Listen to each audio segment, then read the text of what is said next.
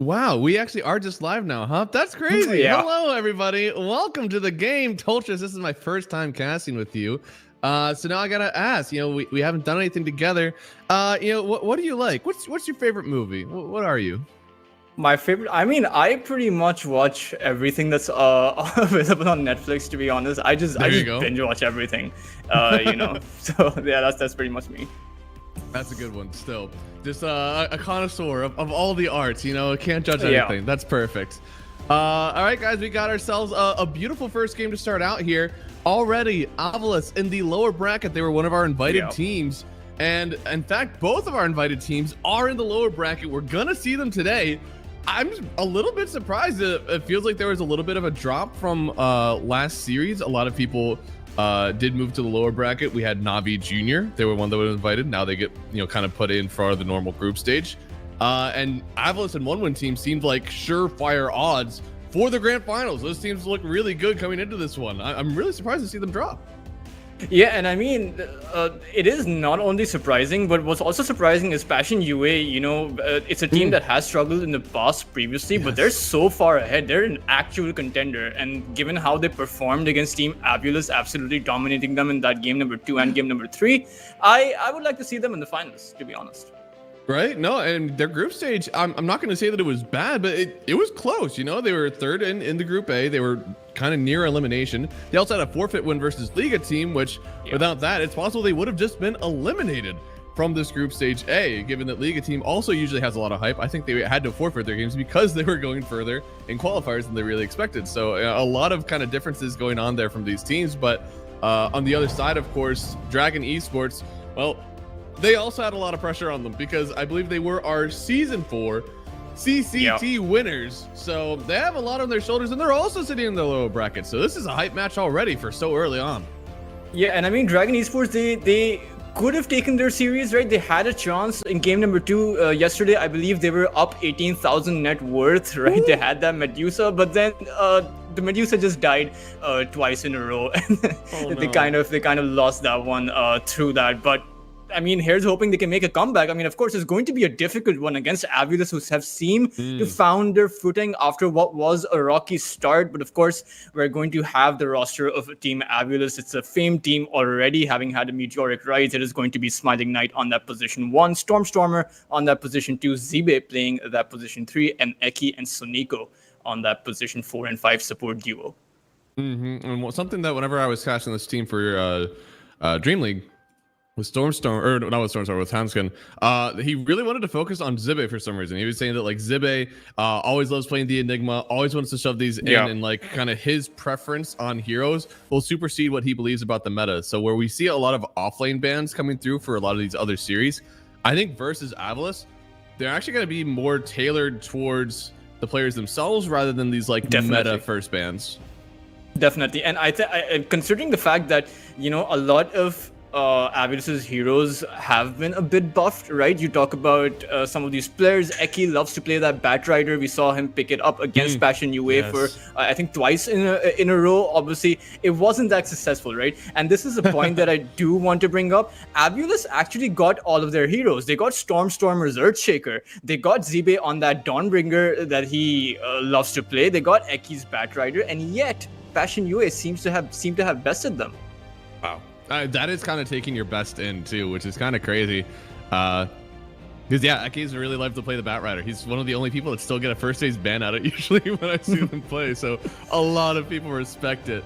On this side, I think Dual Raze is probably the player that I'd focus in just a little bit more on, for at least on mine that I've watched. I don't know if you've seen anything different from this team, but it feels like Dual Raze's success kind of morphs into Dragon Esports success. If he's winning his lane, he's able to make those rotations, makes the side lanes just a little bit easier to play. He plays very meta heroes as well, even a very aggressive Void Spirit whenever he wants to. I feel like he definitely feels like the heart of this team sometimes.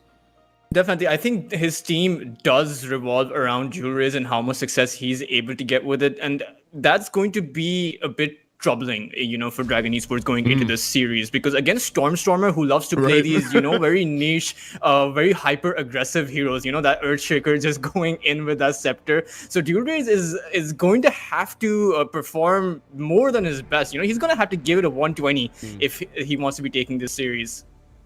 No, I guess that is kind of funny. It's like your success is through your mid laner, and you're playing against Stormstormer, so good luck, everybody, because that's not the greatest formula you want to start out with. But of course, Dory's, I think he is going to be drawing some bans then, which should be nice for his team, kind of open up a lot of these other picks. And also, I think you have been one of the only people to see some professional games outside of this new patch. So, Luna. Give me the sentence. Is she dead? I mean, Luna is like, rest in peace, Luna. She's never coming back, man. She's just, they not only nerfed the Kanda, they removed the level 20 talent that was that big power spike. So it's just, and I think because of the nerfs on the Luna and the nerf on the Medusa, like, to be honest, people are still picking up the Medusa, but I really have not seen that much success with that hero. And I think it's going to bring back a lot of the other carry heroes that were previously forgotten. I mean, already we're seeing, Team One Win brought out that Wraith King yesterday. So we will probably be seeing those. Yeah, we will probably be seeing those niche carries come back out. Yeah, no, I was against my will made to play a Luna game last night, so I decided that I'd try it out just because I wanted to see, like, literally as a carry player, whenever I saw that patch note, I was just like, I don't want to play this. I literally want nothing else than to just avoid this hero, because that Glaives on Losing Beam was like most of the reason to play the hero got pretty good at the level 20. So I played like old Luna last night. It was Butterfly, it was, Daedalus and stuff like that, and it was okay, but it feels like whenever you want a hero that kind of like faces up and does mixed damage, now you're going to look more towards like a gyrocopter for that. You don't really want to play Luna anymore. Yeah, and I mean, I tried a Shadow Fiend right before this, and I was like, Shadow Fiend wasn't hit that hard, right? No. Just -1 damage per soul, but it turns out in practicality, it is quite significant. In my opinion, and I think that's in part because of some of the other heroes that are making their way in, right? Juggernaut is now a viable hero to play. You can play the Troll Warlord, you can play the Ursa, all of these heroes that do very well against the SF, right? That were previously not in the meta. I think that SF's E is, or I guess his third spell that isn't a raise, is actually skillable. Like getting the 5 souls, and to my knowledge, those, like, he gains the 5 whenever he presses it, and then he loses 5 whenever it ends. I don't actually know the order. Do you lose the 5 like just off of the 5 that you gained? So you still end with 20 souls? Yeah, you end with 20 souls if you're able to get 5 CS or 5 souls in between of the duration. Cool. So that feels like the spell is so much worth it now. And also, what we talked about, Avilice, Eki loves Batrider. Eki gets picked Batrider. So they even banned out the Nyx Assassin. I say the only like downside that I see whenever they pick this is because they are kind of forced to throw out that ban pretty early. However, it seems like Avilice, they're not even taking down a lot of the meta heroes that we expected, since they did have first pick. Shadow Demon needed to be banned out for them anyways. Dragon Knight is one that has kind of been getting banned out versus a lot of people, still banned by Dragon Esports. So I think everything's tailing out pretty well for them so far. And then the Invoker, I believe that's Dulray straight up. Yep, that is most definitely going to be a mid Invoker. The Vengeful Spirit is still in play. I will say, like, back when Batrider used to be played a lot more, Vengeful Spirit was one of those really good counters because not only does it instantly break the lasso, but the Nether Swap is actually buffed, right? It gives that damage barrier, also deals damage, and not only you have a second life through that Scepter. So that's a very viable pick to the buffed up Batrider right now. It could be. I mean, it depends on what this new patch, I guess, is bringing for people, because usually when you looked at like a save support, you wanted to play more of like an Omni Knight Shadow Demon type thing, right? So with these heroes kind of getting shaken up, maybe Venge feels a little bit better for people. But I guess his one big issue is Venge is that you always love to play Venge 5, but he's not melee with stun. A lot of these 5 heroes that we see or that people want to play are, Clockwork, Tusk, even Treant Protector and Nyx Assassin getting mixed in now. So it's kind of outside of the formula that these teams kind of have, figured out for themselves right now. Yeah, and I definitely do think that the way that Avilice like to play with this Batrider, right? You rely, Eki does not.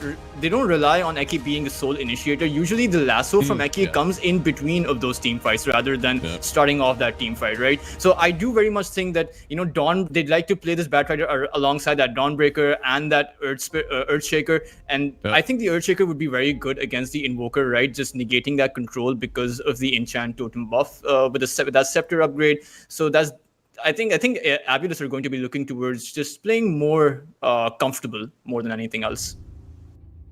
Yeah, Batrider's kind of the guy that gets the ball rolling, right? He can't just be the only one jumping in there.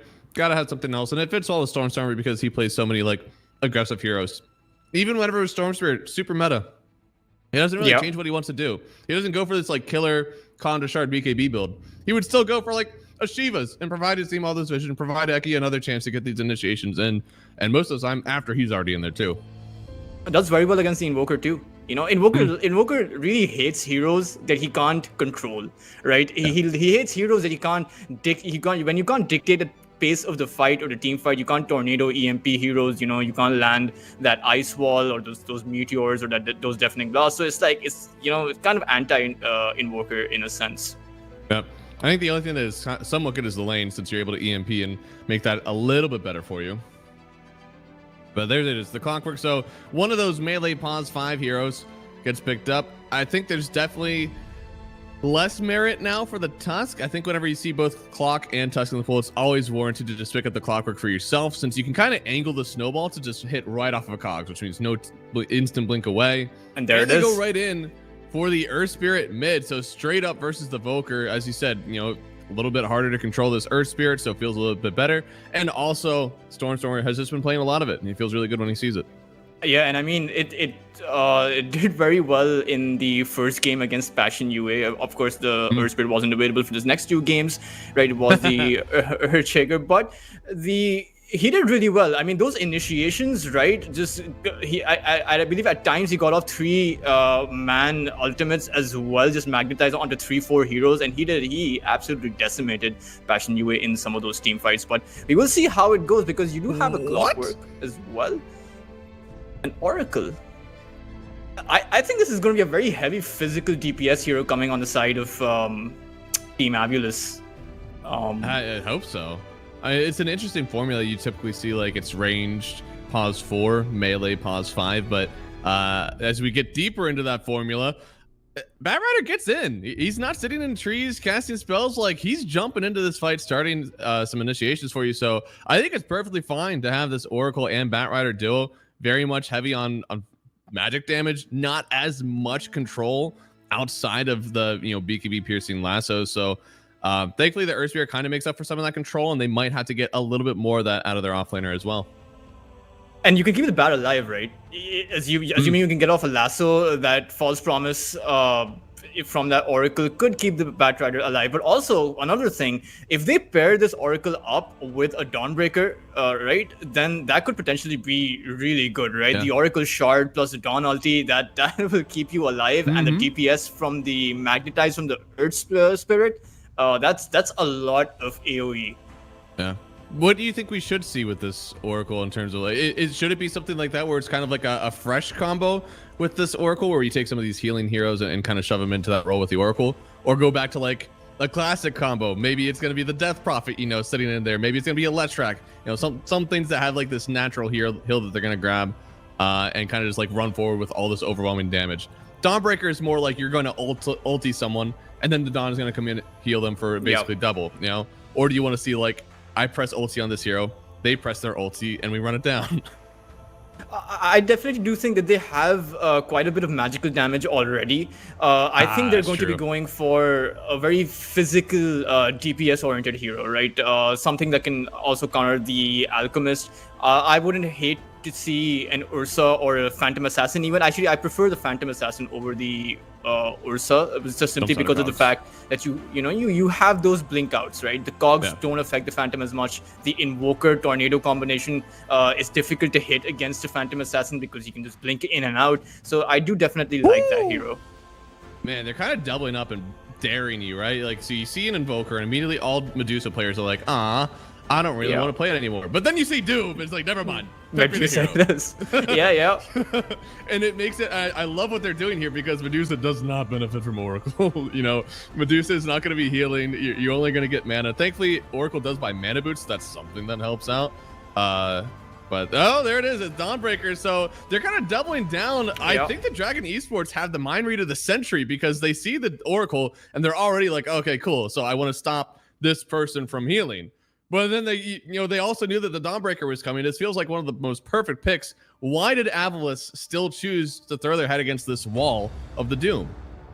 I mean, I think it's because the Doom can only be used on one single target, right? So I think they're kind of banking on the fact that we're going to be taking everyone else out, even if you're able to get off the Doom. Not to mention, the Oracle's ultimate still works against the Doom, right? That's true. You can still delay the person's death, and if you manage to keep the person alive after the Doom ticks out, then that's a potential strategy to that can negate the Doom itself. So False Promise actually has a crazy duration. It lasts 7 seconds at base, 10 seconds at max. And Doom, I think it's like 12 to 16, something like that. Yeah, 12 to 16. So at max level, when we're talking about this, you basically have to wait 6 seconds for the Doom to tick. Then you can use your ulti, and at least they're alive for that duration. Yeah. Realistically, you want to wait a little bit longer than that so you can get some extra heals in there. But it is absolutely possible for you to heal and save someone after the Doom, as long as you have burst heal, right? That's gonna be like Holy Locket, mech, stuff like that, because you have to get that burst in. Yeah, immediately after the Doom is actually done. Like if you make a pipe on the Dawnbringer, right? The Dawnbringer, whoever gets Doom, the Dawnbringer flies in, activates that pipe, then the Oracle comes in. The Doom's first few seconds of the Doom damage is soaked up by that pipe, and then you have the Oracles. The Doom damage itself is pure, right? So it won't get damaged by the pipe. But right. His W, something that he does use to like try to kill people after this Doom, one of the only things he has, will get absorbed by the pipe. So it does definitely help. A Wraith King ban. So this is Dragon Esports are doing their homework. It's also good against the Doom, right? Obviously, the Wraith King did get nerfed, but I don't think the nerfs are as significant because the nerfs are to the Vampirical Lifesteal. Meanwhile, you still get that plus 10% lifesteal on that level 10 talent for that Wraith King. Not to mention the Wraith King is just with that Spectral Blade. I remember previously a time where the Wraith King would be going for those skeletons. Now the Spectral Blade is just 300, 400 pure damage in the late game. It's absurd. I know. I love it and I hate it because I don't know. I would love to see that the Wraith King is back, but I also hate that it can never be Skellies. And it can never be Skellies for so many other reasons. Not just that Spectral Blade is really good, but look at the offlaners that are really good right now. Usually whenever you're playing against something that's like heavy single focus, you're good to go for the skeletons because, they don't clear them. But almost every offlaner clears Skellies now. Speaking of every offlaner clearing, the Broodmother coming out as the last pick here. That's the carry. They were like, you were not gonna let us have skeletons. We're just gonna bring in the spiders. I mean, oh no! I'm telling you, this is also something I played with last night. There was a Broodmother, immortal on the enemy team, and my literal 2K Earthshaker was able to run on the map, just blink echo, and then run back, and they have a Brood kill. So that is not a great matchup. Brood, you can talk about it. Its late game is not focused around the spiders. That doesn't mean that he's not farming with them, though, and he might be under vision with them, too. It's very hard to play. I think Dragon Esports, they mine read Avilis, and I love their draft. And I believe Avilis did try this in game number 2 against Passion UA, right? That Broodmother versus that Drow Ranger, and it did not find a lot of success. Now, of course, you're against an Earthshaker and you're against an Invoker, right? There's a setup. The Earthshaker can just wait for the tornado onto the spiders before going in. So it's a very tough ask. Now the Broodmother does, with that Bloodthorn once it comes out, does do a lot of damage, and the Alchemist heal is simply not enough to survive that. So the execution is going to be what's important. We're going to be looking at Stormers, Mid Earth Spirit, and Eki on that Batrider, whether or not they're able to get that fight going to a point where the Broodmother can come in. I don't think the Broodmother can 1v1 in any scenario in this game. It's definitely hard. I mean, I feel like this is going to be a very pivotal game for the series because either we're going to see Dragon Esports in shambles, or we're going to see Doom banned for the rest of this series. It feels like it does so well versus the heroes that Seneko wants to play. It does very well versus what Smiling Knight wants. He loves playing the Bristleback carry as well. With Doom in the pool, you're not playing that. So I think this is huge from them, and I would agree. Like, typically you want Brood in a way that you can just kind of step up with your Shard, your really early items, all stat-based since you're universal, and kind of right-click people down. Alk is really hard to do that against too. I don't even say that's a really favorable matchup. He loves to kill these fighters. He loves taking this down with the Radiant. So I got a lot of questions for it. Avilis are either saying I'm better, here's the heroes that I want to play, come get me, or they're a little delusional and just really want to play what they want to play, and they will have no regard for anybody else in the game. So we'll see which one it is. I mean, they should be really careful. I mean, Abilis, they have not had the best start to this tournament. But the good thing for them is Abilis is perhaps the best team to figure out what an Earthshaker is going to do, right? Particularly when you have a Broodmother. So I'm assuming they have a plan not to get echo slammed with those spiders. And that's true. I mean, you do have to be careful because a lot like Earthshaker almost directly helps out with the Broodmother, right? Doom. Now where do you go, right? You don't want to double down on like dooming this guy because now it's like, oh, okay, well, I don't really want to echo him because he's probably already going to die. Now you work on somebody else. Oh, Alchemist channeling the stun. Eki doesn't have the bounce away, so it looks like stun will connect. Don sees everybody and knows that they will still just trade out 1 for 1. I don't know. Does he die? He's got the concoction up.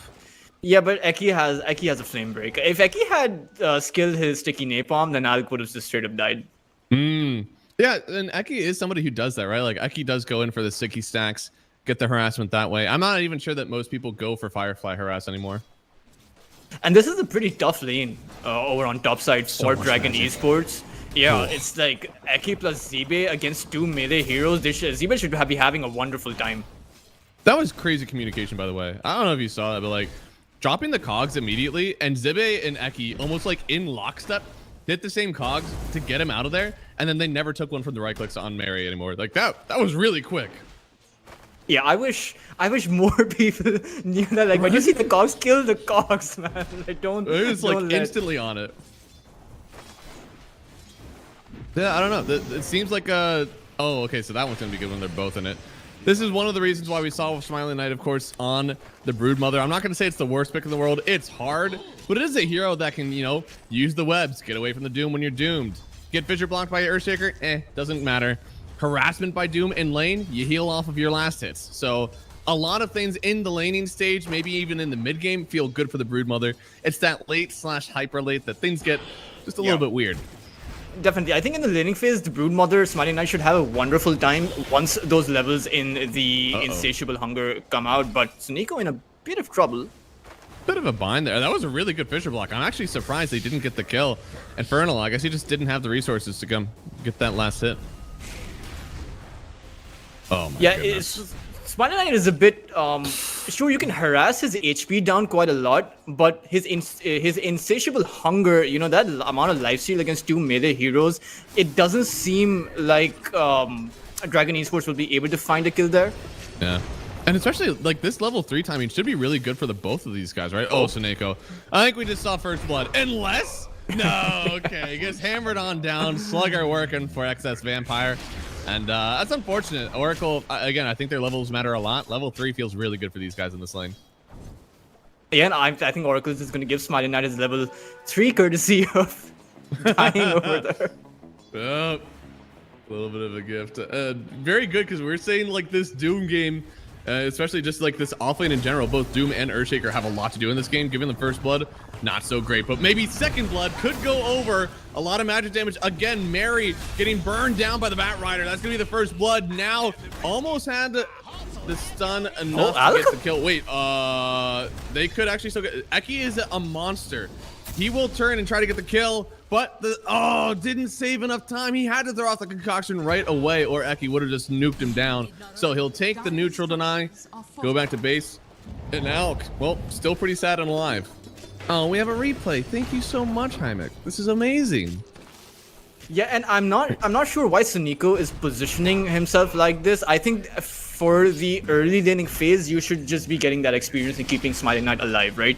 You have the Dispel for against that Infernal Blade, so you don't have to be trying to zone the Earthshaker out. I mean, it's an Earthshaker. All he can do is Fissure and hit. That's all you can do sometimes. Let's see. So now seeing that the lanes have developed a little bit, looks like this mid lane, not as much CS from the Earth Spear, but also 8 denies on the Invoker. I didn't realize it was that favored. Yeah, and it's a bit unexpected considering Stormstormer has all sorts of ways to be getting those creeps, right? Has the Quelling Blade as well, so the base damage is a bit deceptive for both sides. It's not as big of a difference. It's 72 versus the 80 of Dual Rays, so he should be higher on CS right now. And it's impressive. Jewelry is managing to hold his own against Storm's Earth Spirit. But the real question is going to be what happens at that 6-minute mark when Stormer gets that rune, right?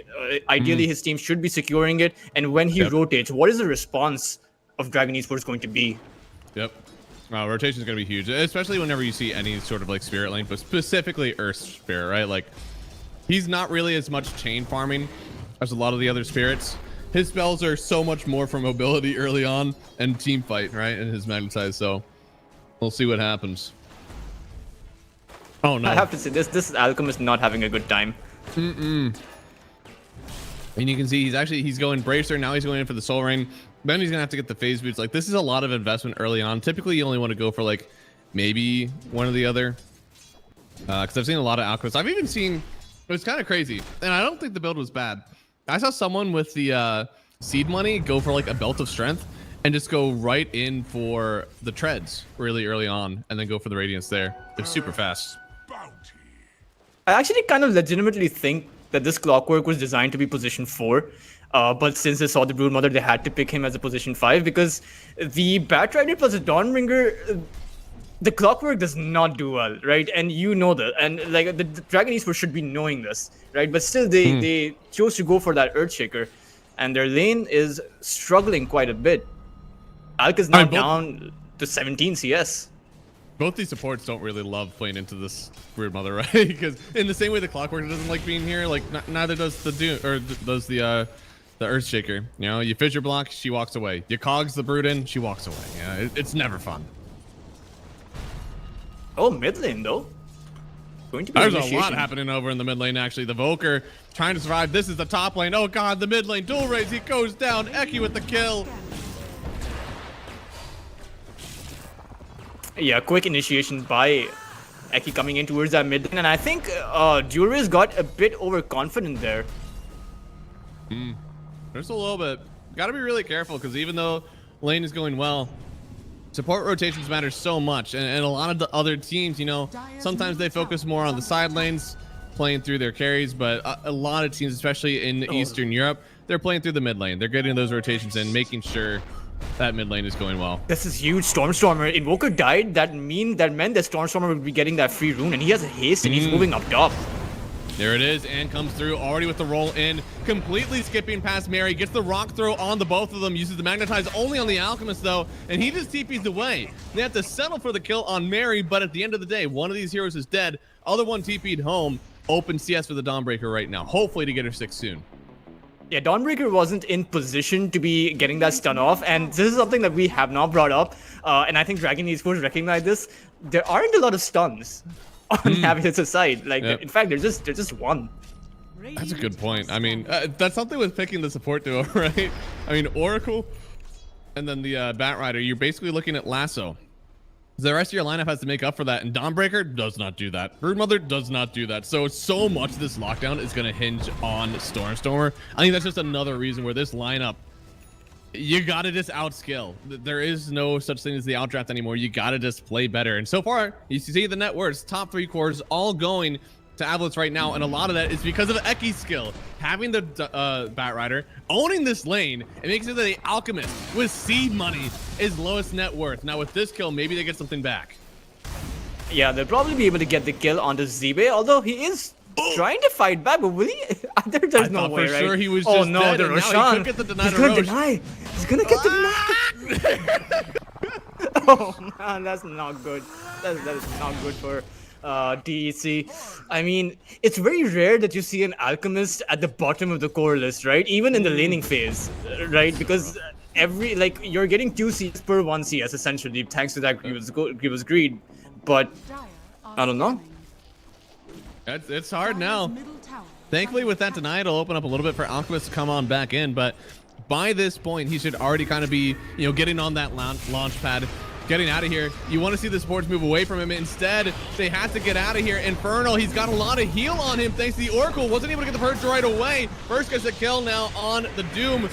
With the Dawn ulti coming in, maybe they have enough protection. They're not even wanting just protection. They still want to kill dual raise here. The TP in from the Voker kind of opens them up for trouble, but looks like they will TP in. Zibe could be looking at his second death in rapid succession. Seneko, in fact, maybe gonna give his life first.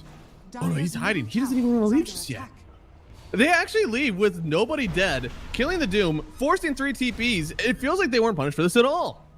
Yeah, I mean, Broodmother got that ultimate, and as soon as they knew that Earthshaker was not level 6, but holding that thought, it looks like they want more on towards the Clockwork, so it's actually going to be a freebie on top of the position 3 kill. Good lord, this Seneko Oracle is really keeping everybody involved. He was at, I think, at like 100 HP, gets himself up to full, comes back with this 1-1-3, huge nuke from him to help get the kill on the Clockwork. We're seeing a lot of the positives of the Oracle so far. And what really hurt Dragon Esports is that they did not have any ultimate available, right? And no Doom up, no Echo Slam up, and it was perfect go time. And Zibe was already level 6, and Dragon Esports just do not have the damage to be countering out that heal from both the Oracle and the Dawnbreaker. Yeah, and it wasn't a Wisdom Rune thing. They did split the Wisdom Runes. So at this point, it is just a little bit of maybe supports doing a little bit better with when they're in the lane. It can be something as simple as that whenever your cores don't have that XP. Radiant are scanning. And Oracle is going to be hitting his level 6 right now, right? And sure, Earthshaker will be getting his level 6, but the hook shot, the mechanism by which Dragon Esports need their initiation, right? Before that Doom has that Blink Dagger, he's still not going to be able to get it anytime soon. He's still probably 2 or 3 minutes away before he gets that level 6. And it can be weird. Like, you're getting into a spot, especially like right at 10 minutes, where it's as a support, you're looking to kind of like get away. Maybe you're going to stack a little bit more for the Alchemist. You just need to make sure that if your cores are low on XP, which they are, you need to give it to them. So he could be missing this XP for a long time if they don't dedicate a lane to this Clockwork. Looks like they are going to smoke up, and they're going to actually wrap around. They want it. Want to try to find Inferno here. This time he does have Doom. But at what cost? Like, he's not even going to use it. Look at this. He's got 3 heroes around him, and he knows if I Doom, we ain't getting anything done. So he's just going to sit there and die. And Stormer, he's basically taunting XS Vampire at this point. He's like, you better step back from your tier 1, or he might just decide to go on you too. They're a bit, I don't want to say bold because there's no Blink Dagger on the Earthshaker yet, but if he's sitting in a tree, it only takes a fissure and a walk up, and that Echo will certainly put in work. He's so far down, though, from where he needs to get this Blink Dagger, something that is unfortunate about their laning stage, again, because it mattered so much to Avlis. No hook shot on Clockwork. We got Echo on Earthshaker, but he don't have the Blink yet. So still waiting for a lot of these timings now on Dragon Esports. It's up to Avlis to keep pressing this timing. How long do you think it'll last? Does it just end completely at hook shot, or are they still in a good spot? I mean, the hook shot's going to give them a chance to like fight back, but it's still a mountain to climb. I mean, even past that hook shot, you need to make sure that you get that good Doom off, right, on towards that Broodmother, or even perhaps, I would say in this early game, you want to be getting it on towards that Earth Spirit, right?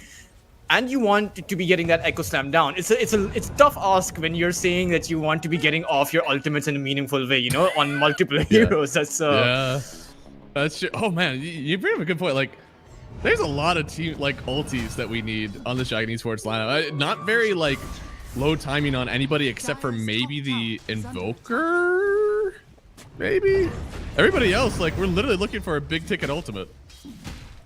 And I mean, the Alchemist went for the Talisman of Evasion, right? Instead of the Sacred Relic. Definitely, it's what you do go for. But because he got the Talisman so late, this Radiance is going to be a 15 or a 16-minute Radiance, and that's not good. No, I mean, his lane has just felt kind of rough to start out here, and his lane continuing to get encroached on. They see him here. That was a bold show, to be honest. I feel like he could have gotten gone on, but they do have TPs on everybody available from Dragon Esports right now, so they're not completely scared. Boss side though, I'm not even sure if you get the Doom off onto Broodmother. That he dies. XS Vampire now Infernal in, does get the Doom off, which means that this Donald's not gonna do much. You just gotta get away here. There is still ulti on Seneko. He's waiting. There it is at the very last second, throwing out the false promise. Gonna dump as much heal as he can in here. See if he can overwhelm the damage from the Doom, and he does. Beautiful save there from Seneko. Is this the new Doom counter? Yeah, I mean, we were theory crafting in the drafting phase, right? And they did it exactly like how we predicted. And I don't think that team Dragon Esports have a good enough counter. They have a one-way ticket in, which is the clockwork hook shot, right? But they don't have a way to continually chase. Right. A lot of these teams, whenever they like see a draft like this, they're gonna imagine how a fight goes. And for Avalos, they're thinking, okay, we're just gonna get him out of there. And we're gonna press false promise at the very last second. But for Dragon Esports, they're like, we're gonna do him. We're never gonna let him leave. But that didn't happen, right? Like one of them got what they wished. And for Avalos, definitely looking really good for them right now. And all the while, Smiling Knight is just farming up a Storm. Has the Orchid, really nice, which means that anybody who enters this lane could potentially just die. And he's going to absorb so much of this bottom map. Mid lane though, the Clockwork wants to be going in. Hook shot in on towards Sonico, but it seems like Avilas just really want to disengage. But meanwhile, on towards the side, the Invoker, dual raise in a lot of trouble. And Sonico, he's actually soaking up quite a bit of damage, trying to hold his own against Mary. Meanwhile, on the back line, the Dawnbreaker comes in, taking that Invoker out. And it looks like Dragon Esports, they're crumbling here quite a bit, having lost both of their cores. And make that a third. No. Dude, okay, there's a ward on that bottom, yeah, no, so the Obs Tower was perfect because the Broodmother and her spiders were getting right up in the Invoker's face, and there was an Earthshaker just sitting in the trees waiting for him to get just close enough, but Smiling Knight backed out to the very last second, microed the spiders away, then somehow came back and still pressed spawn spiderlings on the Invoker to get the kill at the very last second. I can't tell you how close that was. And then they still end up getting this kill, revolving around everybody from Dragon Esports just going too far after getting that Oracle kill. So really well done. I feel like Avalos, they really know their limits. And I think that there was a way to keep Sonico alive, right? Which was the Dawnbreaker ultimate, but they didn't even want to use that. And Avilas literally pincered Dragon Esports with Dawnbreaker coming from the top side and the Broodmother coming in from the bot side. And it seemed like Dragon Esports, they were completely powerless past that hook shot. Really, I just had to like kind of sit and watch. And that's what happens whenever you're so ulti heavy. You need the more initiation in. You need this Blink Dagger from the Earthshaker. You need Alchemist to have a better time. Even Doom, like he feels like the perfect person to start on right now because they just don't have any way to kind of get him out of these fights, especially once BKBs come out. I mean, that's going to be a huge timing for Avalos, and they're not too far away. Oh, huge roll. Does keep him inside the Dawn ult. Magnetize as well. Dual Rays going down. Just another one where early on, if Avalos, you own the map, you can use however many ultis you want to get these kills. He's going for a Midas. I was gonna make a super analytical point, but I just got so phased by the fact that dual raise is going for a Midas. No such That's thing as smart talk. Only Midas. That's sunk cost fallacy working right there. Oh no, Mary. I mean, it's good. We'll see. Maybe, yeah, I want to say maybe they can get a kill on the Oracle, turn something around. Now with the Doom, trying to get the Illusioner and debate him around on this one, but it's too late. So another kill. This time going on to Stormstormer. Now that one, that's worth it. Yeah, and they recognize the fact that Sonico was dead, so no false promise shenanigans going to be happening on towards that Earth Spirit. And this is where Avilas need to be pretty careful, right? Sonico needs to position himself where he's not visible to the opponents, and there was a way to do that, right? They knew where they were fighting, or they were fighting under their own observer ward, but Sonico is playing as if the Oracle is a melee hero. He's just running in. He's just face checking them. That's awesome. Okay, so look at the bottom left of the mini map. Is this Wisdom Rune like screaming at you too? I just noticed it. It feels like it is gigantic on this mini map. Yeah, it is. But meanwhile, mid-side though, initiation on the Z-Way, the Alchemist will get self-stunned, and meanwhile Stormstormer is going to go in, but a 3-man Echo Slam on towards the Earth Spirit. He's falling really low, disarmed, nowhere to go, and the Stormstormer will fall. They grouped for the Echo. Yeah. Why did they group for the Echo? But what I want to point out is that this Wisdom Rune in particular, they're actually waiting for the 21-minute mark, right? So at this point, yeah. Yeah, so you get the enhanced XP, right? You get the 21-minute Wisdom Rune, and you get 2 of them. So that's going to be a big buffer, because there's no way that Dragon Esports make it all the way there. Well, yeah, so technically you can wait until, what, 1930? And then you can bottle it on Earth Spirit, and it won't auto-click until 21 then. So they only have 1 more minute until they can at least bank it. Man, dude, Smiling Knight, They did get the kill on Infernal, which is what you're supposed to do on the Brood so early, using the Orchid to get the kill. Seneko is playing around him as under this ward, and you got to come up and deward this Vex's Vampire. As soon as you show up, you're going to get Orchided huge blink away. They do have a double Orchid though, and I have to say that sure, it's pretty good right now before Dragon Esports have their BKBs, but once those BKBs come out, you know, that's essentially an item that's not going to be all that useful for you. So you might want to be, you know, diversifying a bit in your itemization choices, and there's no auras quite ready for this team, right? And the Oracle is going to be going for a 4-star, so there's no pipe that's needed. Against the Earthshaker, against the Doom, there's no medallion, right? You want to be ideally getting it for that Broodmother just to be landing those hits. So it's interesting. Yeah, especially because like there's a Batrider on the team, right? So like Lotus is already like on the docket. These guys want to pick it up already. So double on the Orchid makes us that I feel like clockwork. That should be his next item. I think immediately even after the Pavas, probably gonna finish out the Solar, but right after that, I think it's pretty easy. Lotus Orb pickup. There's a smoke up though. They want to be going. Who is the big fish here? I mean, surely the Oracle feels like the one target you really want, and Alchemist is on him. Sunstrike plus the hook shot. He's going to be forced to use the ulti on himself, which means Doom pretty open for whoever wants it, but I don't even think Seneko lives through his false promise. He should die here, forcing the rest of Avalos to kind of just back off. Yeah, and I mean, again, Seneko, he's face it's a, yeah, I mean, I don't know why. But the interesting thing is that the Dragon Esports Club, they've now hit a very good timing, right? Yeah. 3 BKBs up for themselves. The Alchemist having it, the Doom having it, and I believe, okay, so no, it's only 2 BKBs. I thought the Invoker had a BKB. I forgot that he went for the Midas, but all things considered, both cores having that BKB means that the 2 Orchids you have are not all that useful. The only viable target for that Orchid is now the Invokers. That's actually 4,000 gold that's not coming in play.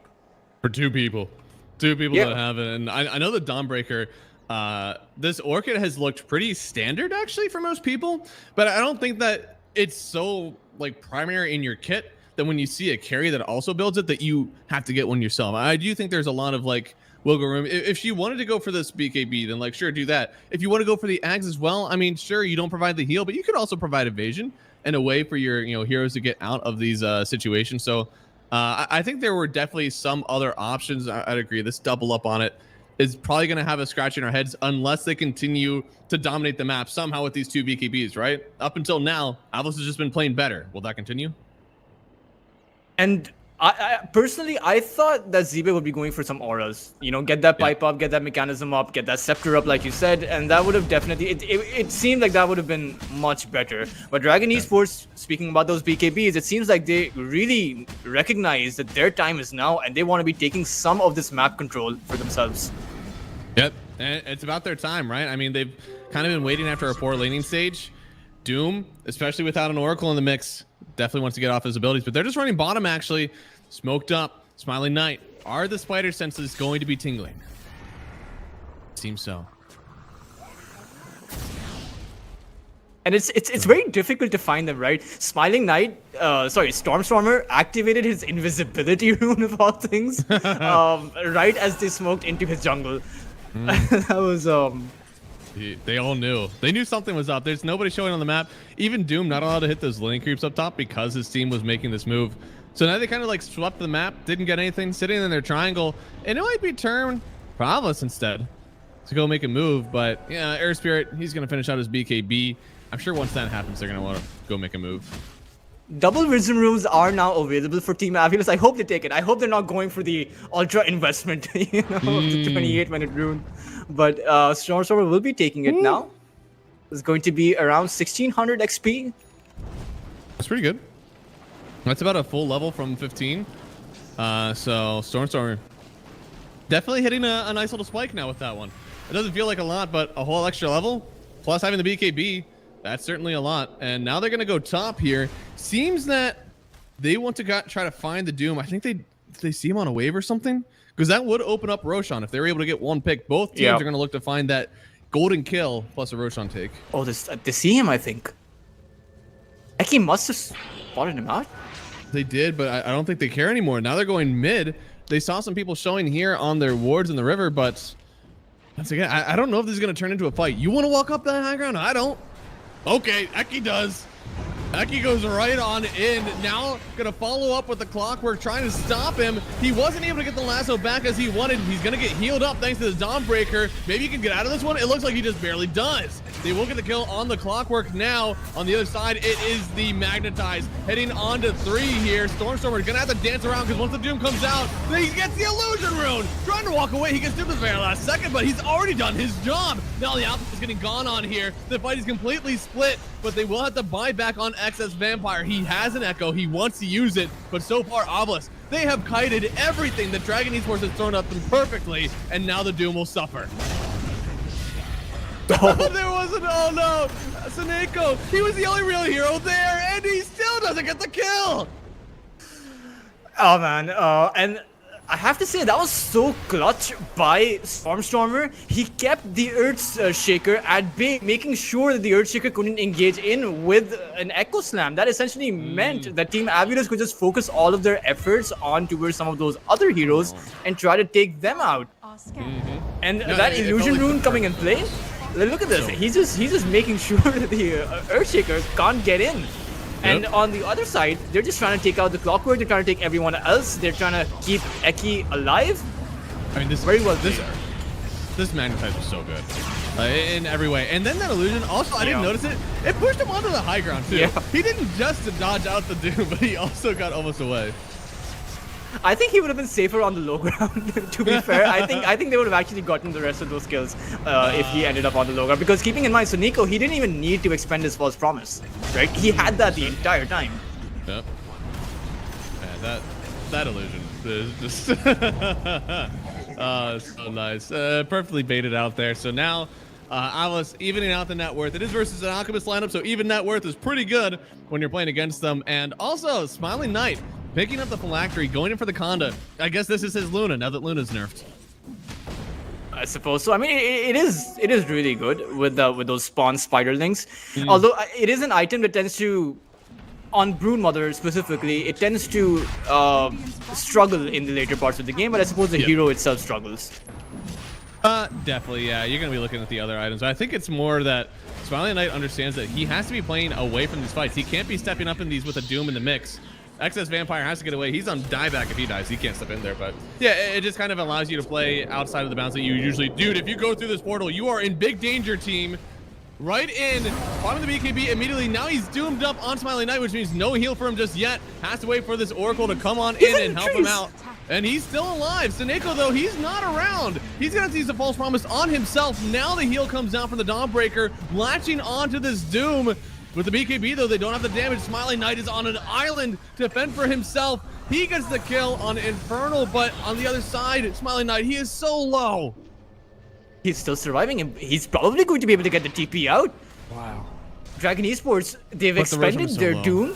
Yeah, the Rosh, though. If Avilis did not deal that much damage to the Roshan, in that hypothetical situation, they could technically have come back to be taking this Roshan, but they seemed so confident that they would be able to teleport through that outpost. Perhaps it was because Mary died towards that boss side, the clockwork, so they thought that Dragon Esports were going to be entirely contesting the Roshan on towards that bot side. What they didn't expect, though, was that the cores of Dragon Esports were waiting for them on the other side of the map. That's some 3D chess right there. It really is. Like, that entire thing started because Mary died. Like, if Mary didn't force him to walk out of the pit and kill him, this doesn't happen. And Avilis has Roche, but you're right. Completely big brain here, actually, from Dragon Esports to basically sacrifice a clockwork to the gods so that Roshan can come back and they get the kill. Now with an Aegis on the Alchemist, Dragon Esports have quite a lot to fight with, right? Manta style available at the ready as well, so he doesn't need to be expending the BKB to dislodge that Orchid stun. Are you sure you want the smoke? I feel like we just watched somebody on our team die. We don't want to go back in there. Unfortunately, Don did want to go back in there. Has to pop the BKB. They do find dual rays. Have the so Starbreaker, and they actually get the kill. Infernal, no Doom just yet. They still have the Alchemist with Aegis. So they have a means to fight. They don't have to drop out of this one, but Mary dies. That is his dieback still. So currently, Avalos feeling good. They're playing under a ward, and the Earthshaker, you know he wants to press it. Yeah, but just not being able to find the opening. But do they want to be going back in? They look like it.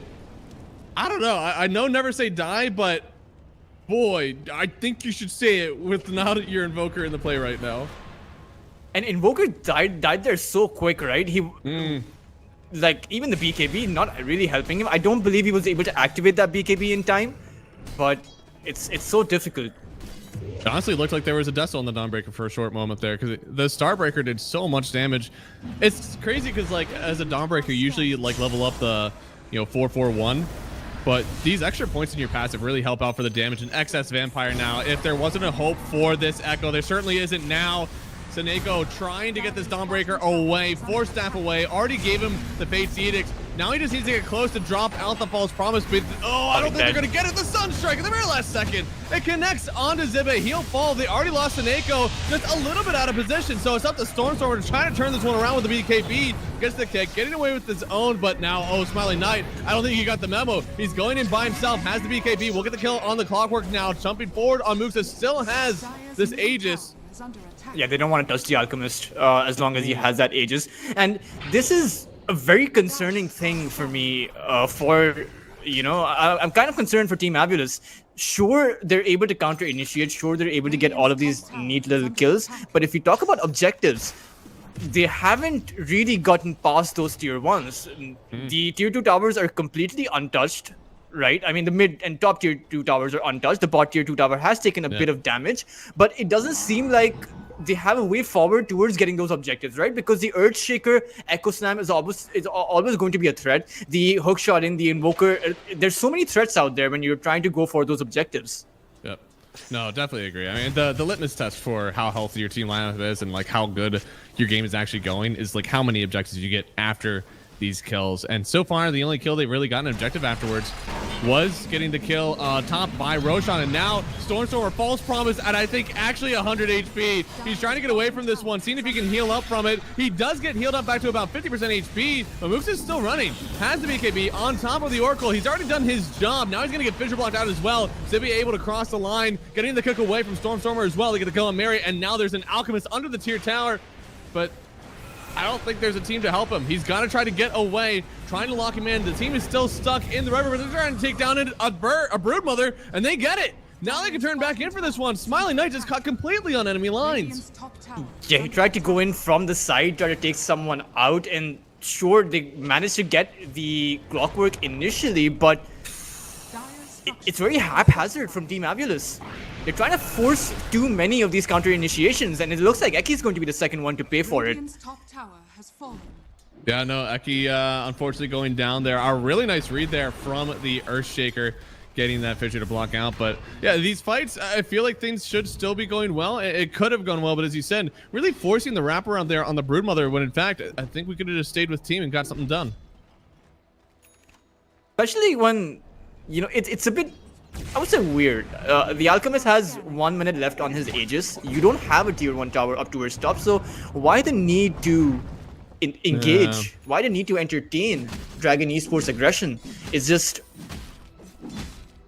It's surprising. It's definitely like a no free towers thing, right? It has to be it. They think that they're strong, so they're like, why would we give anything up? But the Aegis definitely flips things, right? Maybe without Aegis and the Alchemist, I would agree that you're just stronger right now and you can take these fights, but not without the Aegis, right? Otherwise, they just all in that guy and get the kill.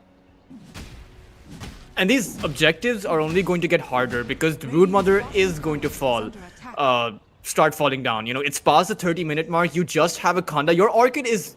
If we're being honest, your Orchid is completely useless right now, right? You don't have the Bloodthorn. The incentive to go for the Orchid is to eventually make that Bloodthorn because those Spiderlings, each Spiderling is doing 25 bonus damage, right?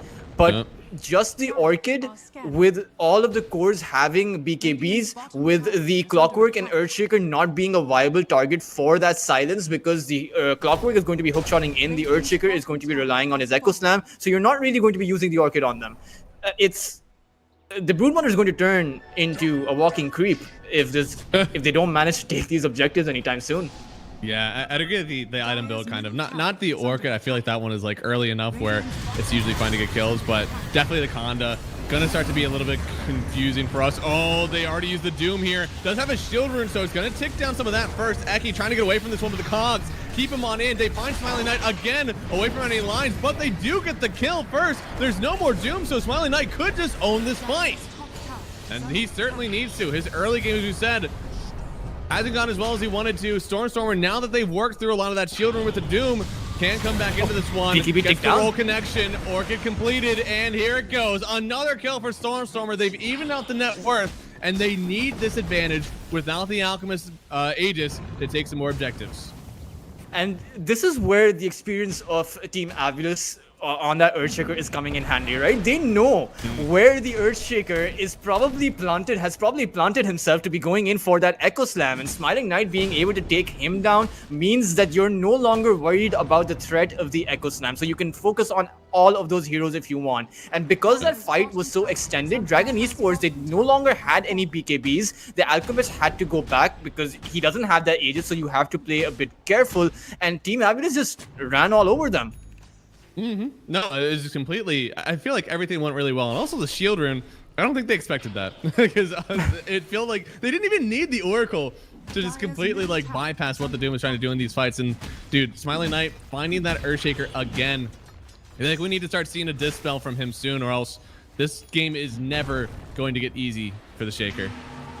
And there's a full Shiva's Guard up for Stormstormer. That's a lot of magical damage. In a fight where Dragon Esports BKBs run out and they haven't been able to dish out enough damage, haven't at least been able to take out a few cores over on the side of Avulus, the fight just completely goes in favor of Avulus because you cannot match an extended fight against an Earth Spirit with this much farm. Yeah, no, I mean the Earth Spirit, he's doing like just so well with these initiations, getting something started, taking the Doom, and then just getting out of there immediately. Thanks to the Force Staff as well from the Oracle. I don't even like Nullifier. Is that something that makes this like a little bit easier? Because it feels like these guys are getting away for free after they get doomed. Yeah, I mean, it's very difficult against, you know, if Suniko is properly positioned, right?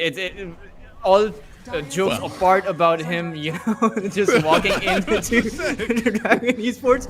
But if he's properly positioned, I don't see it's so incredibly difficult because that means that you have two objectives to start off a fight, right? You need to be getting a Doom off in the perfect way, and then you also need to be disabling the Oracle in a perfect way, who's positioned far back. So it's the requirements keep on increasing for Dragon Esports. Yeah. There's a lot compounding in this one, and you can see here, looking for a smoke up. Roshan could spawn in a minute 24. Big Fish would be the Dawnbreaker, so if they see her farming here, it's a nice kill, but they actually completely miss her. Now it's a roll forward. Stormstormer just gets right on in again, trying to use these runes to just dissuade everything that the Doom wants to do here, but now he gets pushed backwards. They haven't used the false promise just yet. Gets the purge from the tornado. He's still alive for now.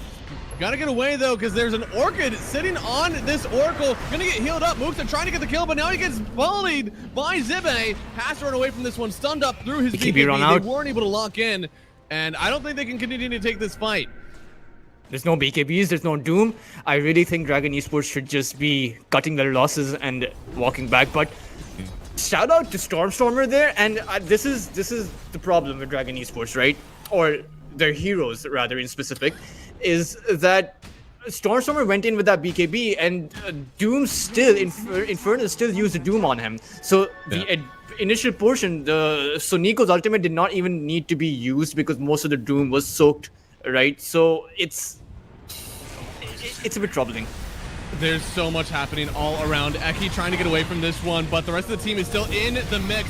You are going to get the Alchemist, maybe the Starbreaker connects a little bit more damage. They have the kill. Muxa goes down. Infernal sitting in the middle, doesn't have a Doom to use on this one. A little bit more damage, and they do get it on Stormstormer. Still looking for the Earthshaker. They don't want to go all in without seeing that Echo, seeing where he went. He will Shadowblade away. Should be good for now. Oh, yeah, I don't think Stormstormer gets him. I'm not too sure about the Shadowblade, I will say. I feel like Yule's would have been really good. Yeah, I feel like the only thing that is stopping him in this game is the Orchid. Oh man, but Dragon Esports know that a free Roshan is they want to be contesting this Roshan, but it's so hard without those BKBs, right? That's why they lost their Alchemist and Doom so easily. No ultimates available, no BKBs up for themselves. Oh, there's the Donald getting right on in Invoker, just barely getting the BKB TP away, but they still lose Mary. So unlike the last one, though, this Clockwork kill should lead to a Roshan take here from Velas. Yeah, it looks it's probably going to be a free Roshan. It's going to be a question of who they give it to.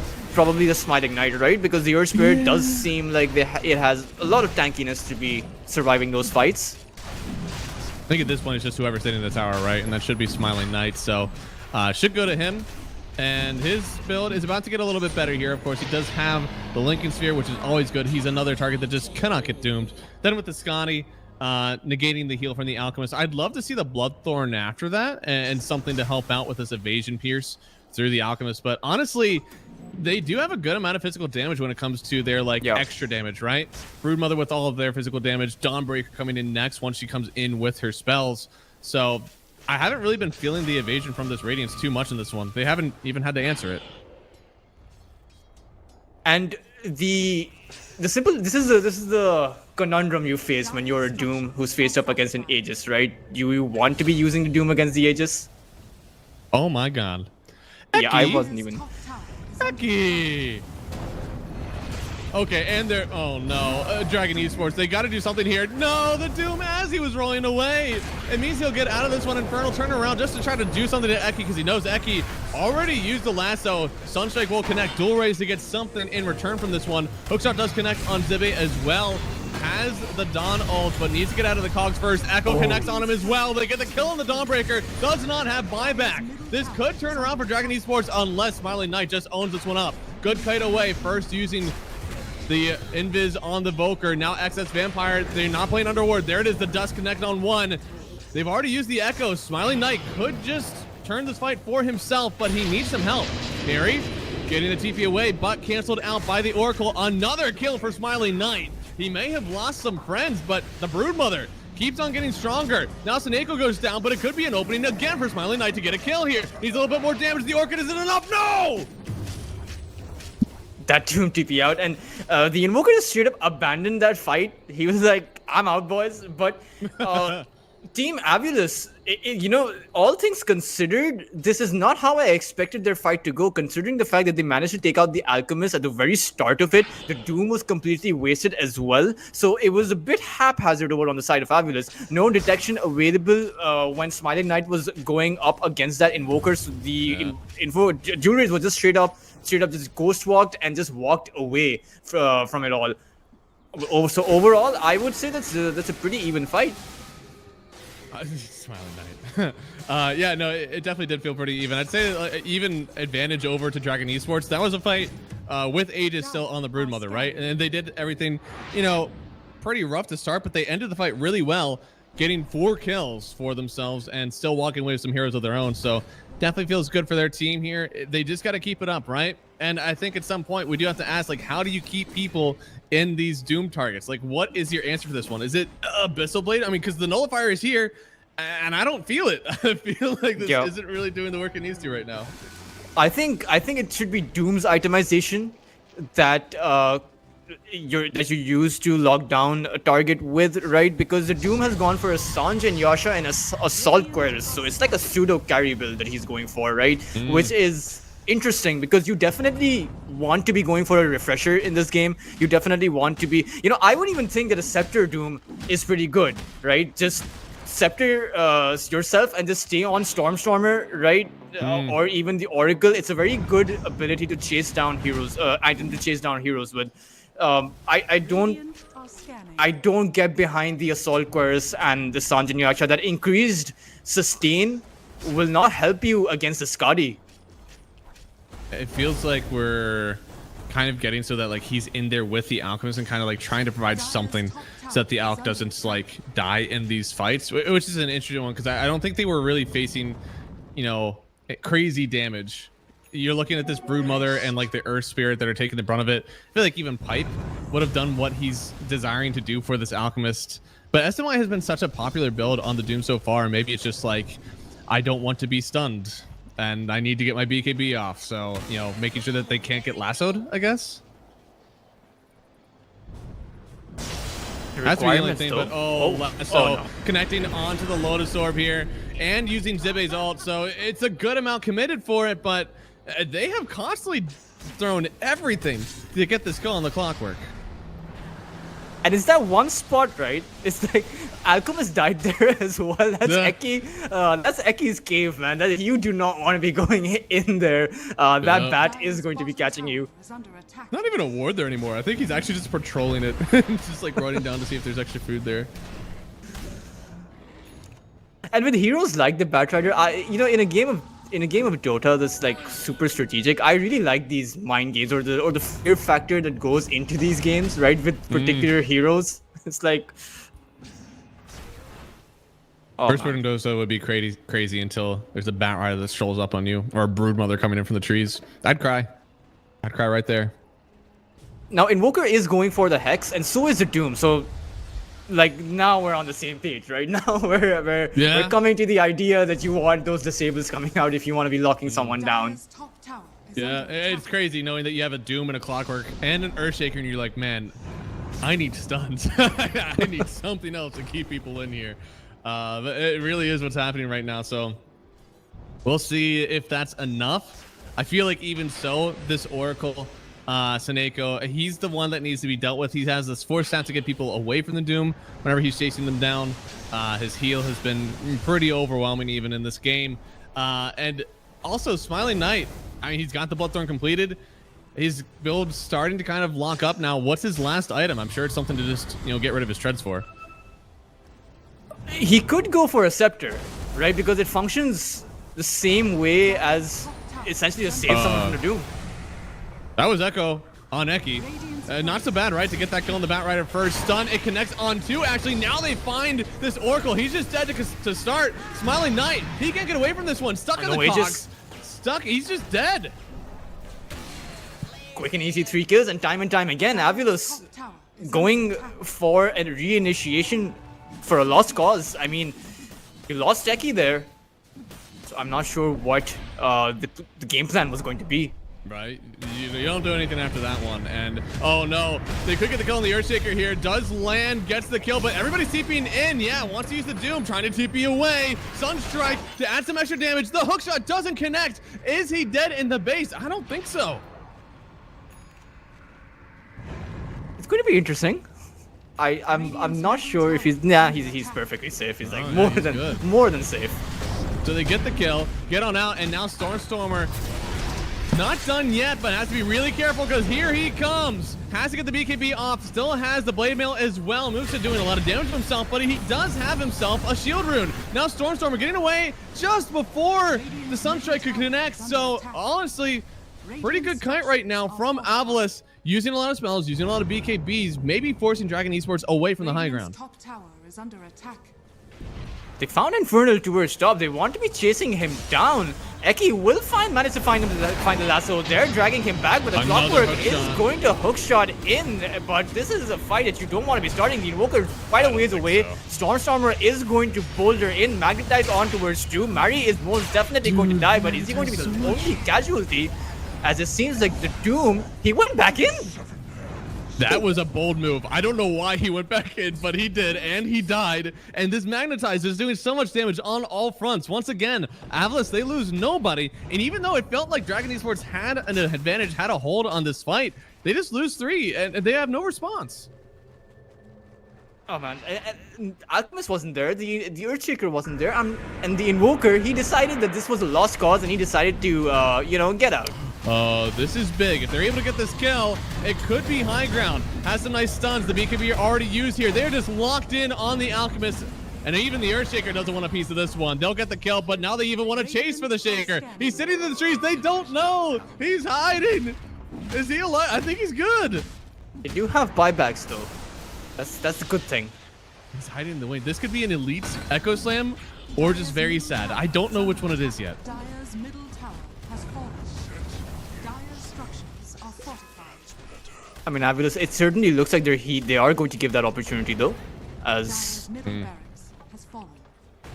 Dragon Esports not going to buy back for this. Oh, the shard from the Shaker actually protecting them from getting lassoed there. But yeah, they really just want to force a buyback or take racks. They're happy with either. And I think you do want to be buying back. I mean, letting 2 racks go. Lasso connects here. Shaker just looking for the opening. Sees some heroes. Doesn't know if he could get a kill just yet. You have to eliminate someone. You have to do something good with this Echo. And so far, it's just not presenting itself right now. Another kill. And at this point, Avalos are staggering the kills. There's not a buyback on the clockwork. They know this. They're trying to go for end maybe on Smiling Knight.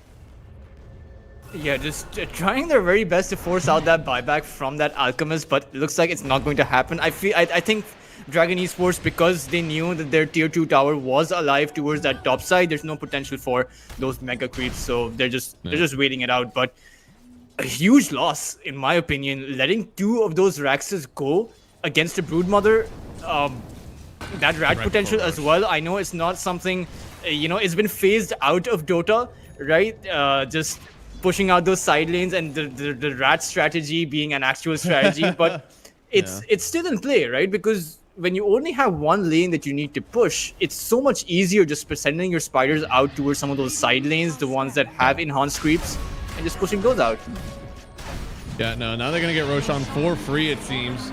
Giving that over to Smiling Knight. Have an Aghanim Scepter now for Dawnbreaker, so her build is coming up pretty much online. Oh, is she not going to take it?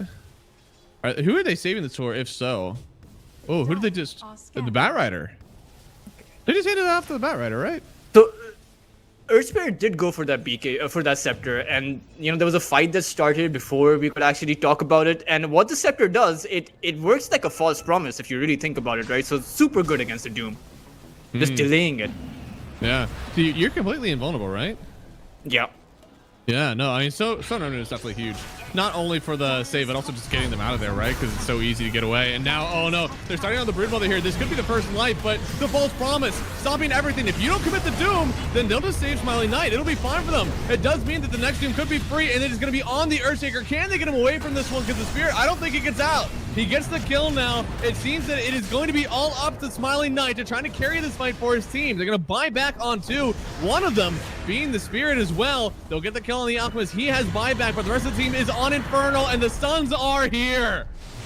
They will connect with Zibe. Eki with a triple kill somehow after it's all said and done, and Avalos, they are all alive and ready to go for the Megas. Yeah, and Doom's the only one that has that buyback. It's so hard. The Aegis is still up on that Broodmother. How do you do this? It's a hard one here, and jumping forward. This, oh boy, the roll connects. Smiling Knight still with Aegis, but that was buyback on Earthspirit. If they can't save him, he could die here. He gets the save. Seneko. The false promise just in time. Is it enough to heal him up, though? I'm not sure. They already got the Megas here. Broodmother so low, but still has Aegis to work with. They have the damage. They get the kill on the Shaker, and now Infernal trying to help out. He could die here, and oh no, dude, Smiling Knight. He's just owning this fight. They have yet to deal with the Spider, and the Spider will eat you alive. Yeah, that's game. Smiling Knight, Stormstormer rather, just baiting them all in, knowing that because he does not have buyback, Dragon Esports are going to engage fully, commit fully on him. But Suniko was ready with that false promise that enables Stormstormer to get out, and Dragon Esports had already committed so much that they had no choice but to fight against an Aegis, which quite simply they weren't able to do because there was no clockwork for the duration of that fight, and it was just too big of an ask. And I mean, Dragon Esports definitely a few mistakes here and there, but it did seem that overall Abulus were able to play that better game, and I think a bit of an outdraft as well with that Oracle, just simply, I think, completely negating that Doom for a lot of those fights. I don't know, man. It's hard to say outdraft whenever you have Doom versus Dawnbreaker. It feels like that, and even the Broodmother. Like, I feel in a lot of ways that they had the heroes that they needed. I don't know if it's acceptable. If you're through a Doom on someone and you have a Clockwork on your team and that person just runs away, I don't know how you win fights anymore. If you're not able to make that work, the game is super hard after that. And it's ironic, right? Because a team without that many stuns had no problem locking your heroes down. Yeah. Dude, Stormstormer had a lot on his shoulders, and he delivered. I mean, he did carry out a lot of what he needed to do with initiation, with vision, with the Chivas. I feel like this is just his item. Like, he wants to enable his team so much and provide them the information to win these fights, and that's exactly what he was doing. So many of these roles, just like into 5 heroes, throwing out the Chivas. If he gets doomed, you guys see them all. Let's see what you do with that. You know, there's a lot of trust that he places on his teammates. Yeah, and now the defending champions, they're down 1 game. Of course, they do have the second game to be making a comeback. It is going to be a tough one, but I do believe that they showed some promise over there. So I do definitely think that Dragon Esports have what it takes to be taking the game. And in fact, in particular, the series that they won last time around, the CCT series, it was, if I remember correctly, against Abulus themselves. So, they've done it before. They could probably do it again. So, guys, we will find out if whether or not Dragon Esports are able to make a comeback, so don't go anywhere, and we will be right back after a short break.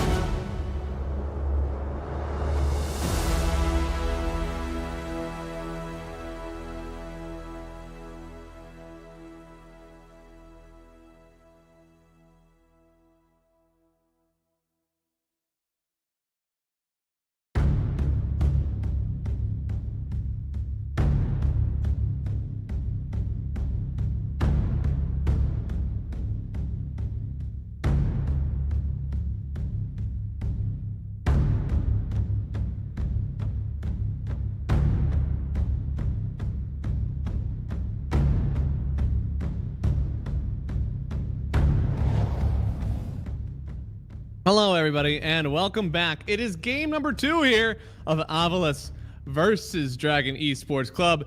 It's our champions of CCT 4, and they dropped game number 1. Now, I thought that this was still a good draft for Dragons, but you're saying that they got out-drafted here, Tultras. What happened? What did you like so much about this Avalos draft? I mean, I just simply really like that Oracle pickup, right? Once you see that Doom come out, not to mention, it seemed like Dragon Esports kind of boxed themselves into a corner with that Earthshaker pick. It's, you know, obviously it is really tempting going for that Earthshaker against a hero like Broodmother, right? When you see that, even in your pub games, you're like, Earthshaker, you know, pick that Earthshaker. But if you're able to avoid that Earthshaker, it doesn't offer you all that much, considering the fact that you don't really see a lot of support Earthshakers in the meta right now. It's mostly just those core Earthshakers.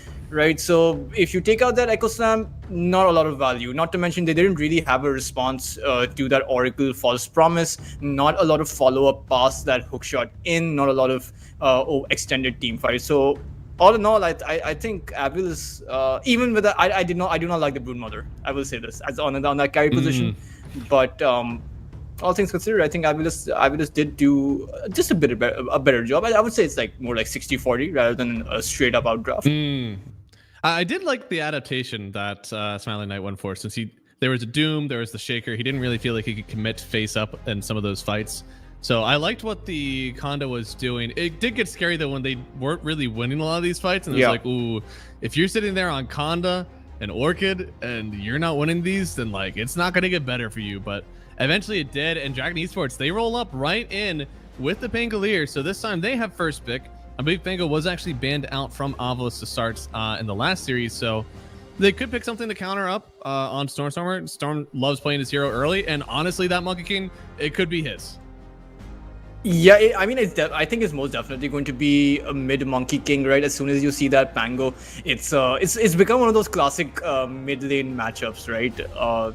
In the meta right now. So I do think it's that Monkey versus Pango. It's difficult to lock the Monkey King down, right? Even in that barrel roll, because of the Simian stride, you can just bounce through the quickly so quickly. Not to mention, you can actually chase the Pango as well. But I love that Dragon Esports are respecting Avilus to the point where they're actually banning out both the Batrider and the Dawnbreaker. They're like, no more repeat of that. Which is surprising. Like, I get the Batrider. I think Eki is a fantastic Batrider, but Eki also loves playing the Lion. And to my memory, you get the first pick of the next phase if you are Avalos, so they could go ahead and just pick up the Lion for him instead. I think he's still going to have a great game. I also don't think that... Oh, there it is, Lion. Good ban, guys. Good ban. I don't think that Zibe only plays the Dawn. Like, obviously, he plays well on it, and they had Doom versus Dawn, and things didn't go so well, but he's got plenty of other things in the pocket. So even though they are just kind of taking out what they didn't do well against last time, I don't know if it's necessarily going to get easy for you this time around. There's still the Zibe Enigma, you know, right? like how many of those heroes are you really going to ban?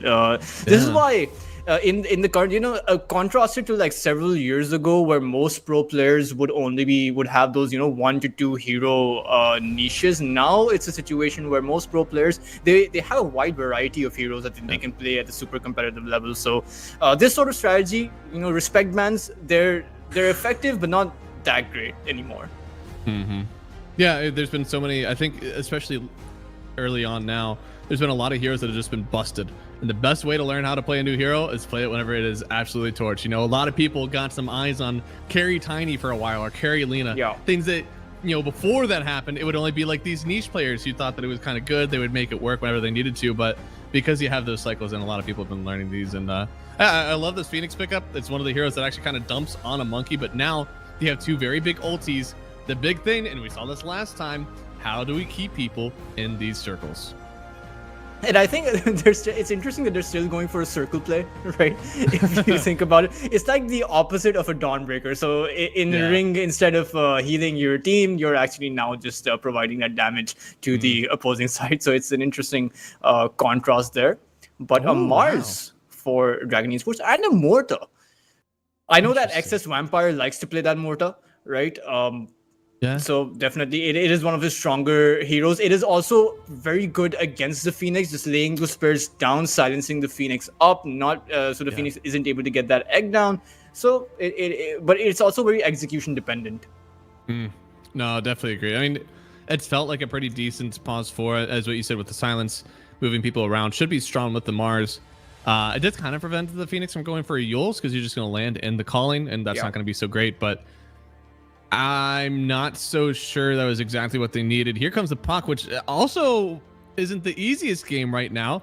And it shows that this isn't going to be Stormer on the Monkey King. So they're accepting like, hey, Monkey into Mars, we'll take that matchup too and throw him on something else. Yeah, that can definitely work. Well, and an interesting thing though is that I'm seeing a lot of position 5 Phoenixes being played.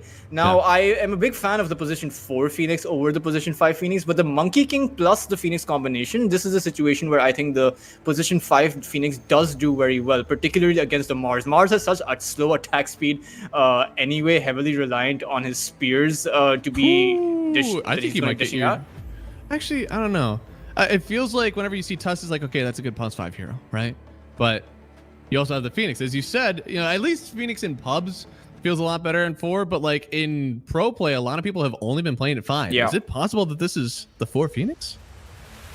I mean, it's definitely possible. We will have to see what the carry for Dragon Esports is. I do think that they Avidas have the potential for a bit of a switcheroo, right? They can throw the Tuskar down towards with the Monkey King, and it's still really good, right? I know that Drinking Buddies is not the way that you're playing the Tuskar right now, but theoretically, the Drinking Buddies plus the Jingu Mastery with the Monkey King against a melee composition of Dragon Esports, it can do a lot. I can definitely see that.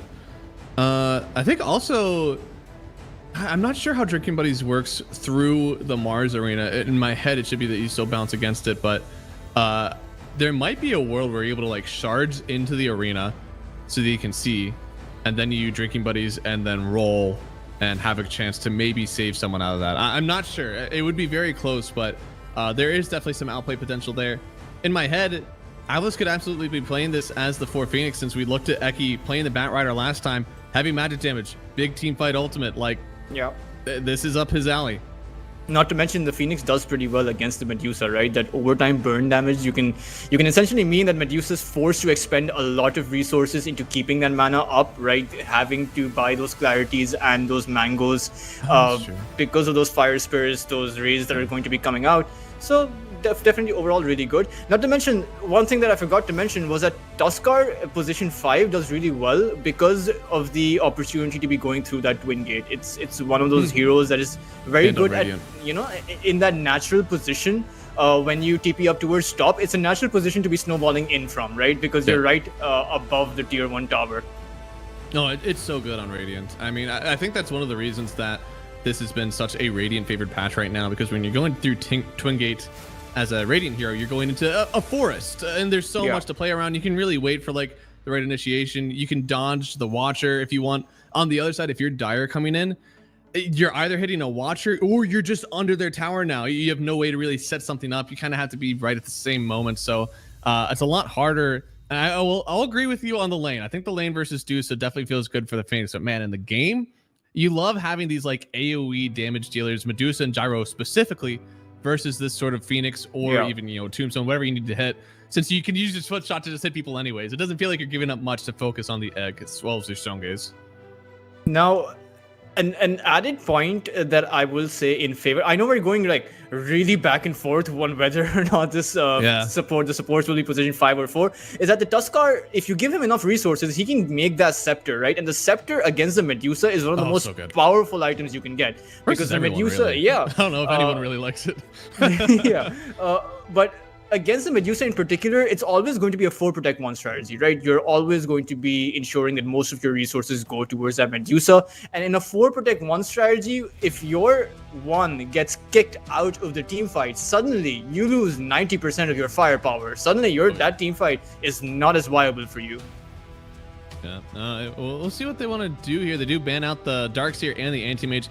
I love that. I feel like those are my 2 of the top heroes to play versus the Medusa. Anti-Mage, of course. I actually think that Pango is worse than the Darkseer, but they already have the Pango, so there's no real fear there. They are going to possibly struggle for this next one. Now they have the Pugna giving some sort of battery in. Honestly, Doom still in pull. I feel like we're still looking for an offlaner, and it feels like the perfect thing to do versus the Pugna. The only question is, do you really want to do that into the Medusa? Yeah, I don't.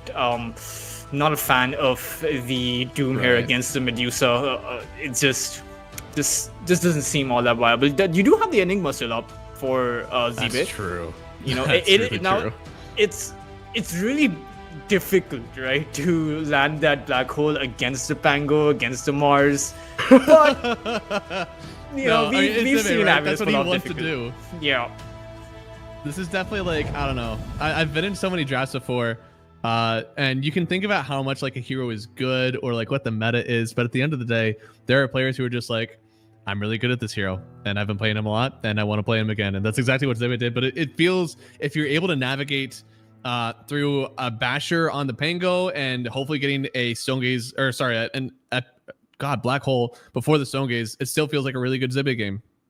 Yeah, and not to mention, I believe that this exact matchup between the Enigma versus Pango has happened before with Team Abulus back in the close qualifiers for the ESL 1 Bangkok, where Zebe didn't care about the Pango Basher, right? He just bought a Ghost Scepter. he just used the crazy, Ghost Scepter to land the black hole, and there was nothing really you could do. And that was a horrible game for Enigma to be playing in, but he made it work. Right. Like, these career players on these heroes, like they'll make anything work. They have played so many of these matchups. They know exactly what they need to do. So it'll be exciting to watch him work because this is like playable. It's not free though. So he's going to get creative and we're going to get to see how he's cooking. Matt Magician, do you happen to have a brother caster also in the name of Robin Roll? I guess thank you, because Robin Roll is very successful at an acute caster. So I appreciate that. But no, unfortunately, Robin Roll and I, he is much more European than I am, so that's a no. Maybe I look European. Is that something I look like? I don't know. I mean, I don't really know, man. Like you don't know? I think, yeah, I don't know. I haven't seen. I've been abroad like three times, thrice, right? I've been to Turkey, been to Europe. Haven't been to America yet, but I can't really tell. I can't really tell ethnicities, to be honest. I used to look a lot more German apparently because I had a Bayern Munich jersey that I would wear because I used to play in the Premier League and or like a Premier travel team for soccer in my states, and I was wearing that around college, and people were like, "Are you from Germany? Are you?" And I'm like, "No, I'm just somebody who has this. I don't even watch soccer that much anymore. This is just something I have." Apparently, I could. If it wasn't for people talking to me, I could definitely pretend to be a European. But I think as soon as I open my mouth, that entirely goes away. 30 seconds to battle. Yeah, I do think that accents can be naturalized quite a bit. That's fair. Like my brother has an American accent now. He's been there for the past 5 years, so he's One of us. basically. And speaking of one of us, he's my Medusa player, one of my favorite carries to play. It is Dragon Esports rolling back the Medusa after the nerf here to the Venomous Volley. I believe it no longer works on the illusions, right? So I don't know, man. I'm not going to say that facet feels torched, but it's definitely rough, especially with the nerf to the move slow and attack speed slow as well. The Medusa also got a nerf to the mana shield, right? So the Medusa actually takes 10% more damage. Level 1, yeah. Yeah. Or I guess every level, technically. It's going to be interesting to see how it plays. The Medusa, I don't think it's a super late game carry anymore. Like it used to be that way, but I think the Medusa is now strongest in that 30 to 40 minute mark. But past that, teams are so mobile now that it's very difficult. Interesting if so. I mean, essentially with the mana shield, you went from your base damage per mana 2.4 to 2.2, and you gain 0.1 per level, so you're essentially dropped 2 levels throughout the entire game, and especially to start. And after Medusas, honestly, a lot of them, they started to go for Tread's Null, right? So that mana, it's very precious early on until you get those items. Yeah, I remember seeing the changelog, and there was a lot of numbers involved, and I'm bad with math, so I just Excess Vampire to Smiley Knight. I feel okay. There are not very many levels in this lane at all. He didn't even have his passive leveled up.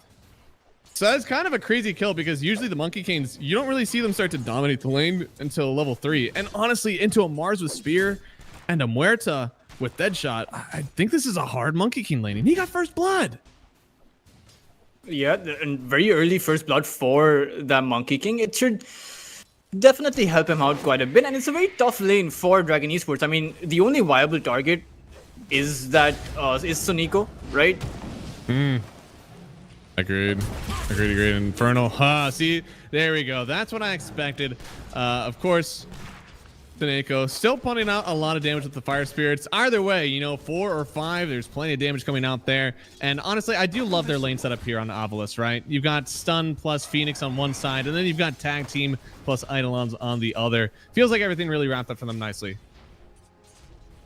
Top side though, I do think because you don't have the Phoenix here, there's going to be a bit of missing damage potential on towards that Medusa. But overall though, I think this is a lane where Avilis are just looking to farm on that Enigma, right? Get those initial items up, get those auras up.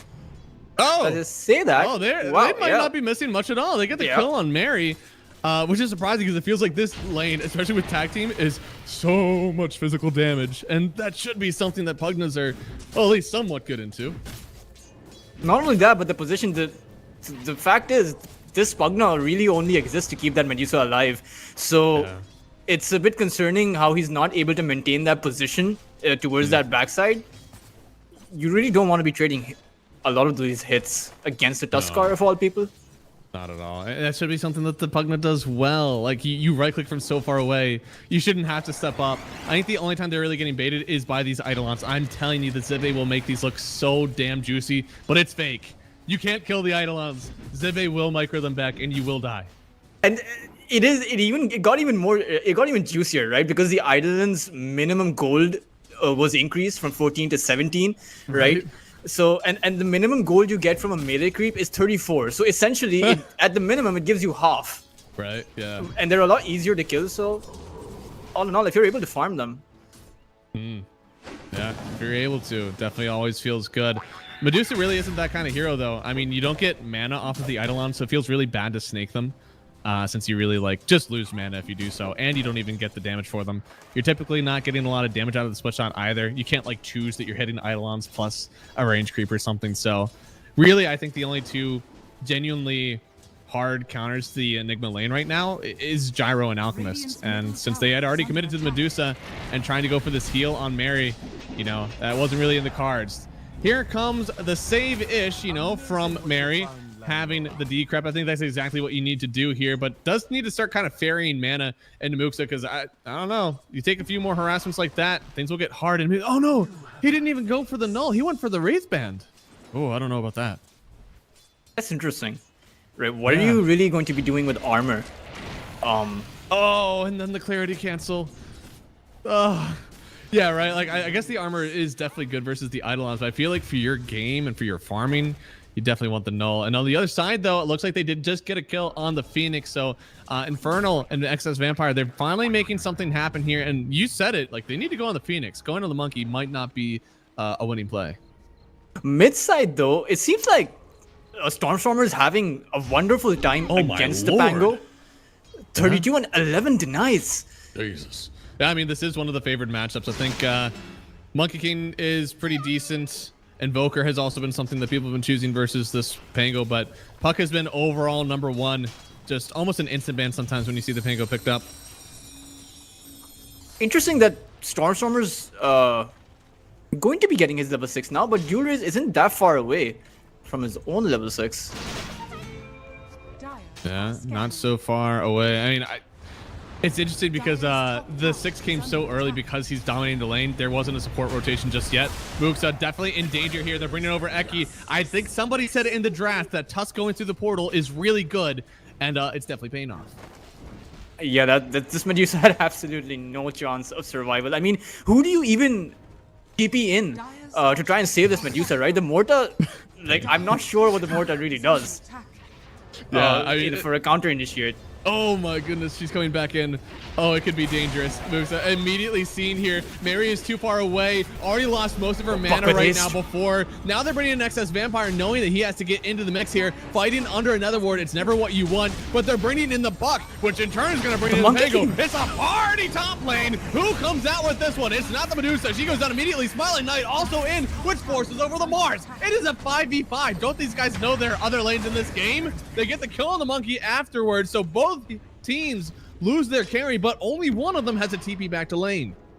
Yeah, that's a definite win for Team Abulus right there. Buck finding that haste rune and immediately going towards that top side, and I believe Abulus were actually going to engage on towards that Medusa irrespective of the Buck, but Monkey King coming in there, that is certainly not what I expected, but getting the Medusa down without any sort of TP, that's a walk of shame.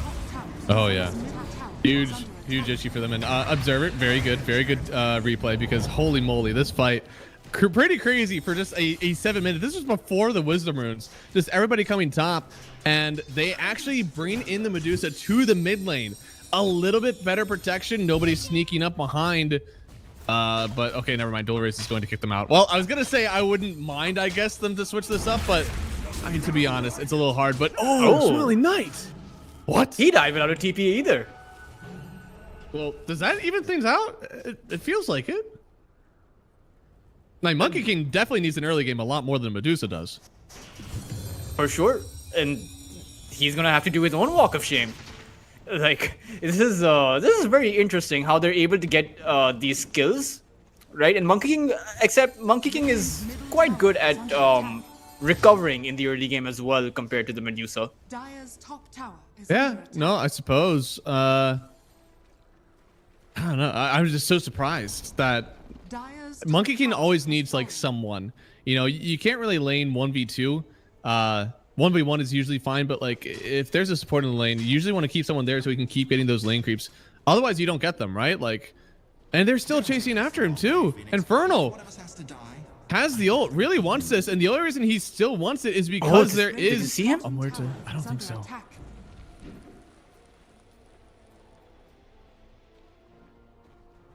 Oh man, that was Radiant structures are close. They really are hunting for them, and I'm not sure why the Monkey King hasn't just gone towards that top side, right? It's free farm up there. Right, like with the tower gone, I feel like that was the entire reason that they made this like 7 minute move, was to get the tower down. And the reason you can put a safe laner up there is because there's no TP now. So in these moves where you get too aggressive, there's nobody to end up saving whoever's there. And on the other side, like, you have a TP, you can go in and save him.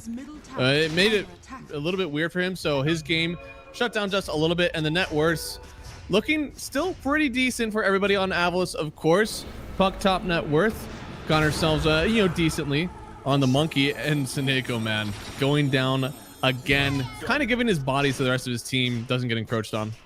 Yeah, and he's still not level 6. He's still halfway away from level 6, and so is Eki. This is interesting, but that's definitely going to be in their next power spike, right? With that Phoenix egg available, Dragon Esports, they're grouping up right now as 4 and 5 because they know that they can do that, but it's going to get a lot harder. No, it only gets worse from here. And yeah, Mr. Observer, actually, could we check out the net worth? Because I'm pretty sure Puck is starting to run away with it. He's around 5,400 right now, way ahead of the Pangolier. Now, of course, the Pango has queued up 7 clarities, so it's we're unsure of what he's going to go for. I'm not sure. I don't. Ideally, it should be the diffusal blade, right? Because against just that chasing ability that you get, that purge as well, it's pretty good.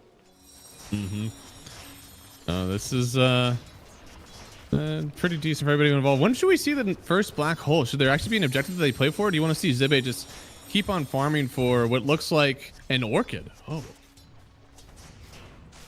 That is actually interesting. He's going for the orchid.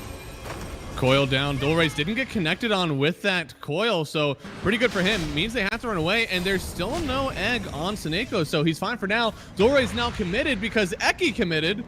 And Eki, well, he's giving his life, seeing if he can get the kill, and he does not do it. So a bit of a waste there for Eki, but unfortunate. That was a lot of bloodlust from Eki. It really seems like he does not like the Pugna at all. No, that was definitely giving his life. And topside could get the kill here on Enigma. The calling, the Gorgon's grasp. Can she turn around? Doesn't have the with black hole. Black hole. But too low. No, okay. Too low. Yeah, with Stonegaze, I guess he doesn't know that Stonegaze is in the mix, but if it was, it would just get canceled out immediately. Sneko barely running away from this one. I don't know if he actually gets out. He's trying to dip away from Infernal. Did guess correctly, but eventually he has to come back. And Infernal with the killing spree does get the jump now, though, from Smiling Knight, looking for some revenge, and he should get it here. A big kill for him, a 3-kill streak. Honestly, a little bit of a pinata strat, giving all that gold to Infernal and letting your struggling Monkey King pick up the last hit. Is under attack. Oh, but a dream call on towards the mid side, on towards Pango, orchid it up, nowhere to go, and it looks like Juriz will end up falling. And I have to say, Dragon Esports, I'm not sure how they're able to rotate so quickly around the map, just not giving Avulus the room to breathe, but it does come at a cost, right? The counter initiation, when you've expended everything that you have, it becomes tricky to play against. And as far as... feels like Avulus are using this coil like literally off its cooldown. We just saw it in the mid lane to try to get a kill on the Pugna. It didn't work. Now we have it again, getting the kill on the Pango. It feels like every time this ability is up, Stormstormer's like, okay, we run right now. Avulus, though, he's queued up his Blink Dagger, and I think, Mats, that should answer your question when the next black hole is going to be. But I hope it's a big one. And knowing Zibe, it most likely will be, right? Orchid Blink. That is not the usual build that we're seeing from Enigmas. Typically, you're looking at like drums or pipe or some sort of like aura before you're going in. Why the Orchid this time? What is the difference here? Is that solely for the Pango? I think it's either for the Pango or the Medusa, just making sure that the Medusa can't cast that Stone Gaze. It's interesting though, right? Because once you cast the black hole, you can't use the Orchid, so you're in a position where you have to use the Orchid first. Radiant are So scanning. it's going to be interesting to see how that plays out. No! Okay, I mean, he's still likely to die here, but that is such an unfortunate snowball. It cut down the tree. Smiling Knight wasn't able to get the kill, so they miss out on it instead. He had just gotten his defusal. He wants to get something out of this, but instead the Mars could be turning this one around. They've got 4 heroes. Zibe's already dead. Smiling Knight dies. Eki, I know that he couldn't really predict that one. It was how the Mars moved, but damn, unfortunate snowball. Yeah, and that Mars arena actually stopped Zibe from coming in with a black hole, and Zibe tried to wait it out, except he just ended up dying. Yep. No, a huge first 2 pickups there from Dragon Esports. Literally just parrying this move from the early defusal on the Monkey, and that's his aggressive one. Like, he wants to, now that he's gotten this straight up defusal, he wants to play this like, you know, a Ricky or a Slark of old. He just wants to go get kills on the map. And it's interesting to see them trying to amp up the pressure against Dragon Esports, right? Perhaps they don't want the Medusa to continue farming up, but it seems like an inevitable thing. She's going to eventually, but they find her again. This time, does have the ulti, but never gets a chance to use it. Another kill, but on the other side, they did lose Seneko for Excess Vampire, which I guess is a fine trade because it still means they only lose 1, and now there's no other cancel for the Black Hole. They get another kill, this time Infernal going down. Now they have the silence onto the Pugna. 1 decrep will not save you from this one. It is foregone, and Avulus finally take themselves a decisive fight in this early game. Yeah, that Medusa just going down over there, Dragon Esports. They were hanging around despite knowing that Team Avulus had the presence of 3 heroes on towards that bot lane, and I'm not sure why they stuck with it. It's troubling. I mean, all 3 towers down now as well. Avulus have so much more map control to play around with, and Medusa only having the Manta. Is that? Oh, they have a roll up very quick on dual race. That is playing a little bit scared maybe, but they do have themselves the kill on Zibe, trying to get away there on Puck. Looks like they will. Nice charge, trying to section everybody else away from this fight, but Eki still in a bit of danger. They are fighting now under the Wukong's command, now in the Dream Coil. How do we keep people in these circles? Well, Stormstormer has the answer. Still trying to fight into it now with the Stone Gaze. Excess Vampire running forward as well, but Smiling Knight, he actually is still on these trees. He is showing no fear right now. Yeah, they might have wanted to go in, but Phoenix had no more dive available. Now, Zibe's death isn't the worst thing. right? Because he had already expended his black hole, found 2 kills with it, so not all that bad, right? But it seems like Abulus, they're not relenting. They don't want Dragon Esports to cross the river by any means, right? It's like it's their territory. They've marked it. They're blocking it off, man. They've just like set up stakes. And they're like, you shall not pass. And now Stormstormer in on the Pugna, has the Witchblade. Should be more than enough damage. Excess Vampire already uses ulti, has no protection, but Stormstormer just bypassing him. He'll allow Smiling Knight to deal with that one while he goes instead after Infernal. It was a TP in from Dual Rays, but now he's getting silenced up. He's getting walked down. This is elimination. And Avalus, they're showing absolutely no signs of stopping. Yeah, and it seems like they found the Smiling Knight over here. He's falling so low, he's going to end up dying. Muxa will get the kill, but meanwhile, over towards the side, it's going to be a dead mortar. Dragon Esports trying to fight back without their Mars. They should have showed signs of stopping. I don't know, the Monkey King going in like under the tier 2. It's hard whenever you're like kind of stomping people around. You're like, you're in their triangle, that's your fight. You're in their river, that's your fight. And then it's under the tier 2. It might not be yours. Oh man, and Dragon Esports, they're so stubborn, right? They want to be going to the exact same place where they're taking all of these team fights. That's true. I feel like they just like keep heading themselves like right back in. I do Nobody kills Medusa 3 times in a row. And they really need to do this, right? Because you can't give up so much map control with a Medusa on your team this early. You need that map control so the Medusa can farm. Oh, getting a nice arena in with the Medusa. Can they actually get the kills here? Zebe trying to walk backwards, drops the black hole down in the Wukong's command. They survived just as long as they needed to. Zebe on a sliver of HP. It allows them to turn around and get 3 kills. They lost no one on Avalus. Yeah, and I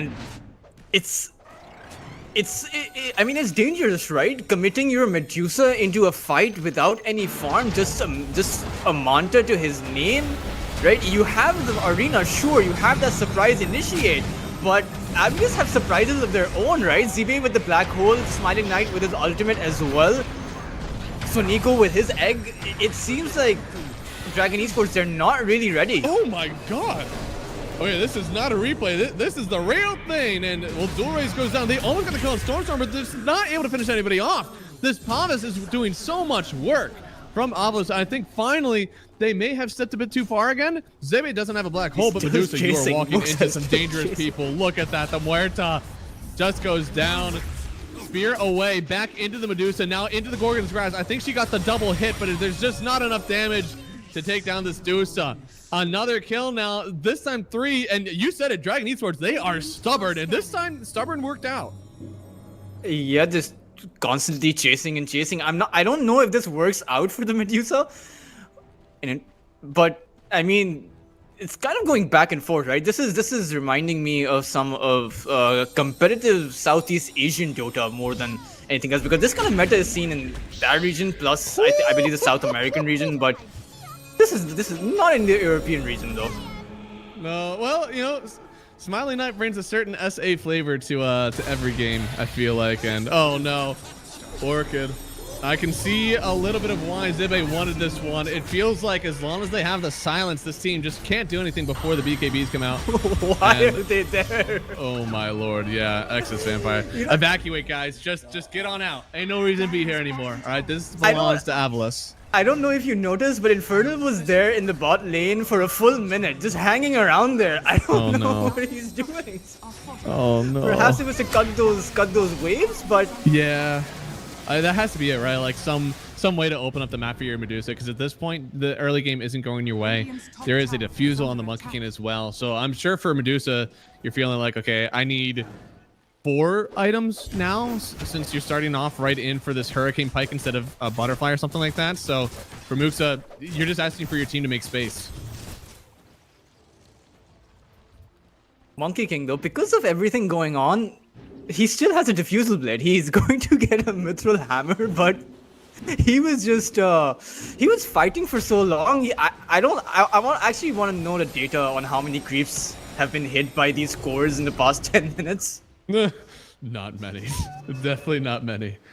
Unless they accidentally hit some whenever they were team fighting next to a creep. But yeah, the Medusa split shot getting some creeps in between of those fights. The best of both worlds. In the meantime, though, Dragon Esports planting some very aggressive observer wards on towards Avilus's triangle. Oh no, man, that's going to be the next battleground. They're gonna duke it out over there for the next 10 minutes. It could be. I gotta respect it like initially, but they actually backed out on Avalus so they could take their own Tormentor, which is a strange move. Most teams who are ahead on the map would rather take the enemy's Tormentor and enemy's tower. It feels like that is the place that Avalus are in, but no, they backed the whole way out. Now they're smoking. They want to go back in after taking their own Torm. So maybe this ward actually works out, because I feel like Dragon Esports, you don't want to fight. You just want to have that place warded up and allow your carry to farm aggressively as much as you can, since Avalus really only want to play on your side of the map right now. Yeah, and it seems like Smiling Knight, he got that Mithril Hammer, and it feels like he said, okay, those are enough creeps for me. But Dire's bottom smoke tower up from Abulus not really working out. Now, it did get them a cushy way into Roshan, right? Whether or not Dragon Esports are going to contest this is going to be interesting, because they are spaced apart quite a bit. So how they're going to group up and make their way there, it's interesting, considering they don't have any smokes either on their side.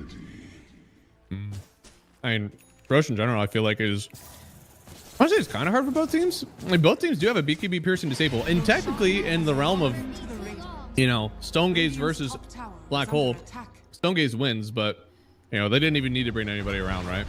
Yeah, and with the Aegis going the way of Abulus, there shouldn't be any initiations, right? Bold TP, it did not work.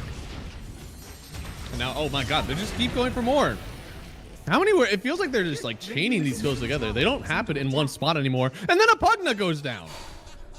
All right, I don't know. I don't know if you've noticed, but anytime Infernal goes down, Excess Vampire dies 10 seconds later.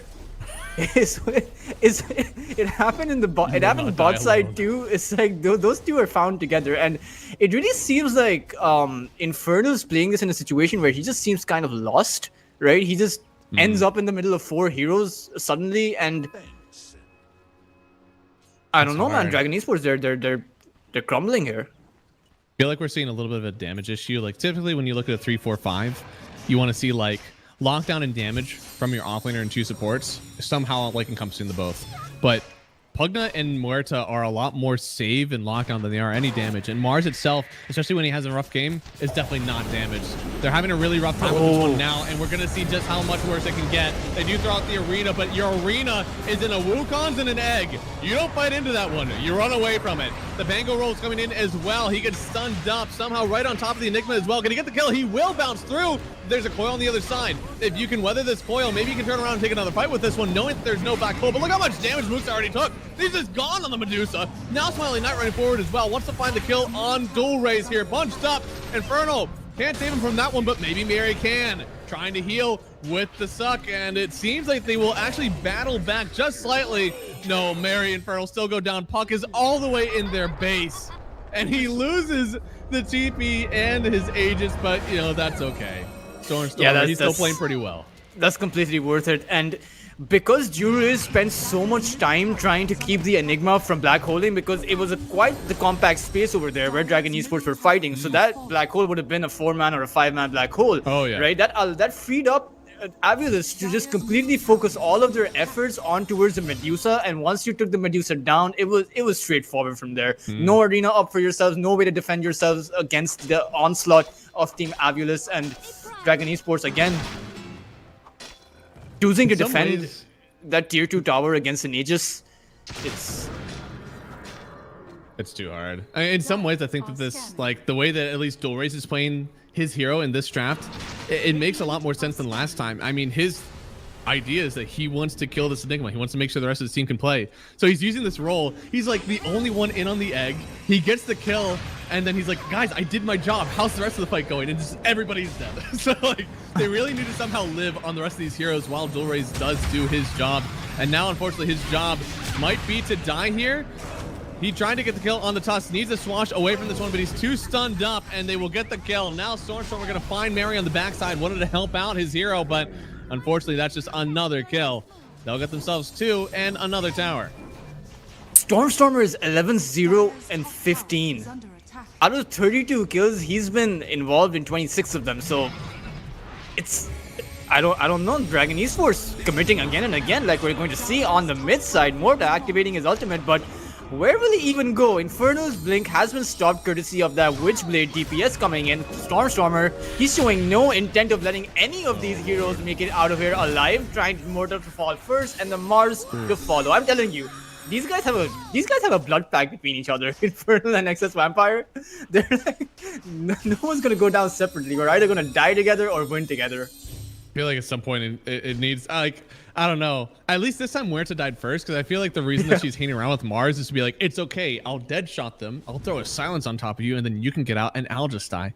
But it hasn't happened, right? They just killed the Mars first, and then Muerta is like staring at them like, what do I do? So I think at least this is the first time where it's like she did create some space, she made some time, it just wasn't enough to get the Mars out. They're too far up now. And a 19k net worth lead against a Medusa. The good thing is the high ground defense is strong, right? Because you have a Mars Arena, you have the Medusa Stone Gaze and the Pango roll. So it's not an impossible thing. I think that high ground defense is actually hurting them right now, because the only reason that Avos are like sweeping the map and constantly getting these kills is because they can't go high ground. So instead of you like sacrificing a tower or a fortification or something for some gold, they just run at you. And unfortunately, Medusa has made the sin of showing on the map. So now they have to fight under, and maybe this is a great bait. Look at this, under a ward. They might want to take this fight. Silence is down here, Stormstormer, but he hasn't gotten Silence just yet. They get the connection with the Atos, but he is able to get away. Now they have the egg. Silence up. Medusa trying to get the kill on the egg first. Black hole, it's down, and it gets stopped immediately, but Muxa, they need to get some heal out. Where's the Pugna? The Pugna's dead. Now Deuce on the high ground trying to get something done. They at least got a kill on the egg, but there's still too much damage, and Muxa will still go down here. There's too much dancing around from Stormstormer, and you can feel just how in control Avalos are of this game. Yeah, and Pango's gonna die as well. I feel like Dragon Esports, they were too preemptive. They should have waited for more of Avulus's players to enter under their vision before choosing to go in, because that Pango roll-up, it didn't do anything apart from bounce on the Tuskar once, right? And then Mars Arena was also a bit preemptive, so Dragon Esports not too quick on the trigger. Oh, that is just a dieback. And yeah, no, I mean, there's a few things that definitely went wrong on that one. I think that one was pretty rough. The silence not actually catching Stormstormer was also kind of unfortunate. Even though he did trade it away for a coil, which is fine. Move to getting the ulti to kill the egg, that also feels good. Then they kill, like, I don't know, they even stopped the black hole. It feels so good here. But why is Pugna on the low ground here? Why isn't Pugna just like staying back and helping out the Medusa? I feel like you're kind of missing your job there. Yeah, it's just, it's hard, man. But I mean, Dragon Esports, they tried to make a Hail Mary play by allowing Avulus to come in, and you know, it worked. Their idea was perfect, right? Because Avulus really did nice what they wanted. Yeah. But just, I don't know, the play was mismatched. I think it's the discrepancy between the items and how far ahead Avulus really is, and no matter what your strategy is, you won't win a fight unless it's on your high ground, unless Avulus somehow overcommit and make some mistakes and you capitalize on those mistakes. I will say that if they do get the chance to look back at this one, this feels like the cohesion of a team that can definitely make these adjustments and possibly get a better game. Unfortunately, if it continues like this, they won't get another one, but that's sort of like, hey, we're going to show the Medusa on a wave. We know they're going to run on us. Let's play under this ward. That's the kind of stuff that like makes teams work. So we'll see if they can get anything else done here. Another egg thrown down, using the Pango roll to try to suffocate the Medusa. Needs 2 more hits, and the egg, it still drops. Stormstormer with another kill, and unfortunately, without your Medusa, there is no chance you're taking another one. Somehow the Mars also died. It looked like it might have been a black hole. Yeah, and we saw a bit of desperation play right there, right? Because Medusa, even if Moxa was able to take down that Phoenix egg, he had no more mana to sustain that team fight, so he would have eventually ended up dying anyway. Definitely would have. Oh no. Oh no, they're going with it. Oh no, Avulus. This is oh boy. I think they know just how ahead they are. He has nullified a creep. So I think they have a pretty good idea of just what the net worth lead might be. And you don't really see teams flexing this way in the lower bracket, right? Right. I feel like you gotta be pretty confident to do that. Yeah, dude, this fight. I actually want to see this. So how did Mary get Oh, Mary just walked on the low ground to hit egg. I see. Might have actually needed that one to get the kill on the egg. I don't even know. Oh, is it worth it? That's a great question. Well, on the other side here, looks like this is the last fight. Moxa and Mary already down. Zebe running on forward. They're going to lock onto Infernal. He'll fall as well. Has buyback on he and the Dusa. But even if you use it's it, elimination. no stone You gaze. probably should use it, but I don't know. There it is. Buyback in. They connect. Trying to send back the puck, but able to get the jaunt away. And here's Zebe low with the black hole on two. This should be the way that they end this one out. Mooksa trying to get into the base here. Just barely getting in, but still needing a lot more mana to feel safe there. Is under attack. 5 heroes still alive. Mars is down though. No arena up for them, but the Walrus kick. There we go. Pushing the Medusa back into their entire team. Abulus, they're pretty low though, but they still want to keep on fighting. Medusa, no more mana up for Mooksa. It looks like he's going to die without buyback, and that's going to be 2 down. The entirety of Dragon Esports was left of them anyway, confined to their fountain, no way out, and they're just going to call it right there. That's a rough one. I mean, there were bits and pieces that looked really good from Dragon Esports, but unfortunately, this one just a little too hard for them after the laning stage.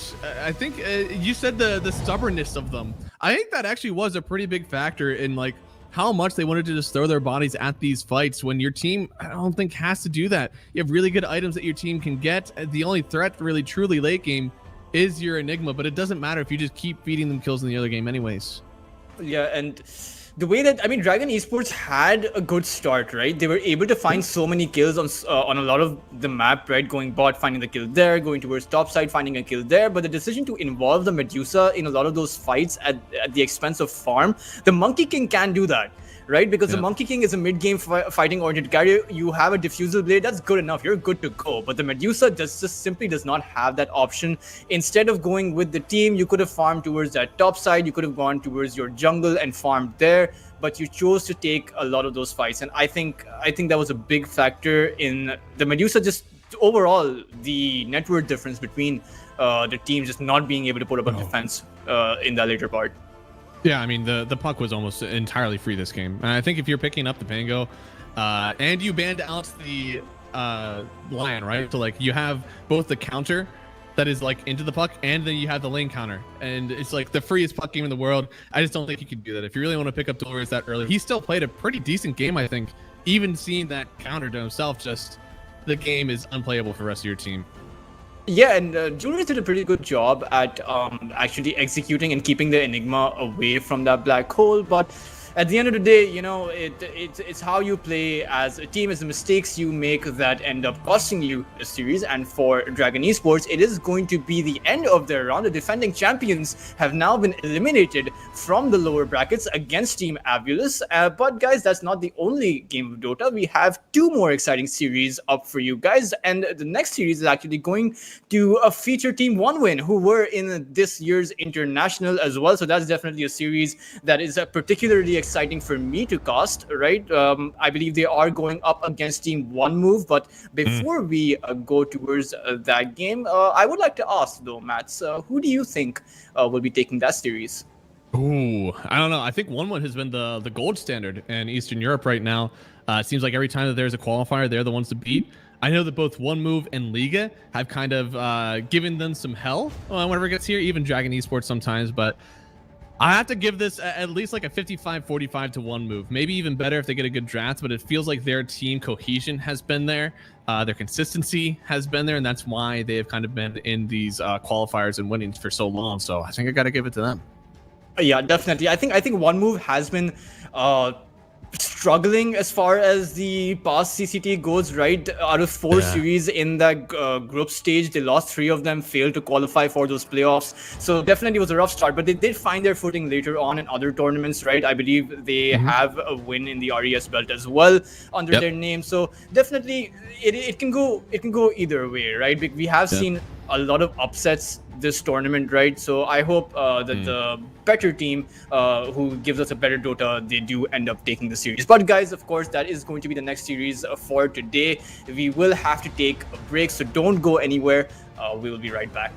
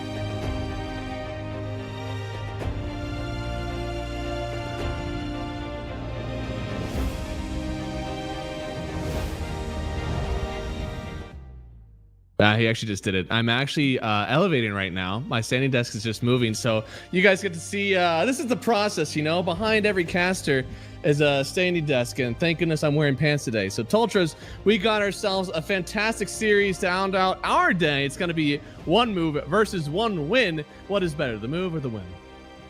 Well, I mean, past performances, obviously. Once you qualify for the international, it doesn't get any better than that, right? Apart from obviously winning the international, they didn't exactly have a great run over there. But you know, being at the international means that you are one of the top 16 teams in the world, and that is an achievement on its own. And one move are going to have quite the mountain to climb if they want to be going further. Yeah, this is definitely one of the harder matchups I think you can get in this game. Unfortunately, though, for everybody involved here, you know, we didn't expect, I think, one win to be here. Now, one move, they were top of their group. This is another team that, you know, maybe shouldn't be here, but at the end of the day, they were a group stage 1 team, and, you know, one win, they're the invited one. So they should have had, you know, a nominal advantage, but it doesn't feel that way so far. Yeah, and they actually, team one win. Team Avilus versus Passion U, at least Avilus put up a bit of a fight, right? Having won one game. One win just completely got knocked out 2-0 into this lower bracket. So, and that was very surprising for me to see. And another interesting thing is the fact that we won't be seeing both the favorites in that grand final. So only one of these teams, right, between Team Avilus and One Win, who are the favorites, are going to proceed. Of course, we can't discount Team One Move. They are a heavyweight in their own right. It's going to be Vo on that position 1, Difference on that position 2, SSS on that position 3, and obviously Not Me and Rain on that 4 and 5. Yeah. This is definitely like a very good team in their own right. You don't go through that just soaring through group stage 1 for nothing. And honestly, a lot of their games, the only thing that is a little bit worrisome, if anything, is that they kind of dropped one game to everybody except for Dragon Esports, which also, you know, is last year's winners, so, or last series winners. So clearly they got some good stuff going for them on one move. Excited to see if they can keep it up, because as you said, I mean, this is a challenge. One win is basically the Eastern European qualifier when it comes to these qualifications for other tournaments. They're the ones that you need to beat. So this is a huge test for them. And you know, one move, they want to step up to that because they're also going deep in these qualifiers. They need this. They definitely need this. And one interesting caveat is that I'm actually surprised that we don't have the players' pictures yet, because One Move has been around for so long, right? I would have hoped that they've uploaded their pics. I want to see, you know, I want to see these great players and what they look like. But speaking of, though, if we look towards the last series, right? And I think, and I'm drawing that comparison because One Move do play in a similar play style, I believe. I do think that it's centered around Difference and what he can do on that mid position, and how they actually center around that position too. Yeah, I mean, mid lane is going to be incredibly important for this one, because it is going to be one win, of course, to this tournament. They've not been playing with Tira. I believe they stepped back about a week ago. So they're playing with a new mid. So some teams, it's hard. You want to find a mid laner that is high skilled, but also plays a little bit like your old mid laner does, so your team doesn't have to adjust it too much. Yeah. And honestly, I feel like sometimes in the mid role, it's a little bit harder to run a stand-in here. I think in the even carry role or off lane, it's a lot easier, because those are already heroes that you're like first picking. The mid lane, it's kind of getting picked up last, unless, you know, you're a crazy person and you pick up Pango without seeing anything. You know, that happened last series, but it's a lot harder, I think, to work around a mid stand in this current meta than it is on the other two side lanes. And not to mention, like you were pointing out, you know, you want the mid to be working with what already exists on your team, right? And I believe the mid role in the current meta right now in Dota, it really requires a lot of synergy, right? You have to be on the same page when you're going for those rotations, or just overall how you want to be transitioning and what your strategy is going to be. And we're just going to have to see what Squad 1X is going to be able to do for his team standing in. Of course, yesterday they did have a bit of success. You know, they went against Mouse and they managed to it was a quick and decisive 2-0 against Mouse, even though they picked some unconventional carries. Team One Win going for that Nature's Prophet position 1 and that Swen position 1. I haven't really seen Swen in a long time. Sven definitely is a little bit of an interesting one. The Nature's Prophet has been like kind of situational. I know that people have liked to flex it and still play a carry sometimes, but yeah, Sven, he just hasn't had a need for Sven. I mean, there's an OPL. Naga's being played as a support. CK isn't in the pool, so like these illusion carries that you're typically playing against just don't happen very often, let alone there being other carries that people want to play. But hey, new patch, new for carry players. They're going to be experimenting with a lot of these heroes that they play well and didn't get nerfed. So that's always a good sign for them. I have to say, those are some very quick bans by Team OneWin. I was looking at it, and those two bans came out instantly. So banning out the Doom, I wonder what their strategy is. Seems like Dawn, right? There's a Nixus Assassin ban. There's already the Doom ban, so it feels like a pretty easy Dawnbreaker game if you want. I think the only question right now is that like this Dawnbreaker has been playing mostly as an offlaner.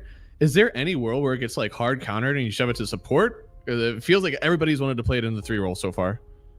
Yeah, I think Dawn is best on the 3 role, not because of his abilities, right? His abilities can work on that support position. However, he requires itemization, right? There's just no way, does the aura scale up so well with that Dawnbreaker and synergize with his abilities that I really do think that he needs to be on that position 3. Interesting Naga ban though. I wonder if they want to be going for some sort of Enigma shenanigans. Like the idea behind a Naga ban, you don't want that Song of the Siren coming out, and I don't know. Yeah, I mean, it is also a very just good hero that people have been playing. Sometimes if you have somebody who's good at like resetting, you just want to go ahead and get that out of the pool, especially if their Pons 5 is very good at it. This is when we're being a good support can literally like win your team some drafts, because already eating up that Naga Siren ban. Shadow Demon still in the pool. If he is that good at the super meta pause 5s, you can pick that one up. But they go ahead instantly in for the Morphling. No Doom and pull. It's still pretty early to me. Is there anything you can do to kind of exploit this early Morphling? I mean, you could go for something like a Hoodwink pick, right? You can go for that break mechanism, does synergize with the Pangolier as well. But yeah, it is a very preemptive Morphling pick. Perhaps it's because Team OneWin recognizing the fact that, you know, if you look at their first 2 bans, the Dragon Knight and the Alchemist, and now the Morphling, those are the 3 untouched heroes by those nerfs, right? But in 7.37e, everyone else has either been nerfed or is not tried and tested. So perhaps that's their strategy going behind it. Just ban out the rest of the meta carries and pick up the only one that's remaining. And of course, there is the Shadow Fiend, but again, Morphling versus the Shadow Fiend, I do not think that the Shadow Fiend wins out in that one. Yeah, it's definitely like a, I don't know. It's an interesting one. I think that like hard 1-to-1, if you're taking it down late, SF probably does fine. But SF has so much more like strong points in the game early on, especially, that he can kind of just like run the map with his team. But yeah, no, we'll see, because I mean that is a 1000% carry pick. It also makes the draft a little bit harder for OneWin moving down here, because for the Pango, technically it could be mid, technically it could be offlane. You know, it's got some movement on it. And the Pango also offers a lot already. You got a lot of damage, got a lot of lockdown. Yeah. Morphling, you're hedging into the late game. That means you have a lot that you need to solve with the rest of your drafts here for OneWin. But hey, if they're cohesive, these guys have been playing together a lot. They know what they want to play around this. I do think that they should be picking up some, like, or stacking on those disables at least, you know, for against that Pango. And another thing, you know, Team OneWin do seem pretty confident with this Morphling pick. Of course, your ability to steal some of Pango's own abilities, right? So you do get the disarm for yourself. So it's a good anti-carry as well, if you have that Morphling. But of course, we will need to see what other heroes they're thinking of and how to synergize with this Morphling going forward. Perhaps they could go for a Monkey King mid of their own against the Pango, or even, I would say, the Puck. The Puck does very well with the Morphling as well. Yeah, I think if they banned out the Lion and then went for Puck, they could have done that. They just go ahead for the Ogre, which does mean to me, I mean, first, I think that Lion looks really good, actually, in this game entirely. I think it frees up whoever wants to play the Puck. I think one move feel especially incentivized to do it because, you know, Lion doesn't trade that poorly into the Ogre. It's definitely not the greatest thing in the world, but you have stun, you take away his mana, and those are the things that, you know, Ogre really needs to lane with. And again, like we just saw, Puck into Pango obliterates that guy. So whatever you need to do to prevent that Puck pick from at least being free, go ahead for it. It's not like it's that bad into the Morphling either. Yeah, and One thing I would like to point out is that the Ogre Magi, I was looking at some of the most picked heroes, the higher heroes with the highest win rate in this CCT series, and Ogre has a whopping 70% win rate in this series, right? 32% pick rate, 70% win rate on this Ogre. That's quite a lot. And when you synergize the Bloodlust, the increased attack speed and increased movement speed on towards a hyper agi carry like the Morphling, that can be dangerous. Mm-hmm. Yeah, I mean, I feel like these offlaners with dispels, you don't really see them very often. Legion Commander being one of the early ones, and I see 3 melee heroes. One of them being the Night Stalker, which is okay for sure, but feel like there's some exploiting to do here. I feel like even a Timbersaw with BKB wouldn't be that bad in this game right now, given what we see so Timber far. does well against the Pango too. Right, a little bit of flex. I don't know. I feel like I'm a little bit worried from one move here, but it sets up a lot of good stuff for the rest of their draft. You have team fight, you have vision, and Night Stalker is kind of the anti-team fight hero. He provides so much information for your team. It is almost impossible to fight in for this guy. And Marcy could be a 5, could be a 4. I'd like to see it as 5, maybe pair it up with a Razor or something like that. So there's plenty of options to run with for one move. It's just a little bit spooky if there's a hero that you have to respond with from one win that doesn't really fit into your draft that you've already kind of curated for yourself. Well, I mean, this Night Stalker plus Marcy pick is, I think, in my opinion, designed to counteract that Morphling, right? The Night Stalker with that Blink Dagger, instant silence on towards the Morphling, and perhaps even the Ember Spirit. With the Marcy jump in with that Fury, right? It can... Inside of that 6 to 7 seconds silence, you could potentially take out the Morphling if he's not able to get his Adaptive Strike out. Or Strength Do you think Morph that's off, actually rather. the lane, right? Like, it is just Marcy Night Stalker? Yeah, I do think, and I think this solidifies it a bit, right? Although Marcy in that laning phase not the strongest against the Morphling, right? Because you can't really grab the Morphling. The Morphling will just waveform outside, so it's a bit iffy if you want to send this Marcy down towards bot side, right? But you need to be in position 4 because you need the BKB. I see. Yeah, no, I mean, Phase BKB Basher used to be like the premier Marcy items. I feel like this meta is a little bit weird though, because so many of your 4s you want to get like, Pavus and then Solar Crest, or maybe you need to get drums and some aura stuff. Especially knowing Night Stalker is also a Blink BKB offlaner. He's not really building the auras for you, at least not right away, because he needs to be able to play his own fights as well, especially in the Morphling. Yeah, and now that you have a Medusa on your team, you have to go for those team fighting items, right? Because you are your Pango Night Stalker, you need to be creating space. It's an essential 4 protect 1 strategy. You want to be constantly moving around the map.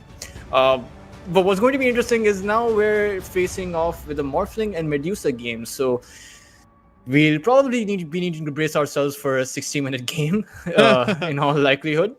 Maybe. I mean, the first 3 heroes are pretty early oriented, and I feel like this is the second draft I've seen today where people are using Pango pick early as some sort of like avenue to open up a Medusa pick for themselves later, because Pango, genuinely one of the best counters to the Medusa here. It's almost as if, we've seen people who have gone Doom in the Medusa because you have kind of the hero and then the hero that counters it. And it's an interesting combo pick that we're maybe going to see a little bit more throughout the rest of this tournament. Lion Band probably centered. They don't want the Medusa, so they're expecting another.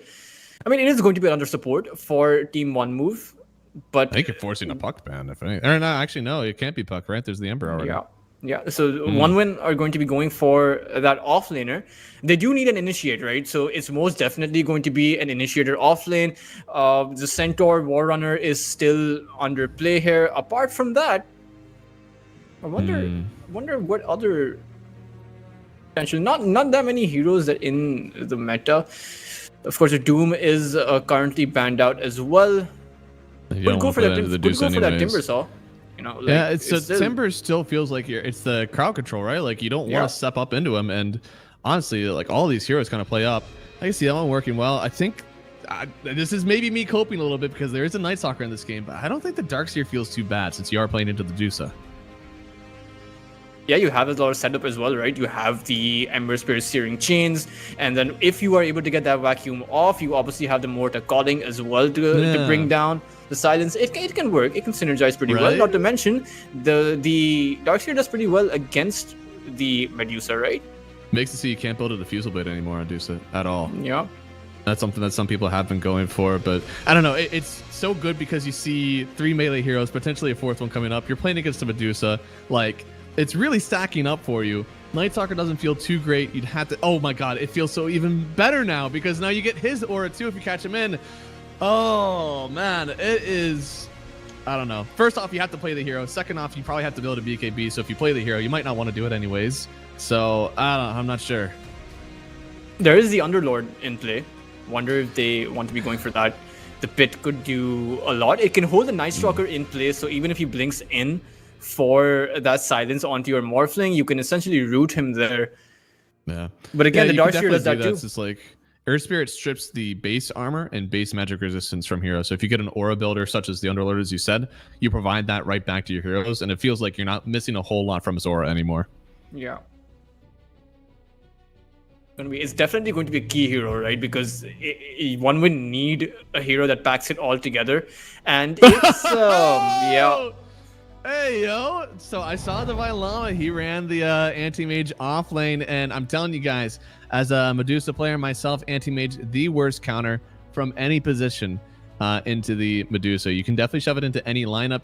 They took a gamble on one move by not banning it, and they're going to hurt for it now. And the only reason that this could work out well, I know you guys are saying, man, offlane anti-mage, it's got to be the worst shit in the world.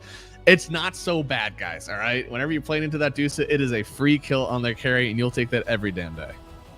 I mean, Abulus tried it against Passion UA. Yeah. Sorry, rather, Passion UA tried it against Abulus, right? And they ended up losing, right? And me personally, I have, I cannot remember the last time that an anti-mage has won, right? Medusa or no Medusa.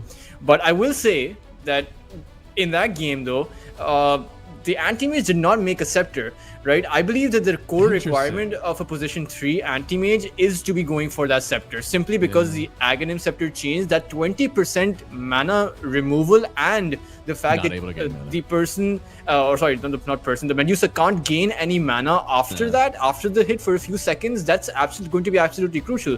So the itemization is definitely going to be make or break here. Yeah, Medusa is has been played twice on this ticket, once by Mouse and once by Zero Tenacity. So Zero Tenacity, unfortunately, I don't think... Okay, they won one series, and that was, I think, also a forfeit win versus Liga. So they expectedly kind of lost with it. Mouse, though, they're a very good team. They also had anti-mage Morphling, by the way. That's kind of interesting. But then they also lost versus Navi Jr., in like a 40-minute game, so it wasn't a stomp, but definitely didn't feel so great. So yeah, we'll see. I mean, I personally think that this is a horrible matchup, and now with the Medusa nerfs as well, kind of angling into this, maybe this will be the first anti-mage win we see. Hopefully. I mean, I have to say, a lot of teams are really trying to bring the anti-mage back, right? Yep. Like, I think everyone misses the good old days with the anti-mage. Just anti-mage PA, right? Like those are the heroes that kind of scream whenever you're like a carry, like the things that you play. And you just haven't had that very often, because I think it's too much into hard farm, right, than what we're used to seeing. Whereas like these other farmers, Luna, Gyro, like they have an ulti that can very well be in a fight and really help out. You're not really at risk when you jump into these. Whereas like Luna and Gyro, they just drop an ulti, right, and they're fine. Yeah, it's a tough ask, because anti-mage, not exactly the best of initiators in my opinion. Sure, you can get the blink in, but what do you do after that? Well, you better be jumping in on a Medusa, and then after that you pray, because you hope that you get the kill on the Medusa, and at which point you've hopefully done a lot of damage to the enemy team because Mana Void is cracked. And at that point, it's up to the rest of you. I think this is a weird one as well, because this hero also has to build a BKB. Honestly, a lot of anti-mage offlanes, they don't want to do that.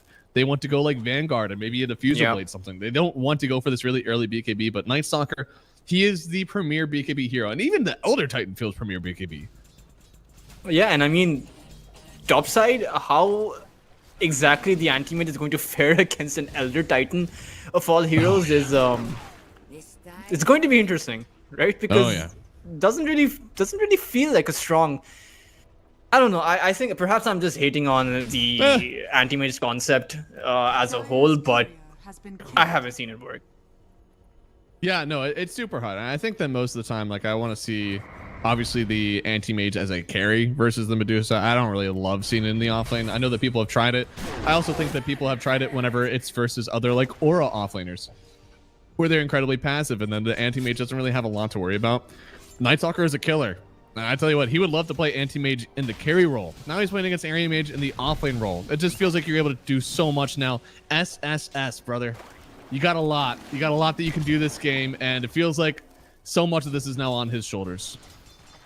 It definitely takes away a bit of responsibility as well, right? I mean, certainly adding on to it, if you're the Night Stalker, you know that Cloud's going to be blinking in on towards your Medusa, so your priorities kind of change. Ooh, nice job here. Drops down the Gorgon's Grasp. Look at how much Woe has already lost. Now they blink in on him, dropping out the blood grenade, already having a little bit of damage to dump in. So much mangoes being chain fed into the Medusa, but it's not enough. They can't outfight Cloud, and this could snowball away from them. I mean, the lane only gets worse from the Medusa as time goes on. Yeah, because you suddenly, because the amount of clarities and the mangoes you can buy in the early game, it's not that many, right? And you just lost so many of them. Neither of them have mangoes left on them. You could see, like, Medusa was popping them. Ryan was popping them. Like, they don't have anything left. Yep. And not to mention, it's so easy for the anti-mage to contest that Lotus, right? You just have to go, you just have to blink in. If you're getting chased down, you just blink on the opposite side of the Lotus pool and just grab it. Yep. This is definitely, this could turn around. I mean, the Medusa lane versus the anti-mage is not good. One of the other things that happens is that your snake actually, it can hit the anti-mage, but he can counterspell it. It won't get reflected, but you also won't gain any mana from it. So it's a little bit hard to play sometimes, knowing that, like, an impressive factor of your kit, you know, getting that mana back when you throw the snake, it just doesn't happen anymore versus the anti-mage if he's good. If you take a look towards the last hits, though, it is a bit even on the mid side. However, Difference is having a wonderful time. Of course, this will happen before Squad 1X gets his level 6. I just do hope that One Move are able to survive on that top side. I mean, they need to keep their Medusa alive. Woo! That's one of the issues. SSS, he's a killer. And he gets himself, not first blood, but the first kill in his lane. That silence is one hell of a drug. I would have actually liked to see the Night Stalker go the other facet. I know this is the premier, I know this is the most picked facet, right? But what the Blinding Void offers you is if you use it on an anti-mage that blinks in, right? So even when he gets, his blink comes off of cooldown, you don't know where to blink because you can't see anything. True. No, that could be it. And looks like another kill now for SSS. Yeah, I had somebody go the, I don't know what it is. Something about my pubs last night were preparing me for today, because I also had somebody go Night Stalker. I also had them go for that facet, the blind instead of the switch. If your lane goes well to start, it's really good actually to be able to get that other facet. But if you're not able to play the lane early, then I understand this, because, you know, these early lanes, they matter so much, right? Yeah. Like the first 4 waves, if you don't do well on them, you never get your lane items, and it doesn't matter what your hero does during nighttime. You're just gonna lose. Another thing that I'm actually thinking of, and I'm just spitballing over here, is that it's going to be daytime soon, right? 4 minutes in, and the 6-minute mark is when your mid laners are going to be level 6. They're going to be rotating all in, but in daytime, how do you defend your Medusa? It's very hard to defend her during daytime. I mean, she won't have anything. And speaking of defending them, support trade down in the bot lane. Night Stalker once again with a pretty good kill. It feels like he could turn up, man. You give him this early Blink Dagger, the silence is insane, even versus the AM. Definitely versus the Morphling, even versus the Ember. Like, all of these guys despise playing against this Night Stalker who's picked so early. Yeah, I mean, that AoE silence plus the ability to purchase a Blink Dagger and then instant blink silence is a destroyer, and it actually forces your team to expend a lot of resources in countering out that specific ability.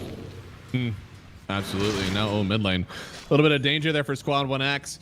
Can he get out? It looks like he just barely is.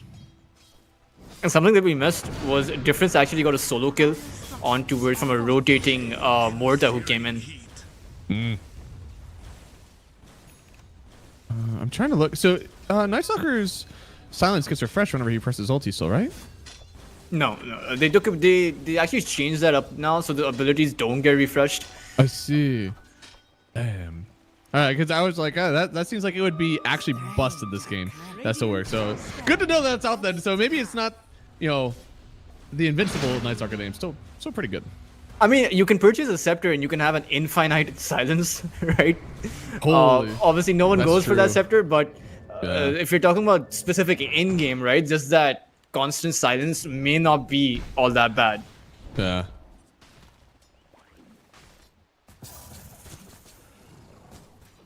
Of course, the crucial thing for one move is as any 4 protect 1 strategy goes, you want to be making sure that that Medusa farms up.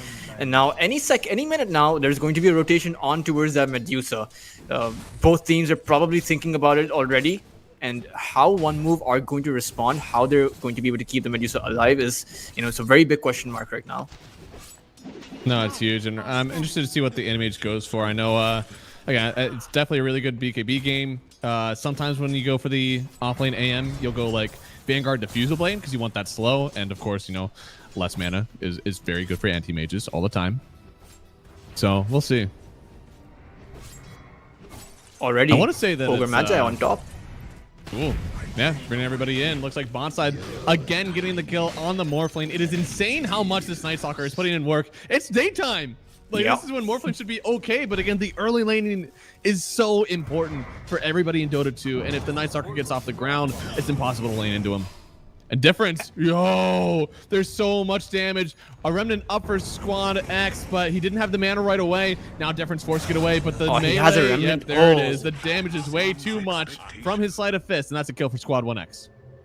Yeah, and I think he realized the potential, even though he put a Remnant back instead of forward, which would have landed him a kill much earlier. However, still getting that kill, and as you pointed out, a Night Stalker in daytime getting a kill on to the Morphling. That was very surprising, as Ogre Magi rotated himself towards that top side, only to be revealed by the Elder Titan, and Is under attack.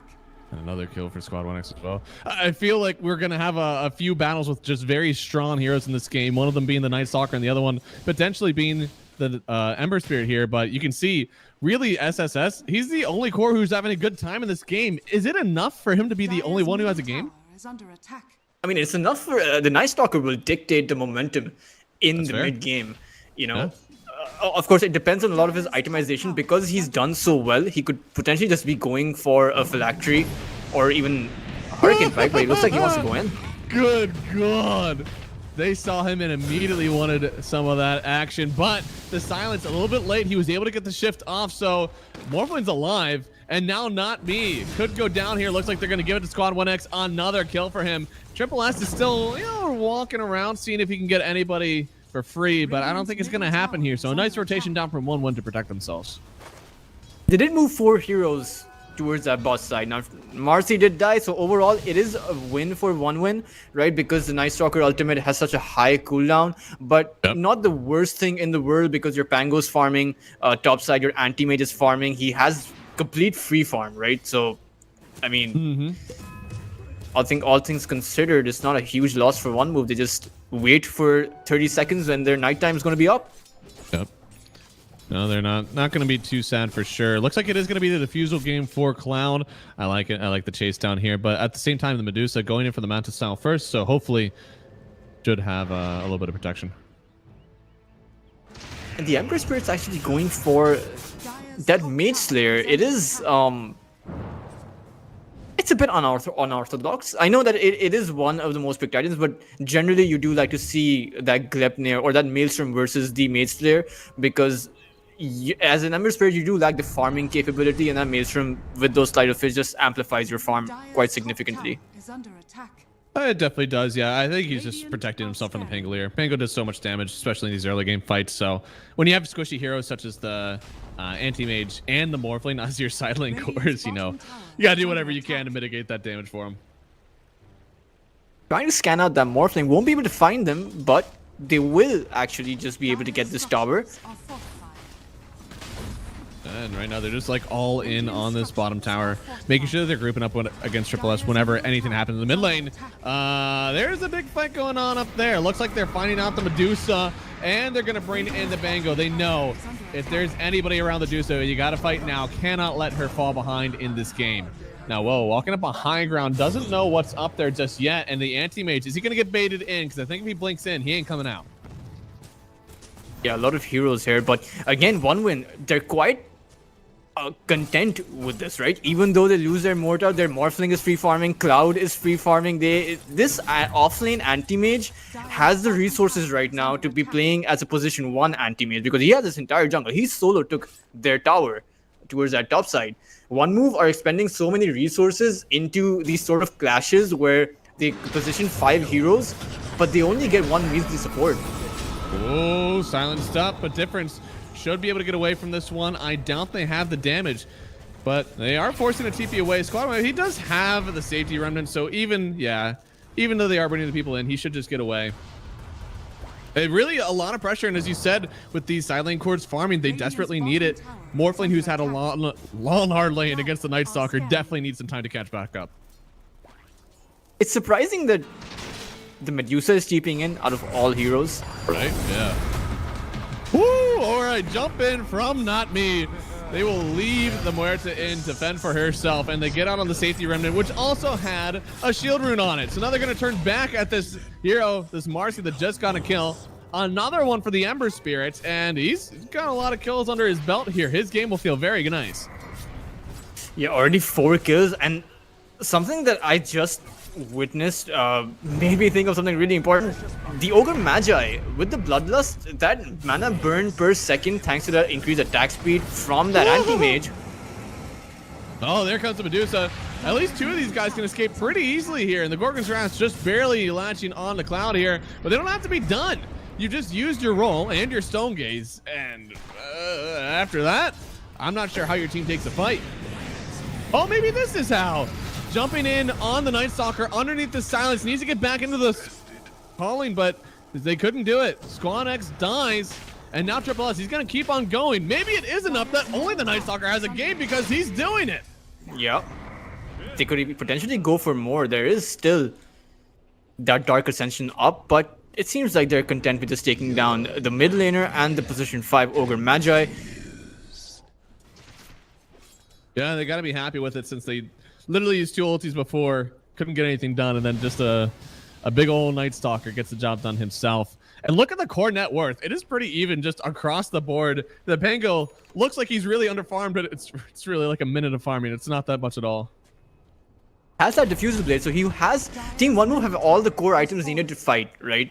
They just need to make sure that they take efficient fights and take some cores down. You have the Blink Dagger from the Night Stalker, you have the Pango's Diffusal Blade. It's time to make some space for your Medusa.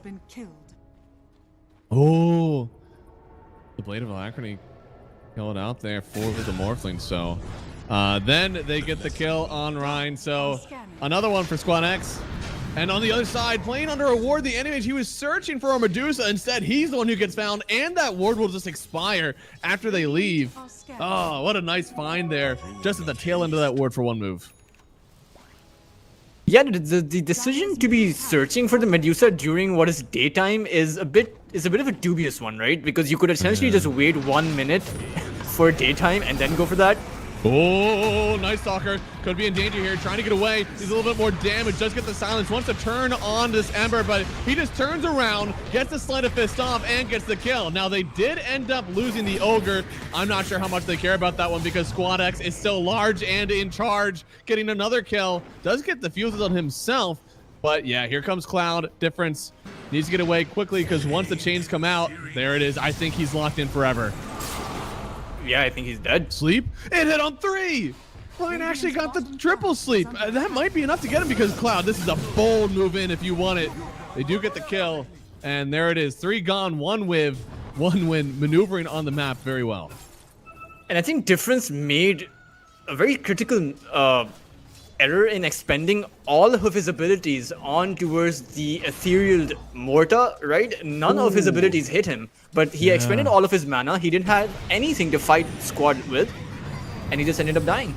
What an insane change right before the silence came out. Thankfully, the Marcy is here to make sure, but oh no, the silence is worn away, and they actually don't get the kill, so it's SSS. That's a big timing for him to miss a kill.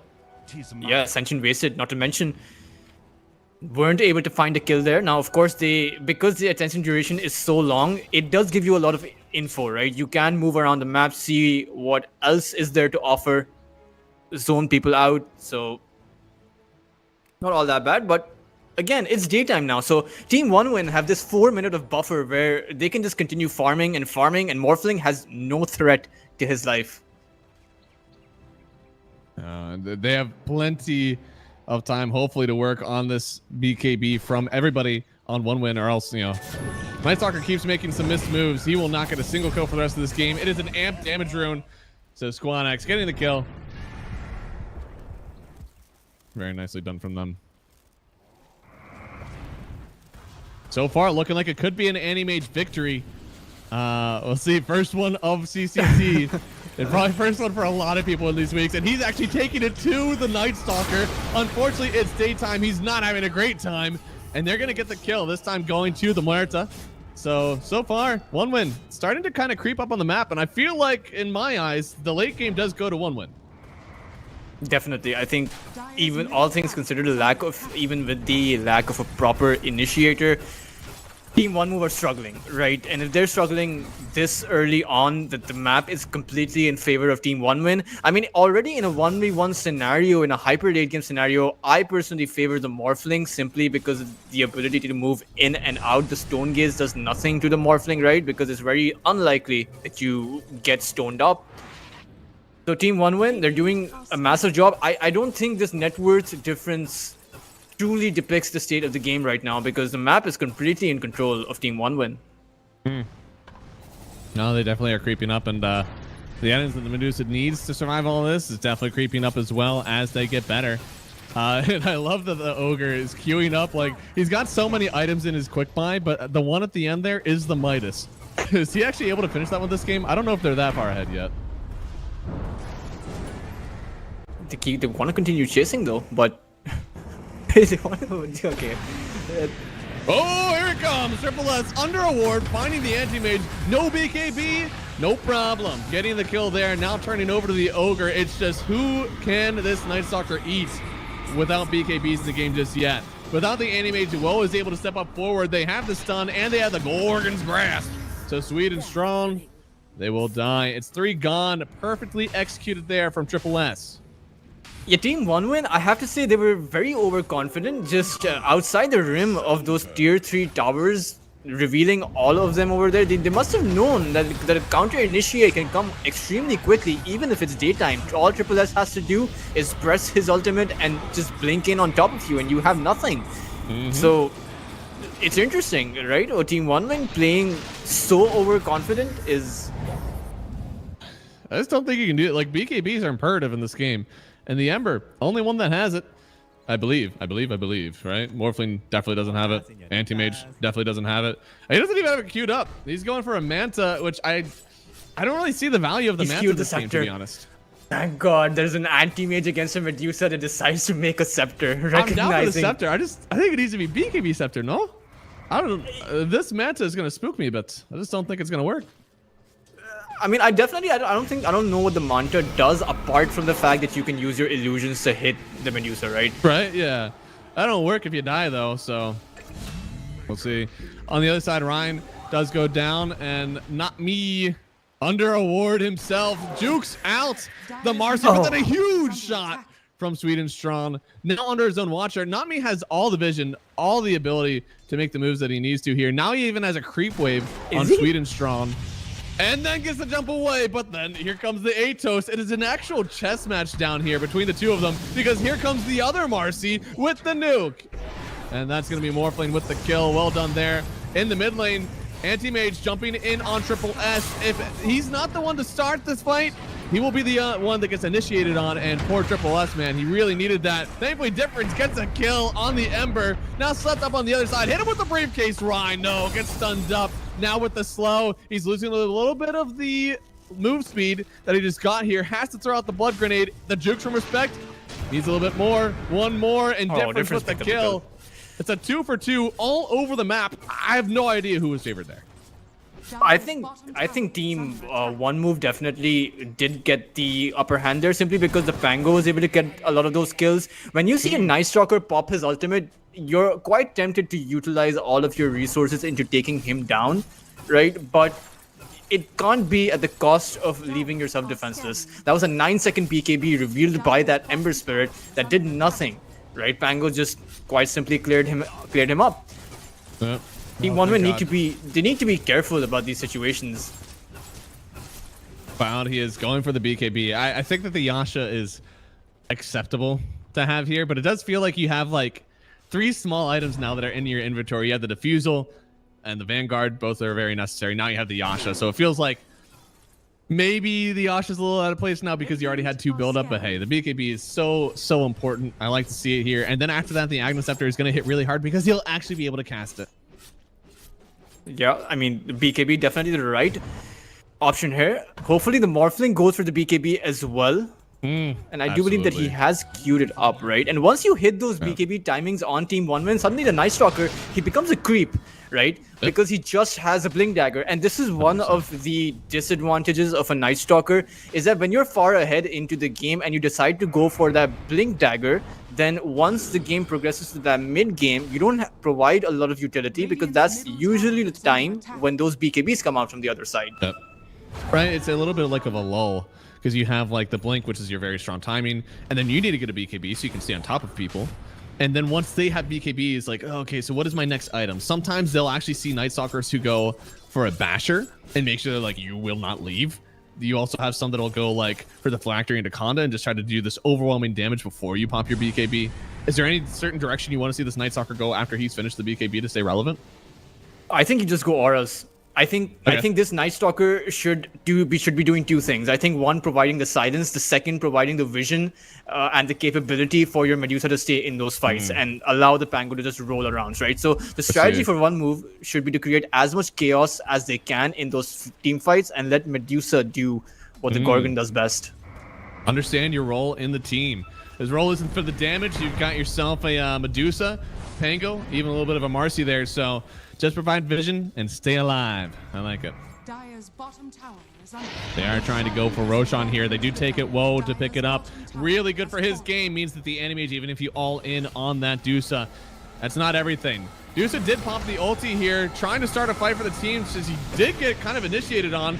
But as she's running forward, the rest of the team kind of sectioned off. So now Night Stalker needs to kind of pull this back together for his team. Roll through, respect. He'll be the first one to drop. But it looks like that might be the only thing that they get, right? Oh no, Boosh. They're boxed in. Under the tier 2 tower. He has the BKB, which means now supports can still die. Whoa, turning around himself. It looks like they finally battled back. Clown has to get away. That is an AM with no BKB, just barely getting the blink, but they still have the vision from the Night Stalker. One more hit, they have it. And the only one, I guess the Morphling did end up getting a kill, but Squad X, I don't think he can save. He has no TP. Oh no. He could just die here. Another remnant traversing the terrain. Nice chains, but now with 10 seconds on the remnant, no TP, triple S. Should be able to get the kill here. They are TPing in to help out on the supports, but now the Ogre just showing himself in the fray. One move. Do a really good job. 1-1 wanted to take this fight right after the Aegis. It did not work out. Do they want to go again? I don't think you should want to go again. That did not look good for you the first time. I don't think it gets better the second time. It was a bit, they were a bit short on that window, right? The Roche had already gone down and they should have decided to go out, right? Because the Medusa managed to spot one out, and as soon as Medusa sees one near the Roche pit, it's all over for you because Dark Ascension is going to come out and the Night Stalker will provide vision over your entire team. And we saw how boxed in one move got, right? They squandered themselves into a corner and they just simply had nowhere to go. The Ember Spirit did not have a teleport out. So even when he used that BKB, he just, I don't know. Just couldn't get away. It's so hard, and I don't. In my head, like, you have the tools to fight. I'm gonna keep harping on this BKB until it's over because I feel like Cloud, that's really having a hard time for him to play the game now because he can't really get in as much as he wants. And the rest of your team, like, you're kind of lacking a little bit of damage. Morphling without the BKB, same thing. Now they do have it, In fact, trying to go in for a Conda, so the damage will eventually come through on Mokushi, but we've just got a lot of time, and while you're trying to bait this out, there's a Medusa with an Aegis, with a butterfly, like constantly making more items that you need to get. And it'll be a while before Team OneWin have a response to this Medusa, right? The theoretical offlane anti-mage versus the Medusa, right? It occurs at the mid to late game when the anti-mage has those 3 or 4 items to actually come online. He needs more now, right? Like, the Medusa now has the butterfly, so after he finishes this BKB, he needs to get the Aghanim Scepter. He needs to get an MKB, because you need to still hit him. Even with the Aghanim Scepter, you still need to hit. So yeah, right? Like, at this point, we're looking at so much gold. You said it. It could be a hyper late game. We have a Morphling versus a Medusa, but if it does go into this hyper late, I still think that OneWin are favored for this one. They just need to not go crazy. Yeah, they need to keep this game alive, which is not what I would be expecting to say for a team that doesn't have the Medusa. Yeah. But hey, Morphling definitely doesn't care as much about these late game scenarios. I mean, you want to be a hero that can just go all in on Agi, really nuke him down. You can see here, not me, just barely getting away. That was a BKB pump. Squad X He's dead. Gets the kill. Nice snipe. Very nicely done, but the Medusa still has that Aegis. The looming threat of the Ascending Knight is still there. But Team OneWin, I mean, we haven't really seen Munkushi in a lot of those team fights, right? So we haven't actually seen Team OneWin's fight potential. It's always just been a 4v5 scenario. I believe even in that Roche fight, Munkushi wasn't there. So he's farming up and he's getting big. He's going to be at the point that once he gets that phylactery, right, he will be able to burst down either the Elder Titan or the Marcy in one go. So the fights for between both of these teams past that 30-minute mark is always going to be a 4v5 scenario.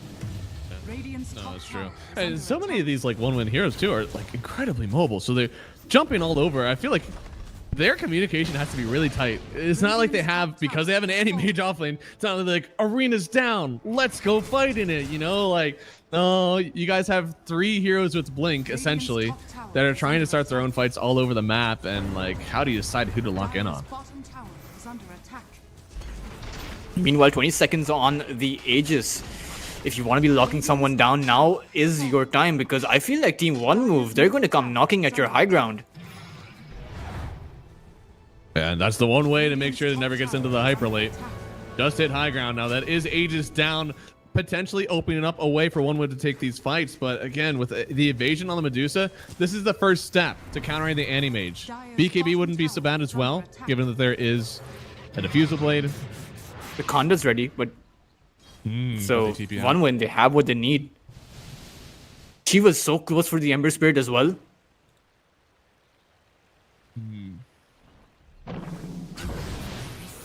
I mean, I would have assumed that they wanted to fight. I'm sure they do, but at this point, you've kind of been backhanded 2 times in a row. They're probably like, oh, cool, they're gone. Let's just keep it that way. So the Night Stalker is actually going for that Basher, like you mentioned. Okay. We will see. I mean, yeah, it is interesting. You kind of sold me on it, though. Whenever you said, look, that's not his job, I was like, damn, you're right. That isn't what he's supposed to do. That's kind of for his team to do, but maybe keeping people locked in for the Medusa to hit, like that's kind of where he's going. Not necessarily keeping the Medusa alive, but like creating this mini timing where your team is just overwhelmingly strong. But I'm not really sure how he plans to lock someone in, because there's so much firepower over on the other side, right? Because you have that Shiva that's going to be reducing, that's going to be, giving that magic damage amplification, or at least decreasing your magic resistance, and then you have a Kanda strike. So, how many hits, how many Basher hits can you possibly get off? Yeah. No, that's true. And it's not like the Night Stalker definitely has like decent strength gain, but this is no Centaur we're looking at. He's still rocking only like 2k HP, which in terms of the offlane pool that we see right now is actually not that great. It doesn't really have any extra armor items too. Like his biggest armor item is Phase Boost. Phase Boost and then Orb of Corrosion. So really not a ton that he's sporting right now. Yeah, if he gets caught outside of a BKB, he's just dead. Yep. I mean, there is a situation that you can make that work. It's, you know, don't take a fight outside of BKB, but that makes your game so hard. You never like to hear that whenever your team is like, you know, those 6 seconds.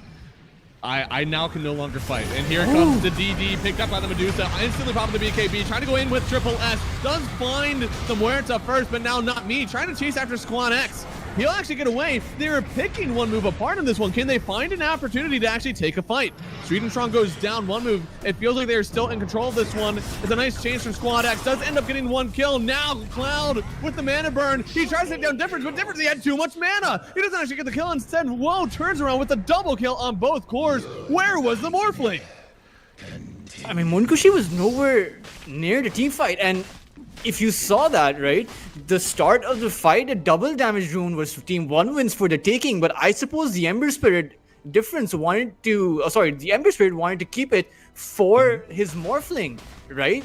And Medusa just came and snatched it right up, right in front of them. And they lost the fight at that moment because there's no way you fight against an amplified damage Medusa.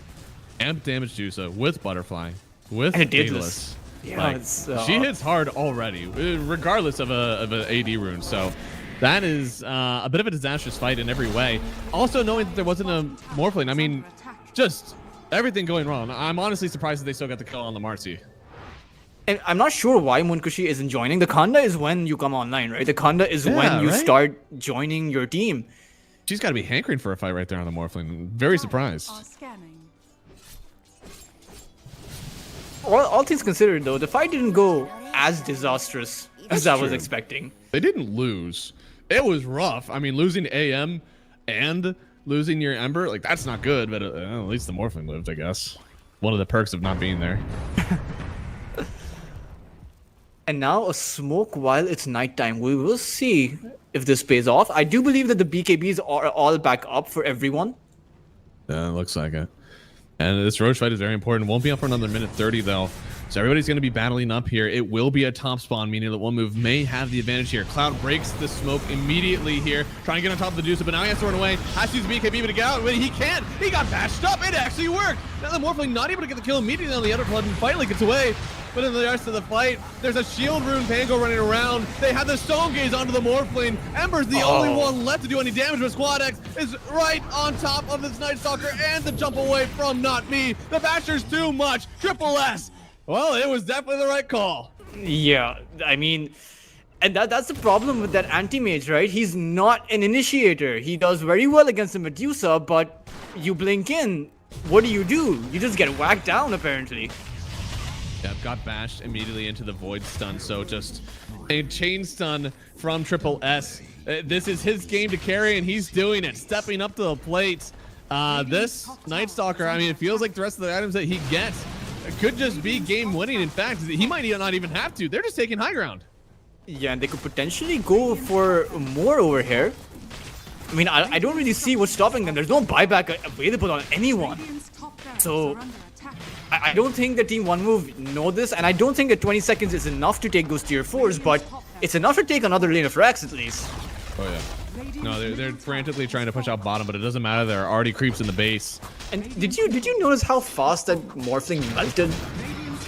It was Pango? It was insane. That added physical damage that you get from the Stone Gaze, like once you're stunned up, it's kind of done. And I'm not even sure, like, who should the Morphling turn into? Is it actually like ET? I mean, in an ideal scenario, right? And the ideal scenario can't be reached if you're Team 1 win, because Team 1 move won't give you that much time. But theoretically, if you had the time, then shifting into the Pango and then disarming the Medusa might be the way to go about it. But I don't know if you have the disarm on the passive anymore, right? On Lucky Shot? Oh, I'm not actually sure. No, it's just the armor reduction. It's attack speed reduction, so that's something. It's not necessarily a disarm, but it is the attack slow.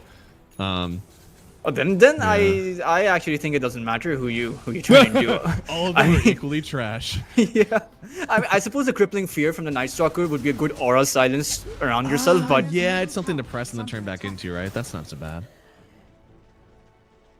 It's nothing that would turn the tides in your favor, though. Like, yeah, I was just thinking maybe like stripping the base armor from Dusa is like pretty good, so like that could be something.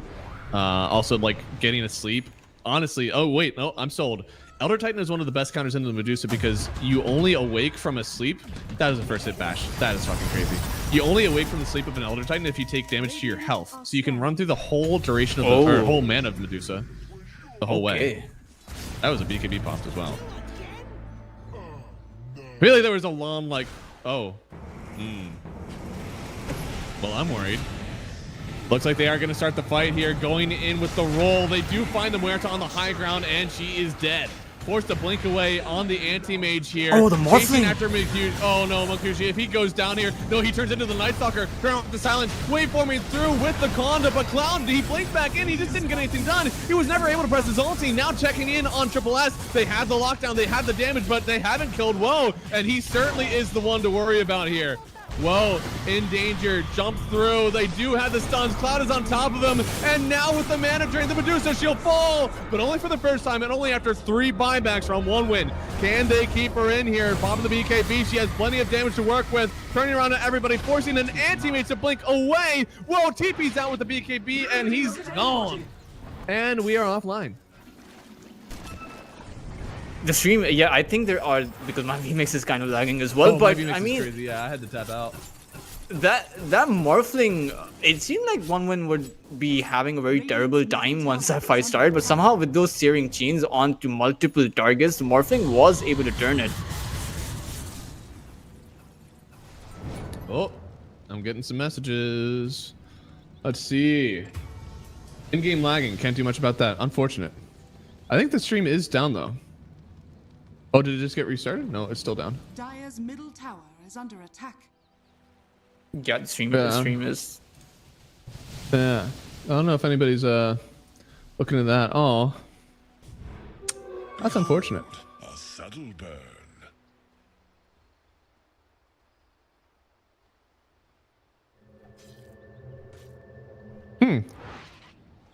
I keep refreshing. Good thing that the animate didn't actually clean up and kill everybody then, because that would have been unfortunate for people to miss. He's just saving it for whenever he's actually live again. I mean, Team 1 they might, Team 1win may not even have the time before that stream comes back up, because Team 1 move want to be this, yeah, I mean, they want to go in. Guys, we don't want to see them lose. It's like there's nobody to see this. You can't play the ad now. Looks like they will stun up the Night Stalker here, force the BKB to run away, and once again the Medusa is king of the hill. What do you do when a Medusa is on your high ground with evasion and nothing to pierce it? Oh, you go right in on him. I don't know if that was the answer. Oh, nope, that was definitely not the answer, actually. Oh, they brought back an Ogre Magi. That was very nice of them. Thankfully, he does have a Ghost Scepter, so he'll live for now. They still get Megas, and I'm not sure if you can take the rest of this fight. Yeah, there's just no way to kill this Medusa, right? Not even, like, forget about killing the Medusa. There's no way to come close to the Medusa. The response from Team 1 move, right? The Night Stalker plus the Pangolier. We saw Ember Spirit trying to do something there, but he just got bursted within a second, and even someone like Munkushi can't actually just waveform in. Yep. He can't, and now they, looks like the stream is back up. That's good. That's definitely good. And this is one of the key problems when you're faced up against the Night Stalker, right? Because when they come knocking at your high ground, because of the Dark Ascension, you can see everyone. So you know what the response is going to be. You can prep for it. That's what it's the anti-team fight here, you know? Like, he provides so much information. It's impossible to, like, have that same level of decision-making that one move are able to have right now. And you did say, like, eventually the Night Stalker feels like he has this, like, useless point in his time where everybody else has BKBs, but we really expedited that with the Basher. It was an insane pickup from him. Yeah. Without it, I don't think they'd be sitting in the same level of dominance, and he's doubling down on it. He's got the full Abyssal Blade complete. I mean, that Abyssal is definitely going to come in handy, right? Just no one can go in now, right? The Ember Spirit Remnant's in, he gets Abyssal. The Anti-Mage blinks in, he gets Abyssal. I mean, that first hit bash near the top side was nice, but now you have a guaranteed way to pull it off. Dude, the Eagle Song killed on Morphling's Courier, so that Swift Blink gonna be gone for a while. Oh, man. I mean, Team 1 win just seems so incredibly underfarmed compared to Team 1 move, right? I mean, Anti-Mage Oh yeah, I mean, doesn't have the scepter, right? Just has a BKB. It's. I wonder when the track record for Anti-Mage will improve. I wonder if I'll see an Anti-Mage win in my I lifetime. think it's good as a carry into the Medusa. I think this offlane had its merits. I don't know. There are some mistakes made. They fed Medusa a good amount here, and I think specifically the BKB. This Night Stalker just ate everybody on this team because the BKBs were way too slow, and that's yeah. No, I think that just pushes the game back too hard. There it is, Abyssal Blade down, and it looks like they could be getting the last initiation they need. Now they do fear away this Night Stalker. They have the damage. Stone Gaze coming on in from the Medusa. You have to turn around and kite that one away, but it was in the timing of the Night Stalker BKB as well. This is the worst time for them to fight anymore. Anti-Mage trying to come on in, but just doesn't have anybody to find. Yeah, they can't chase very far with their base constantly under threat by those mega creeps, right? So Team 1 move can keep on going for these strategies while they're waiting for the Roshan to respawn. And Team 1 win, just really no way to actually fight this. I mean, the odds are very heavily stacked against them. Should they even win a team fight, they have to win consecutive team fights in a row, right? Because that's what mega creeps are. You kill them once, then by the time you reach their high ground while you're pushing out those side lanes, the 1 move is going to end up respawning because you have to go through their tier 2s too. Yep. All right, I have a bone to pick with people. I'll say it after this fight. That wasn't a fight. That was a murder. All right. It looks like the jump in from the Anti-Mage, trying to get something, but he's locked in on a hill. Blink up onto the high ground from Monkushi. I don't know if that's really where we wanted to be, but now he's forced to go onto low ground with the waveform. Wanted to get the kill on Triple S, and he will get it. But whoa, again, he does so much damage. This Medusa is just, it's impossible to get a kill on her. And they force the buyback on Triple S. They'll try to get out of this one. And oh no, they don't get it. The jump away, it never comes, and Squadex is down. It's up to the Morphling and the Muerta to try to get something done here versus this 1 move lineup, and I just don't think they have it in them. Yeah, I really don't think that they're going to be able to defend against this. Medusa still has that Stone Gaze up. How you're going to pierce that is just Can't. impossible. Just can't do it. And now, oh, maybe get the kill there. One more hit and never comes. Now, Muerta trying to do the damage herself, but Medusa just focusing down the Ancient. So they get it. Game 1. Going to 1 move here after a creative draft for one win that they just could not execute. Yeah, and this anti-mage pick, it has a lot of potential, but I don't think any team has been able to quite make it work yet, right? It's just not a proper initiator. You blink in, but you don't have the survivability, and you don't have enough in your toolkit to actually do anything. All you really do is burn mana. But apart from that, no stuns, no silences, no disables, and your ultimate is centered around a target becoming getting that low mana, right? If you don't fulfill that requirement, you're essentially a creep. And that just, I mean, 1 move played that weakness down to a T, and you could tell, right? Even in the drafting phase, you're picking up that Medusa, but you're not worried at all about the anti-mage. You had plenty of opportunity to ban that one out, and you just let it slide. Yeah, no, I mean, they're definitely, I don't know, a little bit of a draft change, or at least I still think the game could have been played. I will think about this BKB for as long as we continue the series. It's just, I don't know, man. If you're playing against the Night Stalker guys, that item is very good. All right, do not let it go. And a force that is gonna... wasn't there. Yeah, no, or force that too. I mean, there's a lot of stuff that can make a Night Stalker's life just hell, and I didn't even think about that too. Even the force staff realm, you're playing with a Muerta and a Ogre Magi. Both of them actually did have the force staffs. It just still wasn't enough to curb this reign of terror. It came at like 30 minutes or like 25 minutes because the position 5 Ogre went for the Hand of Midas, and by the time he got it, they were already losing. So, I mean... Oh no. You can't, I don't know. You can do Midas on Ogre when you have like 2 early kills or something, and like you have that kind of gold. Not when you lose your Morphling, right? Not when your Morphling is like 3 times in the laning phase. When did he get this? So he got this Midas at 30 minutes. That is just well too late. I'm telling you. He got the Midas at 30? When did he get the forced off? 32. So That's nice Not economy. too far after, I don't think the but Midas had still. anything to do with the 4-star.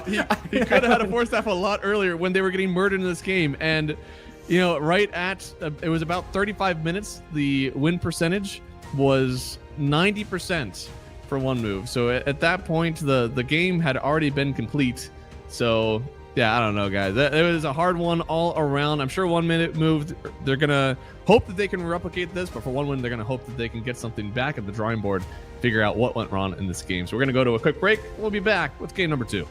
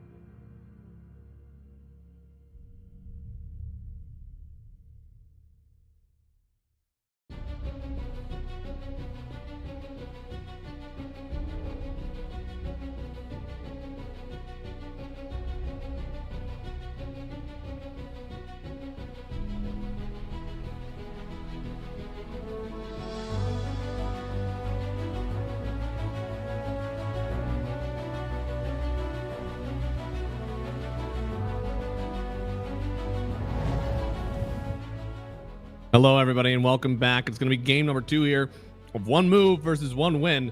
And I will categorize the downfall of last game to a little bit of itemization. Jesus Christ. They have an idea of what they want to play this time. They have an idea of what they want to ban as well. I mean, they instantly chose the exact same bans as last time around. That's interesting. And the first pick TA, I have to say that's very interesting. Because TA is a hero, like if you reveal it very early on, then you can stack up on the DPS to burn that refraction shield pretty quickly. Something like the Huskar or the Viper does very well against a TA early on. So yeah, they got to be careful. Yeah, I feel like it's not a hero that gets banned either, right? So it's not as if you're worried about the Templar Assassin getting banned out. So I feel like this is a pick that's made to follow it, same as like the Monkey King, where you're hoping that because your second pick, you can kind of like basically kite this TA out for as long as you possibly can, and then once you get 24 pick, you can make a decision: is this actually going for the carry, or is it actually going mid? But this, as you said, this hero is very fragile. There's a lot of matchups that it genuinely does not like, and not just in the lane. I mean, your game matchups can get pretty abysmal as well, especially knowing that there's other heroes in the pool here, especially in the carry role, that feels safer to first pick. So 1 win, they're kind of playing defense for the rest of this draft. They got to make sure that they don't have anything that can really expose the TA while also trying to form their own cohesive draft, and that's going to be hard. I think 1 move could be going for the same type of setup as last time around, because keeping in mind that Night Stalker does very well against a TA, that Blink in Silence, also that DPS will burn that refraction pretty quickly, and the Medusa, right? Because it's difficult to stack up against the Medusa, against that Stone Gaze. So let's see. We want to do pick up that Marcy, so they will take it away from 1 move at the very least.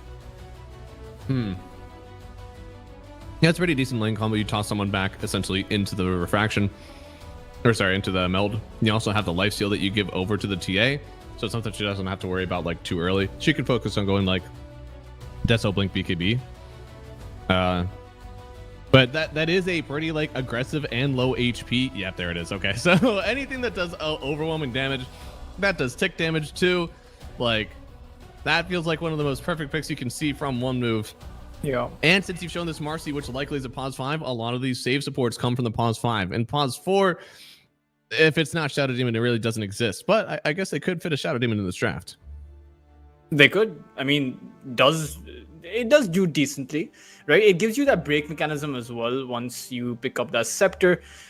So overall, Shadow Demon is just one of the strongest heroes in the meta right now. Can actually take out your refraction charges from far away too, so... But we won't see a Shadow Demon, unfortunately. Yeah, no, I don't think so. Well, this draft from 1 move already feels like so good within itself. Melee, pause 5 with stun. High damage, pause 4. Ranged, pretty aggressive in the laning stage. This Pango can lane mid or off lane, so I see no reason why Pango can't lane with the Bat Rider. So things still pretty open for 1 move right now. Team 1 win can actually go for the Shadow Demon themselves, right? Yeah. The disruption is decent against the Bat Rider's lasso, just making sure that, while the lasso is in place, your hero does not get shut down or just doesn't get bursted, right? So you have that potential of a comeback, right? Not to mention you have that breaks. I mean, you have the ultimate from the Shadow Demon that even if the Bat Rider gets that lasso off, won't be able to drag your hero anywhere. No, yeah, I love Shadow Demon for them. It does create a weird thing where like you have range carry that's pretty, fragile. Then you have a melee carry or melee pause 5 that's not going to get a lot of gold. Will also be pretty fragile. Now you'll have a pause 4 that is pretty fragile. And now we have the Dawnbreaker. It's interesting here because they're going to show 2 picks and then 1 move. To be honest, I wonder if they find a way to counter out that Dawnbreaker immediately with an offlaner and show that this is going to be Pango mid. I think 1 move, if they're thinking about an offlaner, they should just be going for the Mars. Yeah. Additional DPS, so just skewer the TA to the wall and, just take him out. Although for Dawnbreak, you're already able to ulti into the arena. They give you seeing vision anyway, too, so. like, yeah. Oh no. Also, can thinking, Centaur the could be okay. Dawnbreaker actually ulti in? Because you can't see the hero that's inside of you the can arena, select it. right? Yeah. You just go ahead and like you just click. You can even click on the arena. Like if you see where they arenaed at, you can just click on it and it still works. Okay. Very strange. I don't know why, because as you said, like you don't really. Yeah, see it them. seems like something that shouldn't be possible, right? Because the whole point of the Bloodsport is you can't target your ally Right? you're inside of it. It would be an interesting change that you have to like have vision in there, so then you need to combo it up with like a Shadow Demon or something else. You get that like slight glimpse of vision that you can click on.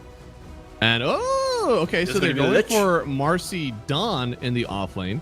Lich going to be our safe lane support. And interesting. Still kind of fragile, but some sort of protection, I guess, is good.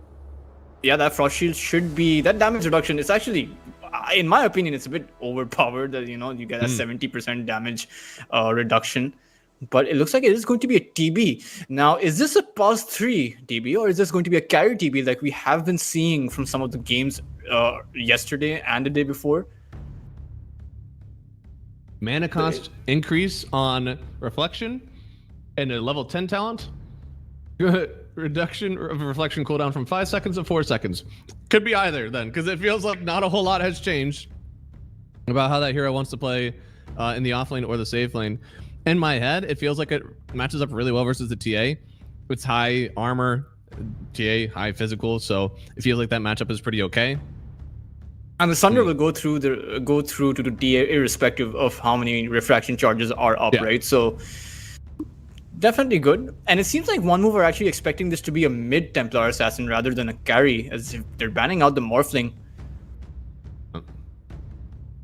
Which is interesting because I feel like in a blanket statement, TA typically works better from the safe lane from what I've seen, because it allows for you to have a more aggressive mid laner. And I've seen, not because the hero itself is like bad or something, but like I've seen a lot more teams make a mistake of having a TA mid and some like hard, farming safe laner as well, and then they just have 2 heroes in the jungle. Like I've seen that mistake a lot more often, having like a TA who's in the jungle too much from a safe lane. That doesn't really happen as much. The mid TA would protect them a bit from the Batrider's aggression. But overall, I agree with you. This is the safe lane TA, much better choice because you need those 3 core items, right? The Blink, Deso, BKB. You can't really join fights without those items. And the mid Templar Assassin, it's just too much pressure to make stuff happen for your team that your timings for those items get delayed. And you just don't want that happening. Yep. Yeah, and I mean, they clearly did pick the CA because they want to follow the Pango. So unless they pick up some crazy flex pick here on 23, they should know where they want to go, and I think it's just going to be simply, does the PA follow the Pango? And then yes, what is your next pick then? This is very interesting. So One Move are predicting that this is a mid TA from One Win, and meanwhile One Win are predicting that this is going to be a carry TB instead of a pause 3 TB from One Move. I mean, they banned both the Gyro and the Night Stalker, so I don't think One Win actually know. They just kind of like, we'll take out 2, see what happens. And same actually for One Move. Same for One Move, and the carry. Neither of them know what's going on. And neither do we. I mean, yeah, right. So, like, I sure as hell don't know. I feel like in this lineup, TB does some very good like spurt damage. Same with the Batrider. You got some pretty good control. I genuinely think this could go anywhere because you have magic damage, you have physical damage, you have tower pressure, you have lockdown, you have like everything from One Move. This is simply what hero do you want to play on whoever you want to play it.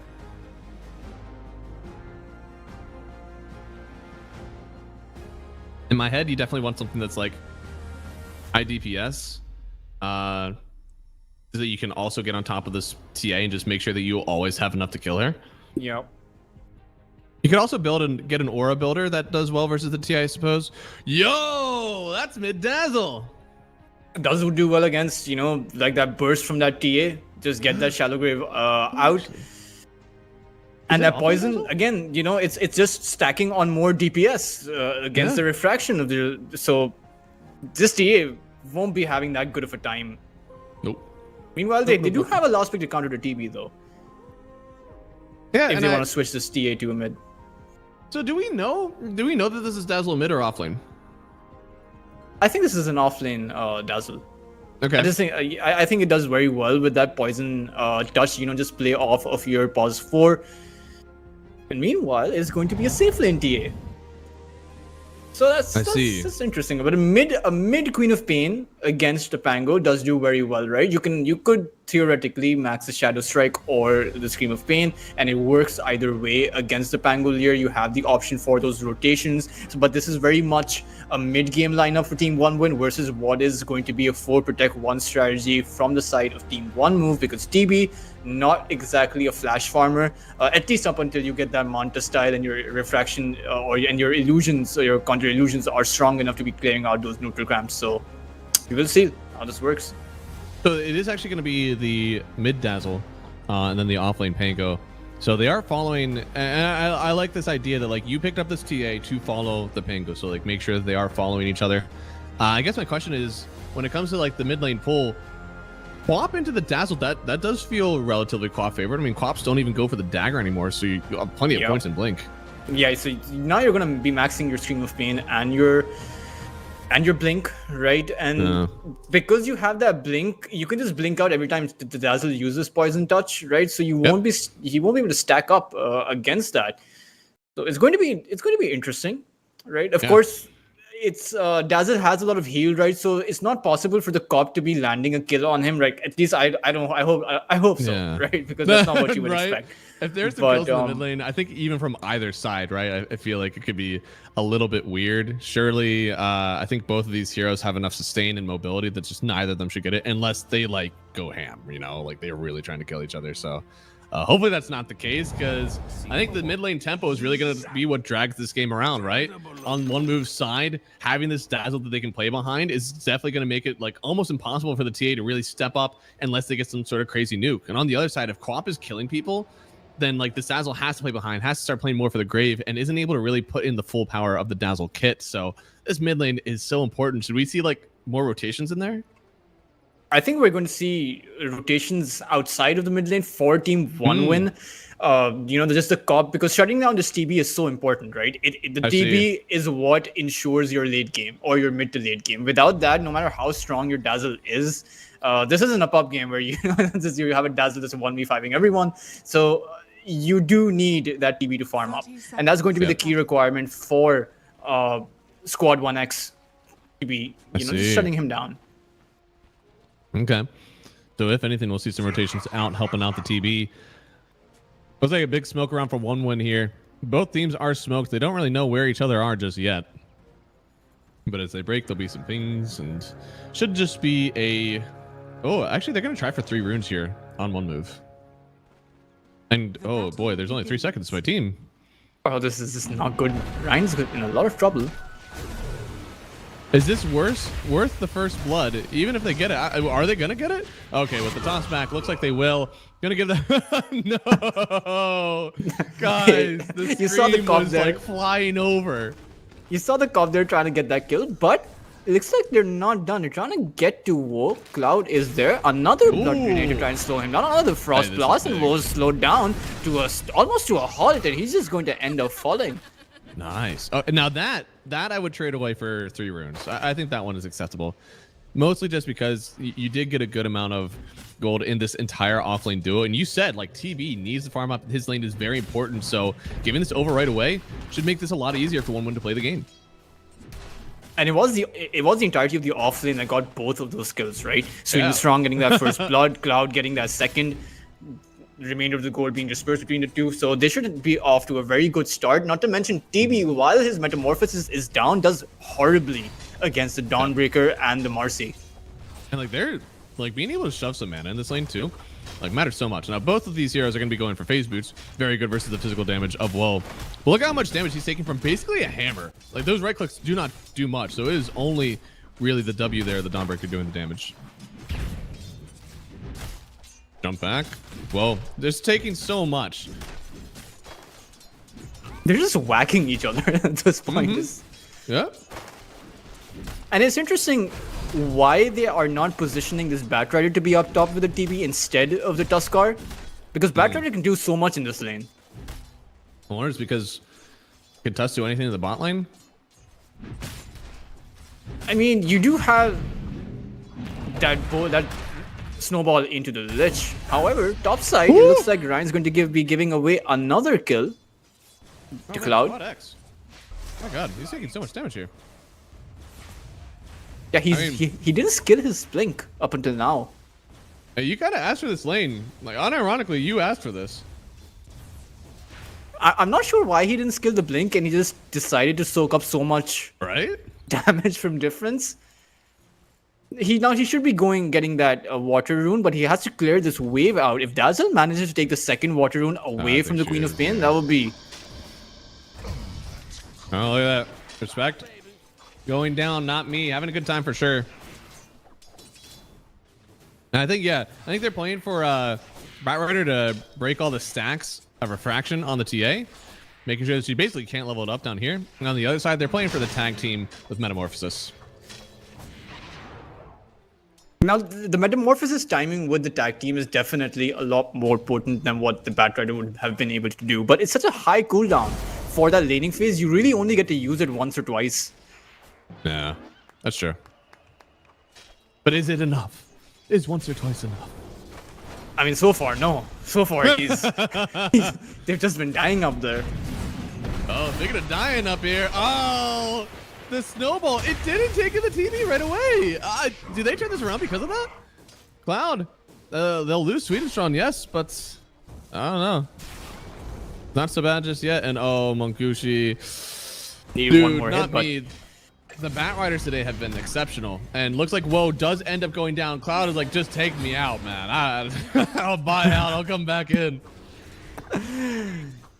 Yeah, the offlane for Team 1-1 just so strong right now. TB had expended his Metamorphosis earlier. And outside of that little delay in that snowball, I believe 1-1 would have been much more ahead. He took what, like a full Starbreaker, right? Yeah. Yeah. He didn't take I don't think they took the stun, but I do think it took like two procs of the damage. Yeah. Definitely. Definitely more than what he needed to, for sure, but unfortunate for them. Thankfully, on the other side of these things, I mean, the CS going pretty well for everybody on Dire. Even the TB, though he's getting harassed, still CSing more than Cloud. In the mid lane, man, Guap is getting a little bit bullied, but it looks like things have gotten better with more points than Blink.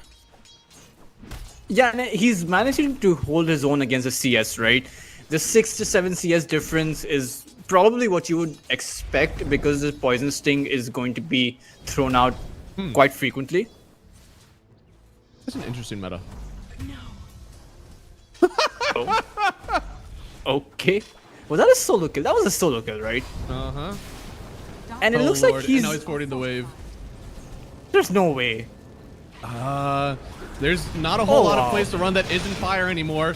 The swatch through, he'll just get that kill for it. Triple S. I mean, that's absolutely worth it. Right? You force out so many TPs. So now, I mean, TB kind of leaving Cloud alone now with these two. That's not great for Cloud. I mean, even though the wave is under his tower, it don't matter. He's still in plenty of danger. It's unfortunate Cobb did not have his level 6. Otherwise, those rotations would not have been happening, right? That aggression into tier 1 tower. Yep. No, for sure. I think the only positive thing that's happening is now it's like solo XP for the Dawnbreaker. TB doesn't have like a crazy amount of denies, neither the Tusk, so he's still like getting XP at least over here, and getting closer to his level 6 is better for the team as a whole. Not a whole lot of anti-regen on this team right now. Level 6 runes coming up now. The Tuskar has positioned himself towards that top side, and it looks like Difference will be able to get the invisibility rune. So, unlikely that the rotation will be happening because Cobb does not have any rune.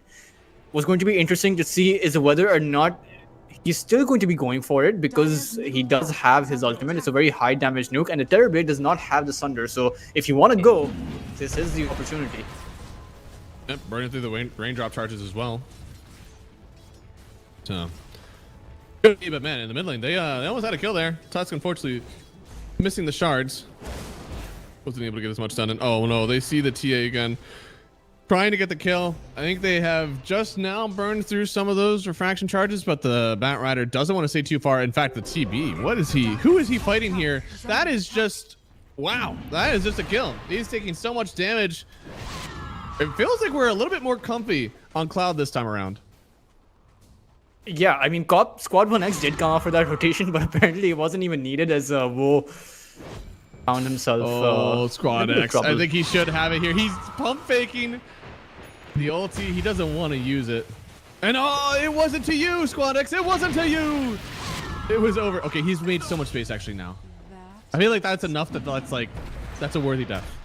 But I mean, the TV was down for the entirety. Who was he making space for? Yeah. You know, so I will say that the Pango is doing incredibly well, right? He's going for that vessel and he should be getting it. That is a metamorphosis, and Cloud's still here. He doesn't have enough mana for his ulti, so he's just going to die now. A bit ambitious, really, to stay in there without having this hammer actually available for the save. But now Squad X, not a lot of mana on his end either. He will just fall. Is that because the defusal is done on the Pango? No. How on earth are they losing so much mana? It feels like none of them have enough for their spells when they're starting these fights. Snowball's going to come in here, but even Swedenstrom not able to get the kill on the Batrider. That will be another kill. Now Respect offering his body up to the gods. He'll also die. So that's just going to be 3 gone, 1 move. They're tearing through this team. Yeah, 4 heroes dead, and when the Dazzle died, I thought this was going to be an easy, quick cleanup for Team 1 win, but it looks like Team 1 Move had a response. They had the Metamorphosis up, and the Pango roll up. I mean, it did so much for his team. The Rolling Thunder, I mean, it absolutely decimated them. And Cop, even with the level 3, even the 3 points in the blink, he was not able to blink out. No, not enough points. Even though he literally doesn't have a point in his queue, still, it wasn't enough points in blink to get him out of that one. And it won't be until max level, I think. Oh, he had 2 points in blink. Okay. Yep. Yeah. No, that was pretty much as good as it gets in terms of like the blinks early on Quap. Now this time they get the kill on Dazzle here. Looks like it was simply taking 700 damage to neutrals, and then they show up with a 400 health Dazzle and said thank you. Yeah, difference just not having a good time, and this is where, in my opinion, a Dazzle on the offlane is able to farm up a lot quicker than a Dazzle on the mid lane, and quite simply because you're not really prioritizing the Dazzle when he's on the offlane, right? You want to be getting kills on the mid laner, the carry, but when you position a Dazzle on the mid lane, he becomes a target. I think it's also that like safe lane heroes are typically weaker than the mid lane heroes, right? Yeah. That's kind of why we've been seeing these like experimentations with, bristleback carry and stuff like that, because, well, he's the actual hero that doesn't die whenever someone breathes on him. So it's sometimes why we've seen that offlane Dazzle instead, because it feels like it can abuse those heroes a little bit more. And the net worth department right now, I mean, Pango and TB pretty high up there. We saw it was highest CS there from the TA. Lowest net worth though amongst all the cores. So creeps, they're not everything. And TA still has no items, right? It's still going to be a while before he gets those items up. And Team 1 Move are ready, right? They have the vessel up for the TA whenever they want to go for him. Right now, they're quite focused on taking some of the pressure away from the Terrorblade. Yeah, which they need to. You said it. I mean, this TB, he is going to be where a lot of this team kind of scales through. They're playing essentially a debuff game, right? Like they have a Dazzle who's able to buff this guy up. They have a Tusk that's able to buff his attacks. So like they're playing through him a lot. You want to wrap around onto them.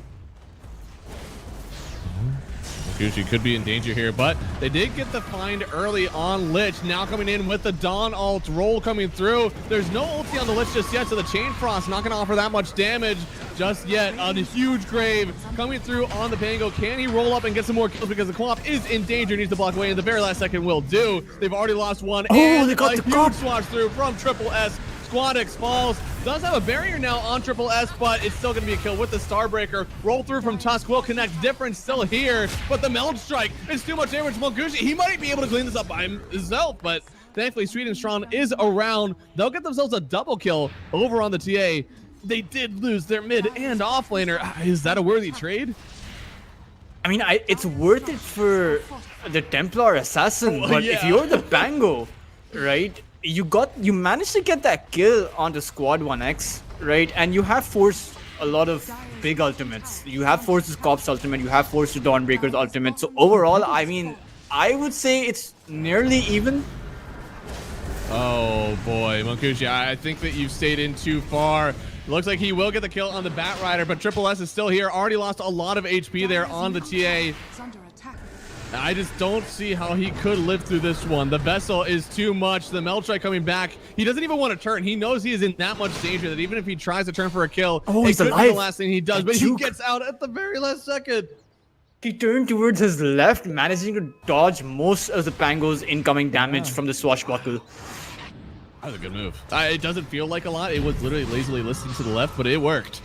And now in the mid lane, forcing TPs. This is what happens whenever you say you set the tempo of a game. That's what that 1-win is doing. They are forcing the TPs around the map. And, you know, so far, Dire's middle they're tower is at the under advantage because these TPs haven't gotten Dire's kills. structures Yeah, they're making it work. The contrast is obviously every time you go on TA, there are going to be 4 heroes coming in, so it's going to be a 5v4 fight because there's no way you bring the Terrorblade in. The team 1-win, they're managing to make it work. Failed rotations on towards the Templar Assassin as well. tower is under attack. Typical Doctor, bringing up contrast whenever he can. I have to, it's like an itch. Looks like they might get a kill here, but a grave from difference just in time, but it's only to delay his own death. Ryan underneath the tower himself should fall down. Now Triple S, he looks very cool carrying that Chain Frost around, but that'll be all it is because he will not be able to get another kill here. Fallen. This is behind the tier 2. Team 1-win, they're rolling over Team 1-move. This niche Dazzle pick not really working out, although he desperately needs the Aghanim Scepter, which he should have gotten by now, but it's been delayed because of all of these deaths, and that's really hurting them. The deaths, the fighting, and I think 1-win, this early TA pick really gave them the flexibility they needed, and they really read 1-move well, because I don't think it was so obvious that it was going to be a Pango offlane for everyone, but 1-win, they just daggers knew exactly what was happening. It's really paid off. I mean, this TA definitely having a decent game, even though the net worth was pretty low. Now her game is starting to pump up thanks to her team playing around her. As we said, like there's a lot of buffs happening for 1-move scene as they're throwing a lot into the TB, but they're also tossing a lot into this TA as well. You got the Frost Shield, you have the Dawn ult, like there's a lot for her. And the real power spike is going to come in the next few minutes, right? Once that Desolator is up from the TA, and I don't see how 1-move can actually survive in initiation. Like a Dazzle just straight up dies, right? Yeah, no, for sure. I mean, you have Sidekick and you have the Deso. I mean, there's a lot there. I feel like the TAs most of the time have actually been forced to go for like this early Hurricane Pike because they're playing against these like high range safe laners, but now versus the TB, he doesn't really feel that pressure. So able to go in for the Deso Blink, kind of like the days of old, and then kind of go wherever she wants. I mean, is it Hurricane Pike afterwards since you're playing it at Tusk? Is it BKB because you're taking a lot of magic damage from the Bat Rider? I mean, it's the either way, really. Yeah, or you could go both. I mean, this is definitely a game you need that BKB on, but might need that Blink Dagger as well. Oh, here comes the heal. Squadex also has a shield and comes out of the heal and right back into the Bat Rider, who he Dagons on down. Now Cloud, I don't see how they live through this one unless they turn around with the Scream. Woe in danger has the Sunder, but isn't low enough quite yet. Getting gazed in, can they change something? They will. Now Triple S put himself on the line, tried to make some space for the Sunder to get off. Now he's gonna get stunned up. Mel strikes Squadex with the double kill, and they take down everybody except for the Dazzle, who was using couriers, I think, to farm ancient camps or something. Yeah, Team 1-move deciding to use their TB instead of Difference, who had completed his Aghanim Scepter. I'm not sure. I mean, the Bat Rider didn't have the Blink either, right? So why were they committing so many resources, and why were they going for this very risky play Dire's middle tower is when I they just knew? don't see why you're even going to do that. Like, that's your It's like- Dazzle. You're Yeah. bringing in your Terrorblade with Metamorphosis, but you won't bring Dazzle? I'm very confused as to what the comms were there. It's one of those, you know, there's a high risk, high reward play. I mean, you're a finance guy, yeah. right? But this was one of those high risk, low reward plays. Yeah. No, You just- it was all in on the crypto scam, you know? It's not what you want to do. So, I don't know. I don't see how they're going to keep making moves like that if Dazzle doesn't want to get involved. I'm hoping that was more like, you know, Dazzle was just completed the Aghanim Scepter or something, and he's like, "Ah, cool guys, I'm ready to fight," and like pans the camera bottom and sees that fight happen, like, well, I'm ready to fight next time. Not Me would have had his Bling Dagger if that fight had not happened, because he was happy farming the jungle camps. Yeah. I don't know why one move, and they're deciding to go for it without the Bling Dagger Dire's top on the tower Bat is Rider. Now under they need to make this work. It's a 7,000 net worth lead right now. If they get wiped again, then this TA with a Desolator will be able to take Roshan uncontested, will be able to threaten some of your tier 2 towers. Tower is under attack. No, speaking of Roshan, it looks like Munkushi already wants to be going for it, and Team One Move, they smoked up, do not respond. Are scared. Yeah, and this is a classic. You have one team that's hitting a tier 1 and one team that's hitting an Aegis, and I'll say almost every time that I've seen this, tier 2s get a little bit frisky, but if you're hitting Roshan while the other team is hitting the tier 1 tower, you're winning this trade, and Yeah. they're going to be able to make much more happen on the map with this. Roshan has fallen to the Radiant. Marcy close to his BKB as well. And the T is close to his Blink Dagger. I feel like Team One Win, they're so close to a lot of these items that Team One Move simply can't compete against right now. I think it's kind of the issue, right? Sometimes whenever you're the one that like has the advantage in the game, you're constantly forcing the enemy team to like respond with more and more items. So we saw it last game with the Butterfly and Medusa. It's like, okay, Yeah. well, we already had an item wish list for the AM. Now we're adding in an MKB. So I think as that constantly happens with, especially with the 7,000 net worth lead, yeah, things are going to feel a lot more pressured for one move. Now, Bat does have his Blink Dagger. What they're going to be able to do with it, TA is no longer a viable target, right? Because even if you take him out inside of that lasso, the counter initiation from the Queen of Pain and Dawnbringer, or the Dawnbreaker, is just going to be too much. It will be, but it looks like they're trying to get something started now. Not Me. Definitely in danger, but does seem to get away at the last second. Squad X not quite done. Looking to see if there's anybody around to fight, because that was a hefty loss there. They used the lasso and only trading away for Chain Frost. Not so bad. And there's a component which involves you need to dish out enough damage inside that lasso to take someone out, particularly if it's the Queen of Pain, right? Because the Queen of Yeah. Pain is just going to blink away. But Team One Move don't have that damage. Dazzle is all about the damage per second and all about getting those stacked up shadow weaves out, but just don't have it right now. No, especially again, like I feel like I want to see them play with the TV, because then you have a ton of bounces around, right? Then you do have some extra damage to work with, and it seems like there is a Terrorblade here, but I don't think that was a fight he really signed up for.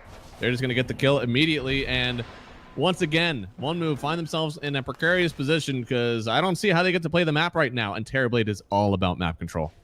Yeah, he doesn't even have a Manta, right? So his ability to send out illusions to farm isn't even there right now, and it's shrinking. If Team One Win are able to take some of these outer tier 2 towers before the TB's illusions are strong enough to farm, then One Move actually lose out one of their only ways to come back into this game.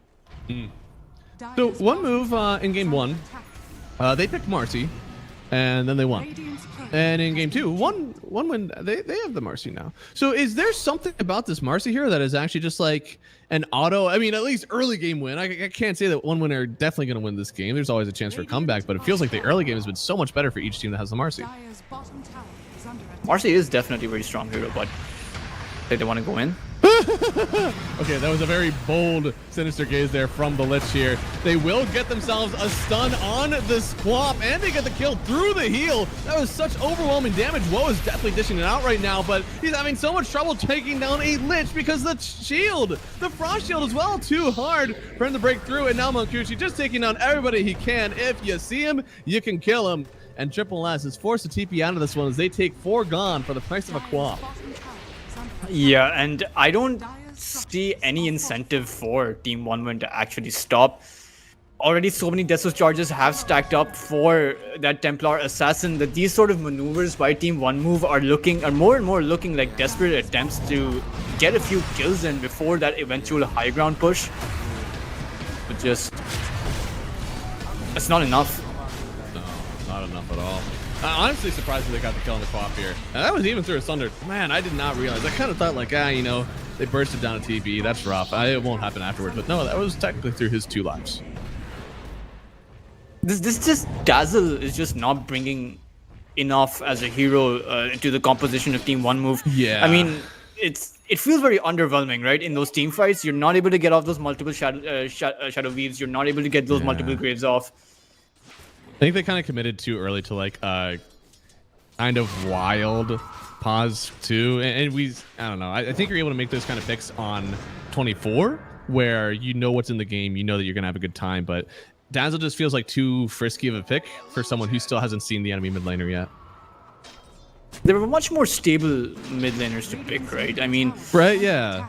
That's what I think. Like on every 23 pick, you got to pick something that can lane into a majority of matchups. And Dazzle just, even the lane started well, but now your game versus comp just does not feel good. You're not able to encroach the map on her. Now Triple S, he'll try to get something done here. Looks like should get the kill on the Lich. Yep, there you go. Blink backwards, but now Squad X has some damage, not enough to take him down, so he'll get the TP away. Does leave the rest of the team kind of stranded at the tier 2. The Pulse 5 Lich gave away 700 gold. That's how far behind they are. Oh, no. Oh, speaking of behind, my God.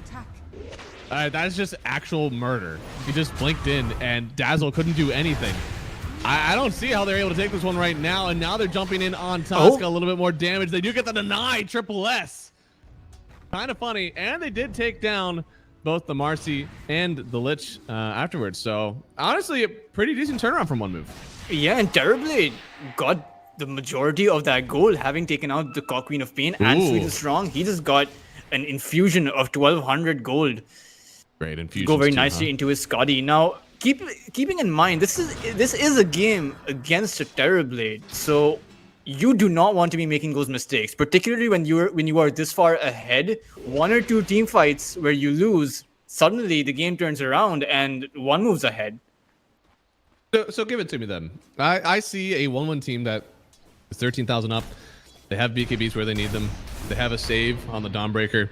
What is the opportunity for one move to win a fight? Is it going to be something like around the Roshan pit where they have some good circles? Like, what is the game plan? I think it's on your high ground, because Team One Win, it's very difficult for Team One Win to actually initiate into the high ground, right? The T is not going to be blinking behind enemy lines. The Queen of Pain is not going to be blinking in, right? You're relying on your blink in with the Dawnbreaker going in as well to try and provide enough heal that the hero can stay alive for that for the rest of the initiation to come in, right? If in between of all of that, Team One Move are able to mount a successful response, for example, the Dazzle is able to get that grave off, right? Vo is able to get multiple heroes reflected, right? The Pango is able to get that roll up or get that rolling thunder going. It could work. Crazy. Do they actually see everything? Like before one move even know what move they want to make, one winner already preparing for it because they see everybody around. They already know that Mokushi is going to get initiated on. Now they already have their response looking. They get to jump in, have the heal. Did they wait too long? This TA barely living, turning around entirely. They're still rolling on top of her. There's no Aegis. They could get the kill on the TA. They will.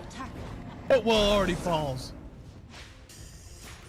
Yeah, the lack of BKBs there, right? It's really hurting them. Now, obviously, you can't get. They're not natural BKB builders. Anyone on Team One Move, right? TB is not exactly a hero you go BKB on. You just max out those stats, right? But in this game, I would think that you go for that BKB, right? Because the Lich Chain Frost, it just obliterated one move there. And if you had that BKB, Templar Assassin just dies there.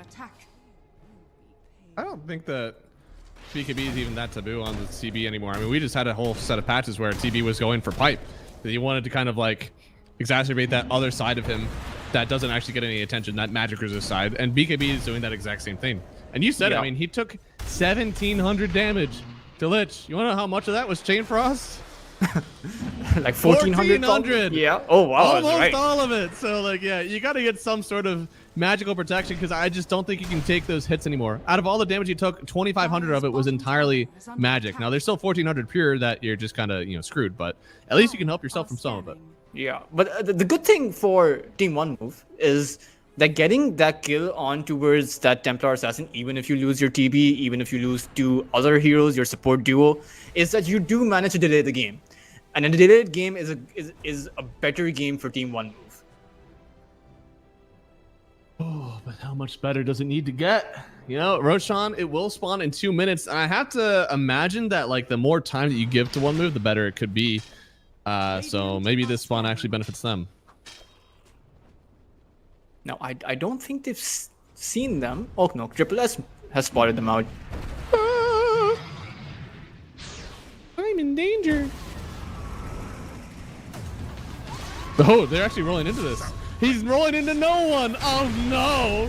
And now the Chain Frost is gonna Mantis Mortis. He's gonna hit the Chain Frost hopefully, but he doesn't get anything. They do have the Grave, but the two heroes next to him are BKB. He can't Sunder. Finally gets the Sunder at the very last second. He hasn't been able to kill Cloud. But how much can he have after the second life of his? CA is still beating into him. They had the physical damage. They'll still kill the TB. Now it's different. In trouble. After the buyback, this could be his time. They just need vision, and they'll have it. The Grave as well. So if we just give 2 lives to the Dazzle, it'll be okay. I mean, that was very unfortunate from one move, right? That rolling thunder by that Pango just not finding anyone. Meanwhile, that Terrorblade Woe was caught in between of a rock and a hard place. Like 3 heroes on top of him, but managing to get that Sunder off because Difference was able to come up with that Shallow Grave. Now, I disagree with the target of that Sunder. It could have been the Templar Assassin from the get-go. Instead, he chose the Mars, right? They were able to burst him down, but should it have been the Templar Assassin? That was a dead TA. And perhaps because you reduce the amount of damage that the TB is taking, because past the Lich, 99% of it is the Templar Assassin, right? After the Queen of Pains used all of her abilities. So then that might have been a situation where the TB ends up surviving. That would have been a clear win for Team One Move, but 100%. Now it did start as about as poor as it possibly could, right? And they got 3 kills out of it. Now they did have to buy back on your Dazzle. Your TB still died, but it wasn't after, he got some kills out of it. It's got to spark some hope for One Move that's like, oh, we can still play this game because we just need to stake fights a little bit better, and who knows what'll happen. He almost has an Eye of Scotty. And that's it's good. It's definitely good. I mean, anything that can juice you up, right? That's kind of the TB way. Just get as much HP as you can since your armor is already there. That's kind of like his own, You want to go for response to Chain Frost, right? Maybe not magic resist, maybe just raw HP. Looks like they want to go for Roche, but they're already in it. It's yelling, but it's not actually that low right now. They have incredible patience. Rolling through, already into the pit now. They get the lasso, taking back the Lich. He's done so much damage to the TB. It's really opening a part of his game if they're able to kill him now, but the Chain Frost still bouncing around. Gonna keep it on him on the Bat Rider.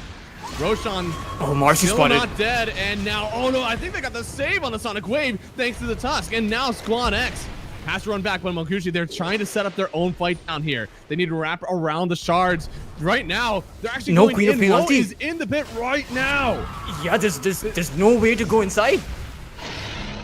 And that's going to be it. They get the Aegis. They give it over to Difference now. Mokushi trying to get a kill here, but it looks like the Ghost up there at the very last second from Not Me. Getting him the protection he needs. Now they're fighting into the shards. The Grave, it connects. He's alive for now on Rhine. But it was the BKB from Mokushi. Once that's gone, maybe they can turn this one out. Whoa, in a bit of danger. Needs to get a Sunder off on someone if he can. This is his Metamorphosis life. He does not want to just go ahead and give away the Aegis. Or no, he doesn't even have the Aegis. That is on the Dazzle.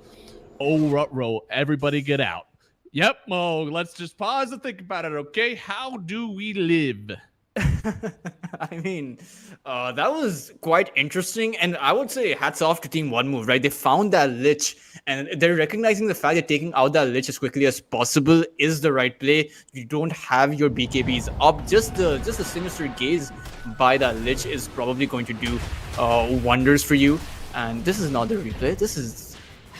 We're going back in time. But anyway, right? And then they found the reel. Holy moly, we got a whole set ahead of us. And then they found the Marcy, right? Behind the pit. Those two heroes got taken out. The Queen of Pain ultimate didn't do anything, and that meant it was a free Roshan. However, what the hell? Go back to live. There's something happening down here. It's a dead difference. They got the Dazzle. How on earth? So he just like went through. That was not the way you're supposed to live. Everybody seemed to be out. I mean, the TB was TPing away from this one, but for some reason, he went through the portal on the Dazzle, and he just died twice. And now they also killed the Quap in return. That's something good, but I mean, wow, that was just a lot of stuff I did not expect. Yeah, I would not have expected that Dazzle to be alone with that Aegis without buyback even. But there's a shout lot out of things to Triple S. I mean, shouldn't have happened. Triple S has bought them enough time, right? They're not going to be coming high ground without their Queen of Pain. Yeah. Through the portal, alone, with the Aegis. Radiant's top Without tower buyback. After is under buyback. attack. just keeps getting worse. Radiant's top tower has fallen. Oh man, Oh, but yeah, I mean, to be fair, difference has been the difference maker in a lot of these fights, right? Getting those shallow graves off at crucial timings, Dire's bottom tower is under attack. it's worked out for them so far. And this lead, this 13,000 net worth lead, it doesn't translate to the state of the game because sure, you don't have as decisive of map control right now, right? This isn't an all-out, your heroes can go anywhere they want, where they're not going to encounter anyone because one move is stuck to their high ground. Team One Move can go from their base, right? They can find these camps, they can go to their jungle. Suddenly, this is dangerous. We need to see like a little bit more map control. TB can get the most gold like when he's close to a fountain, right? Because then he's able to slowly move his illusions to like 2, maybe even 3 lanes very quickly because he's at where the creeps are going. Now, obviously, as somebody who wants to win on TB, you want to be on the enemy side of the map doing that, right? Cut the waves off at the source, get so much gold, and that's where he wants to be. But right now, it feels like his farm speed is severely limited because he's not able to cut even just one wave sometimes. It's interesting why Wo is playing with his illusions. Like, why not just send them? Like, he doesn't Fear. Probably fear what for it your is. illusions or fear for yourself. Fear for you, yeah. No, if there's many illusions around, they won't know which one is me. A single illusion. You have a Scotty, you have an Eagle Song and a Monta. They can clear the yeah, wave on right. their own, man. Radiant are Like, scanning. Yeah, no. Plus the Eagle Song Okay, too. now Yeah, he's they have realized plenty. Radiant's top tower he's realized There it we now. go. There we go.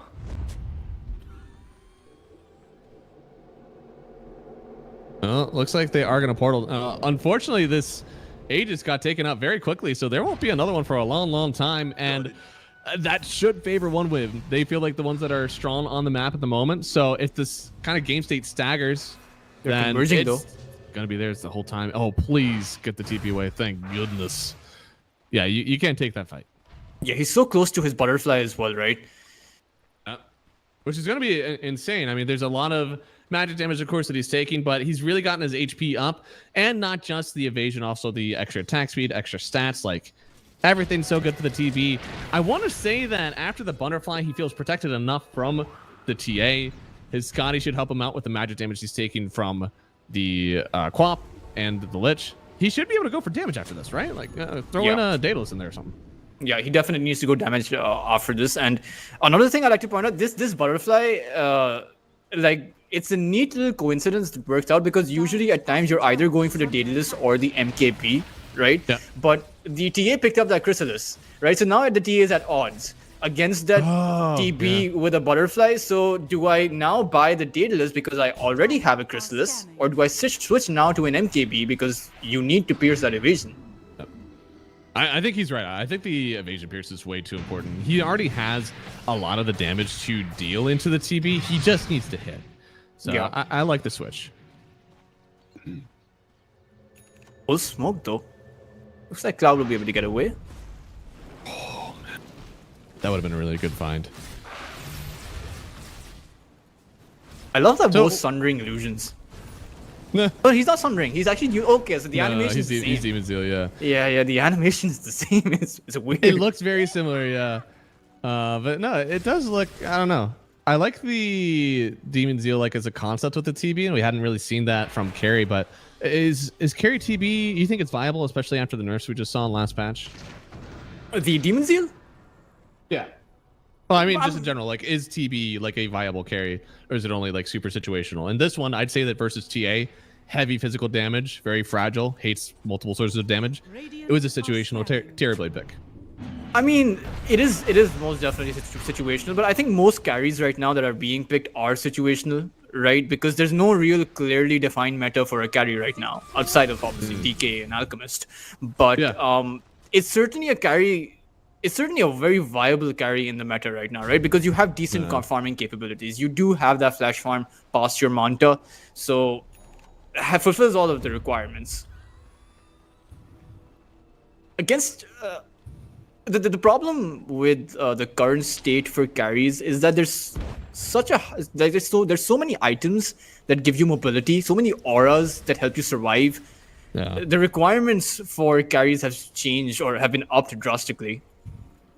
That's true. Plus, you're looking at offlaners such as Timber Saw and Primal Beast, like heavy magic dealing offlaners Yeah. like all over. You have a It's lot so of hard to play anti-carries Terrorblade in those offlaners, right? Yeah.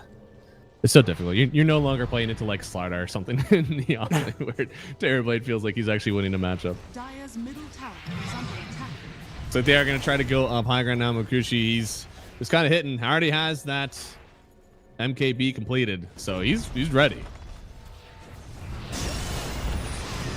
Looks like they will get the lasso, but immediately stopping him in this one. Getting the Grave off on the Bat Rider as well. Hopefully they have enough, but here comes TB just beating down the Marcy, now turning onto the high ground. Now he's still low ground, needs to get up there eventually to help out his team with Cloud. Cloud getting slowed down, bashed up as well, stuck in the shards. You went high ground, and now you regret it. One move. They actually take a good fight, and you said it, man. High ground is the way to go. Radiant's top tower. I mean, it's a very difficult high ground push, right? Because what do?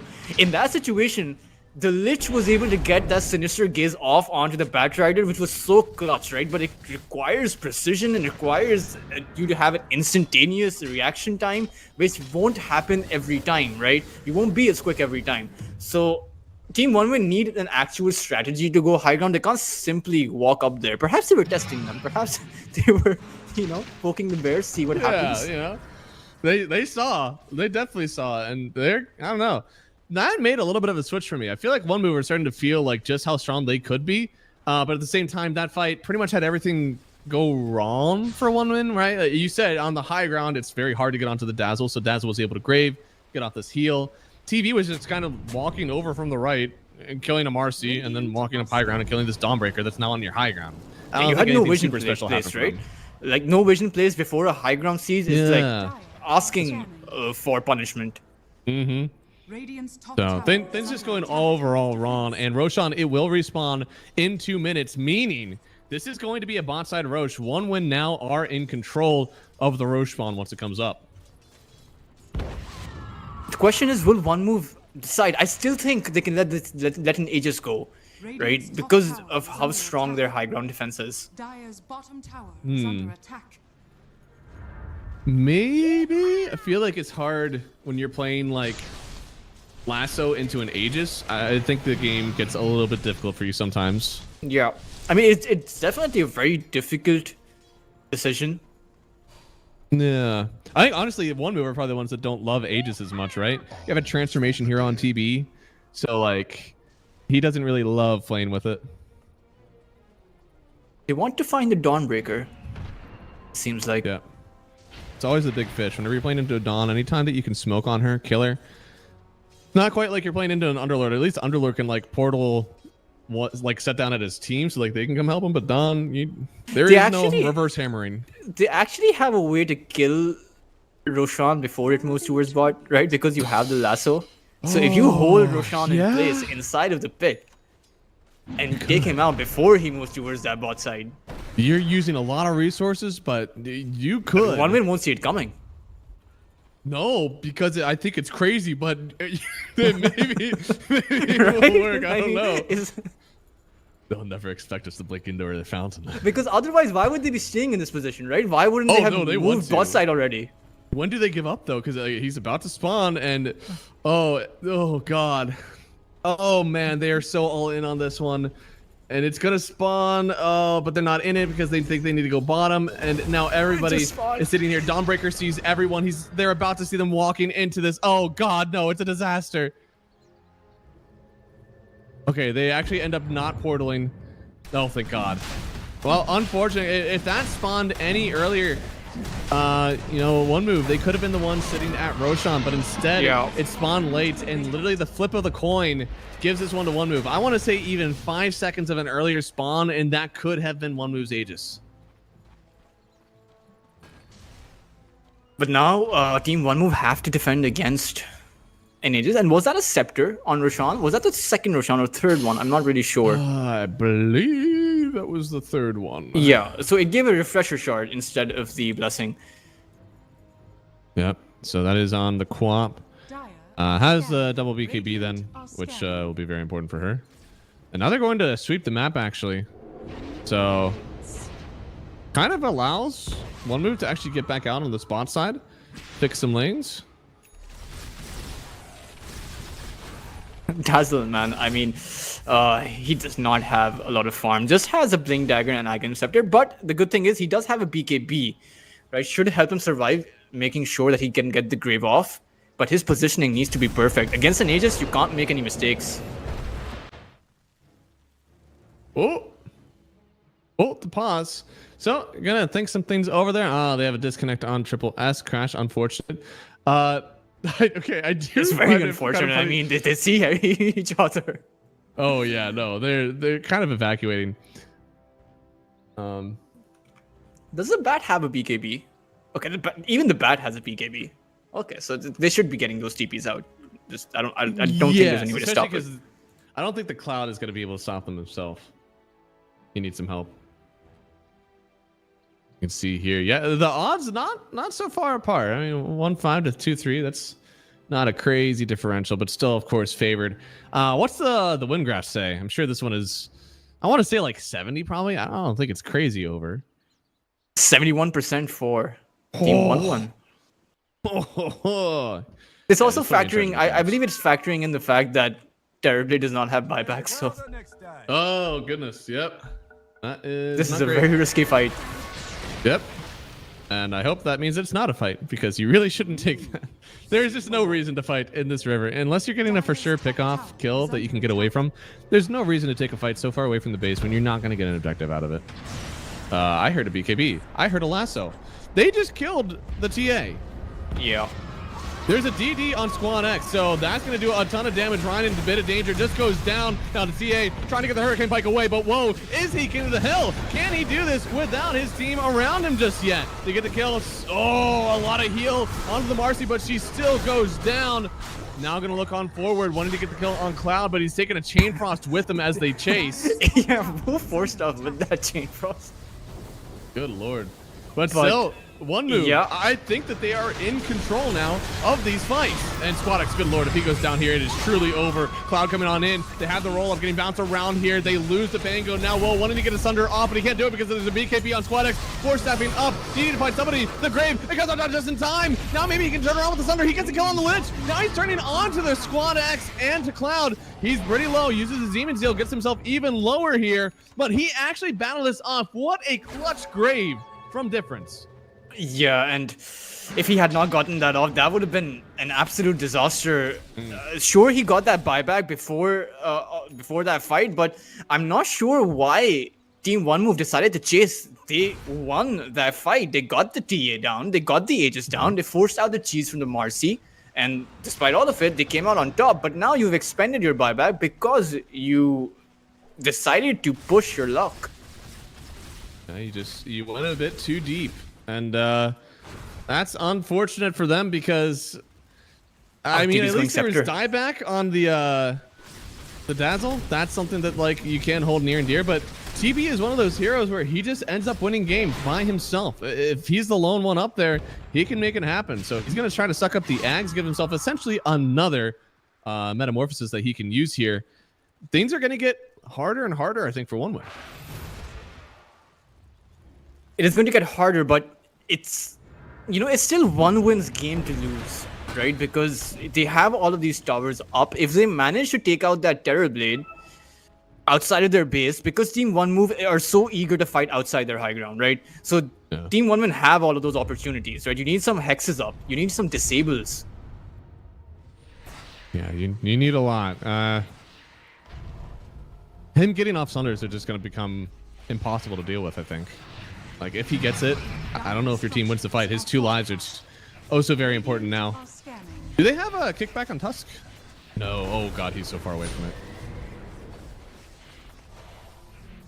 And you can see how apprehensive Team 1 is on that high ground. Just not finishing off their axe. They're spooked. Just instantly blinking out. Huh? Even the TB illusion takes so long to kill. For a $6 TA, if you require around 7 to 8 hits, assuming that you're not landing a critical strike, that's a lot. Mm-hmm. Dire's top tower is under attack. Not a lot that most carries have to TB offer. 8 consecutive hits. Vo actually just bought out from. He has a full scepter, but no buyback. Oh. That's a decision. Oh, Squad X. They're running, gets the bash, getting right on top of him on Woe, trying to fear him away. The Chain Frost is bouncing around, but it's the Quap going down here. It was a BKB from Woe. He gave a lot for it, but that is the mid laner. Now, Triple S does get the nullifier, but that does not stop the bounce around of the Ogre Steel Totem, so he'll get another kill. This Chain Frost apparently carrying on the whole way. They did get out on the TA. So that was 2 gone, and this time, no buyback. So a little bit better for 1 move. Yeah.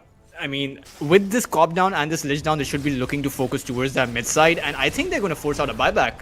Because 60 seconds, even if you have both glyphs, that's, I believe, around 14 seconds that you can buy for yourself, but these towers are going to fall fast. So fast. I mean, the illusions are also able to tank, so that's... makes so it even much harder damage. because it's not like these are ever going to clear. TA does at least kill 1 illusion after a meld strike. You have a bad lasso. You simply can't defend this without... Radiant's middle tower is under attack. They have a banner? Did they hold on to that from that earlier rush? They've had that banner for a long time, but to be fair, they also have never been to this high ground, so they really did not have a chance to use it. Radiant's middle tower 1 down. has fallen. They're not pushing the buyback on Quap. How long will they hold on to it? Because there's no tier 2.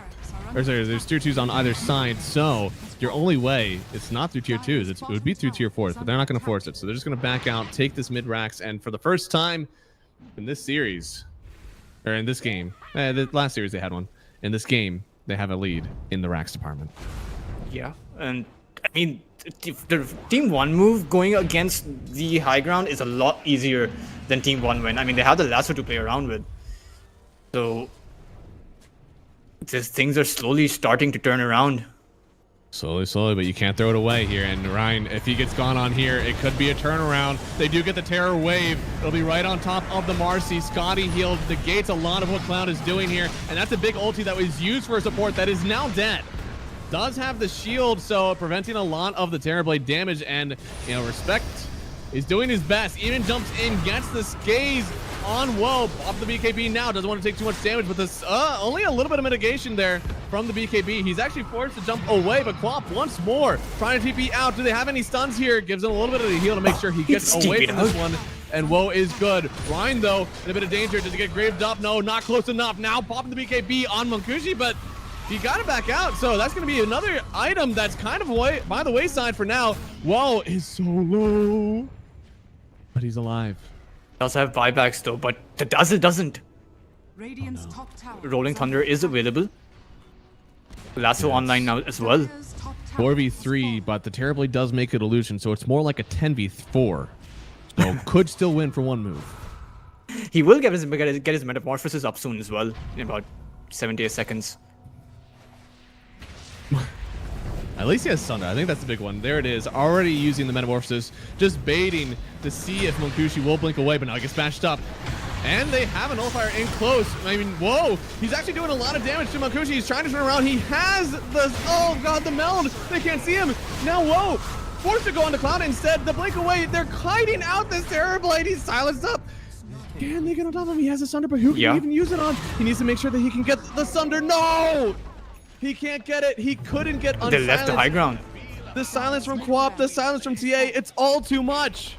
Dire's They're going to let 1 Rax go, but Team 1 Win are going to force out that second lane of Rax. Are going to try and force out a lot of these buybacks, but the problem is Team 1 will abandon their high ground because Triple S chose to go in, and I believe that was a wrong decision. You want to be fighting on your high ground even if your Dazzle is down. Agreed. It feels like everything gets better if you are on the high ground and there's no way they can kind of like wrap around you. And you can see just like how horrible it was that the TV wasn't able to escape. He wasn't able to hit Munkushi, right? And that was the big problem for them, which doesn't occur on the high ground where it's so much easier to plant those sentries. Yeah. He does have 4,000 gold just wasting away right now on the Terrorblade. What is this Fable last item? Does he just get a Moon Shard and keep the boots? You could go for a refresher and have double Metamorphosis.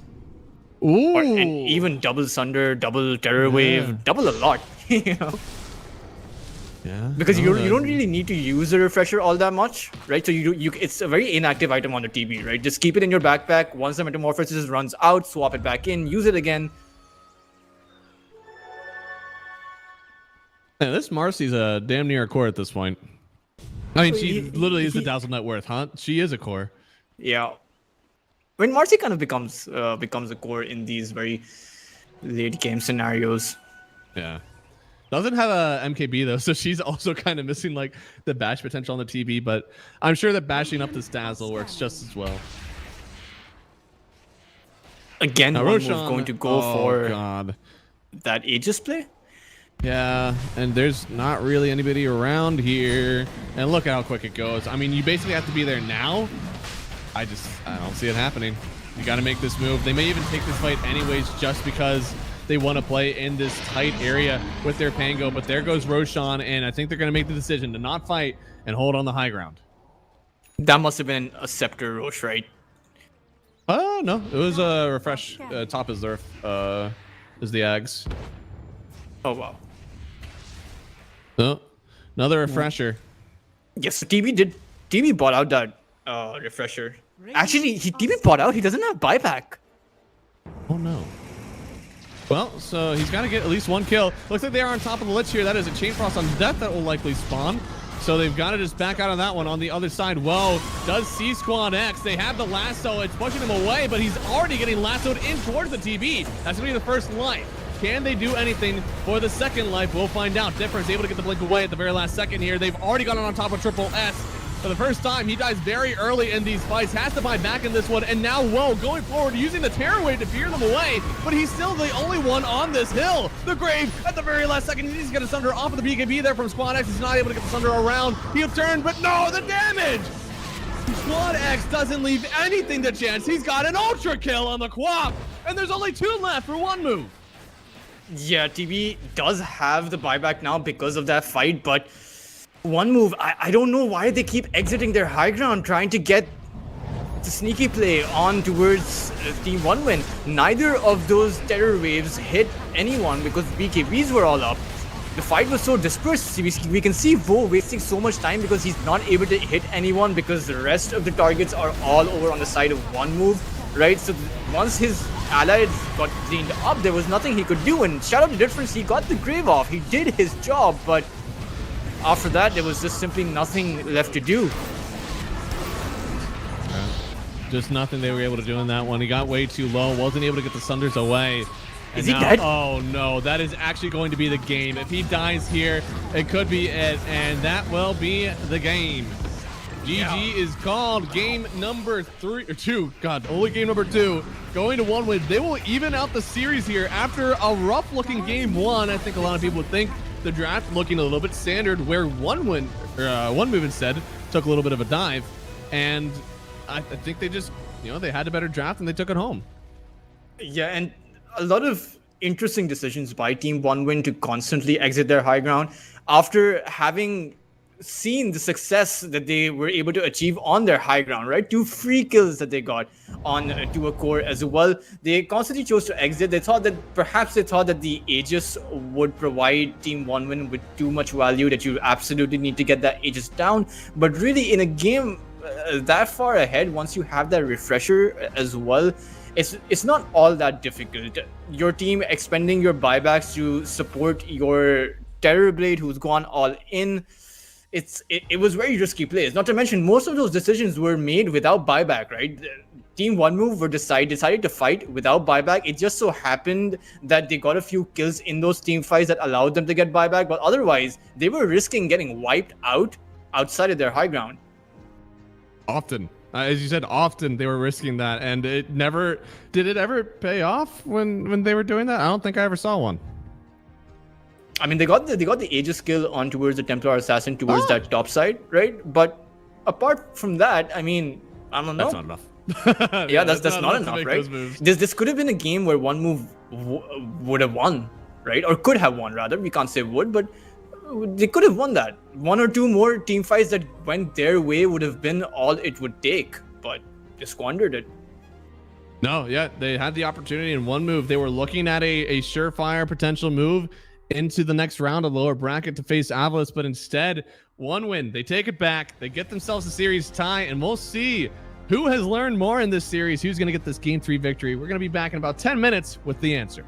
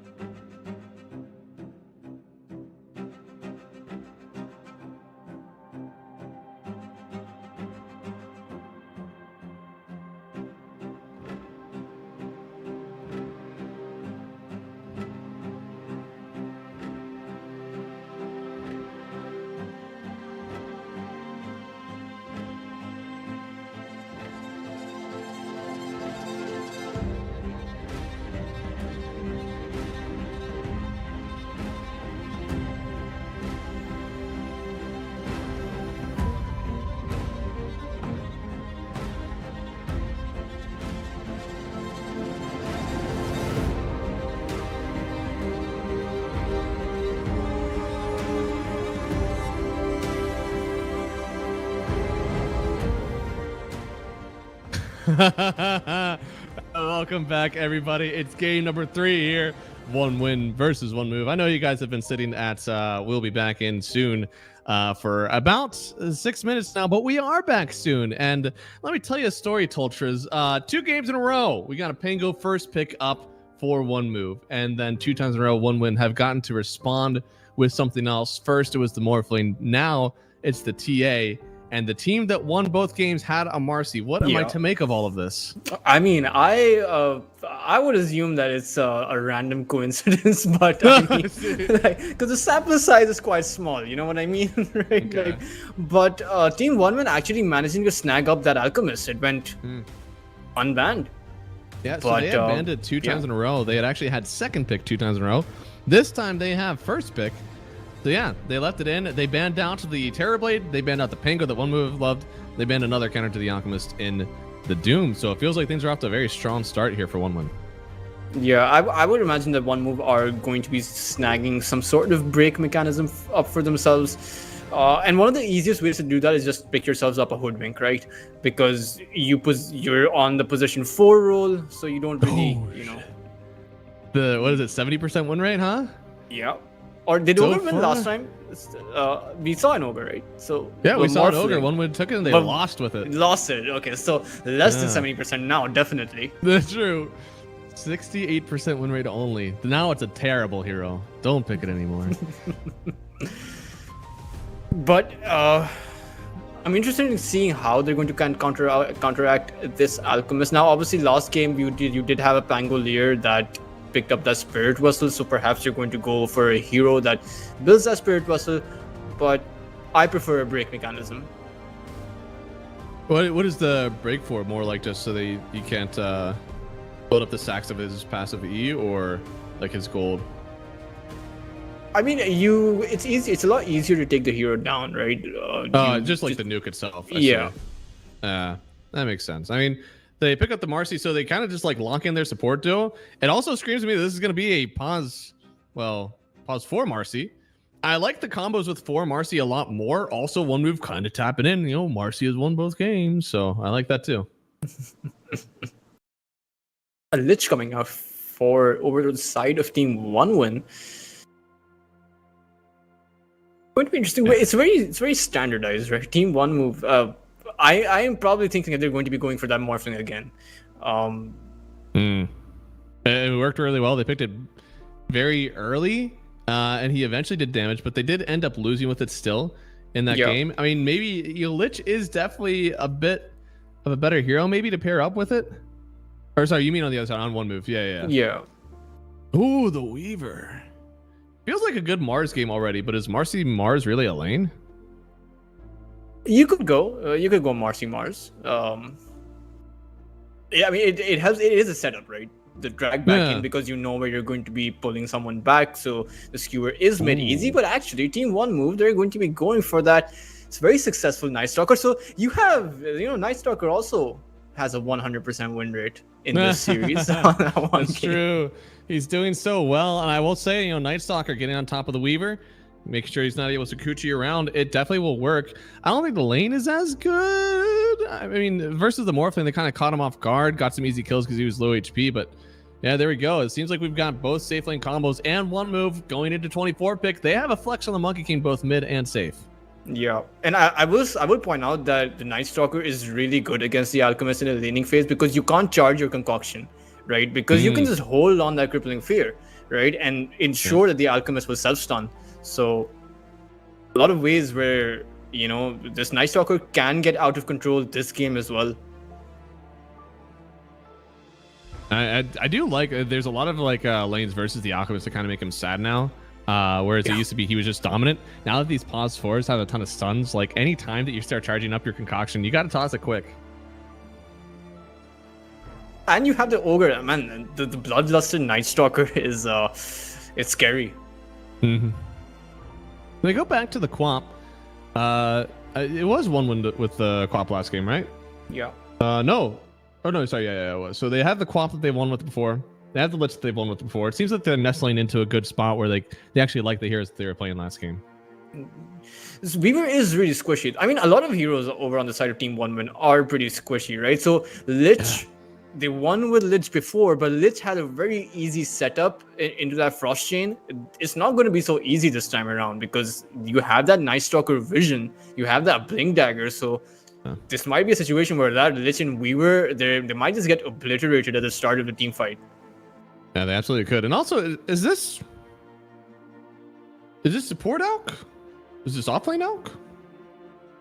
I would imagine this is a carry Alk. I do remember a game where a team carry Alk, then where's the Weaver going? I mean, the Weaver could be a support. Oh, you think so? Yeah, I mean, Weaver 4 or even Weaver 5. I think the Weaver 5 is terrible, but Weaver 5 is definitely awful. But 4, I've seen that one played a few times. But as I was mentioning before, I think yesterday, I don't remember the team, but someone picked an Alk 3 and Medusa carry. And it was working up until the point that Alchemist decided to hand out scepters, right? As a primary goal, and then it failed because it's just Alk handing out scepters as a concept is just not good unless it's in the super late game. Yeah, no, I definitely agree. I mean, I've seen a lot of pause 5 Alk, but that's typically whenever like you have Tusk and you have Clockwork and even Nyx Assassin Naga that are very good in like the melee pause 5 role. So if all those are banned out and you still need a melee 5, a lot of people would go back to this Alchemist. So I could definitely see it being a support, albeit it would still be like a pause 4 Alchemist, which is kind of weird. That's why offlane seems a little bit better to me because I've also seen that one happen. It has decent enough laning, but now you're also likely playing into a Monkey King. That is not Alk favorite at all. Definitely. I do think they're going to be sending this Alchemist towards that carry position. Would be very surprising if he went offlane versus the Monkey King of all heroes, but it's not exactly sunshines and rainbows up towards his safe lane either, where he's going to be contesting against a Night Stalker. So, if the options are a Night Stalker and a Monkey King, I mean, you're really losing out on either side, right? Right? Yeah, no, it doesn't sound fun either way. It's a testament to how they're drafting right now on one move. I mean, so far, I've loved their Night Stalker games. I feel like Triple S has had a fantastic series, even last game when they were losing. I thought that he was a shining star there, and this almost does confirm to me nothing. Actually, no, I feel like it should be the pause 4 Alk or pause 5 Alk now, I guess. I don't know. Maybe 4 Lich, something crazy, but I don't know what's going on there. I'm going to choose to ignore it. What are one move going to do? I mean, one move are looking towards picking up their mid laner, right? Unless they're thinking about sending their...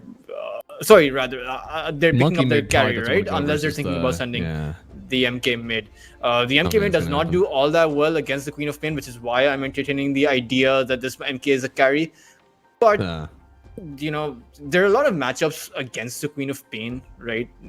A lot of spirits come to mind. The Storm Spirit would be pretty good here against the Mars. You can just zap out of the arena. You also have really good catch and a really good setup for your Monkey King and for your Night Stalker to come in. The Bloodlust does pretty well with the Storm Spirit as well. Once you get that shard, the Bloodlust means that all of your allies can land those overcharges a lot faster. And it is okay, so not the Storm Spirit, but it is a version of that. Yeah. Similar thing. I'm surprised it feels like Storm is still strong. So I'm a little surprised. Maybe he got more nerfed than I thought. Because it feels like it's kind of the perfect game. As you look at a lineup that has very little lockdown, you're basically hoping that Lich does it.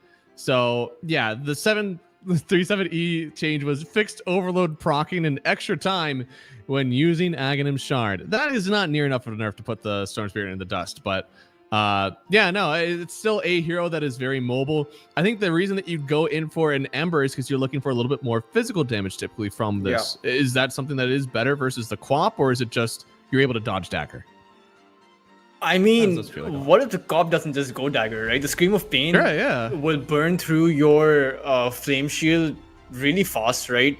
This Flame Shield can't match up until you get to that level 10 talent, and even then it's I would have definitely preferred to see an Ember here, right?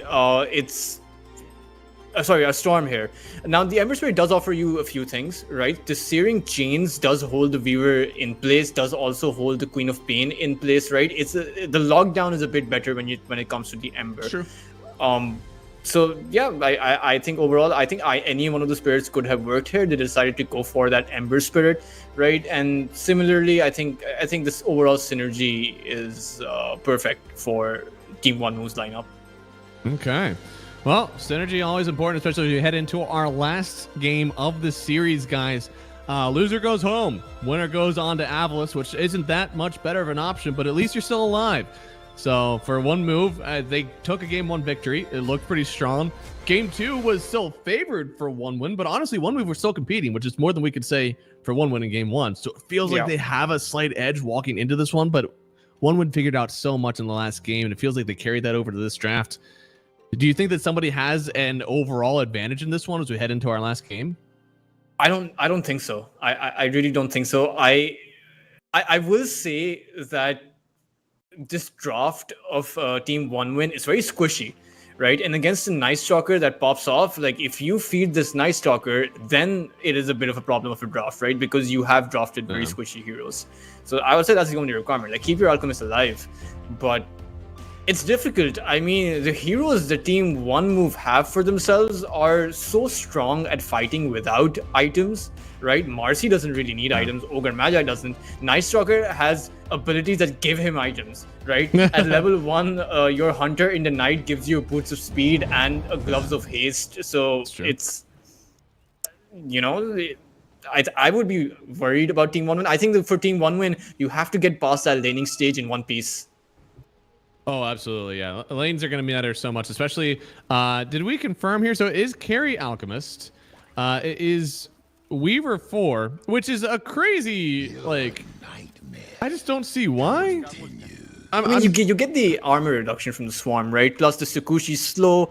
You can constantly spam it out. You trade better because you have Geminate attacks. So for every one attack that you take, I'll just pick Venge. If it's all about the physical damage, you can go for Venge 4 as well. I'm just slightly surprised. Like, Weaver there are a seems lot so of out of meta for this. But sweet and strong. I mean, I guess the guy wants to play Weaver, man. Like that might be it, I guess. Yeah, it seems like such an interesting decision to go for this one. But yeah, no, maybe it'll work out in a way. Usually when we see the Weavers, they go for like a Vessel, which is something that we're saying might need picked up. But it just, especially as a 4-Weaver, it's just another source of food maybe for this Night Stalker. And speaking of Night Stalker food, Moguchi could go down here, already used the concoction, but now Triple S, he doesn't want any part of this.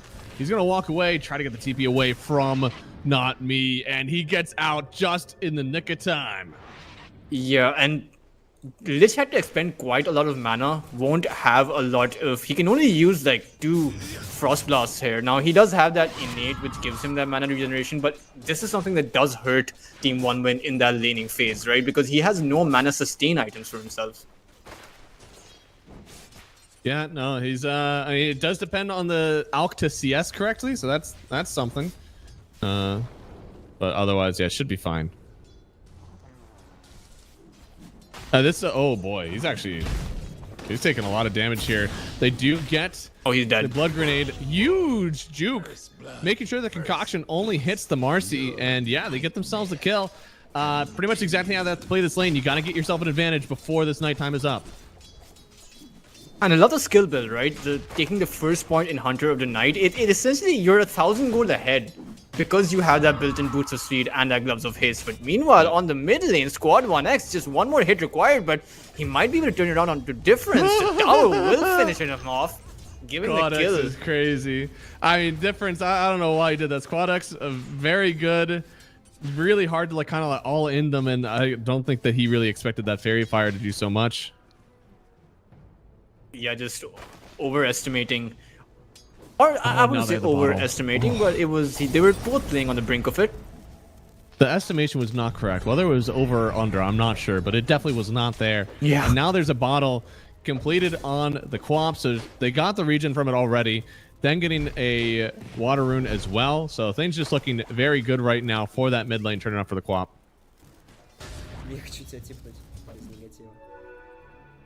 Ember still needs one more entire creep wave before he can get his bottle.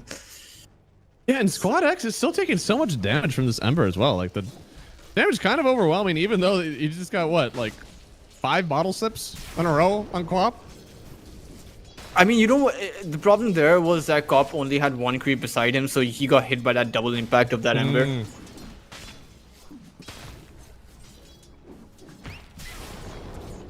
So far, I mean, Night Stalker still having a pretty good time versus the Alchemist.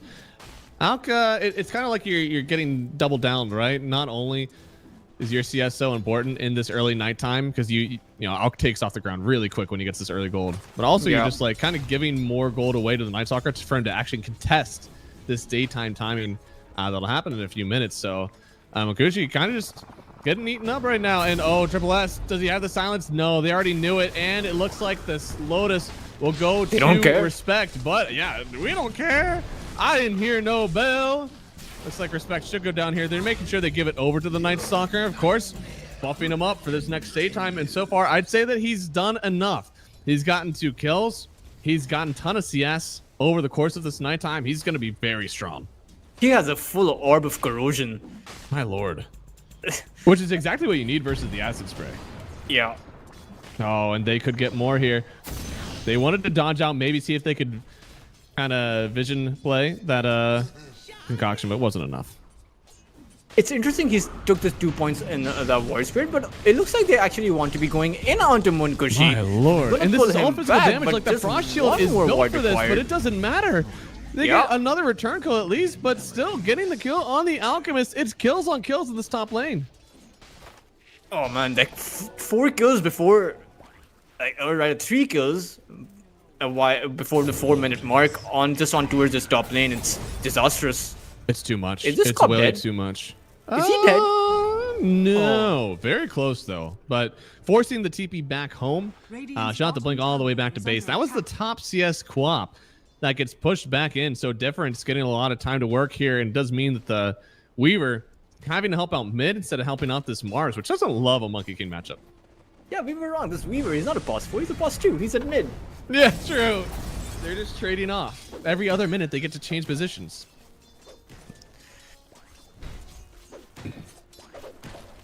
Upside down. I say not love because still Cloud, he shouldn't die here, but he also doesn't get to CS. So still not great. Yeah, it's so difficult, right? Against the Monkey King. Not to mention, I mean, the Ogre Magi, the learning curve facet, it gives you 2 points of ignite once you get your level 2. And that's just a lot of damage per second. Yeah, no, it's a lot, and it makes Ogre instead of the best level 1 hero, the best level 2 hero. So it just keeps on growing there. I'm sure that next year when there's some jank ass change to Ogre Magi, he'll be the best level 3 hero. We'll get to see how that goes.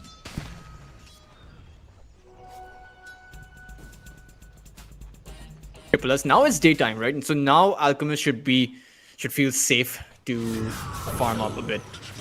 He should, but you know who isn't safe? Okay, he's safe. I mean, it did get really hairy for him. That's true. It was almost not safe, but still able to survive there on the Quap. And Ember, I mean, they're trading so much with each other in this mid lane. I have to say, it seems like Quap is slightly favored for it. Cop is definitely favored. I mean, he did get that first blood, but this 6-minute rune is going to be crucial for both of these sides. Oh, they're TPing in immediately to help out Quap. Actually missing with that kill, and now Woe, the one to pick up the kill on the Quap instead. Thankfully, though, he did get the kill on Difference beforehand. I'm a little surprised. It felt like he missed the screen, but that Sonic Wave was more than enough. Yeah, and I mean, the Monkey King, Vo was very quick there. He decided to actually land behind, like near the tier 1 tower on the Dire side, just so that he could get that bounded strike off, expecting a blink from the Cop back. And they get another kill. I mean, honestly, these kills are on the map. Even though the lane training has been better for the Quap, the kills are on the map have been better for one move. The Monkey King getting involved and getting himself an early kill. Night Stalker not really feeling the effects of this daytime timing. So I feel like this mid game for one move, especially this first nighttime, should be really strong for them. And this is kind of reminiscent of the first game, right? Where one move just got so many kills off of this Night Stalker, and you all know how that ended up, right? It's getting kills in daytime is just it's absurd. Like, right. Literally the opposite of what the hero was made for. So I feel like watching this game, I'm feeling the effects and feeling what this is going to look like from game one, especially because Triple S, he almost never had a weak timing. We thought that after the blink and the BKB was like, okay, you're going to have BKBs on core, then it's going to get rough. But like that just never happened. So we'll see if he's able to replicate that sort of performance again.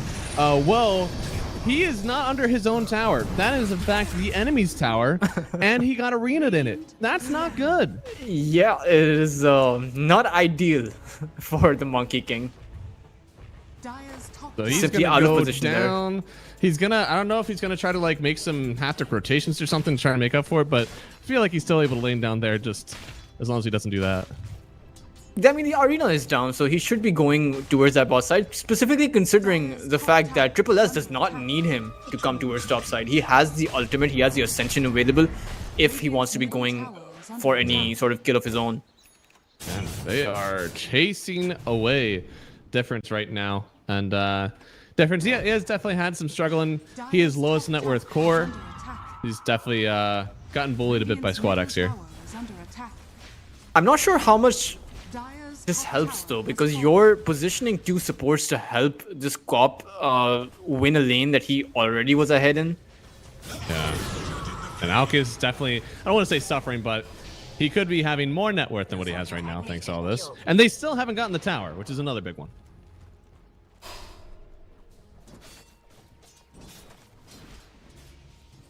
This mid lane, I'm not sure. Like both of these teams, they're putting so much emphasis on this mid lane, ignoring the other carries. And I'm not sure who, like Alk is liking some of the farm that he's getting, but Monkey King is the one that's kind of taking it to the Mars. So I think, I don't know, well, one side might be getting gold. Like Triple S is also getting the gold there. On the spot side though, Monkey King is just getting the best of both worlds. Stunned himself, and Triple S, does he see him? I don't think so. Monkey King has rotated himself through the gate towards that top side. Well, But it's going to be a Blink networks, Dagger. They're looking so very good right now for this Dire side. Outside of this Night Stalker, I mean, you got three very high farm cores. Bot side looks like they'll get the arena, getting the kill on the Ogre. Magi Saran goes down. And instead, now it's going to be Triple S getting some revenge. If you kill my offlaner or pause 5, then I'll kill your carry. He stuns himself on the Alchemist, just not able to get it off thanks to the rebound from Marcy. Yeah, that was so clutch. Really well done. It's very hard as well. It's not like rebound lasts forever. Actually, how many points does she have in rebound? That does look like it lasts forever. Yeah, she went 1-3-1. Marcy, what year is it?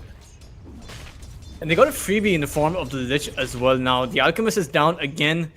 I would like to point out, this one-win lineup, it doesn't do anything without the Alchemist, right? Co-op Queen of Pain sure does do a lot of damage, but to close it out, you need the Alchemist. You definitely need him involved. Part of the reason it felt like it could have been good, we said BKB timings are what you want to get to. His BKB time is going to be very pushed back on the Alchemist.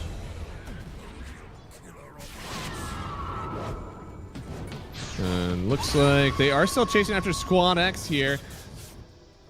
As the damage, but the Frost Shield really protecting him right now. Triple S does get the silence on top of the Lich. That'll be another kill from a double killing spree, actually, for the Marcy. Both of the heroes in these offlanes, they're just getting so much. Night Stalker with 5 kills, and then Marcy with 3. I mean, they're actually almost all their team's kills right now. Yeah, and Monmove recognizing the timing that the arena was down, one should have been a lot more careful, right? They rotated the Queen of Pain down there to get the kill on towards the Ogre Magi, which was great, but then they needed to get out. They already expanded their arena, and now they're going to pay for it with 2 deaths and a tower going down. The only tower remaining for Team 1 win is going to be the mid one, which should be falling fast. And Triple S has a dagger. He knows the Queen of Pain is there. Yeah, has haste as well, or has the bloodlust from the Ogre Magi, but wasn't able to connect. I mean, it is a haste. He's at max movement speed. Yeah, right? It looked very fast. Now they're smoked up still. Getting on top of him here. Has the silence. Weaver, press bugs on him. Yeah, you did it, buddy. Yeah, so I'm not sold on Nami's this gonna be Weaver happy with that. Dire's middle tower is under attack. It does feel like this Weaver pick is a bit underwhelming, right? Because I mean, the armor reduction, if you can't actually provide a sustained team fight, right, which the Night Stalker will not allow you to get off, Right. you're going to struggle. Yeah, I don't know. It feels bad because not like he didn't have his ulti. He did, but his ulti does not do anything for his team. It is purely to like hopefully have himself take hits, and even the Aghanim Scepter on Weaver, like it's only a 500 cast range. Oh, he's also going to die, so that's not great for his game. Yeah, let's look at any other hero because I'm gonna get really salty about this. Yeah, that's one. Ember's a hero in this game. How's he looking? He's almost got the Mage Slayer. That'll be good. Yeah, against the Queen of Pain, the Mage Slayer is huge. Just that 25% reduced damage output, magic damage output from the Queen of Pain is going to do quite a lot. And respect, not being shown any respect of his own, is going to get taken down. Dude, Triple S is a monster. I mean, I'm telling you, all three of these games, I feel like he has played very well. Yeah, even on the Bango, I mean, he was still working. He was doing well. Does Mungoshi want to fight? Why isn't he farming? Boy, I He's a hope not. bad alchemist. No, brother. He doesn't have any piece of the Radiance yet. He can afford the Talisman if he wants, but he's saving up for the Relic. If he gets in a kill or in a part of a fight here and he dies, it is actually disastrous because he just will not have anything. It's 14 minutes. You don't have a Relic. You got to just farm. Unless there is a kill literally in front of your face, you got to just farm.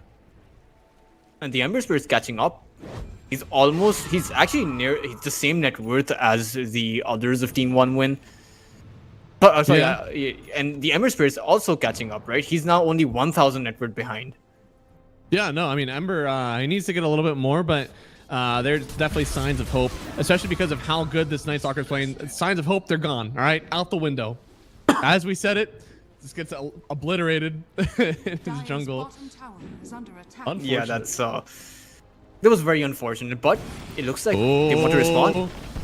Triple S. They do have the kill on the ledge, surely. Now they're coming in with the Alchemist. This is a bit dangerous, but he needs to get this kill. If he doesn't, it could be a rough time for him. Looks like Triple S. A little bit more. The spear. It connects, gets the kill. So that's something that you can be a part of as the Alchemist. A 2 for trading it away for the Lich. That's definitely good for them. Ultimate use as well, the Dark Ascension. Oh, Alk. Oh, Alk. He only has the relics, no evasion. This is one time where you definitely would have rather had that, but at the end of the day, at least he's got some gold to show for it. Oh, it's interesting how Vo expended his Wukong's command because the Alchemist literally has no way out of there. Yeah. And now, I mean, not to be all doom and gloom, but it's not like this Alchemist just has his Radiance, I mean, like, slightly pushed back. A lot of Alchemist players would have had this Radiance 2 minutes ago, maybe 3 minutes ago, if it was like a really good game. So, this BKB timing that we need so badly is really pushed back. And Night Stalker, he's getting his own BKB very soon. After that, I'm sure it'll be the Basher. So it's just all looking up for him right now. Yeah, I mean, and once he gets that BKB, it's the only spell that can go through it is the Queen of Pain's ultimate. Yeah. Ooh. That is a rough one, and it's only a 2,000 net worth lead. In fact, one move, they don't even have the net worth lead. So again, it's not like this game is over. I think a lot of it is now hinging on, like, can Difference get back into this game as the Ember Spirits? And, you know, how long can we ride this Night Stalker train? I think the Night Stalker train is going to go on for a while because of how squishy just Weaver and Lich are as support heroes, right? They're not going to be going for that Glimmer, ideally, because they want that force stuff against the silence of the Night Stalker, right? So already there's going to be that window, that increased window where Triple S can just do what he wants to do. Let's see. Going actually, this feels like Swedenstrom. He's kind of playing Muerta again because he's going in for the Atos on Weaver. Just going to provide like as much control as he possibly can, which is pretty good, right? Versus Night Stalker versus Monkey and Ember, all very mobile cores. So kind of locking in on maybe what his team is lacking from the draft. Assuming you're able to get the Atos off, right? Because the Night Stalker is going to be blinking on top of you. So yeah, and the that'll Atos provide is not something, offering I any guess. sustainability. Maybe You force out a BKB from the Night Stalker to murder you? That's got to feel somewhat good, I guess. Now all 5 heroes are going to smoke. Looks like they want to fight. Monkey King has a Maelstrom up and ready. Oh, but the Night Stalker just isn't around right now. They want to make this move now, but their jump initiation isn't here. So Lich, honestly, yeah, he's just going to walk away. A little unfortunate that that move was slow, to be honest. I think it could have worked. They're still trying to find something, though.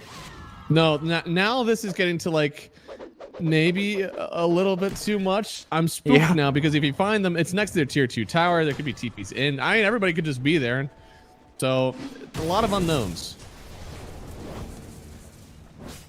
Pop also making his way towards that BKB. I think the next BKBs are when both of these teams are going to feel comfortable fighting.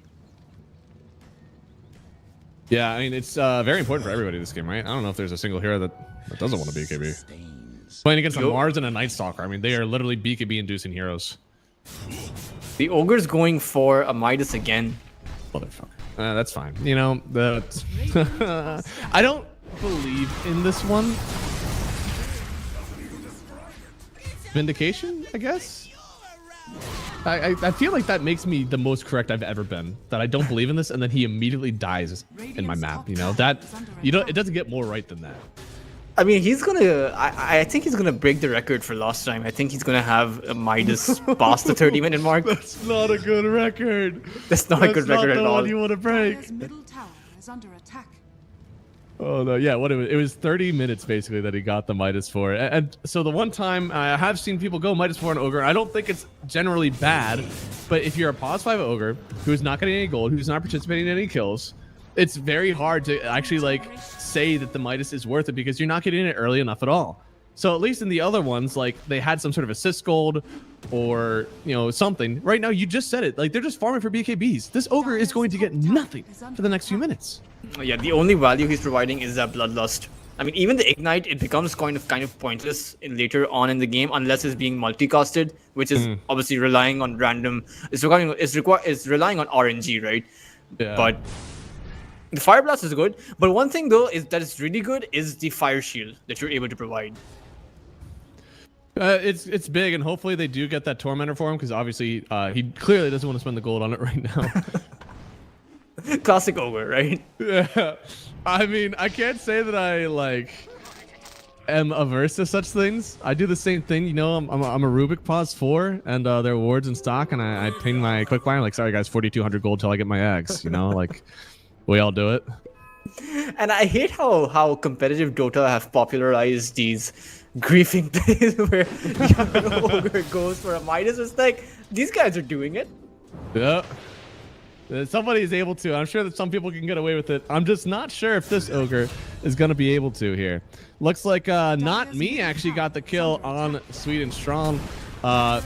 Pretty much by himself, actually. And now on the other side, Ember does have the... Oh, no. He didn't decide to do the safety remnant, but that's okay. They don't have near enough chain stun to keep him up in this one. I think they needed to start off with that Chain Frost, but instead now the Lich, he's getting gone on underneath the Wukongs, underneath the Mars Arena, and it looks like the Mars Arena will be the one to win out on this one. Whoa, down already. Not me coming in. Do they have a little bit of lockdown? The BKB, it is just in time. Squad X, he wants to toss out, but oh, what? Was that a bash? There's no way she has a bash, right? Yeah, I don't think that was... Oh, he just stopped. Okay, he just stopped his animation right as the Marcy clicked. That is interesting timing. Oh, no, that was a snipe. That was... Oh, no, that actually makes it worth it for one move. It really does, doesn't it? Like that, it's a one fight now, you know? You got the co-op. A Monkey Game did die, so that's not great, but Triple S is my man, you know? He gets gold, team wins. I feel it. And I think because of that kill, he just got his BKB. Yeah.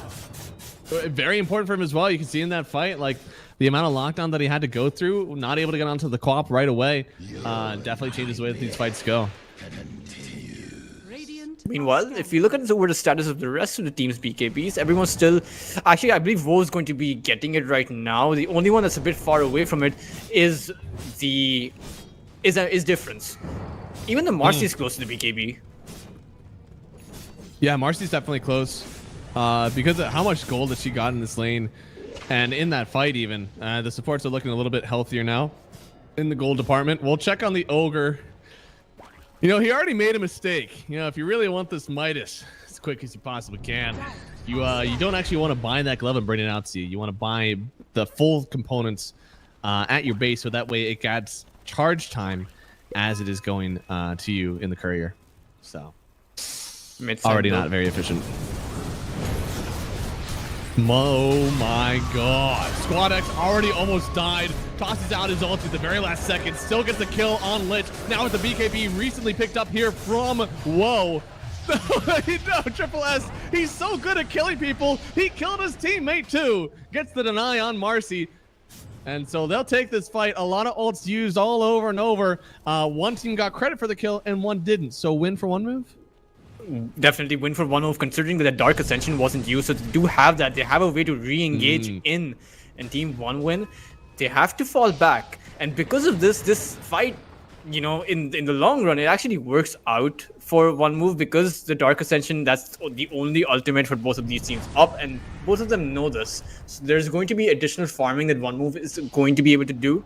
Meanwhile, one win are going to be left with the scraps. And Roshan up now. I don't know if they can take it, given that like the Monkey King doesn't do a whole lot of damage to Roche. Ember doesn't do a whole lot of damage right now, but it looks like they are getting the kill maybe on the Monkey. Forced upon the BKB, trying to turn it around. They will get the kill, and it is Squad X getting the kill on Monkey and the Ogre, and now they just turned this Roshan into potentially theirs. Yeah, I don't see a way where you can test this Roshan. I mean, I'm not sure what the Monkey King was doing there. Perhaps he thought that because the Night Stalker was there, perhaps they're trying to scout it out, can't find anyone, that they felt safe, but... Wasn't safe enough. This is the sort of disillusionment that you go through when you have a Night Stalker and it is nighttime, right? You're not expecting that the enemy team is going to jump on you. Radiant's top tower No, is under attack. no, not at all. And especially catching them off guard there, right in for the Roshan pit. I feel like he had to prioritize that just a little bit more, making sure that there was no mistakes right before the Roshan came up. Instead, one win, they're taking this, and with this net worth, I fear it could get a little bit out of control. Alchemist feeling pretty strong now. If you're actually able to all in this Monkey King in his Wukons, this game gets very hard for you if you're one move. The good thing is it's not... Oh my... Dude. It's not all lost for Team 1 move, right? Because the supports for Team 1 win, they're in a bit of a precarious situation, even if the Alchemist and the Queen of Pain are really strong. There are chinks in their armor, right? There's a lot of weaknesses that can be exploited over on the side of Team 1 move. A lot of ways to enter and initiate a fight. Team 1 move can actually get really creative. So when we're heading into the later parts of the mid game, as we are going to, we might see a difference in the strategy that one move is adopting.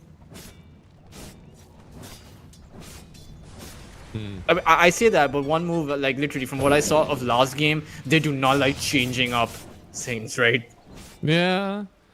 No, they have a particular formula that they wanted to go for. I mean, Pango twice. Didn't work out for them the second time. They didn't even have a chance to run it. I mean, one win still respected it. Or they went for it. And now, oh boy, there is that Atos. And Sweden Strong finally giving me something to like about this Weaver. No BKB up for that Ember Spirit still. Yeah. And they know this. One win, as long as that BKB is not there, they can just... the Ember is a free kill. Radiant's middle tower is under attack. He's gone 30 seconds. I mean, his game just gets worse and worse. And honestly, now, even the Night Stalker is starting to fall behind just a little bit. Prioritizing some of the gold there for his Monkey King. So, things are... Ogre has it. Ogre has the Midas. He he has it? Yeah. 3 minutes early. 3 minutes early. They might not kill him, actually. Yeah, gets the Sakuchi away. Now, whoa, Palm the BKB trying to fight in the arena. It's his Wukons, but nobody told Alchemist about that because he still dies, and now this Ogre used Midas on them. Hit them with it, buddy. Ah, man. Didn't work out that time. We'll get him next time. Triple S already having his ascension up. Dude. Looks like he wants to re-engage. Will he get the kill onto Weaver? Is under attack. Did get one. He wants to look at the Alchemist, but Alchemist already has the Aegis. It's a really hard one to try to go back in for him. And I have to say, a Night Stalker that plays from behind is... It's not as strong.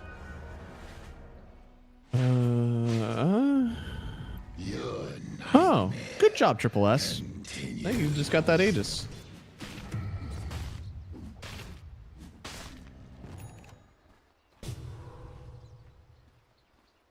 $11K net worth. Now, a lot of that is because of the Alchemist, but it's not a simple enough transition because you have to keep in mind that it's the Ember Spirit and the Monkey King and the Night Stalker also really far behind. Oh, this time he has the... Yeah, I mean, he has That's the BKB. It's not the greatest way to use it, but he's Yeah. alive. That's if you really think about it, that is the best way to use your BKB. To live. True. I don't know. I feel like using the BKB to kill people is also pretty good, but hey, you know, life is precious. And, you know, Ember has it, so that's something we can celebrate. Radiant's bottom tower is under attack.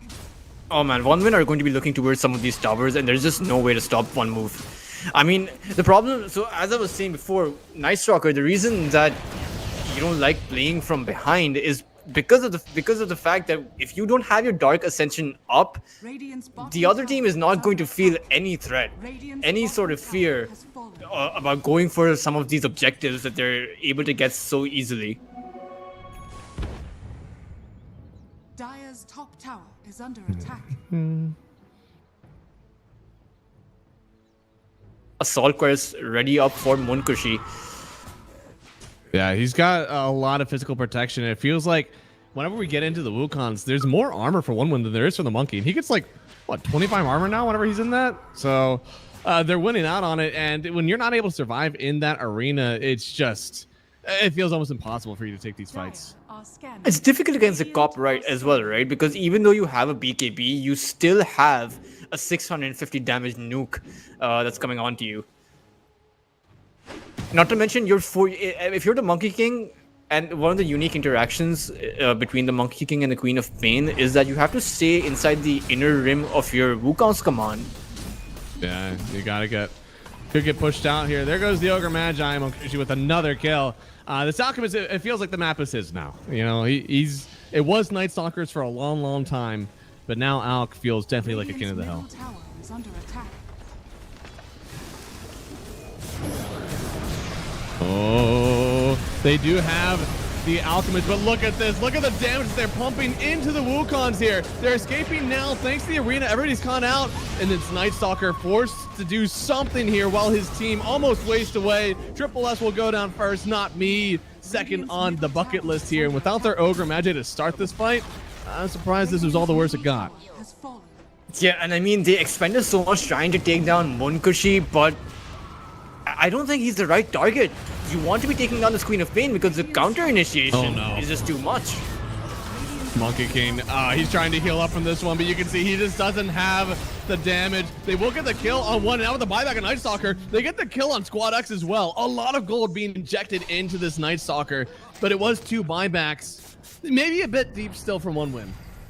You're very deep from OneWin. I mean, they should have taken the win there, getting 4 heroes down, but they chose to pursue. The good thing is that one move were forced to expend 2 buybacks, so OneWin can literally just go again. And the Weaver has a BKB. Yo! All right. My man. He actually has a craggy coat and a BKB. It's like- He's very much itemizing to survive in this one. Yeah, I mean, it seems to be working now. The Atos is definitely like forcing out BKBs in a way, so that's pretty cool. The Lich has a Ghost Scepter as well, so a lot of survivability on this team, not to mention the Mars, which I don't think we've seen the Hex so far, which we'll see in the next fight. That'll be a big game changer. I mean, any amount of that extra lockdown just providing that absolute burst that we see in these fights. under attack. Definitely pretty good. And Mars, I love his build. I think every Mars that I've seen that goes like this Soul Rain Blink BKB refresher, Are scanning. like this seems to be the penultimate late game Mars. And some people will like kind of skip the Soul Rain, and it's sad because it means that you never get to do this build. You simply do not have enough mana unless you go for the Soul Rain to make these like kind of late game builds happen. And once, I mean, speaking about the late game, once this Mars gets a refresher, I really don't see, like it's so difficult to fight against. Yeah. Oh, not me. Trying to TP away. Middle tower is under Probably get it. There's no Sinister Gaze. No, there's not. So they are away. The problem is that Team One Move, they have no way to scale up their items in terms of damage output pretty quickly, right? Even when they went against the Alchemist, the Ember Spirit has a Mage Slayer to his name. He's going to be going for a Shiva's Guard. The Night Stalker does not have that Basher or Nullifier that he's trying to get. They are all smoked up. They find someone immediately trying to get the jump in. They do have the Alchemist. He's able to turn around the BKB, and they're in on the arena. Night Stalker, no! Not able to turn around at all. Now the Wukong's is down, but, well, he's not able to get in on it. He tried to jump through. He doesn't want to use the BKB just yet. He just doesn't feel like he's strong enough without it. They'll trade away supports, but you've already lost so much on your team. Different trying to get away. The Weaver sticking on top of him. That's a pause 4 that's getting these kills. The Monkey King is the only one left alive, and he's only using it to run away. A huge fight from One Win, cementing themselves as owners of the map still. Yeah, they really were not expecting that Hex. You know, the instant Hex onto the Night Stalker to turn around. He got taken out immediately into the fight. And the lack of damage output from Team One Move, despite of the fact that they were able to activate their BKBs, it just wasn't there. You just could not focus down that Alchemist. And there was a bit of a mistake by Vo when he cast that Boundless Strike on towards the Alchemist. Even though the Alchemist was outside of that ring, he was at his lowest HP point in that fight. He should have activated his jump up from the Boundless Strike to reach the Alchemist, but instead, Radiant's top that tower. tiny mistake is going to Did cost them not this go racks. Radiant's Yeah, Probably they're going to stare at this. 2 racks. Ugh. I think so. I mean, they definitely They can can just straight up skip the range, right? But Oh, now no. it's 2 racks, right? Now you Now don't go it's back. certainly 2 racks. What on earth? No, they're not. They don't want to go for it. It's also See, yeah. so In Quap these found situations, them. you don't really. It's also a bit unnecessary, right? You do have 4 heroes up for Team One Move, so it's a very unnecessary risk for Team One Win. They could just easily recuperate and then just go at it again because they're quite clearly very ahead of the opposing team. No, and they feel it, right? Like they have exactly the idea of like how far ahead they are. Roshan, I believe that's a will spawn in 3 seconds, so they can even go for that if they really want. Just cementing that like they can go high ground with no issues. Rose is actually okay, so it's coming down now. It's not. Yep, so it is Okay, now it's coming down, right? bot side Roche. Yeah, with the Night Stalker, it's like 15 extra seconds or something of nighttime, so it's a little weird, but yeah. Does Roche's spawn location change depending on which facet Night Stalker takes? Yep. Yeah, it does. That's really cool. That's Oh actually yeah. Yeah, no, it's an interesting one. Usually it's like the front half of the minute is for Radiant essentially, and then the back half of the 10 minutes is for Dire. But so it's flipped since they did the day-night cycle. Not Me has absolutely nothing to actually take some of these fights anymore. I mean, he does have the BKB, but these items they've gone past their value. I mean, you have not scaled up in damage if you're Team One Move. No, and that's going to be like an issue, right? You spent so much of this like kind of mid-game itemizing not to die that you haven't kind of figured out this damage issue. Is Alchemist only getting better? He has that extra armor item as well. Mars, super thick. And Quap as well with the BKB feels like her strength gain is insane, very hard to kill. So like, what are you doing about this? I don't even know if you're getting through a frost shield at this point. Dire's top tower is under You do have that Desolator up for the Monkey King. Now the unfortunate thing, Did he just get it? I think he had it for the last fight. Oh. Which is why they were able to do a lot more damage than they otherwise than this did the fight before that, but it still wasn't enough. And one of the unfortunate things, at least in my personal opinion, is that this Ember Spirit went for Shiva's guard, and I really don't see how it helps them. It's certainly win some for the of these vision fights. and then the anti-heal on the Quap. And I mean, the they Alp, have right? they have the Night Stalker for the vision. Yeah, that's true. They don't need the vision part. It has to only be the anti-heal, right? Like that's the only like extra benefit you're getting. Yeah. I don't know. It seems like they definitely have some scaling still to do. That does not bode well that like I literally didn't even know that there was a Deso in that last fight because it just did not feel like there was any extra damage coming out. I would have liked to see the Orb of Corrosion up on Night Stalker still, because it also provides you with a significant amount of heal reduction. Yeah. Heal reductions. Very, very nice. And unfortunately, looks like the Ogre Magis has got the Vlads actually for a little bit of the extra regen. Oh, they have the arena. I mean, look at how free this is. They just force out the BKB from the Monkey King, then walk away, but he still could die. They get the kill on the Mars. Now Squad X having to blink away.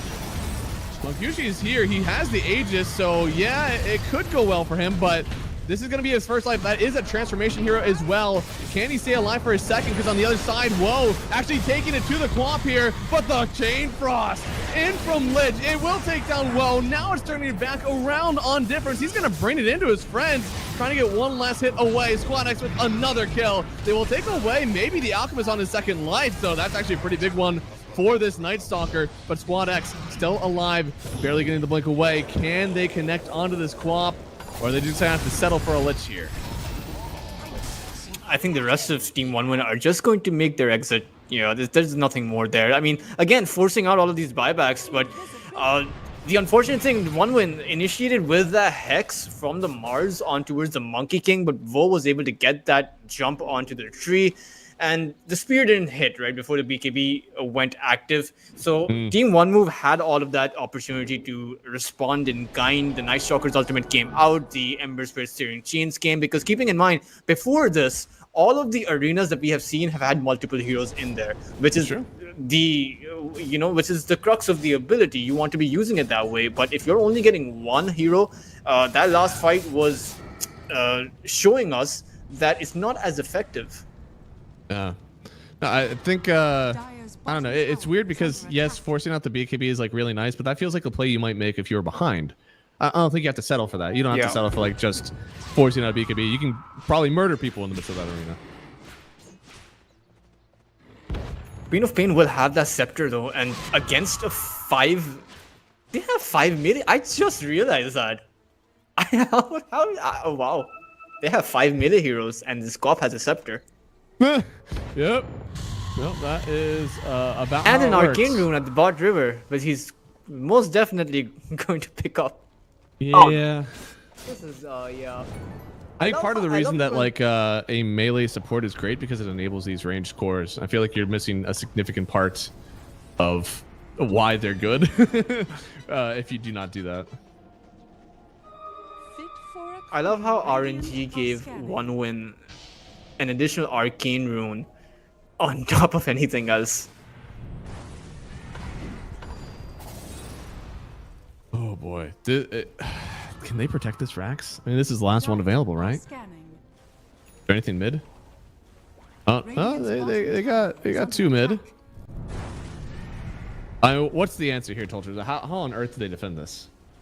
I mean, you need a really good Wukong's command to come out, right? Okay, You want to okay. be wasting away OneWin's BKBs as well. The only way you win this is outside of that BKB duration for OneWin. Is under attack. But how you force that out is very difficult.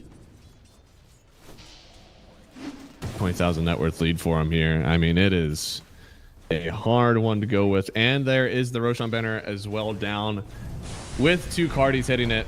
Rain is just like, you know, you either kill me or, you know, I get this. So almost gave his life for it. That's because there's a wraparound from OneWin. They could find the Monkey King here if they're not careful. Oh, they're OneWin well prepared for this. Jump through, gets the arena. Monkey King is going on the backside as well. They're going to sacrifice their Ember for something. Refresher. I'm not sure what it is they're sacrificing for. So he goes down. They don't get a kill on an Alchemist. Looks like they're trying to chase on the Quap on the backside. Quap lives through everything. And not me, just barely getting the kill on the Lich. So they'll take something for sure. And now Cloud just turns around, gets the kill on the Marcy. On the other side, there is a Wukong's command out, but the Alchemist just runs away from it. Oh no, in the second arena. Oh lord. Sections off the Monkey King from the rest of this fight. Mokushi's just running in, gets the stun on 2. Cloud should be able to take this one down. They need to be careful now. 1 win. They could turn this around without the BKBs. Cloud, he's pretty tanky, but their Quap is already dead. And now the Alk getting chain stun up by Not Me. They have to choose one or the other, I think. No, okay, they take down Monkushi, TPing out on the Mars, just barely getting away, but it is a damn near team wipe, actually, from 1move, but they did give away their Ember and buyback on both their supports.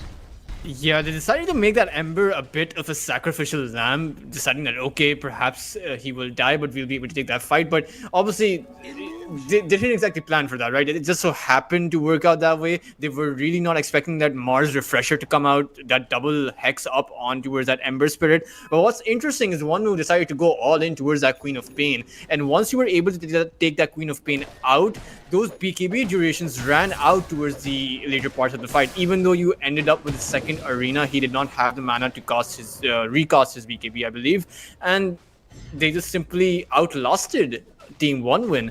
But at the end of the day, it did cost them another 2 buybacks, so none of Team 1 will have a buyback available right now.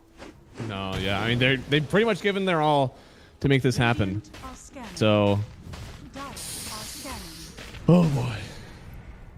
There's not a Roche up for maybe another 20 seconds, but by that time, Alchemist will be up. They've at least gotten some gold on the map, right? Like, they are cutting this net worth lead down by just farming when there isn't an Alchemist farming, so that's pretty cool.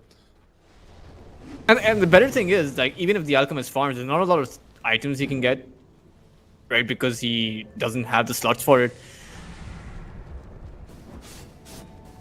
I suppose he's going to upgrade his Blink Dagger to a Swift Blink and then transition out of the boots to get another item. Yeah. And after that, it's like a Moon Shard, perhaps, and a Refresher for that transformation. But there's a lot. I mean, there's a lot that he could still grow. Yeah. I feel like, meanwhile, the Monkey King is like, please, let me finish one item. They do end up taking... this feels like they're playing a little bit, I don't know, at least conservative, if not safe. I'm a little surprised. It feels like they are still definitely top dogs on the map right now, especially after watching these buybacks happen. But Team 1move, I mean, they're staying true to their name. They literally have only 1 move. I have now. I am confident about this now.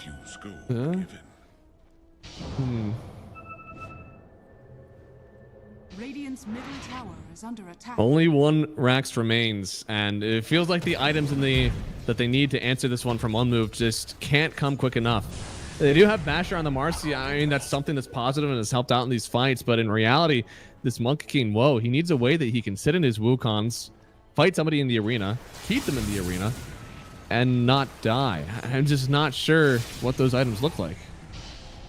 Those are a lot of requirements for... I know. a Terms team and that doesn't conditions have kind time of to game farm for the them. Monkey King.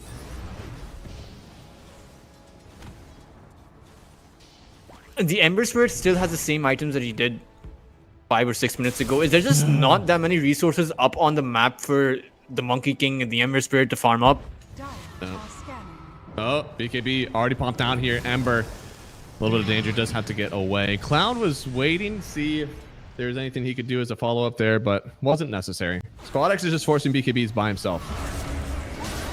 And there it is. The arena out. It does connect onto the Ogre Magi. He's gone. That is dieback. No more Ogre. No more pipe.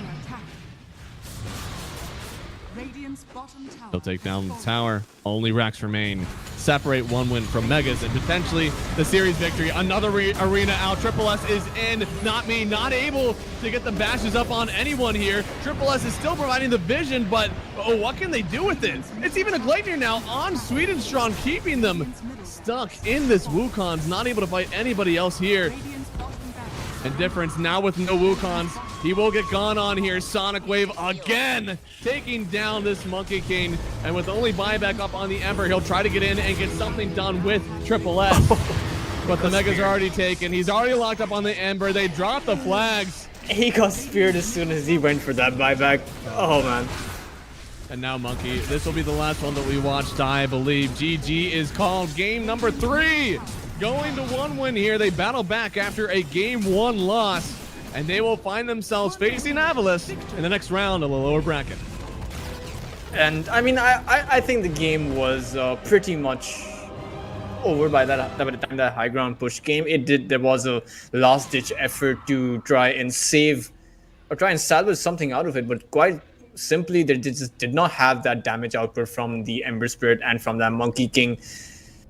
The Night Stalker Triple S did a very good job towards the start of the game, but the rest of one move were simply not able to capitalize. I'm even not sure where Marcy's farm went, right? Because you did get that BKB, but you only have a Basher, but you were dominating for much of the start of the early game.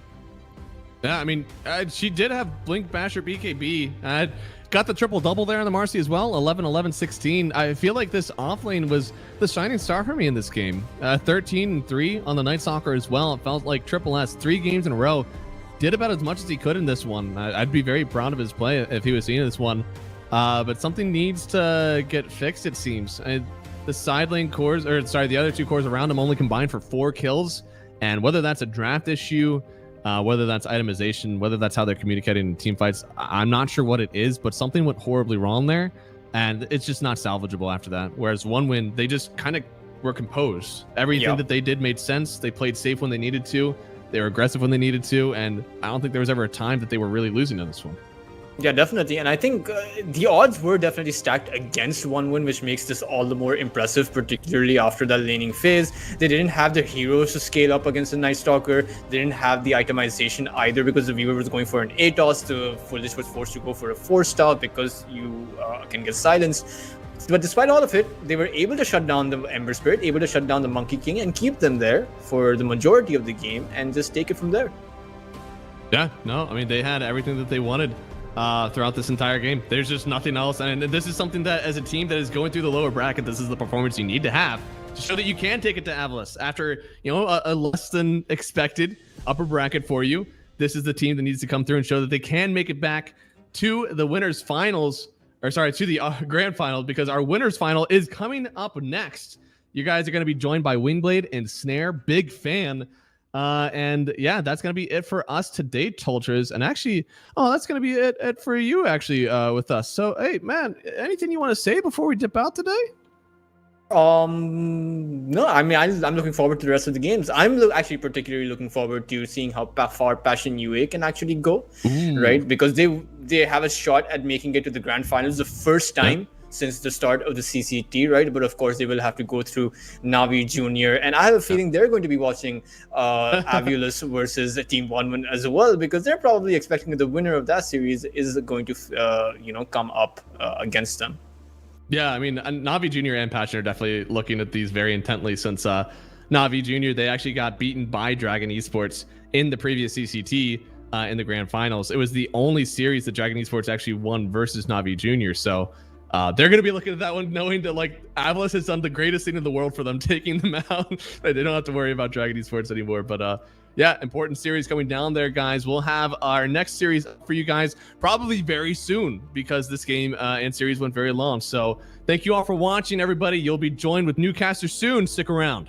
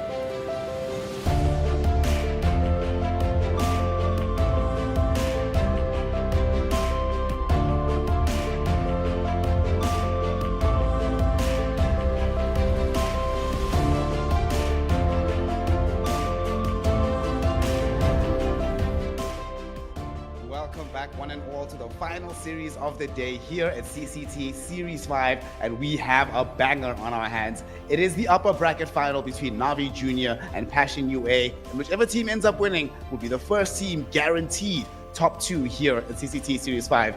My name is Snare, and today I am joined by a legend. Look who it is. It's not a bird, it's not a plane, it's Wingblade. What's up, OG? It's been so long.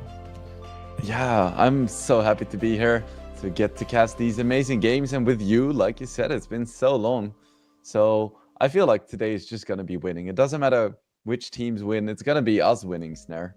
Hey, we're winning not just because we're back together, but we are blessed with a truly amazing game. Both of these squads, I'll admit, looking at the group stages, I mean, they didn't necessarily have the best finishes, right? Both of them having somewhat middling performances, barely scraping into the playoffs. You know, and you look at the invited teams like One and Avalos, you're thinking to yourself, those guys are going to be the ones heating up the tournament. But based on the Dota we've actually seen, there's no way that you can claim that Navi Jr. and Passion UA do not deserve, honestly, not just upper bracket final positions, but based on the Dota, I think this should be the grand final. So no matter what, it's going to be an incredible game. And what's your immediate read? What does your intuition tell you about where the series is going to go? Oh, my intuition is telling me it's going to be a 3-game series.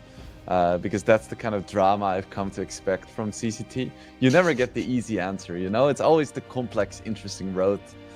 Like every single time I'm looking at 2 teams and I think one of them is clearly favored and it's going to be a quick day. And then, you know, I text some friends like, I'm going to be done early today. We should, you know, drink some tea, hang out. And then the teams are like, no, this is going to be the most epic series you've ever seen. See you in 5 hours. Yeah, I mean, you should have learned by now that it's an absolute mistake, especially when it comes to tournaments like this, where the Dota is relatively close, and especially when the prize money isn't like astronomical. It does give teams a little bit less pressure. They can experiment a bit more. And we also just had a new patch, right? I love the fact that a patch dropped just before this tournament. So we've had time to see the meta evolve as we see the teams getting better and better and better. And of course, this is what the teams are playing for. No matter what, both of these squads guaranteed $7,500 clean and clear. However, victory represents an additional chunk of change, $2,500 extra to get to 10,000. But if you win that final grand final, tripling the money to 30,000 grand. There's where the pressure comes in, I think, in the grand final, because you know how much money is actually at stake. Yeah, for sure. That is definitely the prize to go for.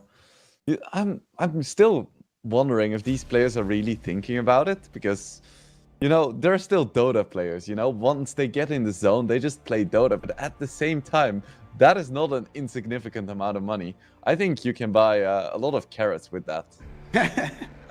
A lot of carrots, a lot of months of rent, and new mouse, who knows? Lots is available for them. And of course, Passion UA, one of the squads that are trying to attain that amount of money, they are looking super solid. And the fact that, you know, these are still relatively unknown players. They've been participating in a lot of qualifiers lately, been making a pretty decent run. But up until this point, most people would be lying if they said they knew any of these names last year, unless you came across them in some pubs. But I've been loving what I've been seeing from them, especially how aggressively they play. They sort of remind me of like old school Navi in that way. Mm-hmm. Yeah, for sure. And they are CCT veterans. We shouldn't understate that. They've been around for a while. They know the CCT inside and out. Yep. They, of course, will now have an opportunity to win this particular tournament. Our defending champions from last series have already been eliminated.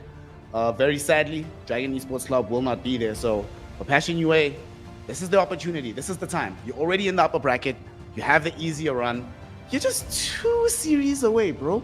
Just one easy BO3. You know, casual Dota, 1 BO5, 8 games at worst. How hard could it be? These kids, they live and they breathe Dota. So if they just keep breathing, you know, they'll get there. And then they are 30,000 USD richer. Yeah. That's, of course, going to be them having to get through their opposition, though, of Navi Jr., who have also been really, really impressing in how they've been playing Dota. I think the real thing that's been impressing me a lot about Navi Jr. is Niku, bro. Niku and PMA. These guys have been playing some really solid Dota. Let's not also understate the impact of Daze. When Daze is allowed to play Lion, I think that has to be a priority ban for Passion UA. Do not give Daze Lion. do not give PMA like Bristleback, Timbersaw, these heroes that are unkillable from the offlane. Make sure he is not allowed to play these heroes, and try to contain Niku away from like these initiating heroes, your Sand Kings or whatever. It's a lot, actually. Now that I mentioned it, it does make drafting feel a little bit difficult against this team. Yeah, for sure. They have a lot of success with Gyro as well, some tiny, like they have some scary heroes. At the same time, the same is of course true for Passion UA, and I feel like in some ways their picks are fairly similar because they both love Lion. Yeah. Lion, not really a hero that we see that much on a lot of other teams, but both of these teams will certainly value it quite highly. What do you think of the hero right now in terms of where he's at in the meta? I think he's really dumb. Like, he used to be a smart hero, but ever since the last hatch, I've been playing him and thinking, like, this is a dumb hero. For those who are not aware, his intelligence, base intelligence, got nerfed by 1. So, serious answer, I think he can work in the right draft. But still, he has the same weaknesses he's always had, right? He isn't super strong in lane, he's quite squishy, he doesn't have any like defensive options, so I think you really need to build around him. I don't think he's a hero that you can just first pick and shove into any draft. I don't think he works like that. One thing I've also been noticing about like the first pick meta is how it's been changing since 737E came out. In the previous meta, it was obviously, you know, you get Clockwork, you get Tusk, immediately you get Shadow Demon, these sorts of heroes. Now it does seem a little bit more like people are willing to prioritize like your Invokers, your Dawnbreakers, even your Gyrocopters, these more like playmaking, aggressive core heroes in the first phase. What do you think of this change? And also, what do you think of like 737E overall?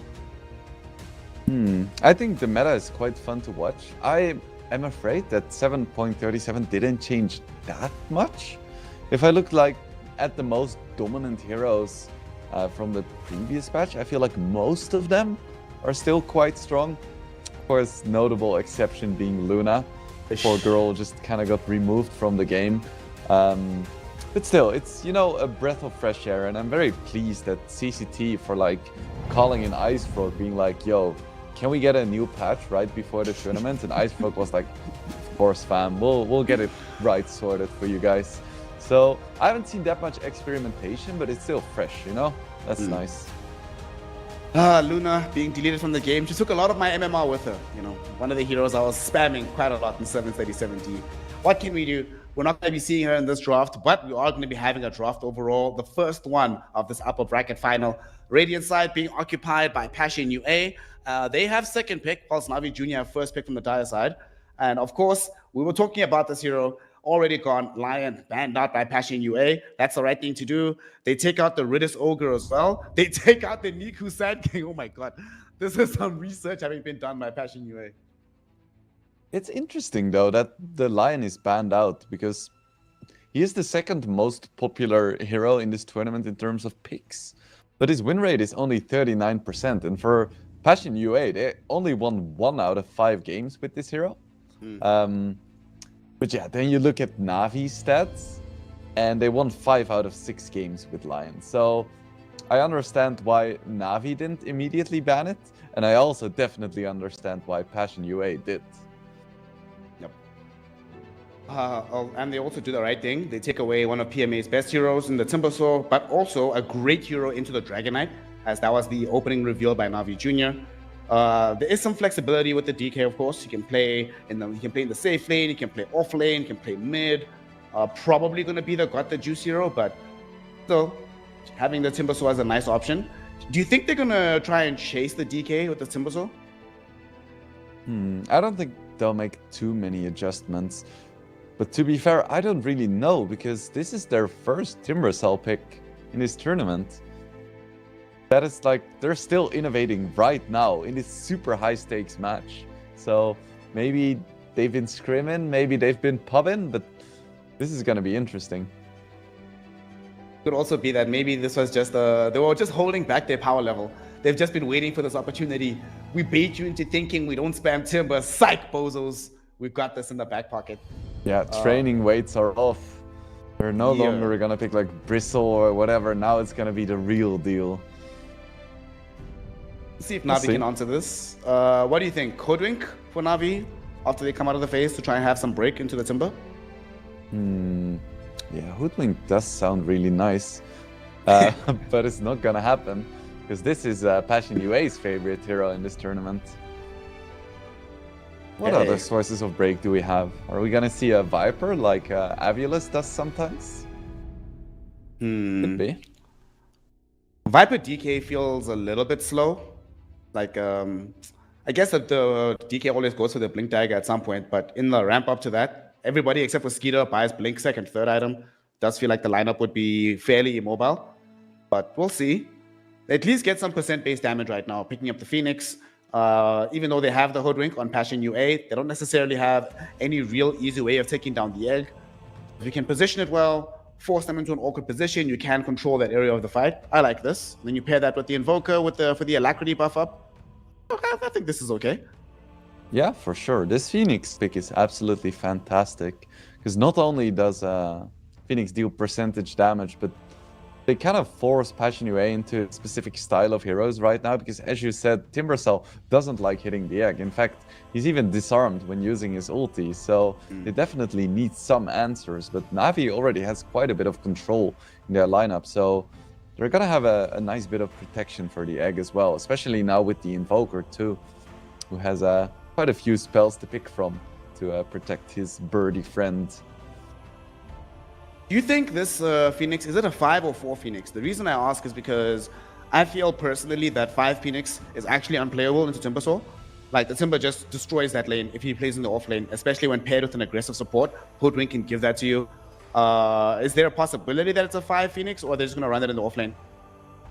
There is a possibility, but I'm inclined to agree with you. I feel like if you go for DK Phoenix, you're just asking to get wrecked.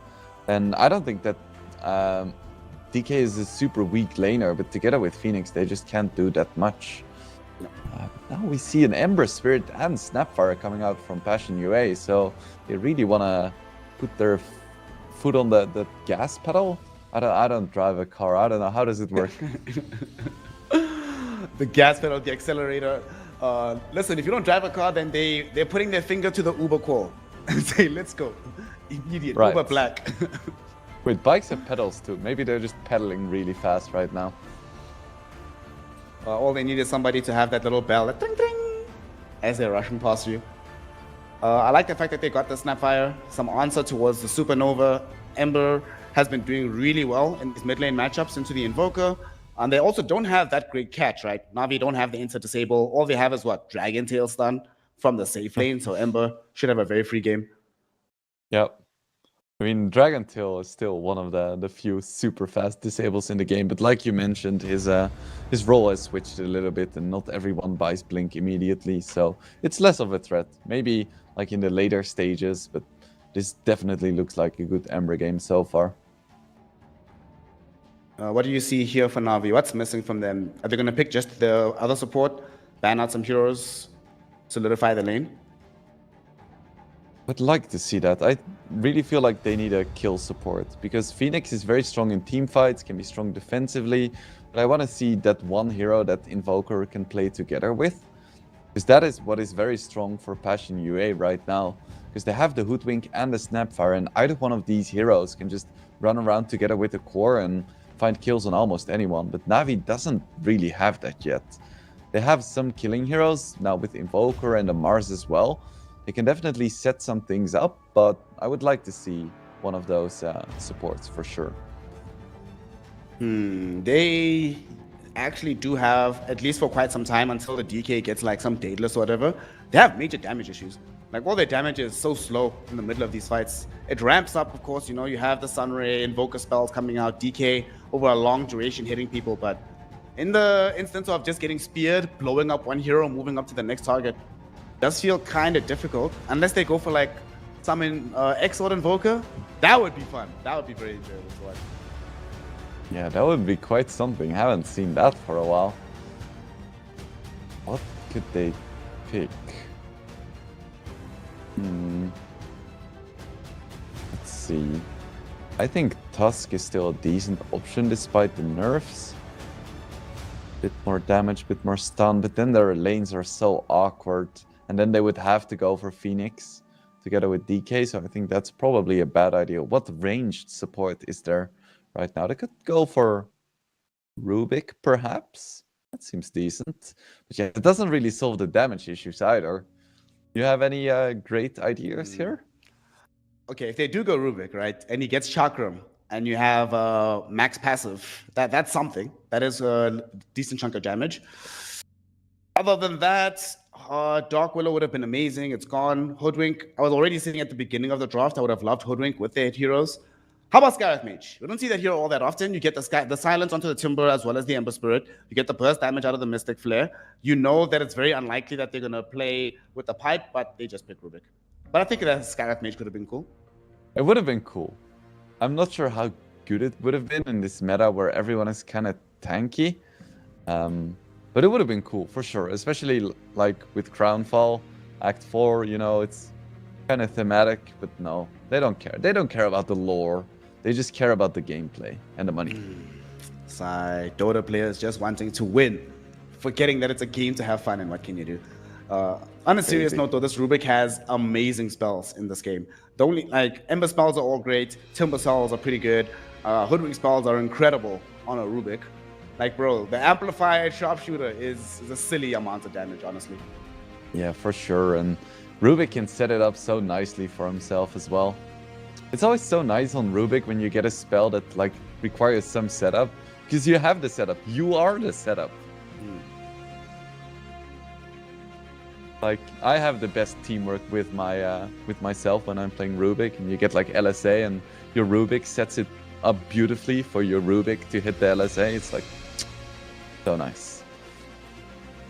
Who needs a team? I'm by myself. I got it all alone. And we get, oh! Okay. So we get one of the classic egg hitters in the game. They banned out Lifestealer and the Ursa. And this is a trend we've been seeing more and more lately, that people are shying away from the pure range hard carry in the safe lane, going in for these more melee-oriented options. We've been seeing more Ursas. Obviously, Alchemist is still stuck around, but now we get to see Juggernaut again. In light of his new buffs, I don't think it's sufficient, but does make the lane a little bit easier. What do you think, though, about the Jug in this game overall? Is he going to have difficulty playing into this DK, or should he be able to outscale Dragon Knight here? I feel like he should be able to do quite well. If he's fast on the draw, this looks like a really nice Jug game. Because generally, you don't really want to fully man-fight the DK until you kill the rest of his team. And looking at this lineup, he is quite good at killing the rest of that team. He doesn't really care much about the arena. If he gets some dust, he can easily kill Invoker. He's great at hitting the egg, doesn't care about Rubik. You know, in theory, this looks like a really good Jug game. Jug as a hero, though, I'm not fully sold on just yet. Yesterday I was casting with Tea Time, or the day before, I don't even remember. But every single draft he was like, oh, is this gonna be the Jug game? And I was like, no, don't get your hopes up. Come on. Everyone knows you have to pick like Shadow Fiend or Dusa or whatever. But now we get it. So I'm very curious to see if it works, because in theory, this is a great Jug game. In theory, I agree. Jug can really accomplish a lot in this kind of situation. I also like the fact that with the Juggernaut, if I look at the rest of the team, they have Ember, they have Timbersaw. Juggernaut is not one of these carry heroes that is happy to just spend the whole game farming. He wants to be involved. He wants to be there early. The kind of hero that can buy, he always buys Manta, but every other game he ends up buying the Swift Blink, so he's there even faster to join up with his team. So I think of all the kind of carries, it was either Jug or Sven that would have tied their draft together. Just as kind of big, we go in, we can guarantee kill a hero. I like it. I like it a lot, actually. I like it a lot. Passion UA, this is what I want to see from them, you know? We were talking about how they are an aggressive team, and this draft, I think, plays perfectly into that. I'm very curious if he got the carry memo, because all of the cool kids these days are buying S and Y instead of Manta. But Jug is kind of a classic Manta buyer, so I'm curious to see if he's a trend chaser, or if he, sticks to his guts. Nah, he has to buy Manta. He's playing into Phoenix. You don't want to have to pop spin for the Fire Spirits. You kind of have to buy Manta. We'll see. I hope so. I hope so. I have my faith in UI. Oh man, look at the cooldown on his spin level 1. It's so low, Snare. Insane. He can just spam it in lane every creep wave. 30 seconds to battle. I feel like this spell, what they should have done with the change, the level 2 cooldown should be the level 1. 36 is still way too long, but I think 30 would be fine. I could live with that. And it's literally every wave snare. That is insane. How Bro, can he you doesn't have suggest that? any mana. He can only do this like 2-3 times in the laning phase, bro. Ooh, got the juice. Got the juice. Poor That's a Dragon lot Knight of gonna blood get grenades. caught, and there's no way out of this one, buddy. He gets spanned down. Flacco draws the first blood. This is a great start to the game. At the very least, Ridis is able to take away the bounty rune. So they'll go get all Ooh, four of four them in bounties. exchange for the first blood. Okay. So Passion UA got the first blood, but they're behind in gold right now. Huh. I guess it's pretty even, and they got a little bit of XP on Passion UA, and they got most of the gold concentrated on a single hero, which tends to be a bit better. But Navi's like, you know, we'll split the wealth. They're like, it's fine. Who cares? They will certainly care about this bottom lane. Rubik Mars, there's a lot of potential to find kills, so Flacco is probably the one that has to really watch his positioning once they know that the Rubik has the level 2. It's definitely a kill lane. I want to say for both sides. Ooh, Flacco. He's so That is dead. risky, sir. He's so dead. Well, you know, Flacco has his name is similar to the nickname of one of my favorite rappers. So on that basis, I want him to do well. But yeah, walking like that aggressively will always get punished. I feel like this is the Flacco Fernandes experience, though.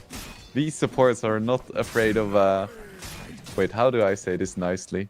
I wanted to say they're not afraid of dying.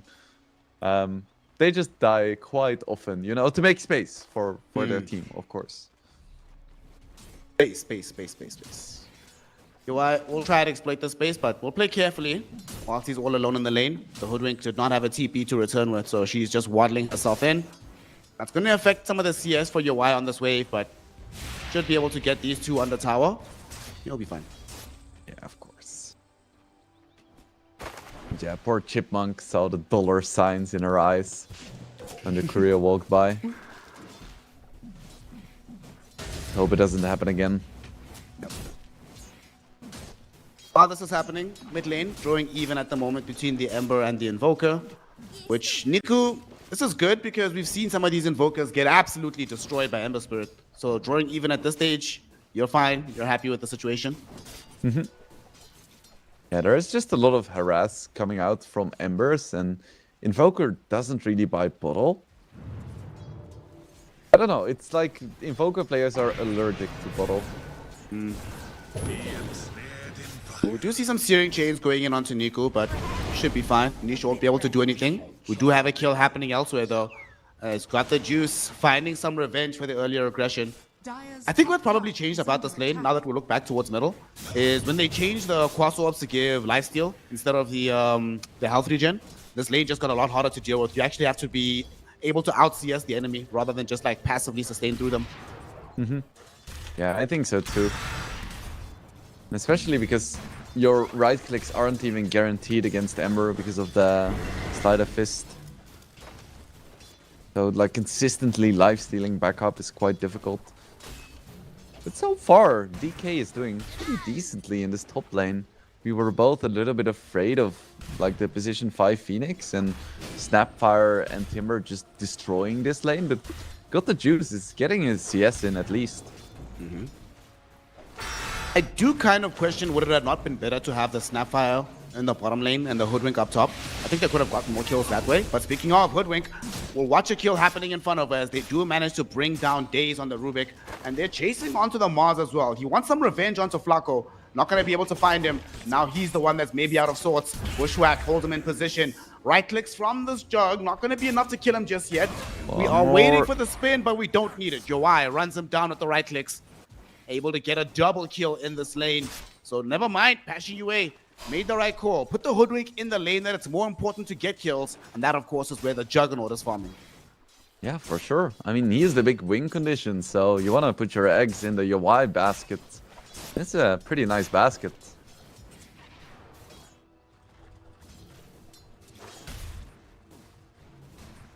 Every single lane going decently for Passion UA. It's not big difference just yet, but I feel like they're getting out of the lanes what they wanted. Like you mentioned, though, Got the Juice is still finding much more than you expected to in this game. He's gonna go headlong into the omelet. As you mentioned, we do not see most DKs go for the Blink Dagger unless they name Mosquito. So, let's get omelets. Is this an SNY game, or do you go from omelet straight into BKB? I think every game is an SNY game, to be honest.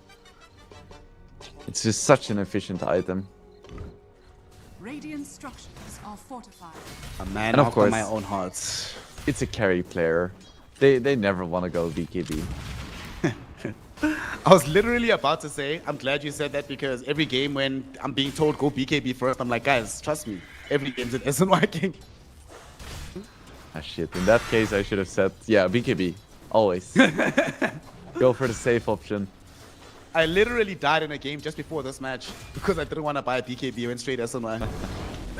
Classic. You know, it's a video game. It's about fun. BKB is not fun.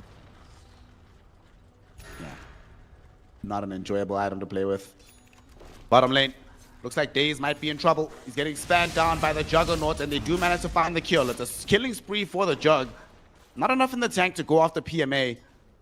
However, okay. Get that Are they gonna flower. go get this Lotus? This actually might be a dead PMA. He needs to be careful. Bushwhack holds him back. Yowai has the Lotus so he can heal up. He's not in danger of dying here. PMA is the one that's in danger. A lot of damage onto the Jug, but it's not enough. Dominating streak now for Yowai.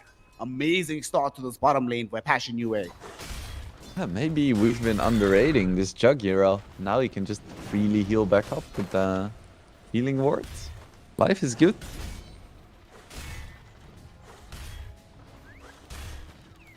I hope Ame, wherever he's at in the world, is watching this game, just smiling, being like, I was telling you guys, Jug is good. This is my time. Wait, Jug is good? Always has been.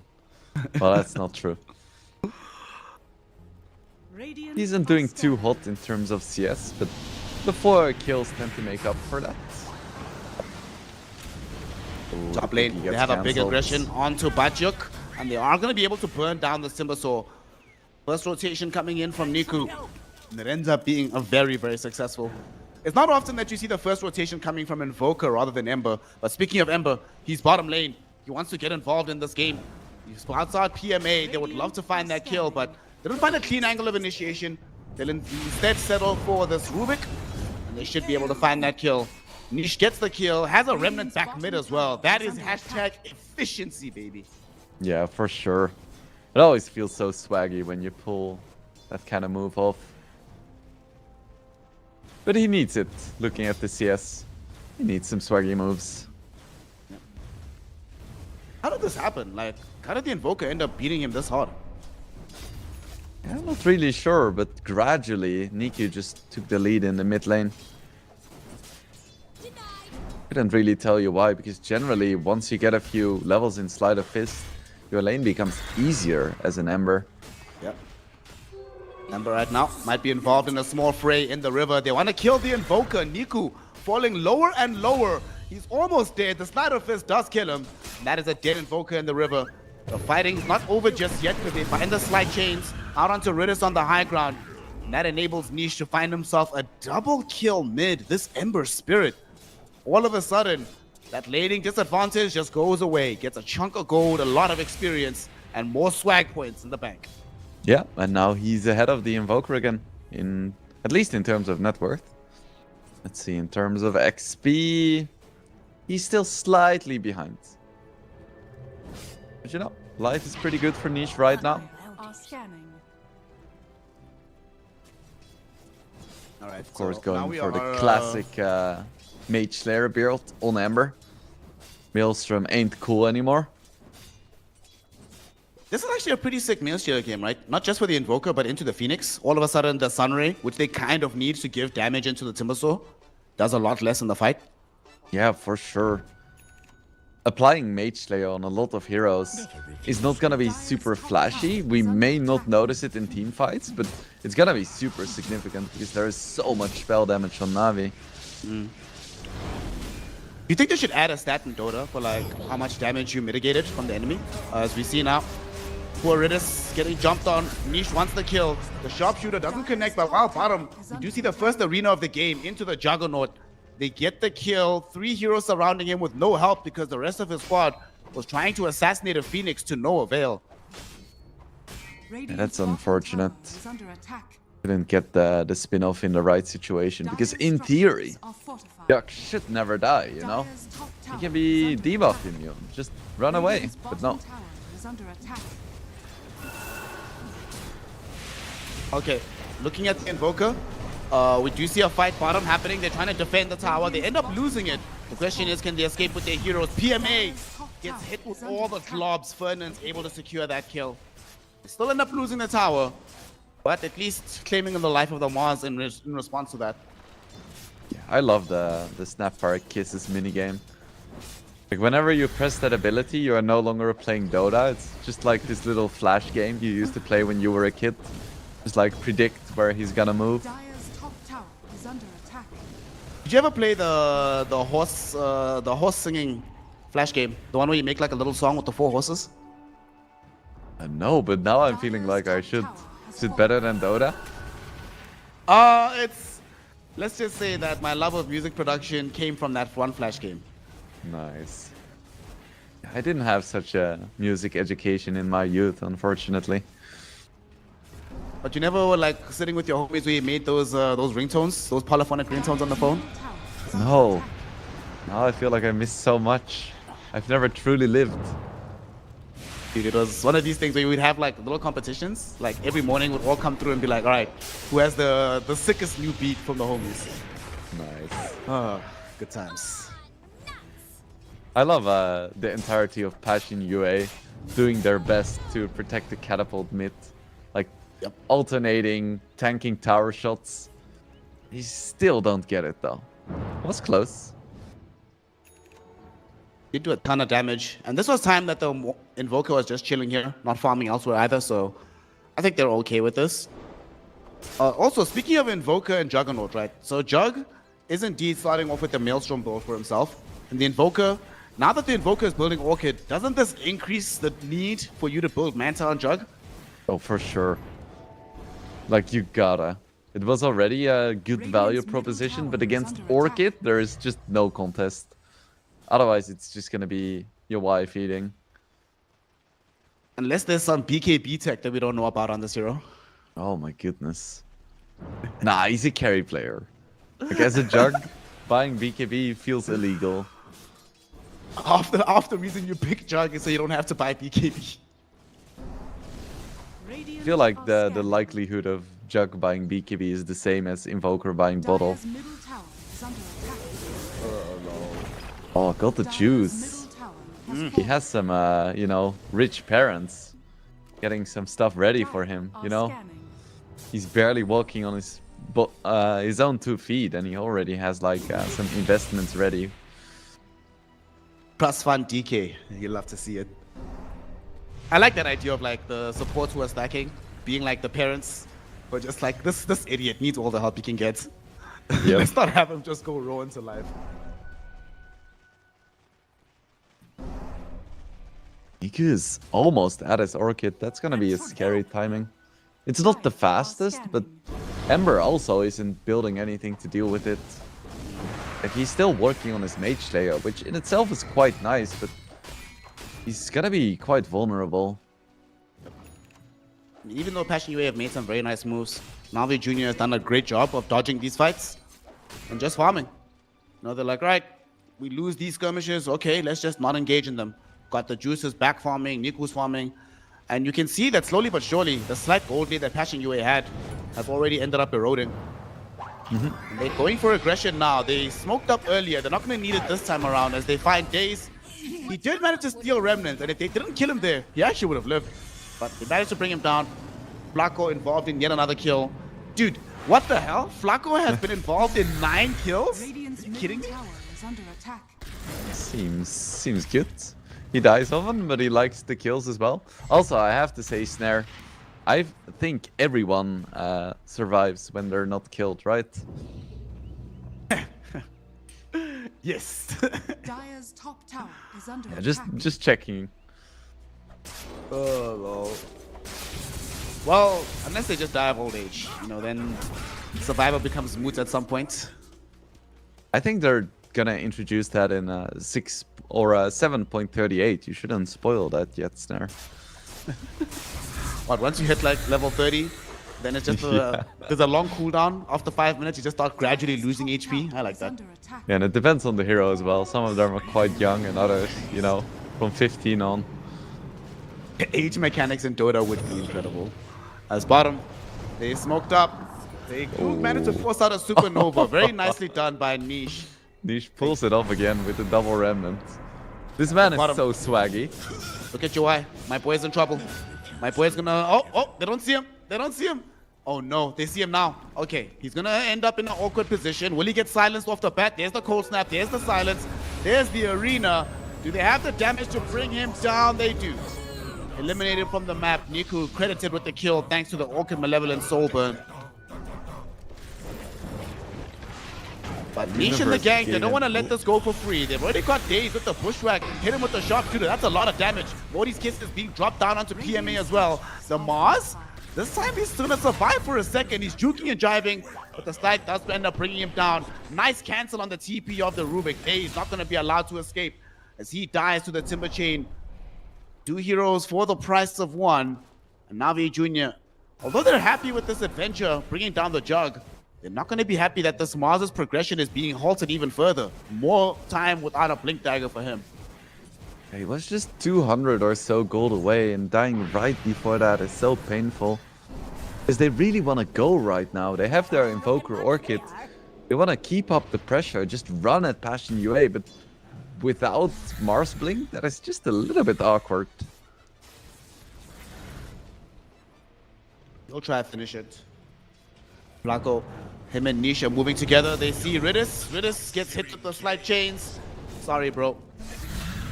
Man, the game overall is just so tough for the Phoenix.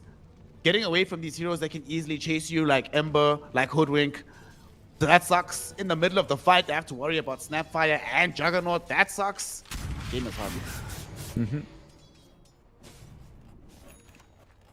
And I don't think there is really something he can buy to make it easier either. It's just gonna be suffering. He just needs to hope that the rest of his team does well. But you know, that's kind of the position 5 life. They love that shit. You know, I just realized that most of the time whenever people are casting together, there's a lot of support players in the talent scene. We might be one of the few times where it's just 2 cores together, looking at the supports dying and be like, ha, rip Bozo, sucks to be you. Yeah, from our castle being like, yeah, you know, it's the peasants doing peasant things. Radiant's bottom tower is under attack. Oh, only a 1k gold lead, not much in it. Gaben is crediting Passion UA with a slight possibility of victory here, but it's not comprehensive fully just yet. Radiant's bottom And we tower do see is under BKB attack. now emerge from the Timber. Do you go off of this, or do you still want to wait for like another item on the Ember Spirit until he finishes his Yules? I think you try to keep up the pace a little bit. I don't... Ooh. Nope. Niku. The pace is gonna He's come in in onto trouble. Niku. There's gonna be Morty's kisses flying in on top of him. They hit him with the sharpshooter, and they do manage to kill him off. He did the right thing, you know, went into the piggy pole just for the memes, and they managed to get their break in though. Passion UA not only get the kill, but now looking for a little bit more. They get the D ward, but immediate spear back onto Flacco. He's gonna pay for this with his life. He's inside the arena right now. However, look at Batrook. Holy base, the Timber Sword shreds the Mars to pieces. Got the juice, trying to stand his ground and fight. Does have the BKB ready to trigger if needed. Niche though, going in onto the target that does not have that. Trying to bring down the Rubik, but that's gonna be salvation with the Supernova. Buying space and time, the Nova actually ends up stunning your Y and it comes out of the Omni Slash. The burn from the Sun Ray brings him down with the help of the Breathe Fire. Niche does pierce the backline to assassinate the Rubik.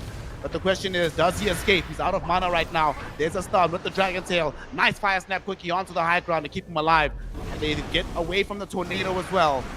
Looks like this Ember Spirit will end up living.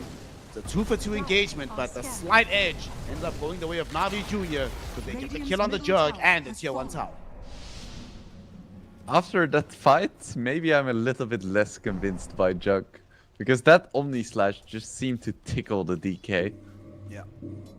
It came out and I was like, oh, this is gonna be sick. And then DK lost like 300 HP, and I was like, yeah, maybe it's kind of the sad kind of sick and not the cool kind of Radiant sick. are scanning. To be fair, he only has 1 point into Blade Dance. So the damage amplification that he needs is not there just yet. Radiant are scanning. But now they know for a fact that this DK will not have BKB for a little while. So they're trying to gank him at the moment, but they miss. He is coming back towards the triangle. Oh Kinda see him. got the juice. Other way, bro. In the meantime, though, the team has gone too far away. They're not in position to take advantage of this. So this entire smoke is going to be wasted. A bit sad, and at the same time, Navi is just farming. Unfortunate there, but maybe it's the DK spidey senses. Got the juice, is like something's going on. Yep. Dire's middle tower is under attack. He wants us to call him, I've got the jukes, baby. Can't catch me. Hell yes.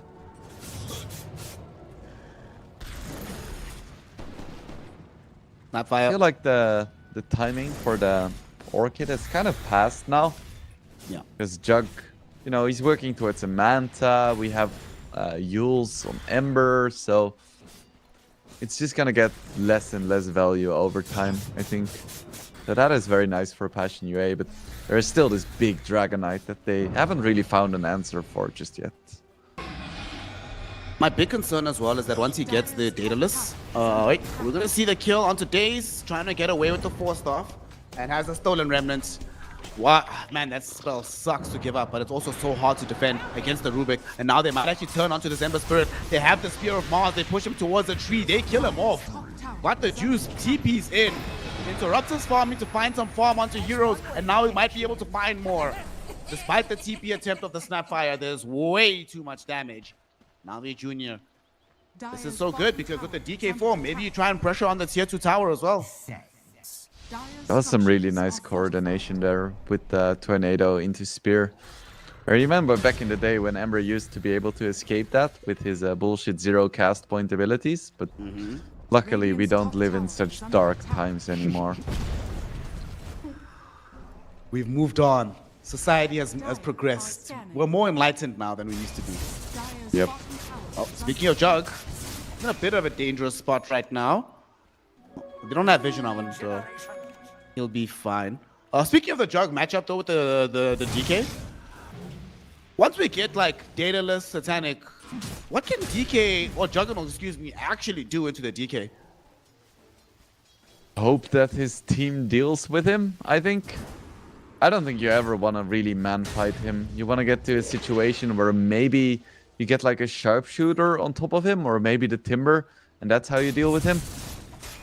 Your wise job is definitely going to be just to kill the supports and maybe Omni slash the Invoker, and then deal with the DK afterwards.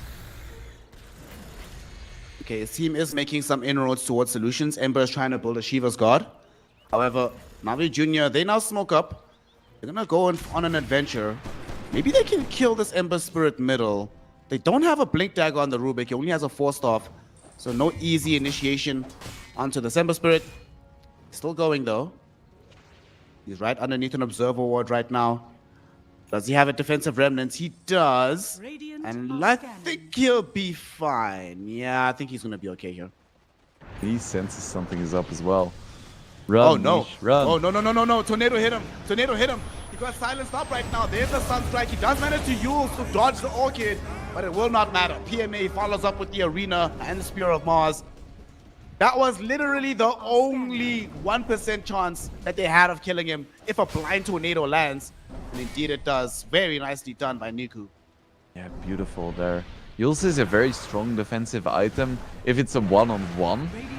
But when you use it in a situation like that, it's like you're setting up to get stunned yourself. Got the juice. Now on the front lines with his DK. Daedalus fully in hand. Beating down onto the tier 2 tower. And they will manage to claim it. They also TP back to maybe catch Batchuk as he's on the retreat here. Nikyu has the vision. Timber Chase into the river. And PMA doesn't have Arena anymore, so they can't catch him. He's fine.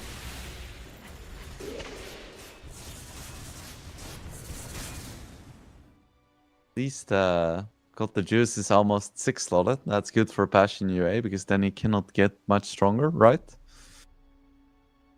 Yes. Well, how much stronger can he get? So he wants the Hurricane Pike. That'll replace the Bracer. Afterwards, he'll get Satanic. That'll replace the Mask of Madness. He will probably pick up like a Swift Blink to replace the Power Treads at some point. And then you still have Moonshot, Black Dragon. Still some scaling to go for the boy. Yeah, you're right. I'm talking about him being 6 slotted, but he can literally replace 4 of his items in his inventory and then buy a Moonshard shard and Aghanim's Blessing, so Yep. you're probably right. I must say I've been very much enjoying playing DK carry these days. Very, very much. Like, he gets everything. He gets a built-in farming thing. He's super tanky, deals a ton of damage. He has a really good stun. Is there anything this hero cannot do? And the answer is yes, because despite all of those things, he still plays like he's in a wheelchair. Alright, that's all we need for the DK. We need a movement speed buff. They should actually, you know the Black Dragon, the free pathing that you get? That should just be a base part of the ability. Oh, that sounds terrifying. Oh, Roshan being taken right now by Passion UA. They recognize they can't really fight, so make something happen for themselves that they can accomplish, which is this Rosh. Ooh, Not the fastest Navi in is the world, coming. though.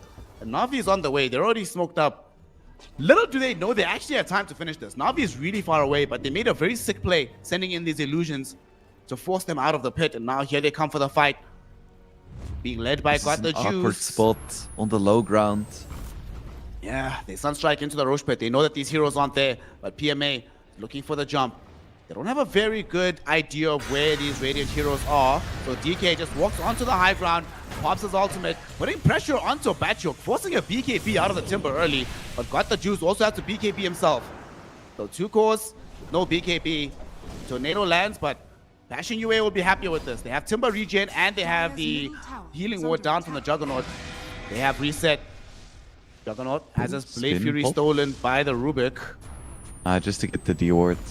Yeah, but now Passion UA can just chill, wait for the Dragon Flame to run out and go Roche. In fact, they're already running into Roche. A little bit risky. Ember gonna just go have to TP bottom to push out the wave.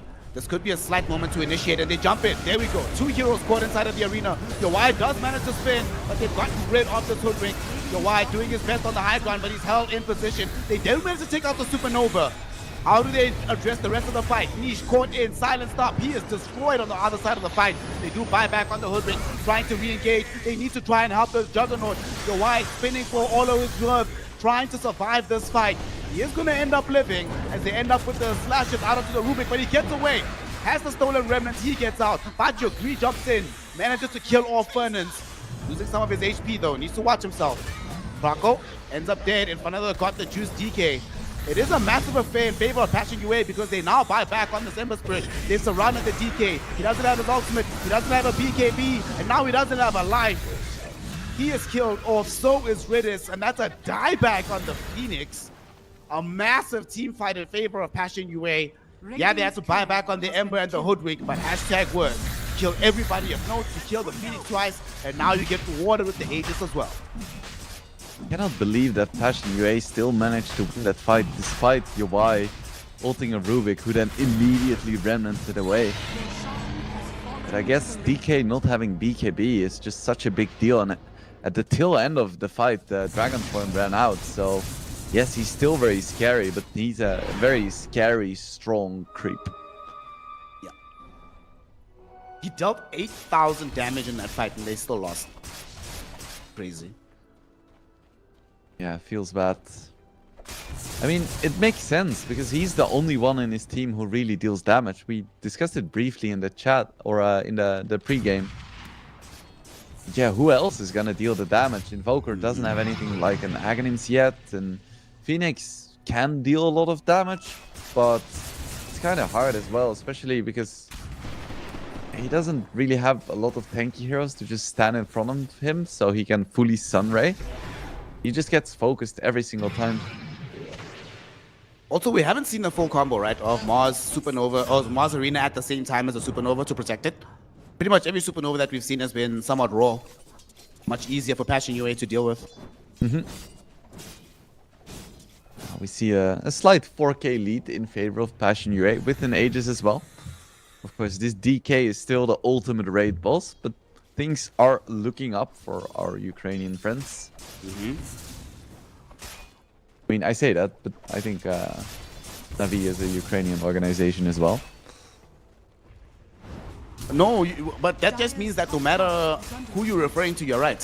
It's always looking up for your Ukrainian That's true. friends. Things are looking up for everyone. Yeah, only Days is not Ukrainian for Navi Jr. He's from Kazakhstan. It's like that meme from Always Sunny. You gotta play both sides so you always come out on top. Yep.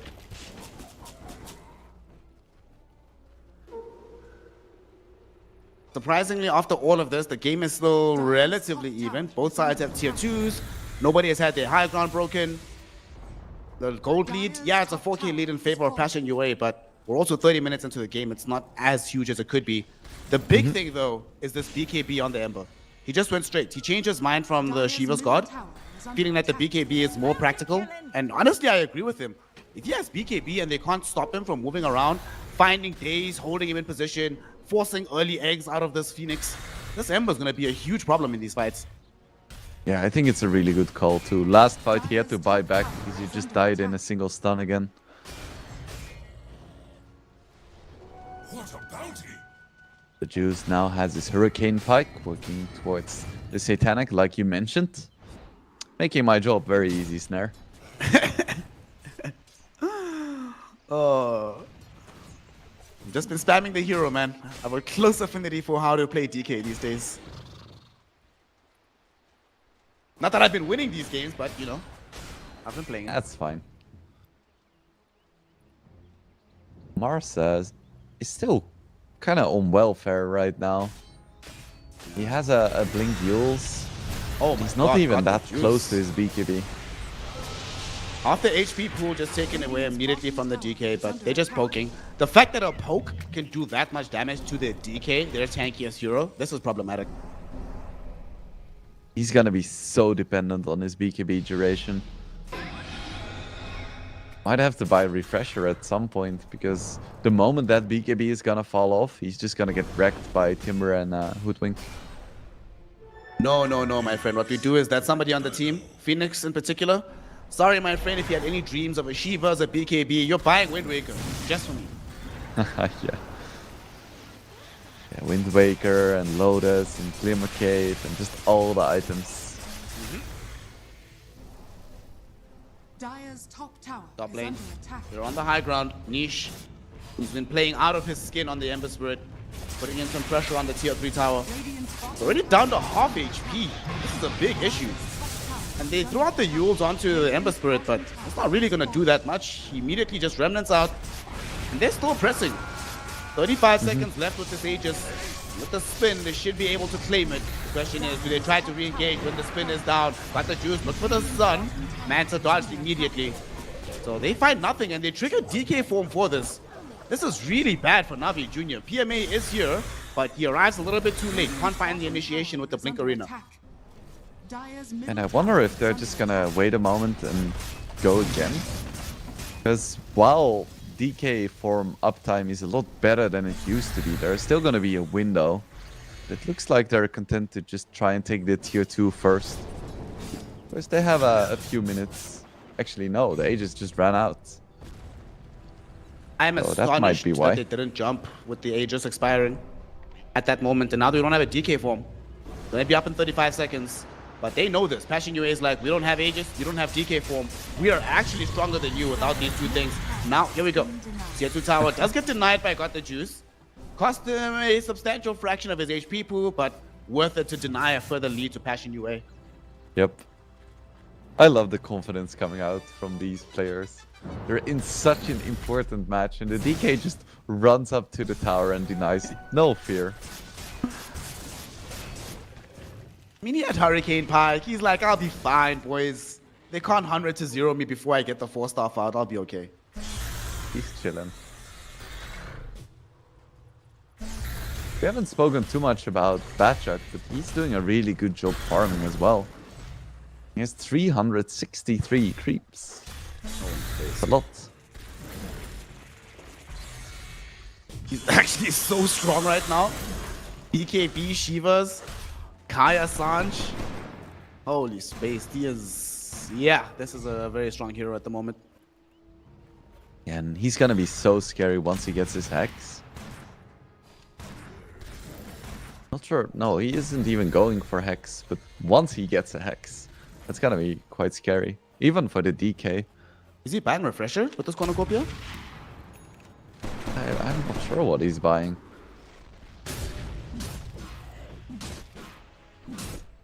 I think so. Like, what else would he be buying with a Tiara of Salamena and Cornucopia? That's the only item that has both of these items in it, but that is really strange. Unless it's next level. Casual cornucopia and Tiara. I mean, double BKB is nice. We cannot argue with that, but is it better than a Hex? Not sure. It's double Shivas as well. I don't know. True.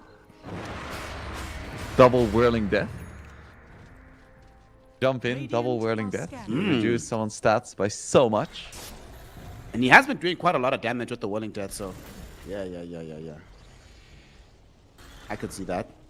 I guess as well, double Shivas is actually pretty good into DK Invoker Phoenix. I guess. But still, it's a little bit strange. We'll see how it develops.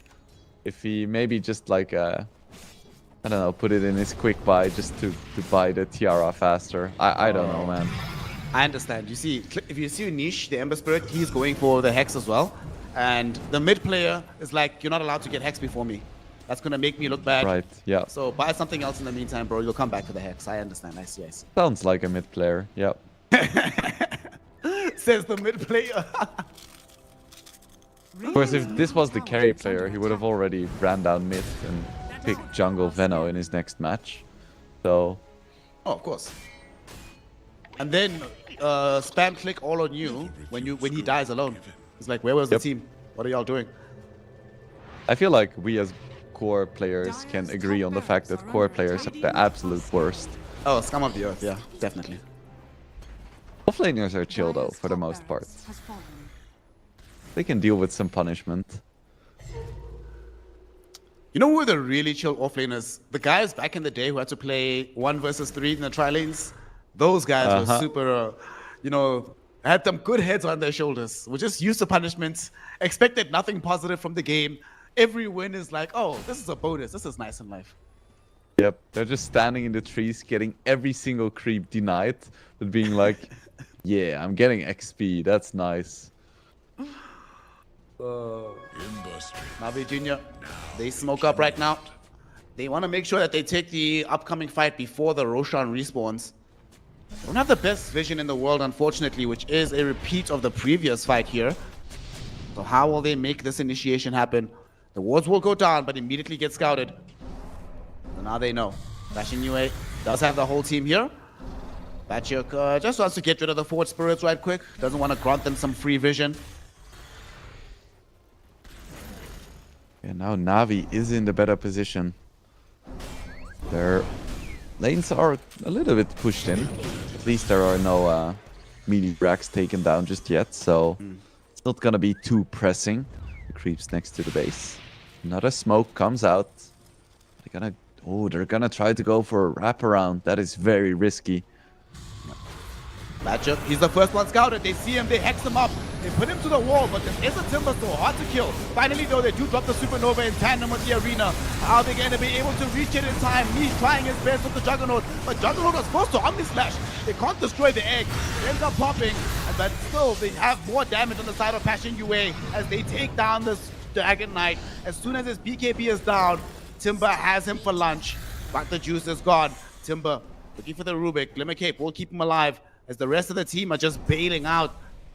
And although they do have this big damage, it's again only on the DK. And it's like you mentioned earlier, as soon as his BKB is down, he's wholly reliant on that item. He can't do anything else in the fight. And they put everything to try and burst down the tankiest hero in the game, and didn't really work out. And then you look at Got the Juice right now, he gets hit by the sharpshooter, almost dies. Manages to pop his Satanic, but at that point he was out of juice. Between Morty's kisses, the sharpshooter, chakra, whirling death, DK just never stood a chance. Yeah, and the moment DK goes down, Na'Vi just has nothing left. Like, Invoker is a funny fella, but he's not gonna be able to kill 5 heroes. Doesn't even have the items. Between him and the Mars, I mean, look at their itemization. It's Blink Yield, BKB on Mars. Invoker has Orchid, Hex, BKB. These are all like setup items, not necessarily for bringing heroes down 100 to 0 by yourself. Yep. Mars is going for a refresher, so that's gonna be even more control, but all of the damage is still gonna be coming out from the DK. And I mean, we spoke about it in the draft already, that they needed another damage support, and I still think Rubik is a good pick here, but he also isn't dealing the big damage, so maybe it should have been Sky. I mean, they didn't get the... We were talking about like the kind of spells he needed. Sharpshooter, Chakram. He's not been getting these spells. Now though, he's needed to try and help keep PMA alive. BKB popped by the Mars, but it won't matter. The Omni Slash. Holy base, Juggernaut ripping through these heroes. Got the juice already down. So low, pops the Satanic, trying to hold his ground, beating back into the Juggernaut, but he is still by himself. Supernova does get popped out right now. Jug trying to deal with it. Able to do so, but loses his life in the process. It isn't Aegis, however. He's gonna see if he can survive. Life number 2, the Fire Snap cookie will be there to try and create space and time for him. They are still able to find the stun and the silence onto your Y and kill him off. Got the juice with the double kill. Tornado misses Bajik. He's able to escape to the low ground. The Timber Chain out. Will it succeed? It does for him. Ember TP's out right in front of his face. However, Bajik, now they've managed to catch up to him. They find him. They kill him. This time he's isolated. And Na'Vi Jr., they hold the high ground. It does cost multiple buybacks on their offlane as well as a support, but still, they get the huge kills in the map and reset some of this game. And again, Got the Juice was so incredibly low, but then he manages to get off his BKB and his Satanic. He was at like 100 HP. If someone would have seized on him, he would have died, and that would have been the end of the game most likely. Because if you look at it now, he doesn't have buyback. He gets his buyback throughout the course of the fight. That was huge. This is also one of the few fights where Got the Juice could actually just sit there, throw out damage without having to move around a lot. And no mistake that the one fight they win is where he deals 13k damage in the engagement. Yep. And arguably it was a little bit too deep from Passion UA, diving like that instead of just trying to go for a siege. But you cannot really fault them for taking the risk either, because there was just 100 HP between them and winning the series. Yep. It's crazy to think that if they win that fight, they win the game immediately. Yeah. Radiant's middle tower has Let's fallen. not call the series just yet. After that fight, Gaben has massively upgraded the prospect of them winning. 42% now in favor of Na'Vi Jr. Still disfavored, but given how things were going, certainly a lot better. Radiant are And look at the DK. Earlier on, you were mentioning that he might be close to being fully 6-slotted. Now he actually agrees. He's like, all right, no option for going Axe. I'm not going Moonshot. I'm going straight Divine Rapier. Yep. He has his 25, he's feeling good. He's like, okay, something special needs to happen, because I feel like he realizes as well that they're not gonna win this game if it goes super late, because he is the only hero with damage, while Timber, Ember, and Jug are like real actual cores, while Invoker and Mars, you know, I'm sure they're friendly, but it's not the same.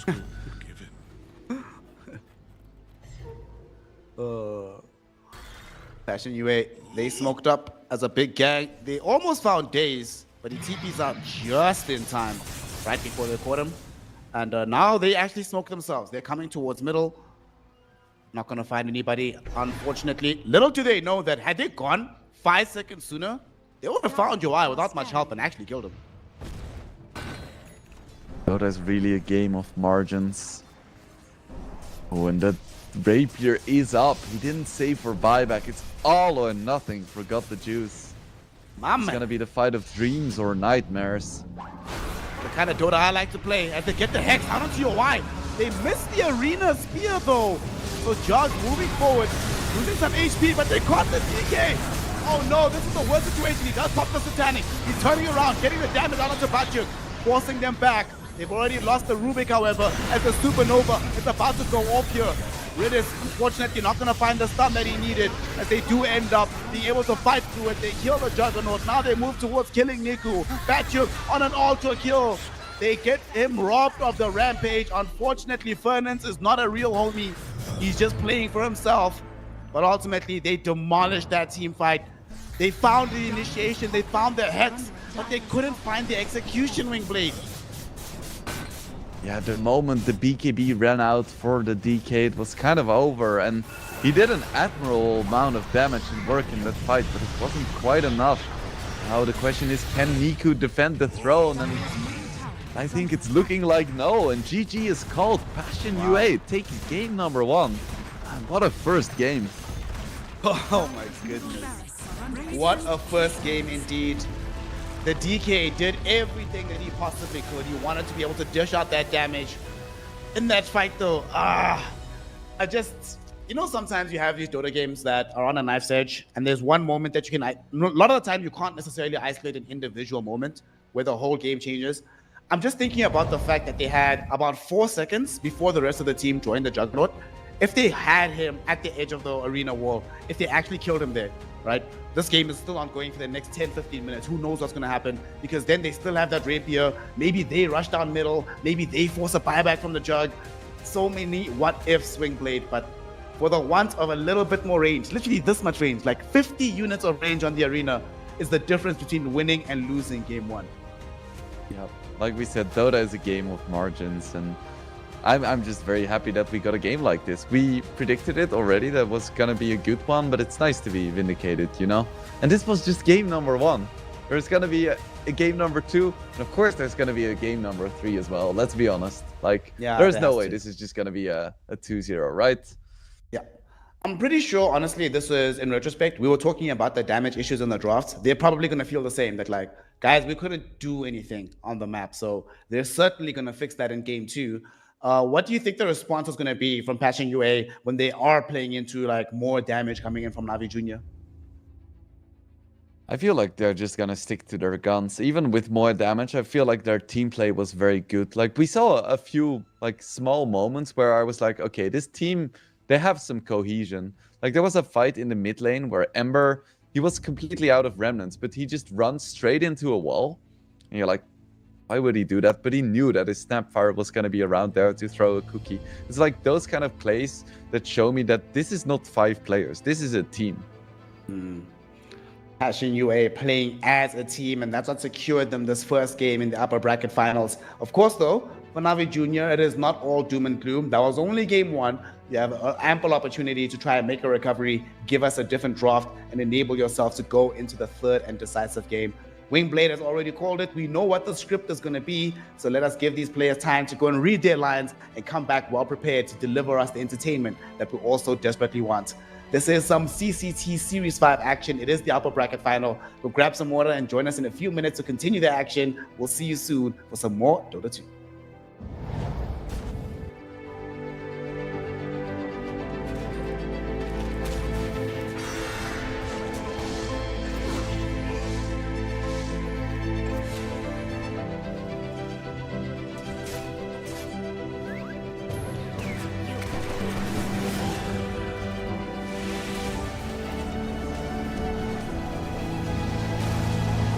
Radiant's bottom tower has fallen. Dire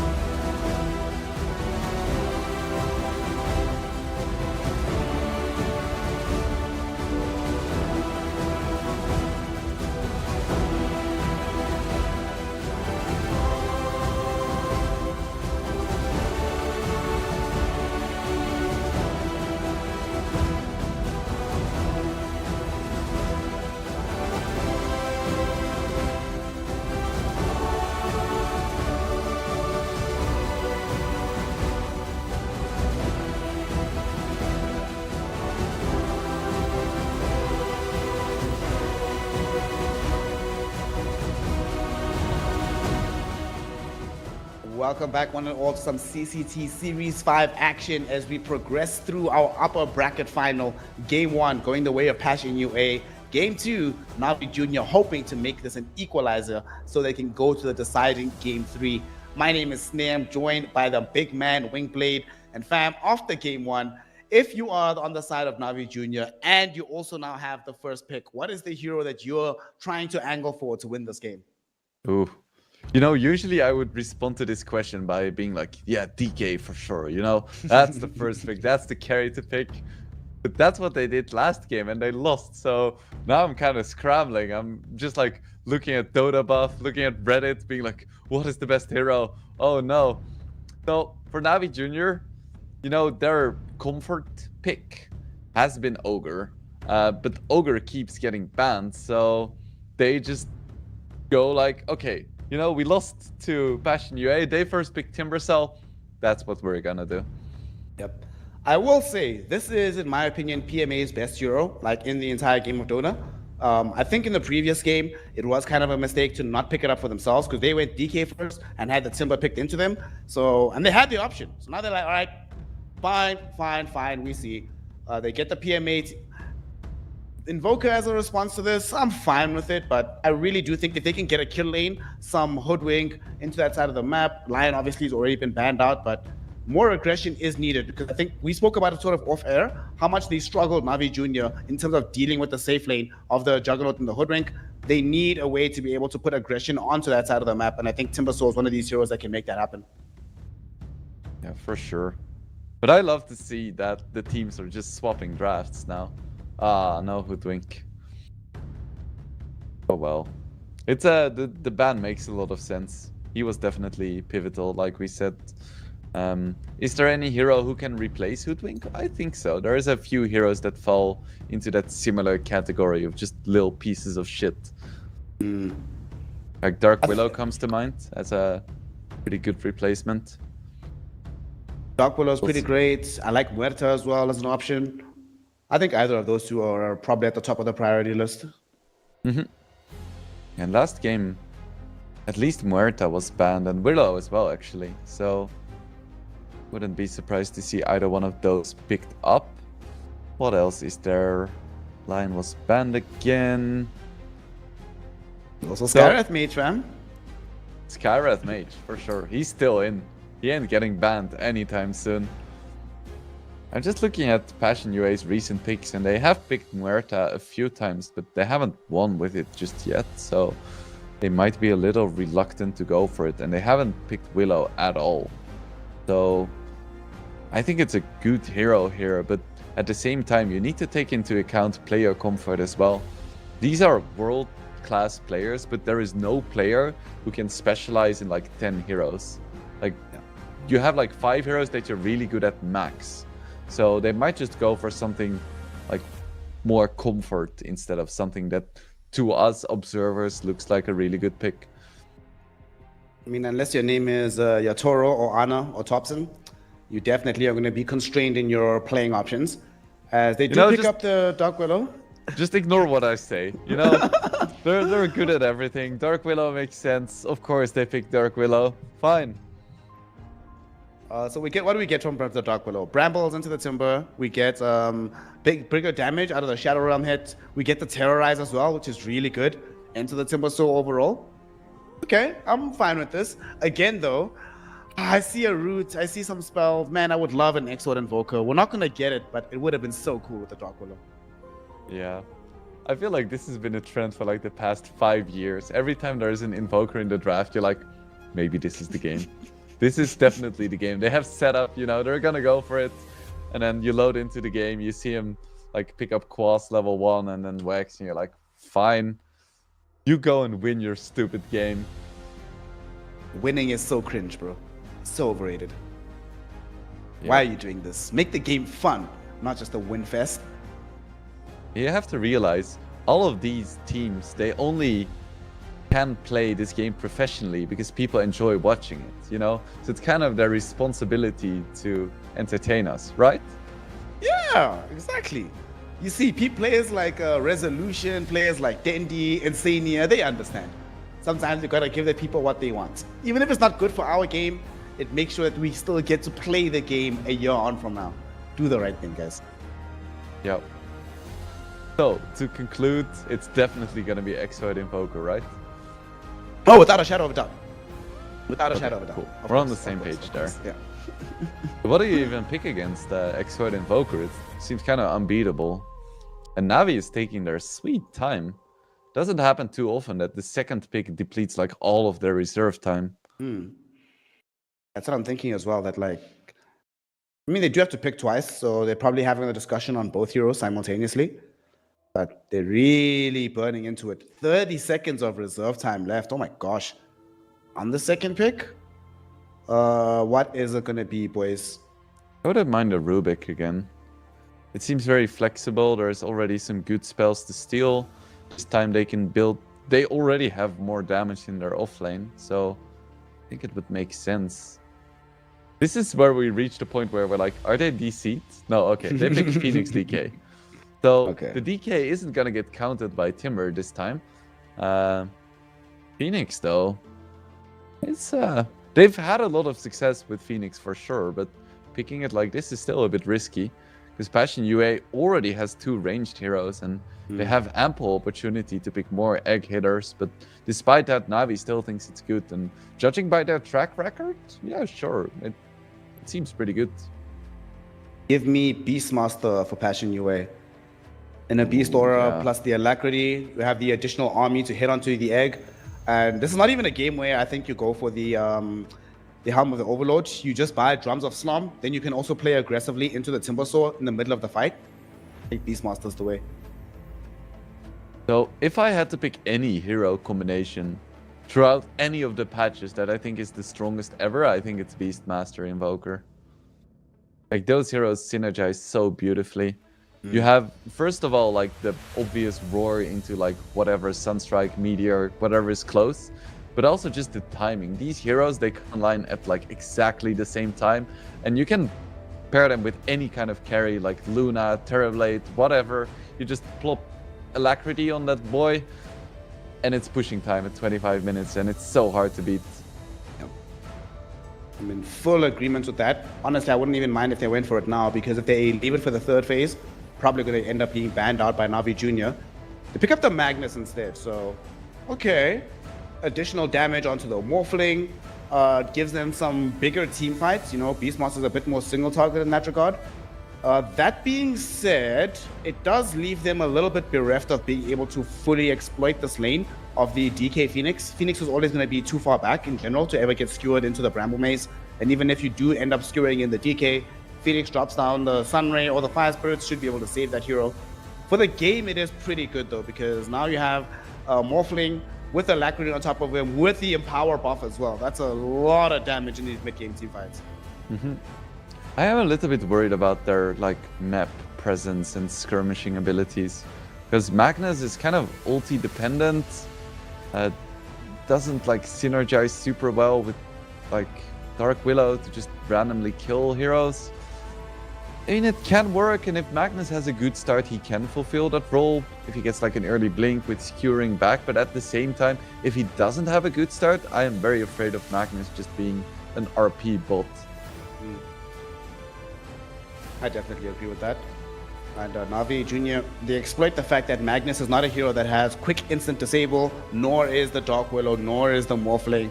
I mean, Invoker has Cold Snap. Even that's not the best in the world, which means effectively a free game for this puck. And I was actually a little bit worried earlier on about the fact that they didn't have protection for the Supernova. Yeah, they didn't use it all that often in game 1 with the arena, but you need something. And now at least you have the Dream Coil to be able to secure these eggs, keep these heroes at bay, and also a decent lane into the Invoker mid, right? So puck will be well positioned to be able to make these early rotations once the 6-minute runes come out. Yeah, I think this is a sick puck game for sure. Like laning matchup can be a weak point for puck, but that's perfectly fine. No instant disables like you mentioned, and also puck is so good against heroes like Willow, Magnus. This is insanely good, and they're not gonna lack damage either. And now they're also not gonna lack disables and pushing, so this Navi draft looks scary. He's not going to be allowed to play his Lion. Now, let's see if he can create some problems with the Shadow Shaman. We'll see. This hero has been very hit or miss. That game I was telling you about earlier that I lost on DK, I had a shaman in my team. He was terrible. He was awful. I'm pretty sure Days will be better than that, though. That's what I'm expecting here. And I guess it's also a hero that can, you were mentioning in the previous game about how they need like kill combos. You can move with the puck. You don't have to provide all the damage, but you can secure the disable. And Ether Shock early game is actually a surprising amount of damage as well. I like this a lot. Yeah, I wonder if Daisy is gonna go for the Ether Shock build though. In the games that I've seen him, he tends to just get 1 point to secure the range creep, and then he just straight up maxes his Hex and Shackles. Like, he doesn't even buy Arcane Boots, he just maxes Hex and Shackles, instantly buys Blink into Etherlands with Brown Boots, like nothing else. So I'm curious if he's gonna go for that again. Ooh, that's a good clock though. That's a good clock. I can't believe he wasn't banned out yet. This always happens like this, right? When the meta changes even slightly, the heroes that were considered triple S tier, they get slightly buffed. Now they're only A tier. Dota players are like, nah, trash. If you're not broken, I don't even want to play this hero. So Yeah. Tusk, obviously completely ignored. Clock only now getting picked up at the very end of the draft. I guess it gives them initiation, gives them a way to sort of like interrupt the Timber Saw in the middle of these fights, make life a little bit difficult for the DK. Unfortunately, unlike in the previous game, they literally have, let's see, 2 answers for the Supernova. If Invoker and Waffling aren't hitting the egg, that egg goes off every single fight, and that could really prove problematic for them. Mm-hmm. Yeah, it's interesting. They saw the Phoenix so early and then didn't pick a single hero that is good against Phoenix from that point onwards. Of course, it is a position 5 hero. You don't want to like put too much thought into countering the enemy hard support. But yeah, it's still definitely a factor. Clockwork is good in the early stages of the game, but once like Phoenix is level 12, he doesn't really do that much anymore. Unless he goes for Orchid, which, you know, it's Flacco. He might. That would be so sick. The early Orchid on the clock. That would be so fun to watch. I think looking at these drafts, I think that if the game starts expanding later and later and later, then Passion UA should take it. However, if this game is less than 45 minutes, I feel like Navi Jr. definitely has what it takes. Their lanes are much better this time around. They're not going to get ran over. They actually have mid-game damage. And they have a couple of decent timings that synergize quite well together. So I'm feeling a solid game 3 here. What's your feeling, fam? Yeah, me too, man. I'm seeing this draft and I'm like, shit, we get in game 3. Oh man, I'm hyped. I want a game 3. I know all of you at home want a game 3. It will be very unfortunate if it ends up just being a straight 2-0, given how well these two teams have been playing. But even if it does end up being a 2-0, it's going to be an exciting one, right? We're going to get some big plays from Batjuk, who played out of his mind in game 1. Like, you actually mentioned that we weren't talking about him that much. And sometimes I think that's the mark of a really good offlaner. When his team is being effective and he feels a little bit invisible, but when you look at him, you're like, oh, actually, he's one of the engines driving them to victory. Leave me alone. Yeah, for sure. And Bacek is definitely that kind of player. Leave me alone. Now we have a PMA on the Timber, and you've been hyping up his Timber for sure. Bro. So I'm very curious to see what he can bring 30 here. seconds to Because battle. I didn't think it was his best showing on the Mars. Yeah, the Mars didn't suit him. This right here, PMA Timber, this is what I'm ready for. I want to... Obviously, though, now it might have cost us him. And he's going to end Yeah. up playing like trash, shit. but I trust him. He's going to go. He's got this. When the odds are a lot more even this time. In game number 1, they didn't have faith in Passion UA. None of them except for us. That's why we get paid for the job. It's a triple bounty for Navi. Nice. I mean, getting 4 in the previous game didn't really seem to help them out, though, right? But that was also because of the first blood going the way of Flacco.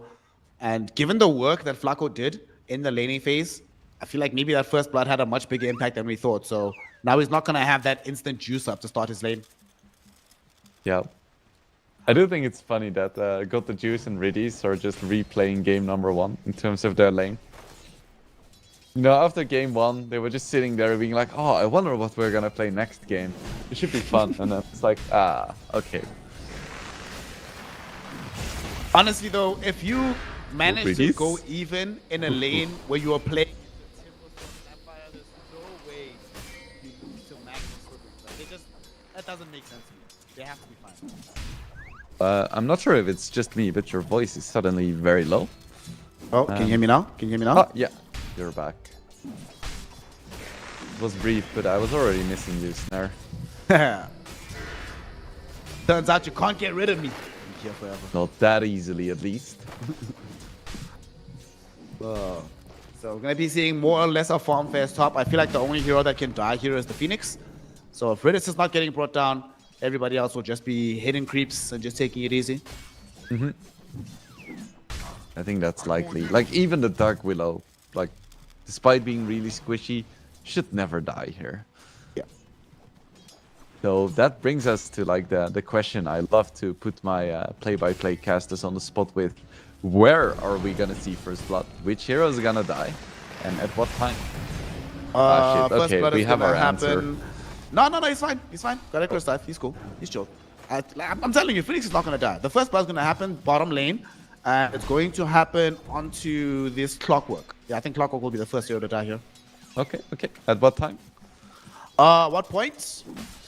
Oof, level 3 on the Shadow Shaman. I don't know what minute that'll be, but level 3 on Shadow Shaman, you kill the Clockwork. Okay, fair enough. I guess I should make my prediction as well now. Damn. I was hoping I wouldn't have to, but it's only fair. I think it's gonna be Puck dying. Gonna come out of nowhere. They're gonna try to go for a gank, and then something goes wrong, like his nephew steals his mouse, and then he's gonna die at 5 minute 40. 5 minutes 40 on the Puck. All right. Whenever level 3 happens on the Shadow Shaman, we shall see. And speaking of said Shadow Shaman, him and Timber are occupying an extremely powerful lane. Morphling does less than nothing to these heroes at this stage. Clockwork, his only job is to just try to keep the Morphling alive. But that means that PMA is going to have a pretty free laning phase for himself. Set 2. I do really like this Clockwork set. He looks like a Samurai Jack character. Dire's courier has been killed. Samurai Flacco. Ooh. Niche is getting very low here. Maybe I should have predicted him dying and not the Puck. He's fine. He's got some regen being ferried in on the courier. He's going to be A-okay in this mid lane. Invoker won't die. Also, what do you think about Niku going for the curveball facet on the Puck? That's interesting. I have tried it, but it seems like you actually need to put some like thought into it. The other one is just like, your Waning Rift is just a bit more flexible, but the curveball, it actually changes your playstyle because it lasts for so much longer. You can make some really wacky plays. We actually just got an example of that, of him being able to curve it back into the mid lane. That was so fun. Niku just doing the annoying Puck thing. I've That's explained actually... this a few times before, but one of the main reasons why Puck is a strong mid laner right now is because they get so much regen just from getting hit by towers. Ooh, PMA! Oh, Flacco gets the first blood onto PMA. I thought he was going to be the one to die first, but instead, they managed to marinate down the Timber Soul.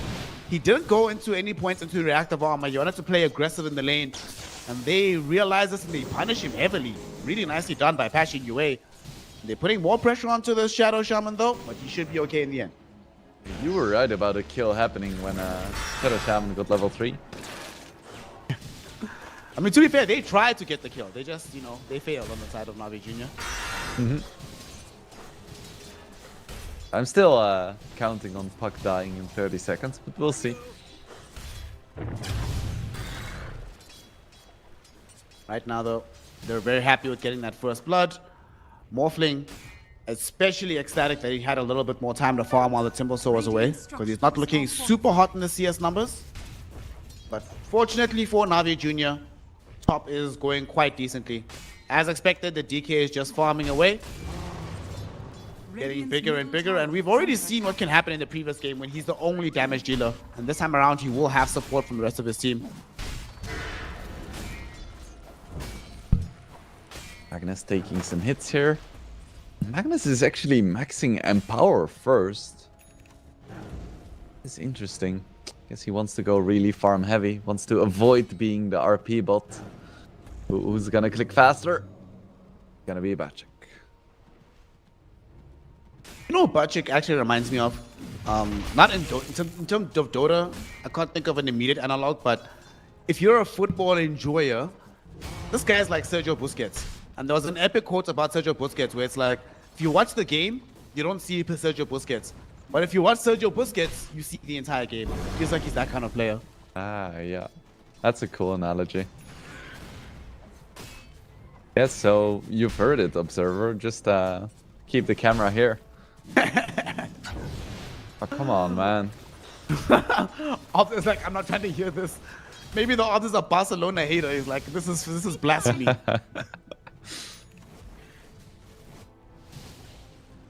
It's quite a quiet early game so far. My kind of game. Everyone just farming creeps. You know, I They feel like are actually going to kill Bacik though. Niku, he was hearing us glaze this guy and be like, I don't want to hear it. They go right in, first rotation of the game. Very nice kill to pick up on the puck. yeah, for sure. It's exactly what they need to be doing.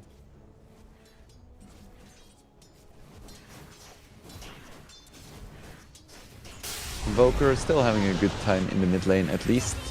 Nice nice phase shift dodge there by Niku. You're a puck player, right? Do you think Every they should once in a add while. like should they add like a counter, like a buff counter for how long the Lucio Orb is lasting to make it easier to play around? Bottom. They're trying to make his game hard to play around as they bring him into the power cog. Should be able to kill him off. Goes in for the chickens, but nothing you can do about that. He ends up dead. Very nicely done by Passion UA. Is under attack. To answer the question, nah. I think it's fine like this. I feel like there need to be some... Like, Dota keeps holding your hand. And I feel like accessibility is very nice. But at the same time, some things are just not needed. And at some point, it's just gonna get too cluttered.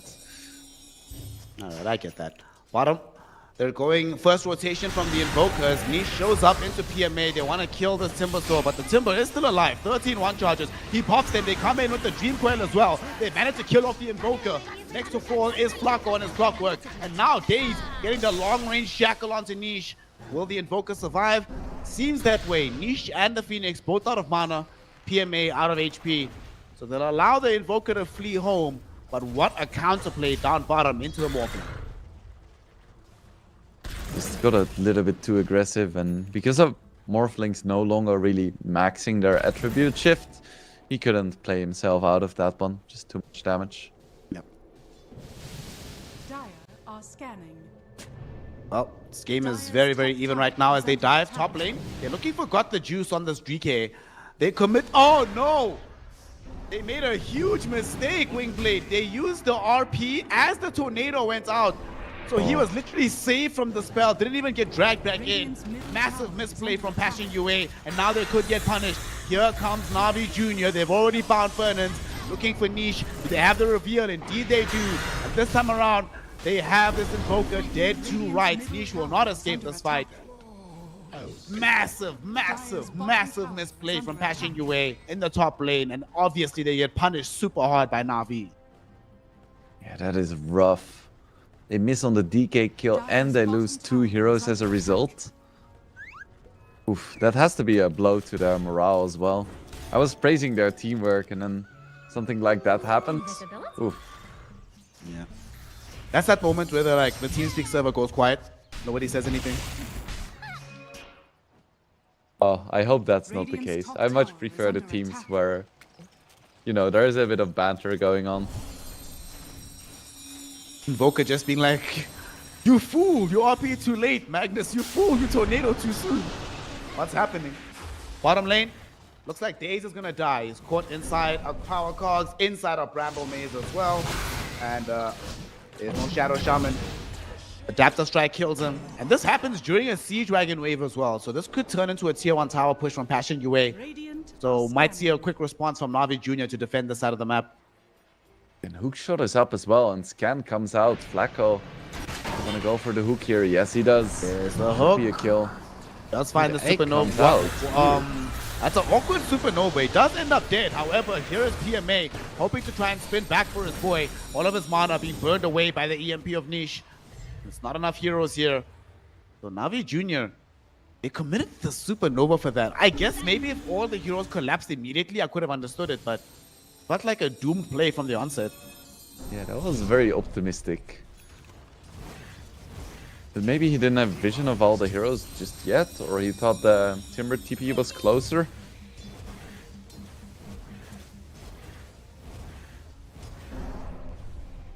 Niche is not gonna go for Orchid. Instead, he's gonna go for a Mage Slayer. Bit of a safer build, I would say. Dire's structures Nope. are fortified. I guess he also wants the attack speed so he can actually put in some pressure in these games in the middle of the fight. Because nowadays these powers, you should be able to get two off in a fight, right? So maybe you put one on the Morphling, get the other out onto the Invoker. Yeah, for sure. They just don't want to have the same damage issues that Navi had last game. Want their Invoker to be a real like hybrid right-clicking threat. Because that is the way the cool kids play Dire's Invoker middle these tower days. is under attack. Yup. Right-clicking in Dota. Classic. Mid lane. Seeing a push here. Niku is close by. They might try to jump on top of him. There's the Bramble, there's the hook shot, there's the Terrorize, but it's not even needed.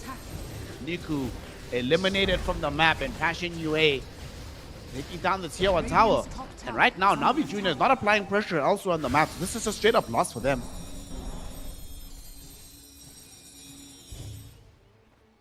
That's gotta feel good for Passion UA, getting that tier 1 in the puck as well. Dire's See if they middle can tower ride is this under wave of attack. momentum.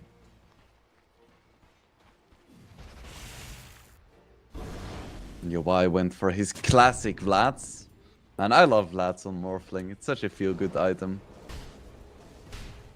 Honestly, bro, on Morphling, almost any item is feel good. If I go Vlad's first, I feel good. If I have to go Yasha first, feels nice. Lincoln's first is okay. Unless I go BKB first, that's terrible. Everything else. Yeah. Yeah, but that's every hero as a carry, you know?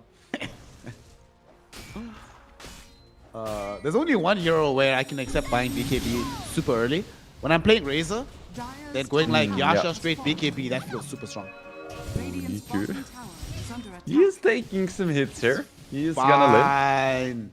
He's fine. That's a little bit scary, just a little bit. He should retreat though, because obviously the Clockwork and the gang are encroaching upon them.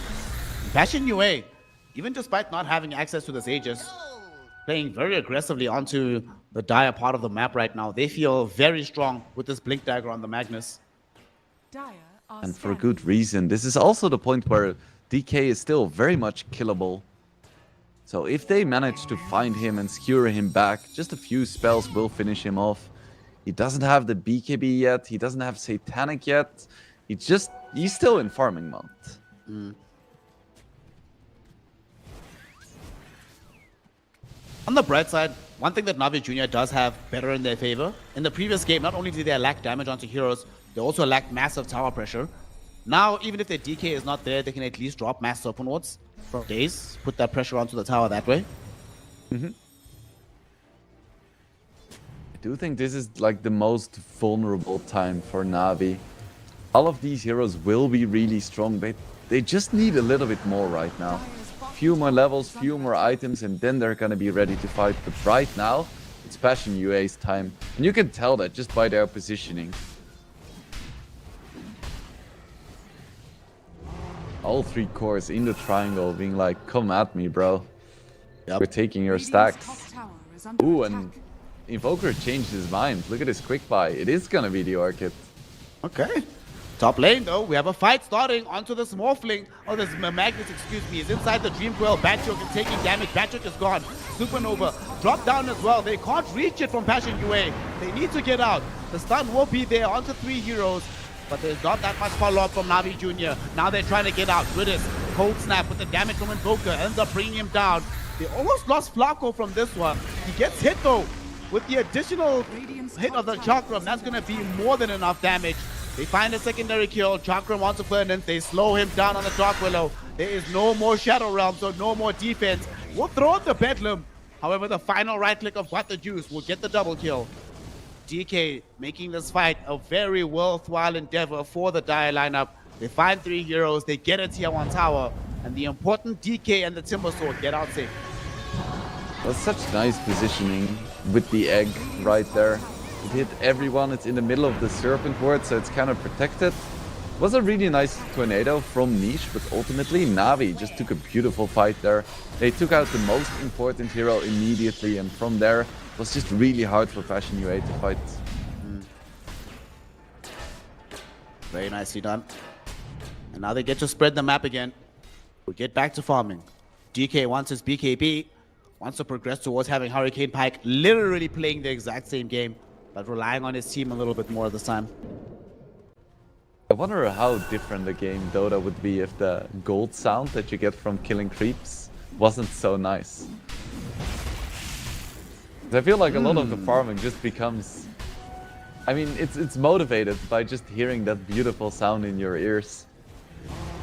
I will actually say that Is overall, under attack. genuinely speaking, right, there's only maybe 2 other video games that have as good of a general sound design as Dota 2. The sound design in this game is something else. Hookshot thrown out by the Clockwork in the top lane. And you see that crow of the Phoenix dying? That is a beautiful sound you will not find in many other games. Yep. And I love the like old school kill streak sounds as well. It reminds me of like playing Counter-Strike Source with the boys back in the day. Dire's top tower has fallen. It's Dota is a game with so much history and passion behind it. It's really lovely to see, and a privilege that we get to cast it, let alone play it. The fact that like Dota can pay your bills is still incredible to me. What a time we live in. What a It's time, like man. 500 years ago, people were struggling to find food. And now we're here. But let's not get too nostalgic, sentimental. Let's focus on what's happening right now. And it's still another really even game. We had a great game number 1, and game 2 is shaping up to be just as close and just as exciting. The one thing I find very interesting is that this Morphling is going for a more right-click oriented build. Radiant's bottom Vlad, tower Manta is straight under into attack. the Butterfly afterwards. And obviously he's going to be relying on this Magnus with the Empower. So if this DK can get to the point where he can survive some of this right-click output, this game could be much easier for them. But now they have to deal with not just an Alacrity Morph, but an Alacrity Morph that will have an Aegis in tow.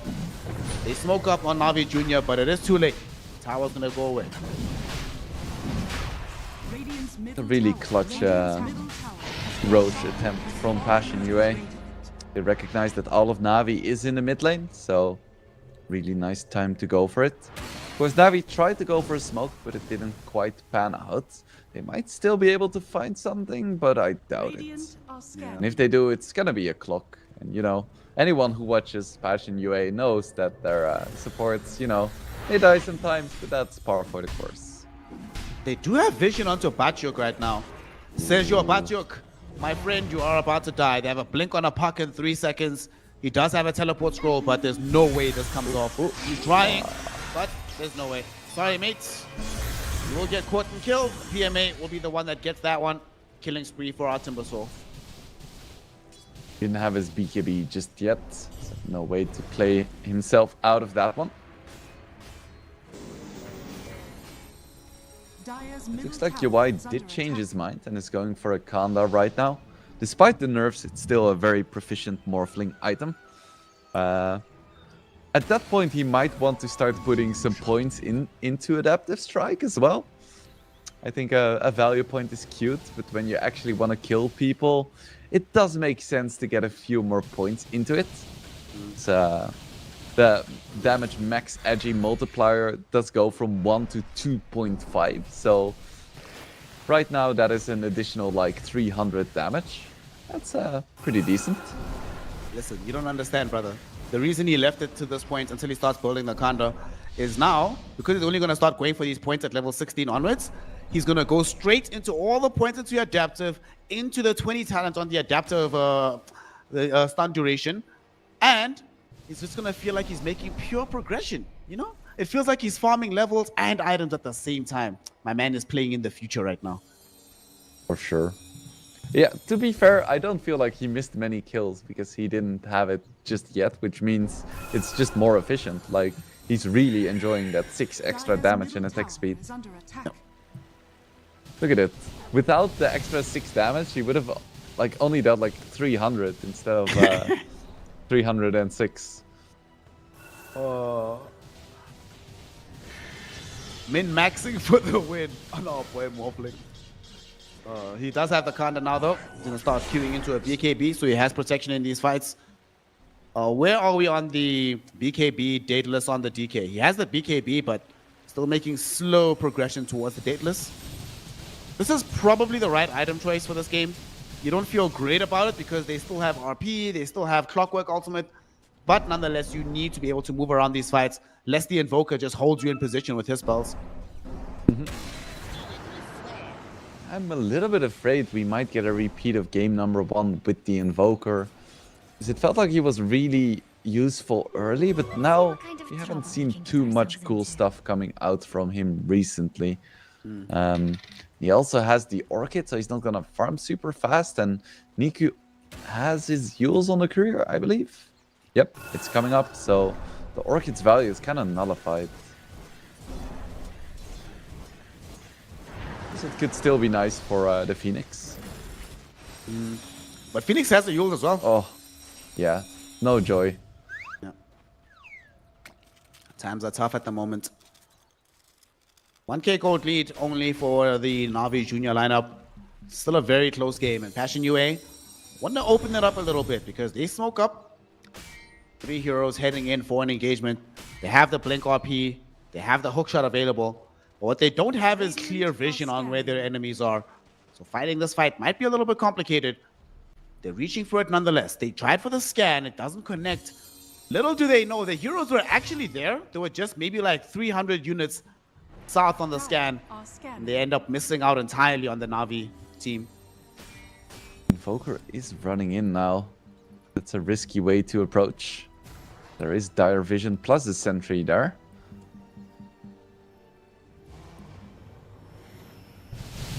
They actually might re-engage.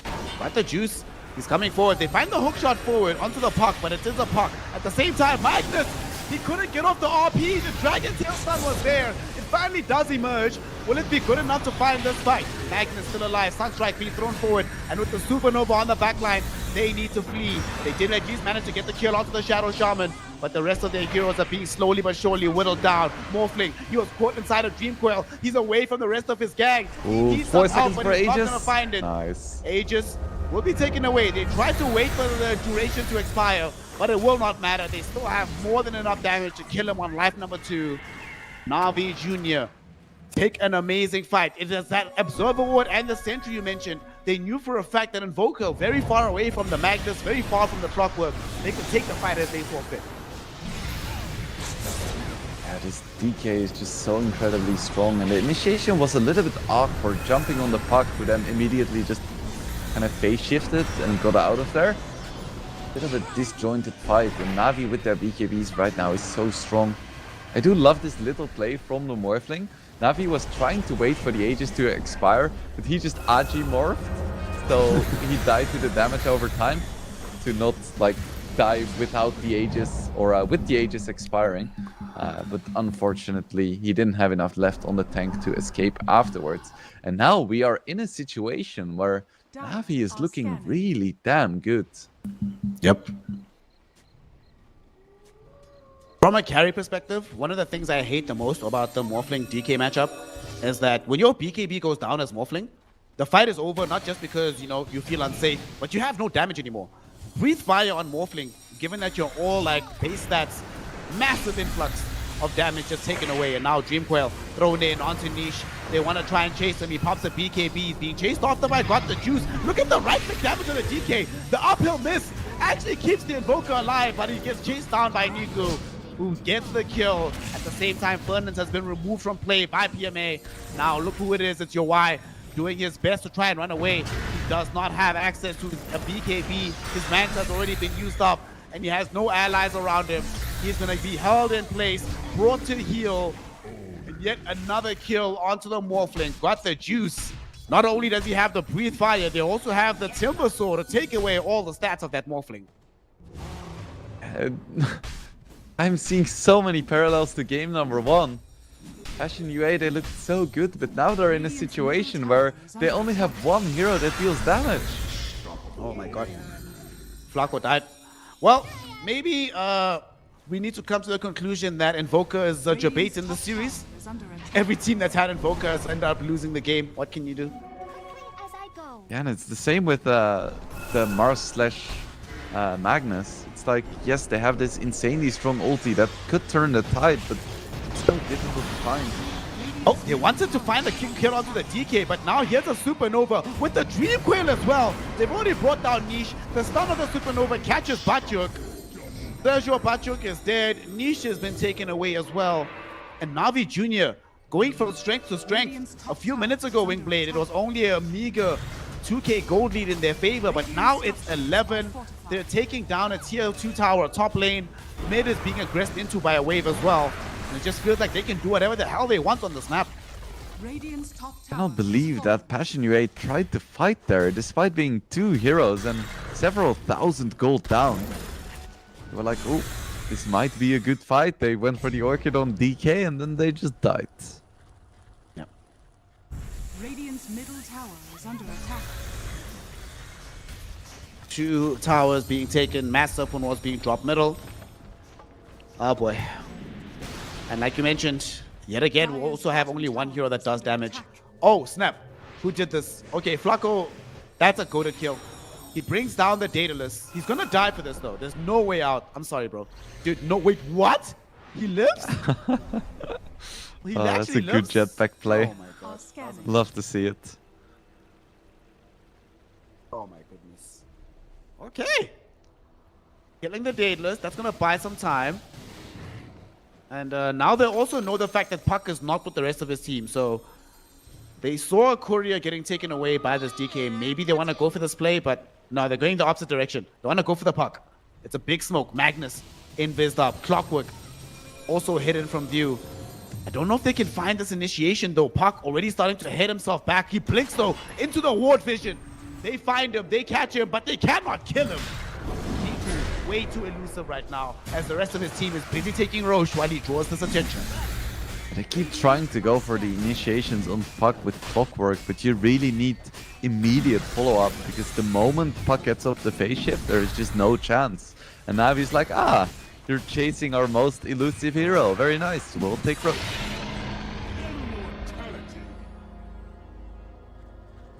They immediately smoke up afterwards. Also, Puck just picked up a Parasma while all of this was happening. So he's also starting to get into a massive right-click threat. Or it is always getting to that point, excuse me. And the scary thing is, we're about to get to level 20 on the Puck as well. Scanning. Even more elusiveness. Do you, wait, actually, with this build, because I know normally at 20, you go for the Waiting Rift cooldown if you have the other facet. Do you go for the other talent now, given that you went for the curveball? Ooh. So for the viewers, the 2 options are either 200 initial / break the Dream Coil damage or -3 seconds Waning Rift cooldown. Usually you take Waning Rift because it's just very strong on the hero and it provides both lockdown as well as mobility. So it's kind of a just general good option. But of course, because there is the curveball facet and you don't have the pushing / pulling from Waning Rift, it's a bit less strong. But I still think it's probably better just for the mobility and the disables, because I don't think that Navi is lacking damage right now. Well, PMA forced to pop a BKB, taking a lot of damage himself from the small fling. He's being chased away, but the DK here to help him. They're turning in onto the Clockwork. Clock falling very low, Sunstrike. dies to the damage from Got the Juice. Sunstrike not enough to actually hit onto PMA. Barely missing there. But even if it did, what level is the Sunstrike? Level 4 Exorts? I don't think he actually died there. I think he would have lived. I think he was on like 100, 150 HP, something like that. It would have been very close. was a good try, but nice blink away from PMA, and they tried to go for something, they immediately get punished, and now their tier 3 is getting very low, but so is got the juice. Luckily, there are like 3-4 staffs. Bro, okay, Observer, could you please click on Morphling? I want y'all to see something. As we have a quick fight, they managed to bring down quickly this Shadow Shaman. One more right click from Invoker will do it. But click on Morph when he has Empower on him. He had more than 500 damage per hit. And that's before, obviously, the critical strike from the Conda as well. Yeah, that's pretty decent. And he has like at least 3 extra because he just has 3 points in Morph. So that's nice. That Bloodster Specialist Array doing a lot of work. He's actually going to dive forward. Oh, that was Roland nice. DK's son onto got the juice. DK does have access to the BKB. Can't activate it just yet though, as the Clockwork jumped in. However, Clockwork actually did him a bit of a favor, pushed him out. What an big RP! RP. They catches absolutely everybody. They are rinsing through these heroes. They've already managed to bring down 2.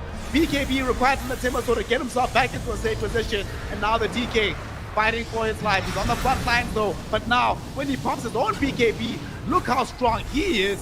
Blink forward, the Hex out from the Shadow Shaman. They want the Morphling and they are going to get him. PMA on a wicked 6 streak on that one. What a buyback from Ridis. It doesn't seem to be necessary in the end for the full fight, but it forces away Patching UA. They get the big grab onto the Morph, and now PMA doesn't even die. They wanted to bring him down with Niche, but Niche ended up overplaying his hand, getting punished. Got the juice on a monster kill streak. Man, oh man, Passion UA, they thought they found their opportunity, but all they found was the jaws of a waiting trap, and it snaps shut on the high ground, giving Na'Vi Jr. the team fight win. That was such a sick RP here. They almost managed to kill everyone, but of course, Dragonite, he has 2 lives.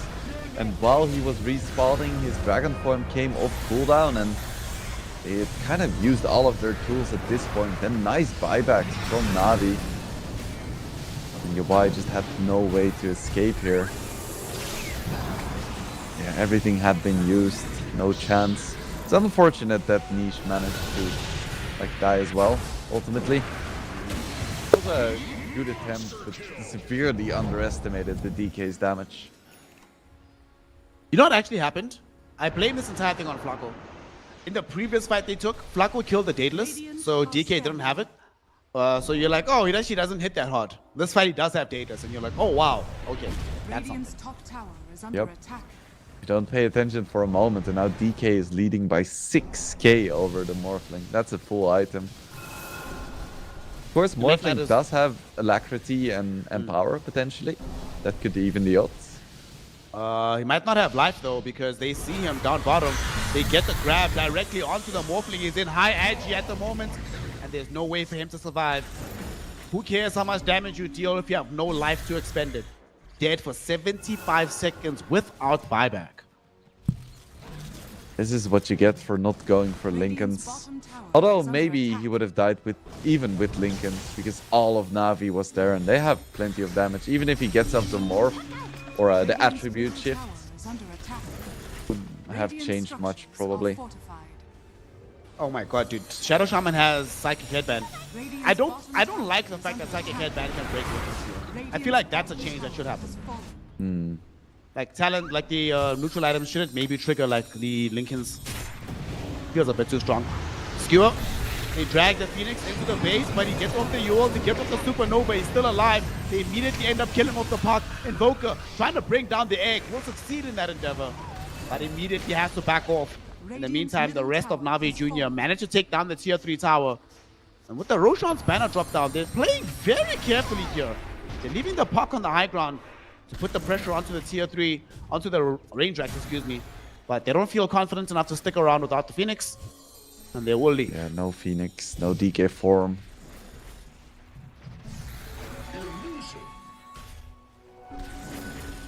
That's a really nice skewer by the Magnus, and then I think really good decision making from Niche as well. He alacritied himself for the attack speed, pops his BKB, and then immediately deafening blasts the DK, so he doesn't die to 3 right clicks. So despite Passion UA being like 15k down at this point, it doesn't feel like they're out of the game. They're just 1 RP away from that one big fight that brings them back. Oh, by the way, this is an opportunity for me to ask you, what have you made of the PMA Timbersaw? 7, 1 and 11 on him? I mean, I am pretty convinced right now. What is he going for? Is it refresher? No, Nice. it's just Aghanims. Really good item on Timber. They are playing against an Invoker though, so he has to be a little bit careful because it can be dispelled. Do you think I was, given what you've seen, was I glazing him too much, or is this the appropriate amount given how he's been performing? Radiant's bottom I tower don't think you is under underrated attack. him. I don't think you overrated him. I think you rated him. Perfect. That's what I wanted to hear. And Bachak is going for us, Kaya and Yasha, or Yasha and Kaya. I guess he's a universal hero. It makes sense. Gotta get those quick casts in as well. He I has imagine the horn also about toss. it's about the cost speed, right? That he wants to sign him for. Yep. Gotta go fast. Dire's top tower is under attack. 37 minutes, the 17k gold lead in favor of Navi Jr. They're gonna smoke up themselves right now. There is no ages to play around, but the big man will respawn in 30 seconds. So if you can secure the positioning around the pit, you can bring him down quite quickly. But Passion UA realize the exact same thing. They smoke up as well, heading to the north side. Scan. So we are about to get our, what, 7th or 8th big Roshan fight in the series. It's been amazing to watch. Phoenix, he's the one that's seen first, but Niche is a little bit skittish about going onto him. But the DK, not skittish about jumping the Invoker. Invoker manages to survive for now, but the Sunray will be able to find the kill. Yo, why? He jumped in with the BKB, but he took so much damage. He needs to get the hell out of here. Trying to escape right now, morphing for all his worth, but it's not going to be enough. Navi Jr., they pull the trigger first, they force the fight on their terms, and they end up being successful. Passion UA lose 2 big heroes, neither of whom have buyback Wingblade. Yeah, now that is what you call a blink reveal and got the juice. Like, you can buy as much cast speed as you want on Magnus. It's not gonna be the instant stun from a DK. And Magnus had to go for the defensive RP there just to make sure that his Invoker didn't immediately die. But still, the damage was too much. Don't even go for Roche. They're like, okay, we'll just take your base now. You know how I know that Got the Juice is like a premier DK player? Because when he made that initiation, he went in the melee form first, so that the stun was actually faster. And then he went into the range form to dish out the damage. Very nicely done by him. And now they got the easy kill onto Fernance. There's no Dark Willow. She also does not have buyback. So that's just going to be straight up 2 lanes of Rax being taken away with no counterplay option available for Passion. Yeah, I think they went in being like, okay, we're gonna force buybacks first and then go Roche, and then there were no buybacks, so they were like, okay, then we'll just take your base and then go Roche. Thank you very much. Aegis, Roshan's banner, and an Aghanims sitting on the big man. Bro, this Aghanims, it's unfortunate that both Timber as well as the Puck have already bought their own Axes, but DK is like, you know what? A Black Dragon sounds pretty nice, right? They're gonna give it to him. No, they give it to Niku. Okay, Niku's gonna sell his Aghanim Scepter and then get the free bonus. All right. Man, this is just core players all around. Are scanning. You have a Rasta in your team. You have a Phoenix, 2 incredible Aghanims, and they're like, nah. Gotta give some more gold to one of the richest heroes in the game. Seems good. Oh, you know, given my own political views in real life, it's ironic that my favorite game is as hyper-capitalistic as it is. Yep. The rich get richer. And if you don't want to be poor, then just get more money. Come on. Just get good, bro. Pull yourself up by your farming bootstraps. But now there's Puck. Radiant's current Oh no, they just... Oh my goodness. Dude, that's the refresher. Okay, he didn't have it fully completed for Bachuk. But he pretty much had the full thing. Actually, he did have it. Refresher's gone. 3 minutes. And they know for a fact they clicked on it. So this is the time to go and fight, knowing that there will not be a refresher but more importantly, there will not be a buyback on this Magnus. Oh yeah, that's the worst of all worlds. You don't have buyback and you don't have your item. This is gonna be a legendary defense if they manage to stop this Na'Vi onslaught. All right, Patrick, it's all on you, fam. You need to find the biggest RP of your life. You need to channel Seb at TI8. See what you can do because the push is coming. And the high ground has got the juice. They haven't even dropped down the Serpent Walls just yet. They're focusing on the tier 3 tower first. Sunray healing up this DK. All of this poke from Passion UA just been taken away. Now we have the Serpent Walls drop down. We do find the break out onto got the juice, but he's not dead just yet. There's the horn toss. They skewer it back. They have the damage to kill him. Yes, they do. That's life number 1 though, but they do lose Fernand in the meantime, and the Supernova will cover his second life. They found the RP almost immediately with the Sunstrike and the damage from the Morphling. Is it enough? Not just yet. He's armlet toggling. Got the juice is still alive. They just do not have the burst necessary to kill him. Puck finding a massive Dream Quill. 3 heroes caught on the backline. All of them taking damage from the mass Serpent Wars from the Puck himself. Niku has a double kill. This Daedalus purchase ended up being absolutely genius for the Puck. He secures the team fight for his squad, ensures that nobody dies. All they lose is an Aegis, but what they gain is 4 mega creeps on the map. There's no buyback for either Invoker or Magnus, so they can just finish now. I think we were right, and we might be going into a game number 3 very soon. One last fight from Passion UA. How on earth can they do this? They smoked up on some heroes. Morphling, what can you do here? Hook shot. They do manage to get the kill onto the Phoenix. Unfortunately, Flaco dies almost immediately thereafter. They've also managed to lose Fernand in the meantime. It's only Yoma that's alive, and he's not going to be enough to hold back the onslaught coming in from Na'Vi Jr. They've thrown in the towel. GG has been called. Wingblade, we are going to a definitive and deciding game 3 here in our upper bracket final. Was there ever any doubt? I mean, we knew this was gonna be a good one. And Na'Vi Jr., they give us what we want. With an incredible draft and just gameplay to match. Yep. What a game from Na'Vi Jr.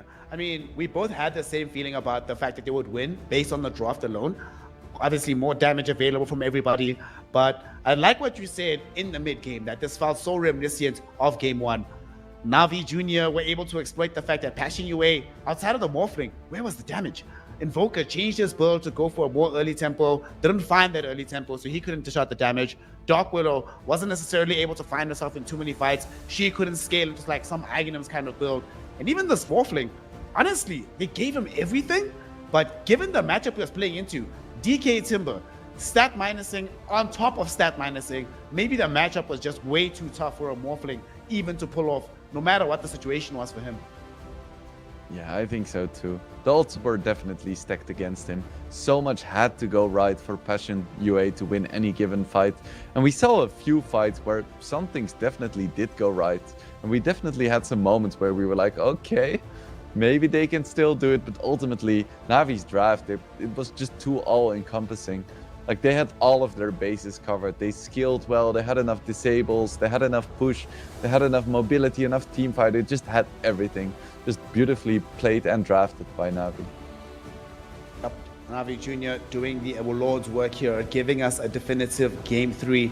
Of course, they have seen exactly how fast the winds of momentum can swing in a series like this one, so they cannot afford to be complacent going into our third and deciding game here. $2,500 lay in the balance. The winner gains it. The loser still has a second chance to come back tomorrow, but you definitely want to be on the front foot heading into the grand finals. So we'll see if it's going to be Na'Vi Jr. or Passion UA who claim that deciding game 3 and get themselves into the finals. But first, a very small break. Snare and Wingblade will be back with some more CCT Series 5 action. So go grab some water, grab some fresh air, and join us to round out the finale of this upper bracket final.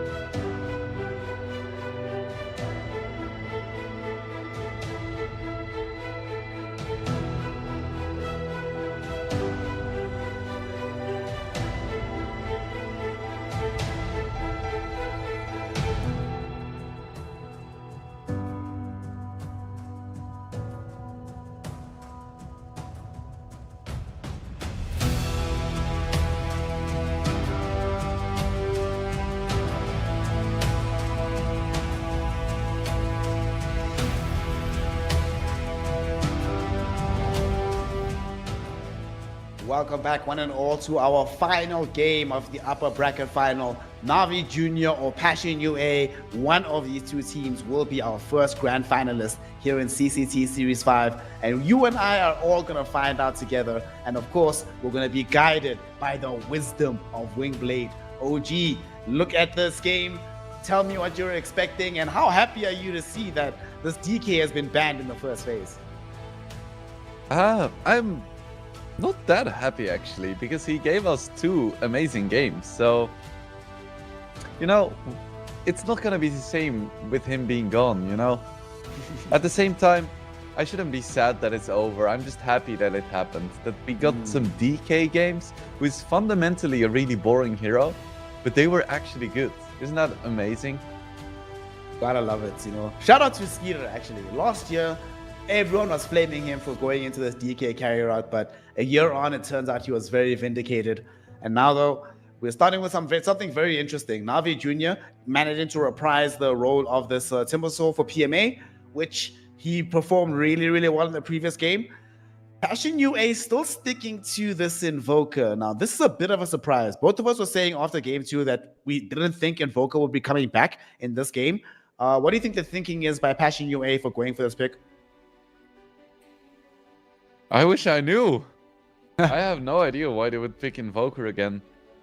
Because I feel like it really didn't have that much impact. I guess they still think it's good against Timbersaw, and maybe without there being such a hyper carry as DK, which still feels weird to say, maybe Invoker will be better against other carries. We'll see if they do manage to figure out a better combination. I would still like to see them maybe go for the Beastmaster in the offlane. I think that might be able to give them the juice that they actually need. Magnus still gives you some bust, but didn't really work out in the way that they expected. Dude, that cup is so big. Holy base. No, I'm just really small. We haven't met in real life, but I'm actually really tiny. I'm like 130. This is a normal sized cup. Oh man, my man Wingblade living in Alice in Wonderland side right now. He's just chilling. Yeah, they think they're really tall in the Netherlands, but we're actually really small. They just got the first letters wrong. Oh lol. See the Dark Willow again. So a lot of reprisal from some previous heroes. I mean, the Dark Willow plus the Invoker combination wasn't terrible at all. Bramble Maze plus EMP is still very, very strong as a spell. You get some very strong early game timings. I think it's just down to either the build on the Invoker or whether or not they can maximize the timing on the Orchid if they go for that again. Yeah, I agree. I would just prefer to see like Witchblade or Mage Slayer or Pike instead of the Orchid, because in every single game so far where we've seen the Orchid, 2 minutes later everyone has Yules or a Dispel and it just does nothing all game. It's quite painful. Now Navi Jr., they get their signature Ogre and they get the Morphling. This is already looking quite scary, but I cannot believe that Passion UA would give away Morphling and Ogre without having a plan to deal with it. So can't wait to see what that's gonna be. Okay. Check this out, right? If they have a shell hero, like some tree or ogre's gone, but this template of hero, tree, ogre, something that can just like stand in front and take damage, already this is looking like an excellent draw ranger game. It's a bit problematic for the Timbersaw to close in onto you, but if you gust him back, bro, the marksmanship procs in this game look amazing for Passion UA, especially with the alacrity also being put on top of you as well. Yeah, I could see that happening. Like Beastmaster, Invoker, Drow Ranger, Tricore. This seems pretty good. Just need another tanky hero to stand in front. Like you said, most of the template heroes are still available. Look, Tree, Omni. They have plenty of choices. I feel like any of those heroes would be good regardless of which carry they pick. Because both Willow and Invoker like standing behind someone. Tusk feels a bit problematic because they have already 2 cores that have a way out of the cogs of the ice shards. So maybe not that. For similar reasons, maybe not Clockwork. I like the Omni Knight that you mentioned though. But they go for the Beastmaster first. Finally. This was the expectation, and they do go for the clock. All right. It's almost Wingblade like we do this for a living. You know, we can see where they're getting the ideas from here. This looks very good. I agree about getting out of the cogs. But at the same time, you know, you can always just hit them back. You can play the nice clockwork ping pong game. And I guess you That also get facet the has changed so much. It's insane. yeah, expanded armature is a bit much.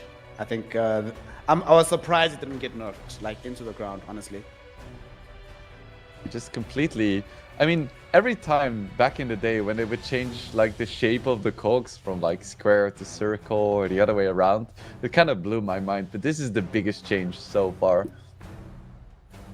I guess also the other notion is that if you have the power cogs, you do burn mana, and Timbersaw and Morphling definitely want as much mana as possible, so there is some impact there.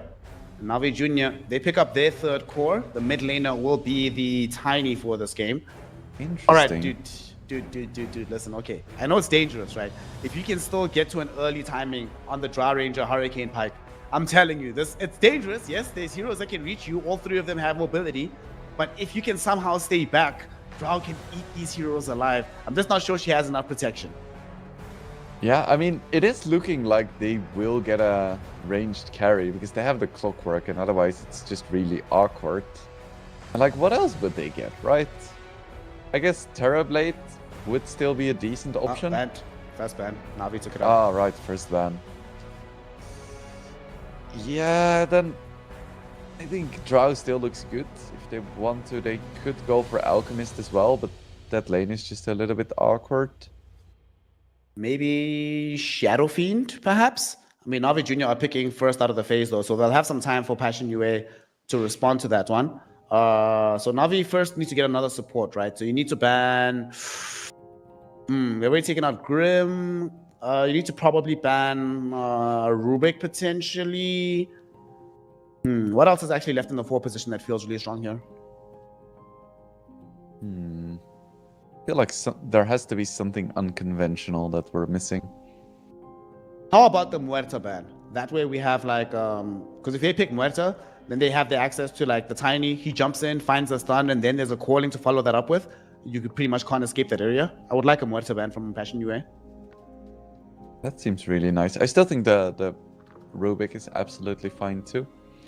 Pretty spicy spells to steal. They could go for Shadow Shaman again. I feel like it worked wonders. And Passion UA still opted to ban the Lion, so that one is very much still in. Aside from that, I'm not so sure what they would go for. I just want to briefly mention, by the way, that I think that Tiny pick is quite interesting because while he is good in the mid game against heroes like Dark Willow and Invoker, I think Invoker is one of the most difficult heroes to lane against as a Tiny. Because you rely a lot on the toss, and Invoker can just tornado your toss target. And that is just the absolute worst. And now we see a Gyro. Where is the Gyro going? Because is this a 5 Gyro? Is this a mid Gyro offlane? What are they doing on Navi? You have 2 heroes that can go anywhere. 4 Gyro? Okay. Yeah, together with Timber, it seems decent. And you wouldn't want to lane it with Invoker or a Morphling. It's interesting, but I can see it working. And there we have the Muerta. So it is a carry Muerta, actually. Okay, interesting. It is very good against Morphling. Morphling has a lot of armor, while Muerta doesn't care. And what a final pick there. I guess it's for similar reasons as you go for the draw, right? You have this hero that in a very short span of time can dish out an ungodly amount of damage. If you go for draw, you get it through the marksmanship procs. Muerta gets it through the Pierce the Veil. Ultimately, I do think it's still very nice to have a silence into Timber, a silence into the Morphling. A silence that the Morphling can only counter with BKB, so that's something he has to consider. But the big thing, though, because they have Alacrity, because they have Inner Beast Aura, because they have Muerta on top of that, they will never, ever, in these team fights, even if it's just one hero, damage issues are off the table. These heroes, it hurts. It hurts a lot from this Muerta. The question is, given that the enemy team has Tiny, which can be very good into you when you have Pierce the Veil, the enemy team also has this position 4 Gyro, they have Chakram as well from the Timbersaw. Is there enough protection to keep this Muerta alive so she can dish out that magical damage? Yeah, that is the question. I think we're not gonna see a first item BKB, but I am anticipating a fast BKB because otherwise it's just gonna be absolutely unplayable. You can have all the damage in the world, but with the amount of stuns and magic damage on Navi, you're just not gonna have the opportunity to dish out all of that damage. Alright, so we're in game 3. Looking at the drafts, you know, I would feel like a massive hypocrite if I've been calling for Invoker Beastmaster since game 1 and I go against that draft. I feel like, alright, how about this? If at 25 minutes the game is even, I think the Muerta draft has it.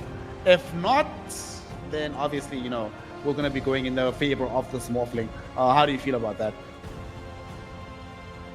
Sure, it's a relatively safe bet. You know, I've also been hyping up the Beastmaster Invoker as like the strongest combination in the history of Dota. But then I'm looking at this Navi draft and I'm like, gosh darn, it looks really good. I cannot confidently say that Passion UA will take this.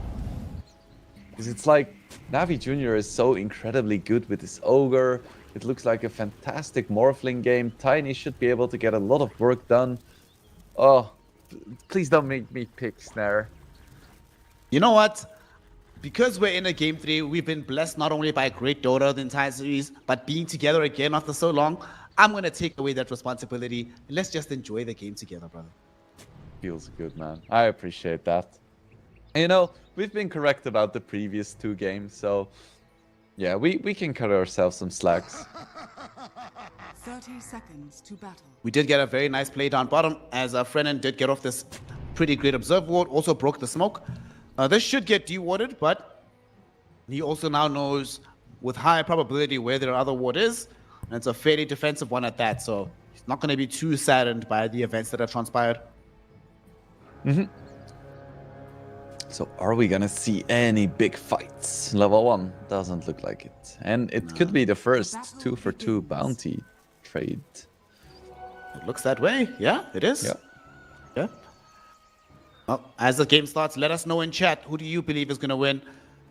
As PMA, we'll just eat some harass. Deadshot coming back in towards him.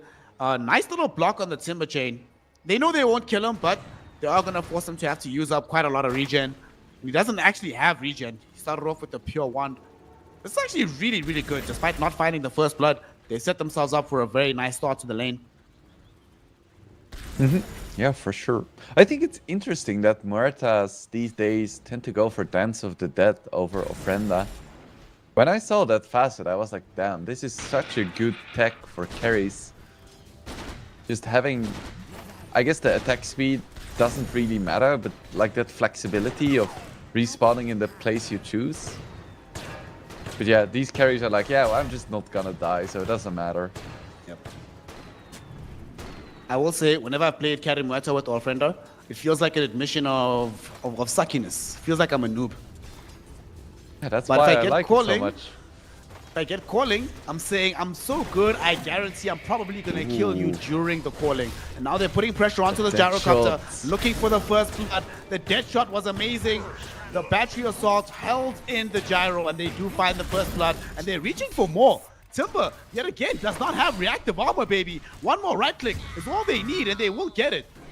Blanco brings him down. Both heroes are taken away. A dead shot for the range creep to boot. And Passion UA starting things off magnificently in the top lane. Yeah, they outplayed Navi really hard there. The update might not be finished. Careful, Days. Going on to Days, UI has dead shot on calling, but they're not going to use it just yet. PMA actually reached forward with the Timber Chain. But again, this is the only spell he has. There's no Whirling Death or anything, so no way to actually threaten that Clockwork. Days went for the classic level 1 flag as well. It's one of the safest ways to get harass out in the other game. I'm still astonished that like 3 games in, and we haven't seen a single time where Timbersaw has dominated his lane. Yeah, I guess times change. These days, Timbers don't go for the unkillable build anymore. So it's a lot more volatile, and it doesn't always work out, as we could tell. Looking bottom. Morphling. This is not a fun lane to be in, my friend. He's inside the Bramble Maze right now. Divehawk will be there. should still be fine to get back towards the tier 1 tower, but on the bright side for him, he can find as much farm in this lane as he wants. It's kind of hard for them to kill him, but simultaneously, there's no way to apply pressure onto the Beastmaster. He's doing a good job controlling the animals right now. But with an Ogre, it's just gonna be a struggle. And I have a feeling at least one of the Na'Vi heroes is gonna die in this lane. Because it's practically double melee against a Beastmaster and a ranged hero. And that is so tough.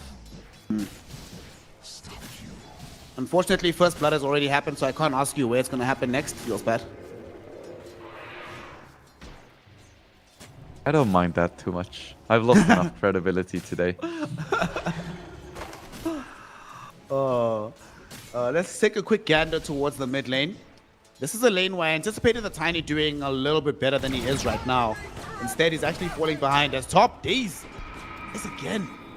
All 3 kills happening in this top lane, and Yoi able to demonstrate just why he wanted that calling facet. We did see the expansion there after they found the kill onto the gyro. Radiant are scanning. So speaking about the mid lane, I'm somewhat of a Tiny connoisseur. I play this hero a lot, and laning against Invoker is quite tough. Because he has so many ways to control you. So he can stop you from tossing by using Tornado and just intercepting the creep, as PMA is once again pressured. Yep. He timber chains forward actually, hoping to try bring down Yoi, but unfortunately Yoi had access to the magic wand. Pops it, has the additional HP. Another kill onto PMA. That's 2 deaths onto the Timber Saw. And that's a Muerta at 4 minutes being involved in 4 kills. You could not ask for anything better. Yeah, what is up with Yoi getting a ton of kills in lane? Flacco, it's because of Flacco, bro. Flacco is actually playing out of... Dude, if they win this series, Passion UA, Flacco is MVP for me. He's just been having the series of his life, or at least the lanes of his life, even if the game later on isn't as perfect. Yeah, for sure.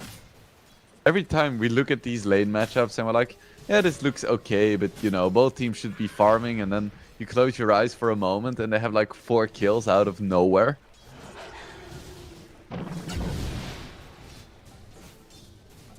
Flacco needs to rename himself RKO.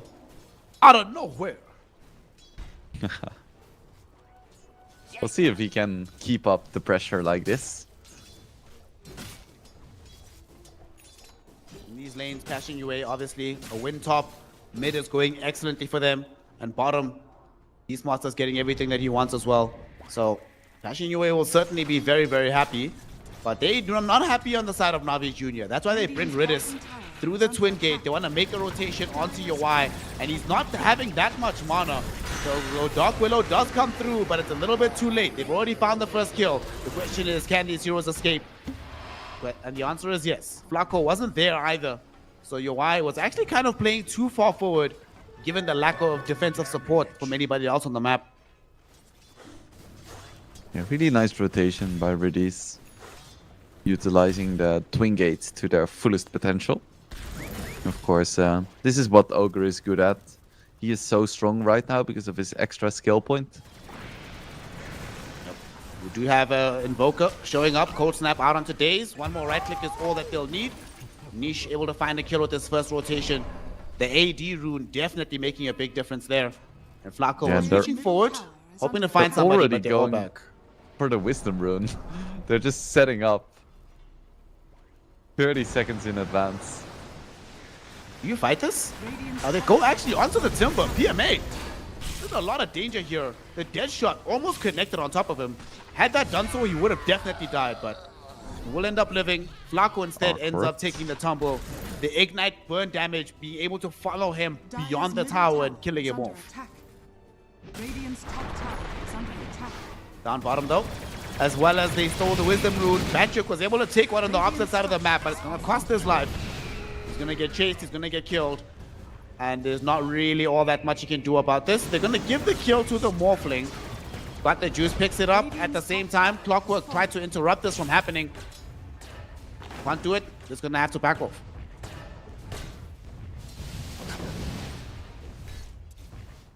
Dire's middle tower is And he under making attack. some nice rotations happen there. Usually Soul Ring is not a popular mana item, but on Tiny with the crash landing facet, it's perfect. because it basically allows you to use toss on cooldown, and a lot of your power budget is in this one ability. So I had my doubts initially when I saw this, but it fits perfectly. He misses the avalanche. Tornado will be there directly onto Niku. He's in danger right now. He's out of mana as well. Held in place by the Bramble Maze. He's falling very, very low. Flacco commits his life to get off the cogs. Not gonna be enough though. Niku lives on 4 HP, Wingblade, and even throws a toss in to find the kill onto Fernance. Navi Jr. straight up outplaying Passion UA in that moment, keeping the Tiny alive and getting some bonus kills in the process. Yeah, this hero is just stupid tanky. It's 8 minutes and he's walking around with 1500 HP. And 17 armor. Nice and balanced. No problem here. Yeah, seems good to me. And then also with a ton of damage. Why aren't more people picking this hero? You know why? Because it's always like this. First 15, 20 minutes, you feel immortal. And then at 45 minutes, you've gotten 2 kills in 5 minutes, and you're like, yeah, okay. I don't feel so good about this hero anymore, boys. Feels bad, man. But it's not as bad as it used to be, luckily. Because now you can get Kanda and Aghanims, which allow you to scale into the late game quite well. You see a smoke right now from Passion UA. They want to mount a gank onto the Smurfling. Concerned with how good his start has been. Unfortunately, Beastmaster is not nearby, and Batyuk has the Primal Roar. If he was right next to the Morphling, this could have been very good. And the Invoker will see a smoke pop. He knows that these heroes are right in front of the tower. Question is, how can they find them? The Ogre, his courier will snitch on them. They know where these heroes are at. They're going in. Although they find Flacco first. Waveform in with the Rocket Barrage and they find the kill. However, here's your why. Primal Roar out onto the Beastmaster. They have found the kill on Morph. With damage coming in from the Invoker, they easily clean up Britis as well. Very nicely done by Passion UA. They reset the situation. They will also find a tier 1 tower bottom. This is excellent movement at the 10-minute mark. Radiant's bottom tower And these has dead fallen. shots are so nice. It made it so that Morph actually ran into the Beastmaster without having his Morph active. So they just easily cleaned him up. If they didn't burst the Morph, that fight would have gone really differently. There's another fight happening now though, because they find the catch onto Beastmaster. Batyuk doesn't have the Primal Roar at the ready. They do got Brambles though, so maybe they turn this fight around. Deadshot enables them to kill off this Gyrocopter. So it's a 1-for-1, but they would like more. They toss forward the Morphling, but the Tornado immediately sends them back. He's still putting pressure out into the Invoker. Niche taking some pressure, gets onto the high ground, waveform forward by the Smurfling. He really wants to find this kill. Doesn't have enough in the tank though. Invoker will live. The fight will end, and by some miracle, the Timbersaw also managed to survive. Looks like the action is over for now, but a lot of heroes are still posturing around the mid lane, especially Invoker, Invisible, being like, oh, please, just walk a little closer. And interestingly enough, got the juice. Dire He's are gonna go scanning. first item Lincoln's. What year is it?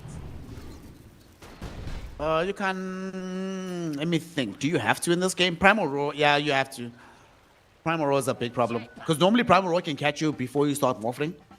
So you can't afford to have that be an issue. Sadly though, if you go for the Lincoln Seer, it means you have nothing to block the dead shot. So you can still get caught by that spell. Let's see if it works out for him. Niku has his Blink Dagger, pretty decent timing. Radiant are scanning. A lot of Tinies these days are skipping the Echo Saber and going straight Kanda. I'm still quite partial to the Saber, but we'll see. Two heroes caught inside the Tornado. Nice hook shot onto both of them. The Brambles will enable them to get at least one kill. Can they find the second? Daze will end up living. 30 HP on this Gyrocopter. He's still alive. And now with the stun out onto this Invoker. They might try to chase for more. The Chakrams thrown in by PMA. He gets roared though for his efforts. Stopping the Chakrams in their tracks. Niku might be a bit too far forward as Yowai has also shown up. Brambles with the calling as well. Tiny has no way out of this one. He will end up dead. And Yowai didn't even trigger the Pierce the Veil for this kill. So they still have it available for a secondary fight. There is so much aerial denial from Passion UA. They have the Cogs, the Bramble, the Calling, Ice Wall. You are not allowed to go anywhere. Yeah. What did I say at the beginning? That if it's 25 minutes and the game is even, then Passion wins. I did not account for them being ahead in the early game, if I'm honest. Yeah, I didn't have that in my on my bingo card either. Radiant's middle tower Looking really good for them right now. UI has his Maelstrom, he has some stacks, so he's just having a good time right now.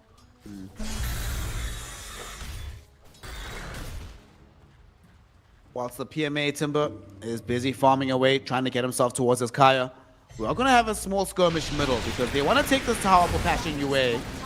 They do not manage to do so just yet. It will get denied by Ridis for the second game in a row. And now here's the Blink Dagger revealed by Niku. Tosses back the Invoker. They found Niche, but he's still not dead just yet. Finally does end up taking a tumble. Can they get out cleanly? It looks like they will. There's no Blink Dagger on this Beastmaster. No hookshot available for the Clockwork. So nice little kill and a deny on the tier 1 tower. Very nicely done by Navi. Beautiful call down as well in the middle of everything.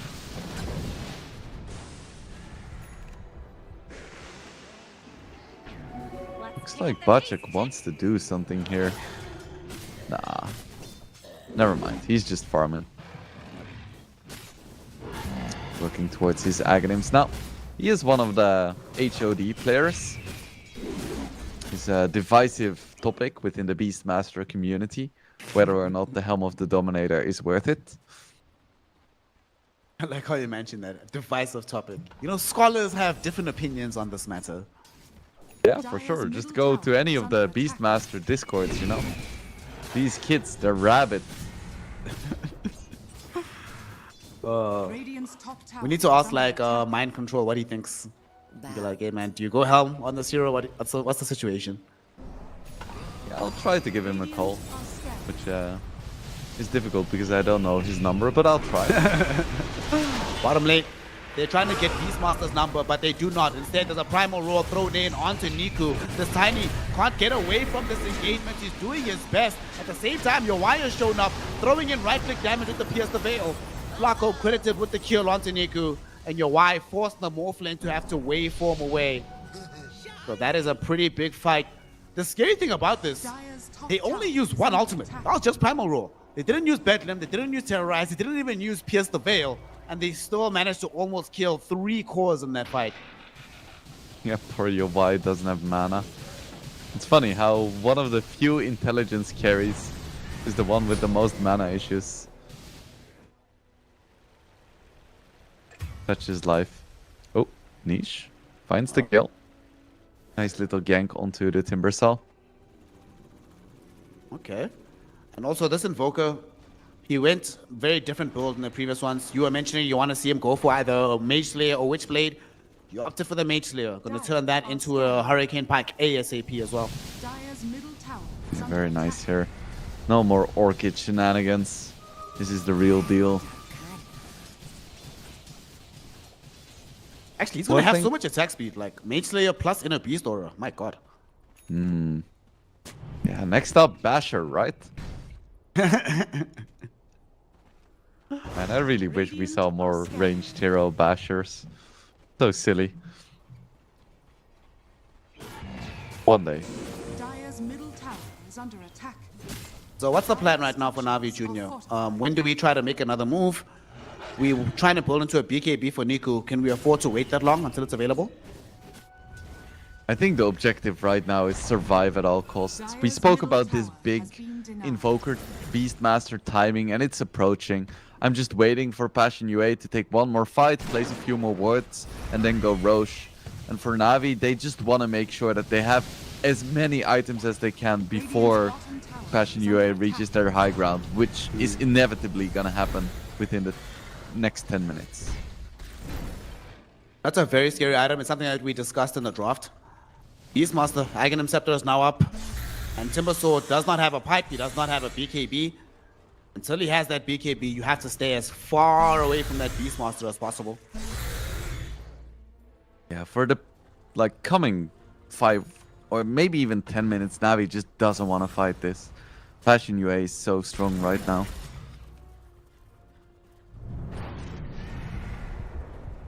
They can find a nice pick off with their Tiny. They do have a lot of burst damage. it's just such a scary prospect because if you mess up once, a little bit too close to your tower, they're just gonna get wrecked because that's like the Beastmaster Invoker effect. You don't have any margin for error. Speaking of scary things, Morphling is also in a scary position. He bought the Lincoln Sphere, but this is the kind of game where he definitely wants to also have BKB to help against the Invoker, help against the Muerta. But you also need Manta Style for some actual damage output. So it feels like, you know, you mentioned you don't want to fight for 10 minutes. It feels like Morphling doesn't want to fight for like 12. Just wants to try and actually farm. Unfortunately though, the fight is going to be coming to him. Because they have found the Aegis. They put it on this Beastmaster. And Passion UA will try and leverage this to get some massive map pressure in onto Navi Jr. It's so helpful that they still had the tier 1 top. Made it practically impossible to contest for Navi. Not that they would have wanted to, but having that tier 1 later in the game is so nice. What's not nice is dealing with an Aegis push. However, they're gonna smoke up, hoping to catch somebody out. And they had some vision on the Muerta. Oh no! Niku finds out that he's literally 2 seconds too late for that jump. Now, maybe the counter play option is available. Beautiful hook shot going in. They catch Niku first. Flacco taking quite a bit of damage though, but there's the primal roar back in onto Nico. The Tiny is gonna end up falling within these power cogs. And they don't even find the kill on Flacco. The clockwork will live. They chase for more. The tornado stalls in the Ogre Magi. Ridis has no option here. Batchuk with a double kill. They didn't manage to find the tier 2 tower bottom after the Aegis push, but they will certainly find it in the top lane right now. Yeah. The battering ram is starting to get online. You can just see Passion UA running over these team fights, and now the towers are gonna get absolutely crushed as well. Tiny is a really tanky hero, by the way. Just like you couldn't see it in this fight, but in theory that hero is very tanky. Definitely Now they didn't steal the display it there. Tormentor. Oh. This one for Isn't Nance. Ogre also supposed to be a little bit tanky? Has fallen. Yeah, kinda.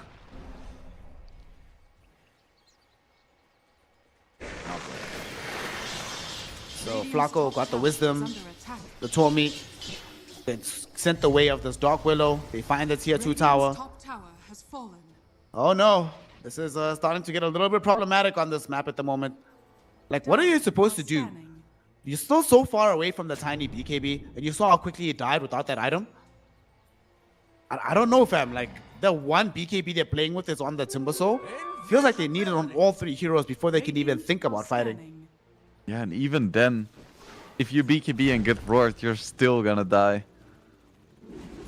But yeah, they just need to farm, use the map efficiently, and if possible, be annoying by cutting a few creep waves. That's all they can do right now. If they can get a pick off, that's brilliant too, but it's so risky.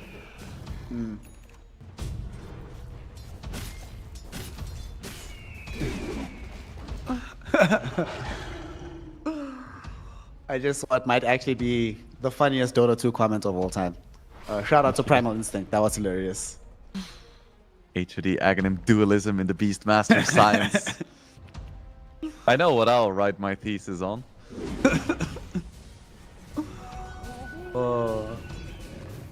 The Kantian ethics of maxing out Call of the Wild in the lane. 7k gold lead right now for Passion UA. Fortunately for the Radiant lineup, they are right now sitting on their side of the map just farming out. And also, there's one thing to consider. Because they have a 4-position gyrocopter, if this game does end up going to the stupidly ultra mega crazy late game, they do have another hero that can scale and dish out some massive damage in the fights. Right. In theory, like if we go 160 minutes, then yes. But generally, when you have a hero like Gyro who isn't like building to be a carry and the game goes late, they tend to like not have the space to actually farm up and become a carry. Because the transition period is so awkward. When you have like 4 support items, you don't really want to like sell those to buy a Daedalus or something. I'm So just we'll see saying, if man. we can make it work, but I'm not so sure. Listen, 2 days ago in this very tournament, I saw a position 5 Naga buy a like 45-minute Radiance to try and scale into the late game. And it almost worked. Lost the game, but it almost worked. It almost worked. Yeah. That's what often happens. Beastmaster now with a blink as well. Building towards a BKB. He is third on the network chart. That's crazy. How is a Beastmaster at number 3 net worth right now? This hero is just so incredibly strong at this stage of the game. I cannot believe that they didn't pick it up last game. Yep. I mean, we were both crying for it, right? We were astonished that it didn't emerge. And after this game, whenever Passion UA open up with an Invoker, I'm pretty sure we're going to see this Beastmaster. The one good thing, though, for Navi Jr. is that this Morphling has now shot to the top of the network charts. He is contesting with the Muerta. The two of them are trading spots, but as soon as this Butterfly emerges, Butterfly plus BKB will make a big difference, but at the very least with just the Butterfly, you're no longer bereft of damage in the fight. You can actually do something to these heroes, provided you find the disable, of course. Tower is under attack. But we do have to mention, we're at like the peak power for Passion UA. This is all of their timings combined. They got the Roche, and Navi is just 6k behind, and they didn't lose any racks. So, like, it's not looking good for them right now, but it could have been a lot worse. Dire are scanning. They've been dodging fights magnificently. It required them to give up a Tormentor, but at the stage of the game, you do what you need to do.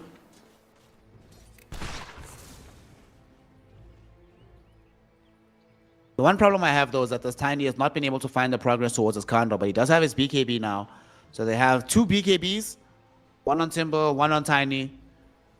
Maybe they still want to wait for the Morphling one to have at least a Butterfly before they fight, but the relative state of their prospect of winning an engagement is certainly much better than they were a few minutes ago. Yeah, I would definitely agree. They are somewhat weathering the storm.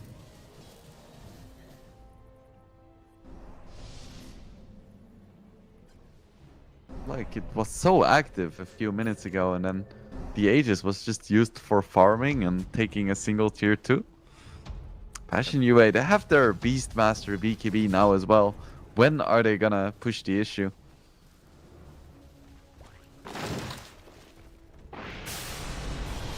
We have a little bit of a cold snap middle, but Daze is fine. Ooh, spicy. Daze is chilling. Passion might UA, actually they're still done be in a- waiting. Yep, it's time to go. Radiant's mid We have a Hurricane Pike on the Invoker. Yowai has BKB with the Fuel Mjolnir and the Dragon Lance. It is time to put in this pressure. Radiant's We middle don't have tower an is Aegis falling. anymore, though, to play around with. That does mean it's a little bit complicated to go high ground. So they're just going to try and secure the map. Tier 2 middle. Sweep down bottom. Ideally, you get the tier 2 on the bottom lane, and then you're able to finish it off. Go through the Twin Gate, go top, take Roche. Let's see how fast it's gonna be. We will know very soon. It's gonna be a relatively slow one. So Navi gets 2 more minutes of farming, and Daze gets himself a free Greater Healing Lotus. Let me ask you another controversial question, right? You already mentioned the schools of thought, the HOD, Aghanim's dualism. What do you make of Ogre Hand of Midas? I know a lot of Ogre players are currently in deep contention as to whether or not it's the actual build to win the game. Radiant's bottom tower has fallen. I don't think Ogre players are ever in contention about anything, to be honest. Radiant are scanning. Spoken like a true mid laner. I love it. Observer Ward will scout Batyuk. They see him. They jump him. The mid laner of Navi finds this off laner. Radiant's bottom And he tower is number under 3 net attack. worth. Killed in the blink of an eye. That is huge for Navi Jr. Unfortunately for them, though, it is a late Roshan respawn, so they're not going to be able to go straight into the Roshan pit. Yeah, this would have been so good for them had the Roche spawned right now. Unfortunate. But still, it's a very good kill. And it shows that despite Passion UA being really strong right now, Navi still definitely has a chance. Dire's top tower is under attack. Dire's Right now, the small flame with the butterfly, because they don't have the MKB just yet on the Muerta, he does feel really, really strong in these fights. Dire's Take the top tier 2 tower, has fallen. Passion UA, they smoke up as Radiant's 3. middle tower is Gonna under head attack. towards the top side of the map. Ensure that they do not have the positive positioning around this Roshan pit. Beastmaster is about to respawn. He can come back in onto the outpost. It all depends on the Dire's top initiation. tower is under Flacco attack. and Niche, they want to find a positive angle here. Servo ward laid out. Niche waiting next to Flacco. The smoke will break onto his clockwork. He now sees a couple heroes. They give him the static charge. They TP in with this Beastmaster. Going directly onto the gyro first, but now they have found Reese. Rinus is gone. DMA though goes deep into the fight. BKB active with the Aghanim Scepter, but he can't get away.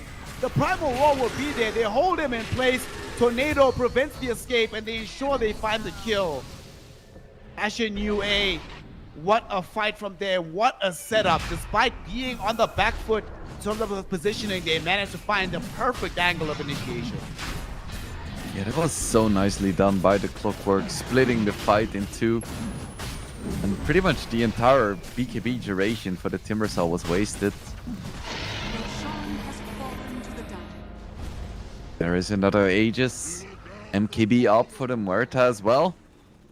Are we finally gonna see some base damage there?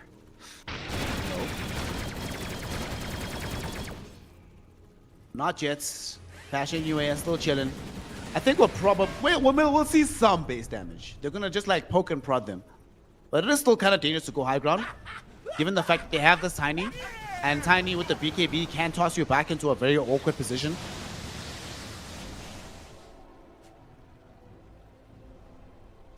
With the Juice working towards his BKB.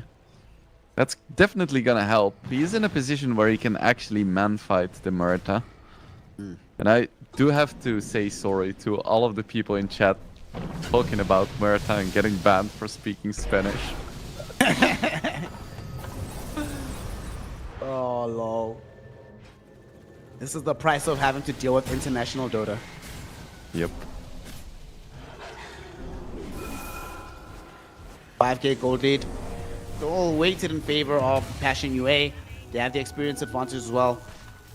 But broaching high ground is going to be an issue.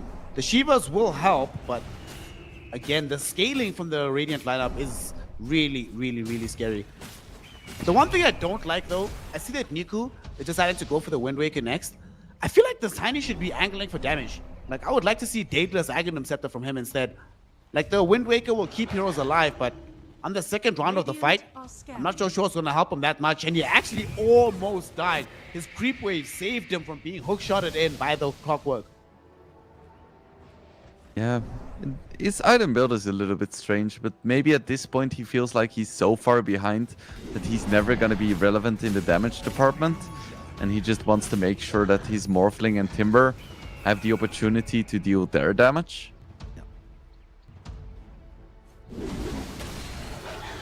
I can't say I fully agree, but I understand his train of thought.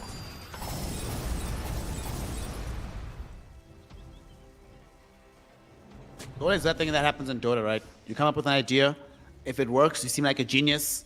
If not, hindsight 2020. What can you do? Yep. Remember, like a week back, a bit longer, I saw this post about Terrorblade offlane being really good and the pros doing it. So I tried it out in a pub and I got flamed to hell and back. Because that's just how it works. Did you If win? something is new, it's like absolutely stupid until people realize, hey, this is actually good. Being open-minded is good sometimes. And then it becomes meta and people forget that innovations can sometimes lead to like interesting and strong ideas. I'm pretty sure if you were in January of 2023 playing safe lane Lina, rushing Gleipnir, people would have reported you several times. But after a while, people realize this is free MMR. Don't report that guy, commend him. Yep. Such is life. Speaking about life, life is pretty chill right now because Passion UA once again decided that the best usage for the Aegis is just chilling. Told you. It's tough to go high ground right now. They probably want to wait for the Daedalus on the Muerta first. But they might make a move now. They don't have much time remaining with this Aegis. Another 75 seconds at best.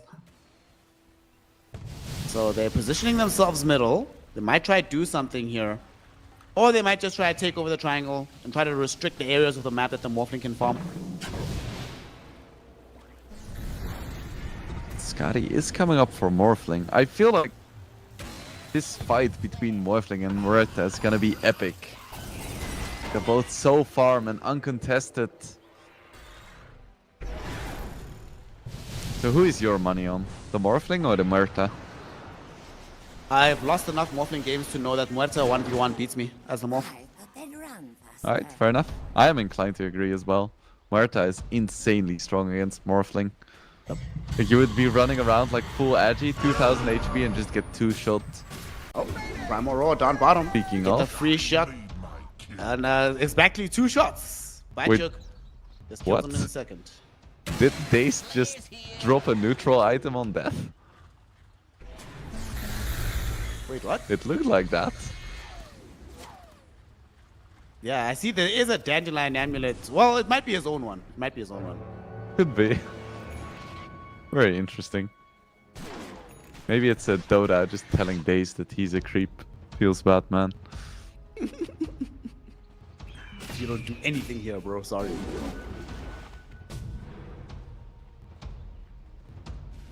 Oh boy. This game, it's an 8k gold lead right now for the side of Passion UA. Aben does still afford Navi Jr. 38% probability of winning, and it's slightly trending in their favor. Dude, Yeah, with all fair of enough. this dead time on the map where no one's really been fighting, after all of this, if you're Niku, surely you don't buy Wind Waker anymore. Like, this has to be like an indication that I actually have time to farm into like a real damage item. Never mind. Buys the set the heads up. Yeah. Radiant are scanning. Oh well. I think he's probably gonna go for the free target throw as well at level 20. Like, you don't care too much about the 63 base damage. You just want to make sure that your Morphling is in the right position. Yeah. Ooh, Hex on Invoker. Maybe now is go time. They can get the Hex on Morphling at the start of the fight. That could be huge. All of Navi, they're smoked up heading towards the bottom lane, which is completely abandoned. Nobody nearby. That smoke is going to be a complete waste of time as Passion UA are just shelling in behind the tier 2 tower in the business lane. Are scanning. Not willing to reveal themselves anywhere on the map, and there's absolutely no vision that Navi Jr. has right now. So now it's a smoke from Passion UA. They're going in. They find the Hex onto the Morphling. He's already down to so low. Sunstrike will actually kill him. Niche finds the grab. Niku tried to at least find some revenge, but immediately brought down by the Bedlam of Fenrins. You see the Timbersaw, PMA, doing his best with the BKB, but this BKB will not last forever. As it expires, he's trying to escape, but will not be allowed to do so. Batchuk bounces in on top of him, has the drums of Slom. They kill him off. 4 heroes have taken a tumble here, and they might make it 5 because they have found Ridis on this Ogre Magi. Fernand's doing his best to hold him in position. Curse Crown is going to be there. There's going to be the stun. Niche coming through with the tornado, with the damage. They find the kill. A 4-5 man wide Passion UA win the fight and now can push 2 lanes of barracks at the exact same time. Morph doesn't have buyback. Yeah, like we said, the Hex comes out, Morphling just immediately dies. Tiny tried to go for a counter initiation, but it was too late. And then it was an admirable effort from Timbersaw, but even his Aghanim shield isn't gonna protect him from the sheer amount of damage that Passion UA has. And speaking of, their building damage is really high too as the first set of Rex falls. Radiant's middle barracks. Beastmaster, Muerta, Invoker, high ground push. Good luck. Radiant's middle 2 lanes, has fallen. gone in a hurry. And the Morphling, if he had gotten off his BKB as he was going into that fight, would have been a very different engagement. But the fact that so you see, this is why carry players don't buy BKB. I die anyway with my 9-second BKB charge. Man, I should have rather had Yeah, a Scouty or useless. something. Should have bought a Shadow Blade. They wouldn't have been able to see him. Oh god. And guess who's up? It's the big man. And Navi knows how pivotal this is. If they give this up, then there is no chance they defend high ground. So they're bringing the fight right now. Fortunately, this fight might not be good for them. Niku jumps in. They do manage to eliminate the Muerta. He is dead 100-0. Buys back instantly though. Got the juice, does find a double, but they expended the BKBs to make this happen. And now, Primal Roar in, onto got the juice. They do manage to toss him away from the Sunstrike. He's alive, but they have a second roll. This time around it goes onto PMA, and PMA will go down. Yowai with the buyback, immediately able to find the kill onto these heroes. Ridis is gone. PMA, Daze, Niku follow him into the grave. It's only the Morphling that ends up surviving this fight. And although they expended absolutely everything, it ends up still being a 4-for-3 engagement. However, they got 3 buybacks out of it, fam. That actually might make them feel a bit more confident if they have another round of engagement inside them. The Tiny and Ogre don't have buyback, so this is gonna be a 3v5 high ground defense against an Electricity Inner Beast Muerta. Good luck defending against that. The buildings are just melting. Yep. There's no Tiny That's for mega 30. creeps. Gonna be Megas, and they're probably gonna get the Aegis as well off the back of this. Yeah, for sure. Where's my pension? Navi could try to force the fight once again, because if they manage to kill Muerta, it could just run down mid. I'm not sure if they would have the damage to immediately end the game in 2 minutes, but gosh darn, it would be exciting. We did get to see in that fight the difference that is there when the Morphling actually gets off his BKB. But they really couldn't kill him. They rode him once, they tried to hit him with Sunstrike. Invoker was just right-clicking him to no avail. So the Smurf can have some impact. Unfortunately, he now has to deal with an Aegis into the Muerta. Radiant are That being said, it cannot be overstated the fact that they did buy back on 3 different heroes, both supports and the Muerta. One decent fight could really make this game practically even for the side of Navi Jr. Yeah, they have the mega creeps now, which is the first step at finishing the game. Always a bit scary. How do they want to approach this? Are they gonna try to go for some kind of throne push, or are they gonna try to find a pick-off first? They could either wait for their buybacks, but we'll see how aggressively they want to posture here. The thing is, the deeper you go into their base, the more dangerous the Tiny becomes. It's one thing if you're pushing high ground and he can toss you into like a tier 4 tower, but now he can toss you into the fountain if you're pushing the Ancient. Yeah, you can see that Passion UA are really reluctant to really commit to a big push. If Muerta dies, this game is blown wide open. Yep. Yeah, your wife's like, 25K. I don't want to go. It's scary. They could go get the free Tormentor on the high ground. I'm surprised that they didn't opt for that play right now. Wouldn't mind that. Let's see. Yeah, Muerta can still get a shard. Invoker has it. Clockwork can get the jetpack as well. Yeah, there is some good shards. I can't believe Beast didn't get it yet. I think Beast shard is really good. Yeah, that shot is crazy. Double dive hook. It's something else. Yeah, and it's basically permanent uptime as well. And because of his facet, it also just... Oh, actually, he has the active one. That doesn't matter as much. With the passive facet, you just get bonus attack speed too. There is another big Why? item that just emerged. They got themselves an Aeon just got the Dark Willow. That's your That's why. nice. Playing with Little this bonus. Aegis.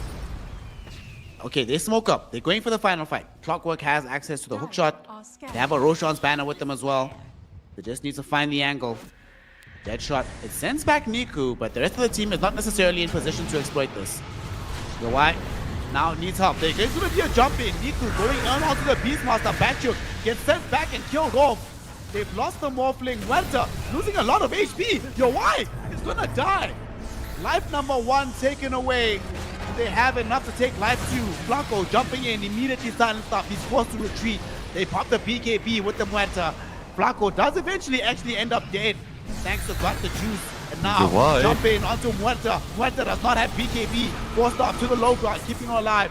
She does go in with the Pierce the Veil. Not enough to kill Got the Juice just yet. And now Niku tossed back into the base, into the Morphling. There's a kill onto Muerta. Invoker in trouble as well. He will die to the Morphling. Got the Juice on a mega kill streak in this fight. 3 heroes fallen from the side of Passion UA. No buybacks available for any of them.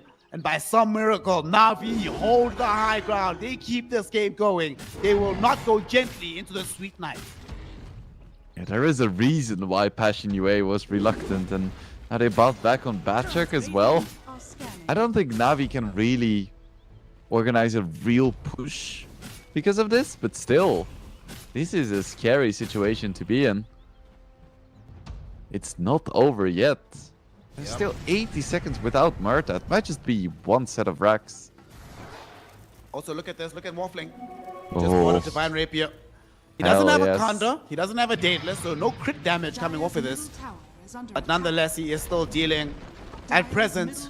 Dude, look at the damage he's dealing. He's dealing like, what, 800 damage per hit? That's crazy. Wait, can they end? They're gonna try, go for the kill. Morphling, he's losing his life. He's dead. He's gone, no buyback. 100 seconds in the grave. Divine Rapier on the floor. PMA trying to do his best with Niku jumping in onto the backline, able to assassinate the Dark Willow. Now they're turning their attention towards Niche, who wants to end this fight. He almost killed PMA. None of these other heroes have died just yet. Tornado tossing back the Simba, so PMA is still going to be alive, but eventually will end up taking a tumble. Niku trying his full best to fight the high ground. He's being bounced outside of the base. Sunstrike doesn't connect on top of him, but they do find the Hex onto Ridis. Ridis will be led back. He will be killed off. And that is a big bring down. 3 heroes will die. None of them can escape the damage output of this dire lineup. And unfortunately, the Morphling with his Divine Rapier ends up taking a tumble in the middle of this fight. Niku managed to salvage it though. So he's gonna have it when he respawns, but damn. This game is absolute cinema. Woo! That's what we want to see, man. And unfortunately, that is another situation where Morphling dies 100-0 without being able to get off the BKB. This is one of those crazy Morphling games that you hate playing, right? Where Linken's BKB can't protect you, and now they're going in to try and end the game. They've already managed to kill off Niku. Niku buys back instantly. Morphling still away for another 15 seconds. They pop the cliff, but they want to end the game before the Rapier can come back in vogue. Tier 4 tower, the final one, is destroyed. Niku, 8 seconds without BKB. He doesn't have protection. He doesn't have another life. He is dead. He is gone. GG has been called. Passion UA have done it. They are going to be your first grand finalist here in CCT Series 5 off the back of an incredible game from the mid-invoker. A very well-deserved victory for Passion UA. My goodness. It went back and forth so many times, but ultimately they managed to do it. Oh, what a game.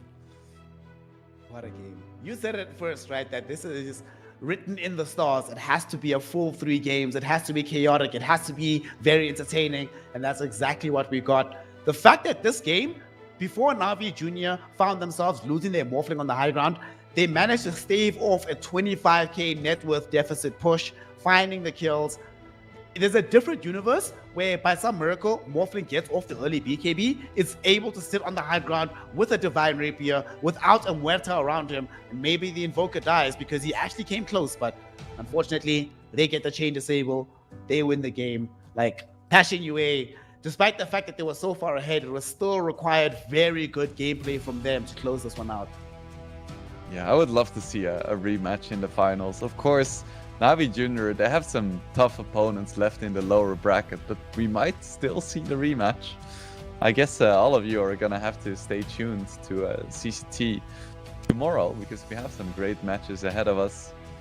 Yeah, I mean, let's just, for everybody who doesn't know, let's break down what tomorrow is going to bring us. We have a lower bracket semi-final taking place between the side of Avalis and OneWin to see who's going to move on to face Navi Jr. right now. And then the winner of that still has to go on to play into this grand final. So if you are one of the teams that hasn't played just yet, you have a potential, 11 games ahead of you tomorrow? That's a lot of Dota. Certainly going to require some stamina coming in from those lower bracket teams. But for now, our first grand finalist, it is Passion UA. And honestly, Wingblade, I feel very vindicated because on yesterday's broadcast, one of the things I said is that the team I'm expecting to be in the grand finals first and the team to beat, in my opinion, is Passion UA. So I'm glad they were able to demonstrate that they have that capability and have that depth of gameplay knowledge to get themselves to this point. Yeah, love to see it. Almost every single CCT tournament, they finished in fifth or sixth place, like pretty much every single one. And finally, they've made it to the grand finals. I couldn't be more excited. I love these guys. Passion UA, our first grand finalist here at CCT Series 5, but we do not know who their challengers are going to be. Will it be Navi Jr. making the run back? Will it be OneWin? Will it be Avalis? We certainly will be finding out tomorrow because our last day of action will be taking place in about 12 hours from now. So with that being said, take a break, go grab some water, make some dinner for yourself, call your mom, let her know how much you love her, and let her know to tune in tomorrow to finalize this action here at CCT Series 5. Thank you so much for giving us your time and attention, everybody. This is Snare and Wingblade signing out for the upper bracket final, and tomorrow we conclude the entire tournament. We will see you there. Please take it easy. We love you, and make sure that you tell everybody how much you love Dota 2.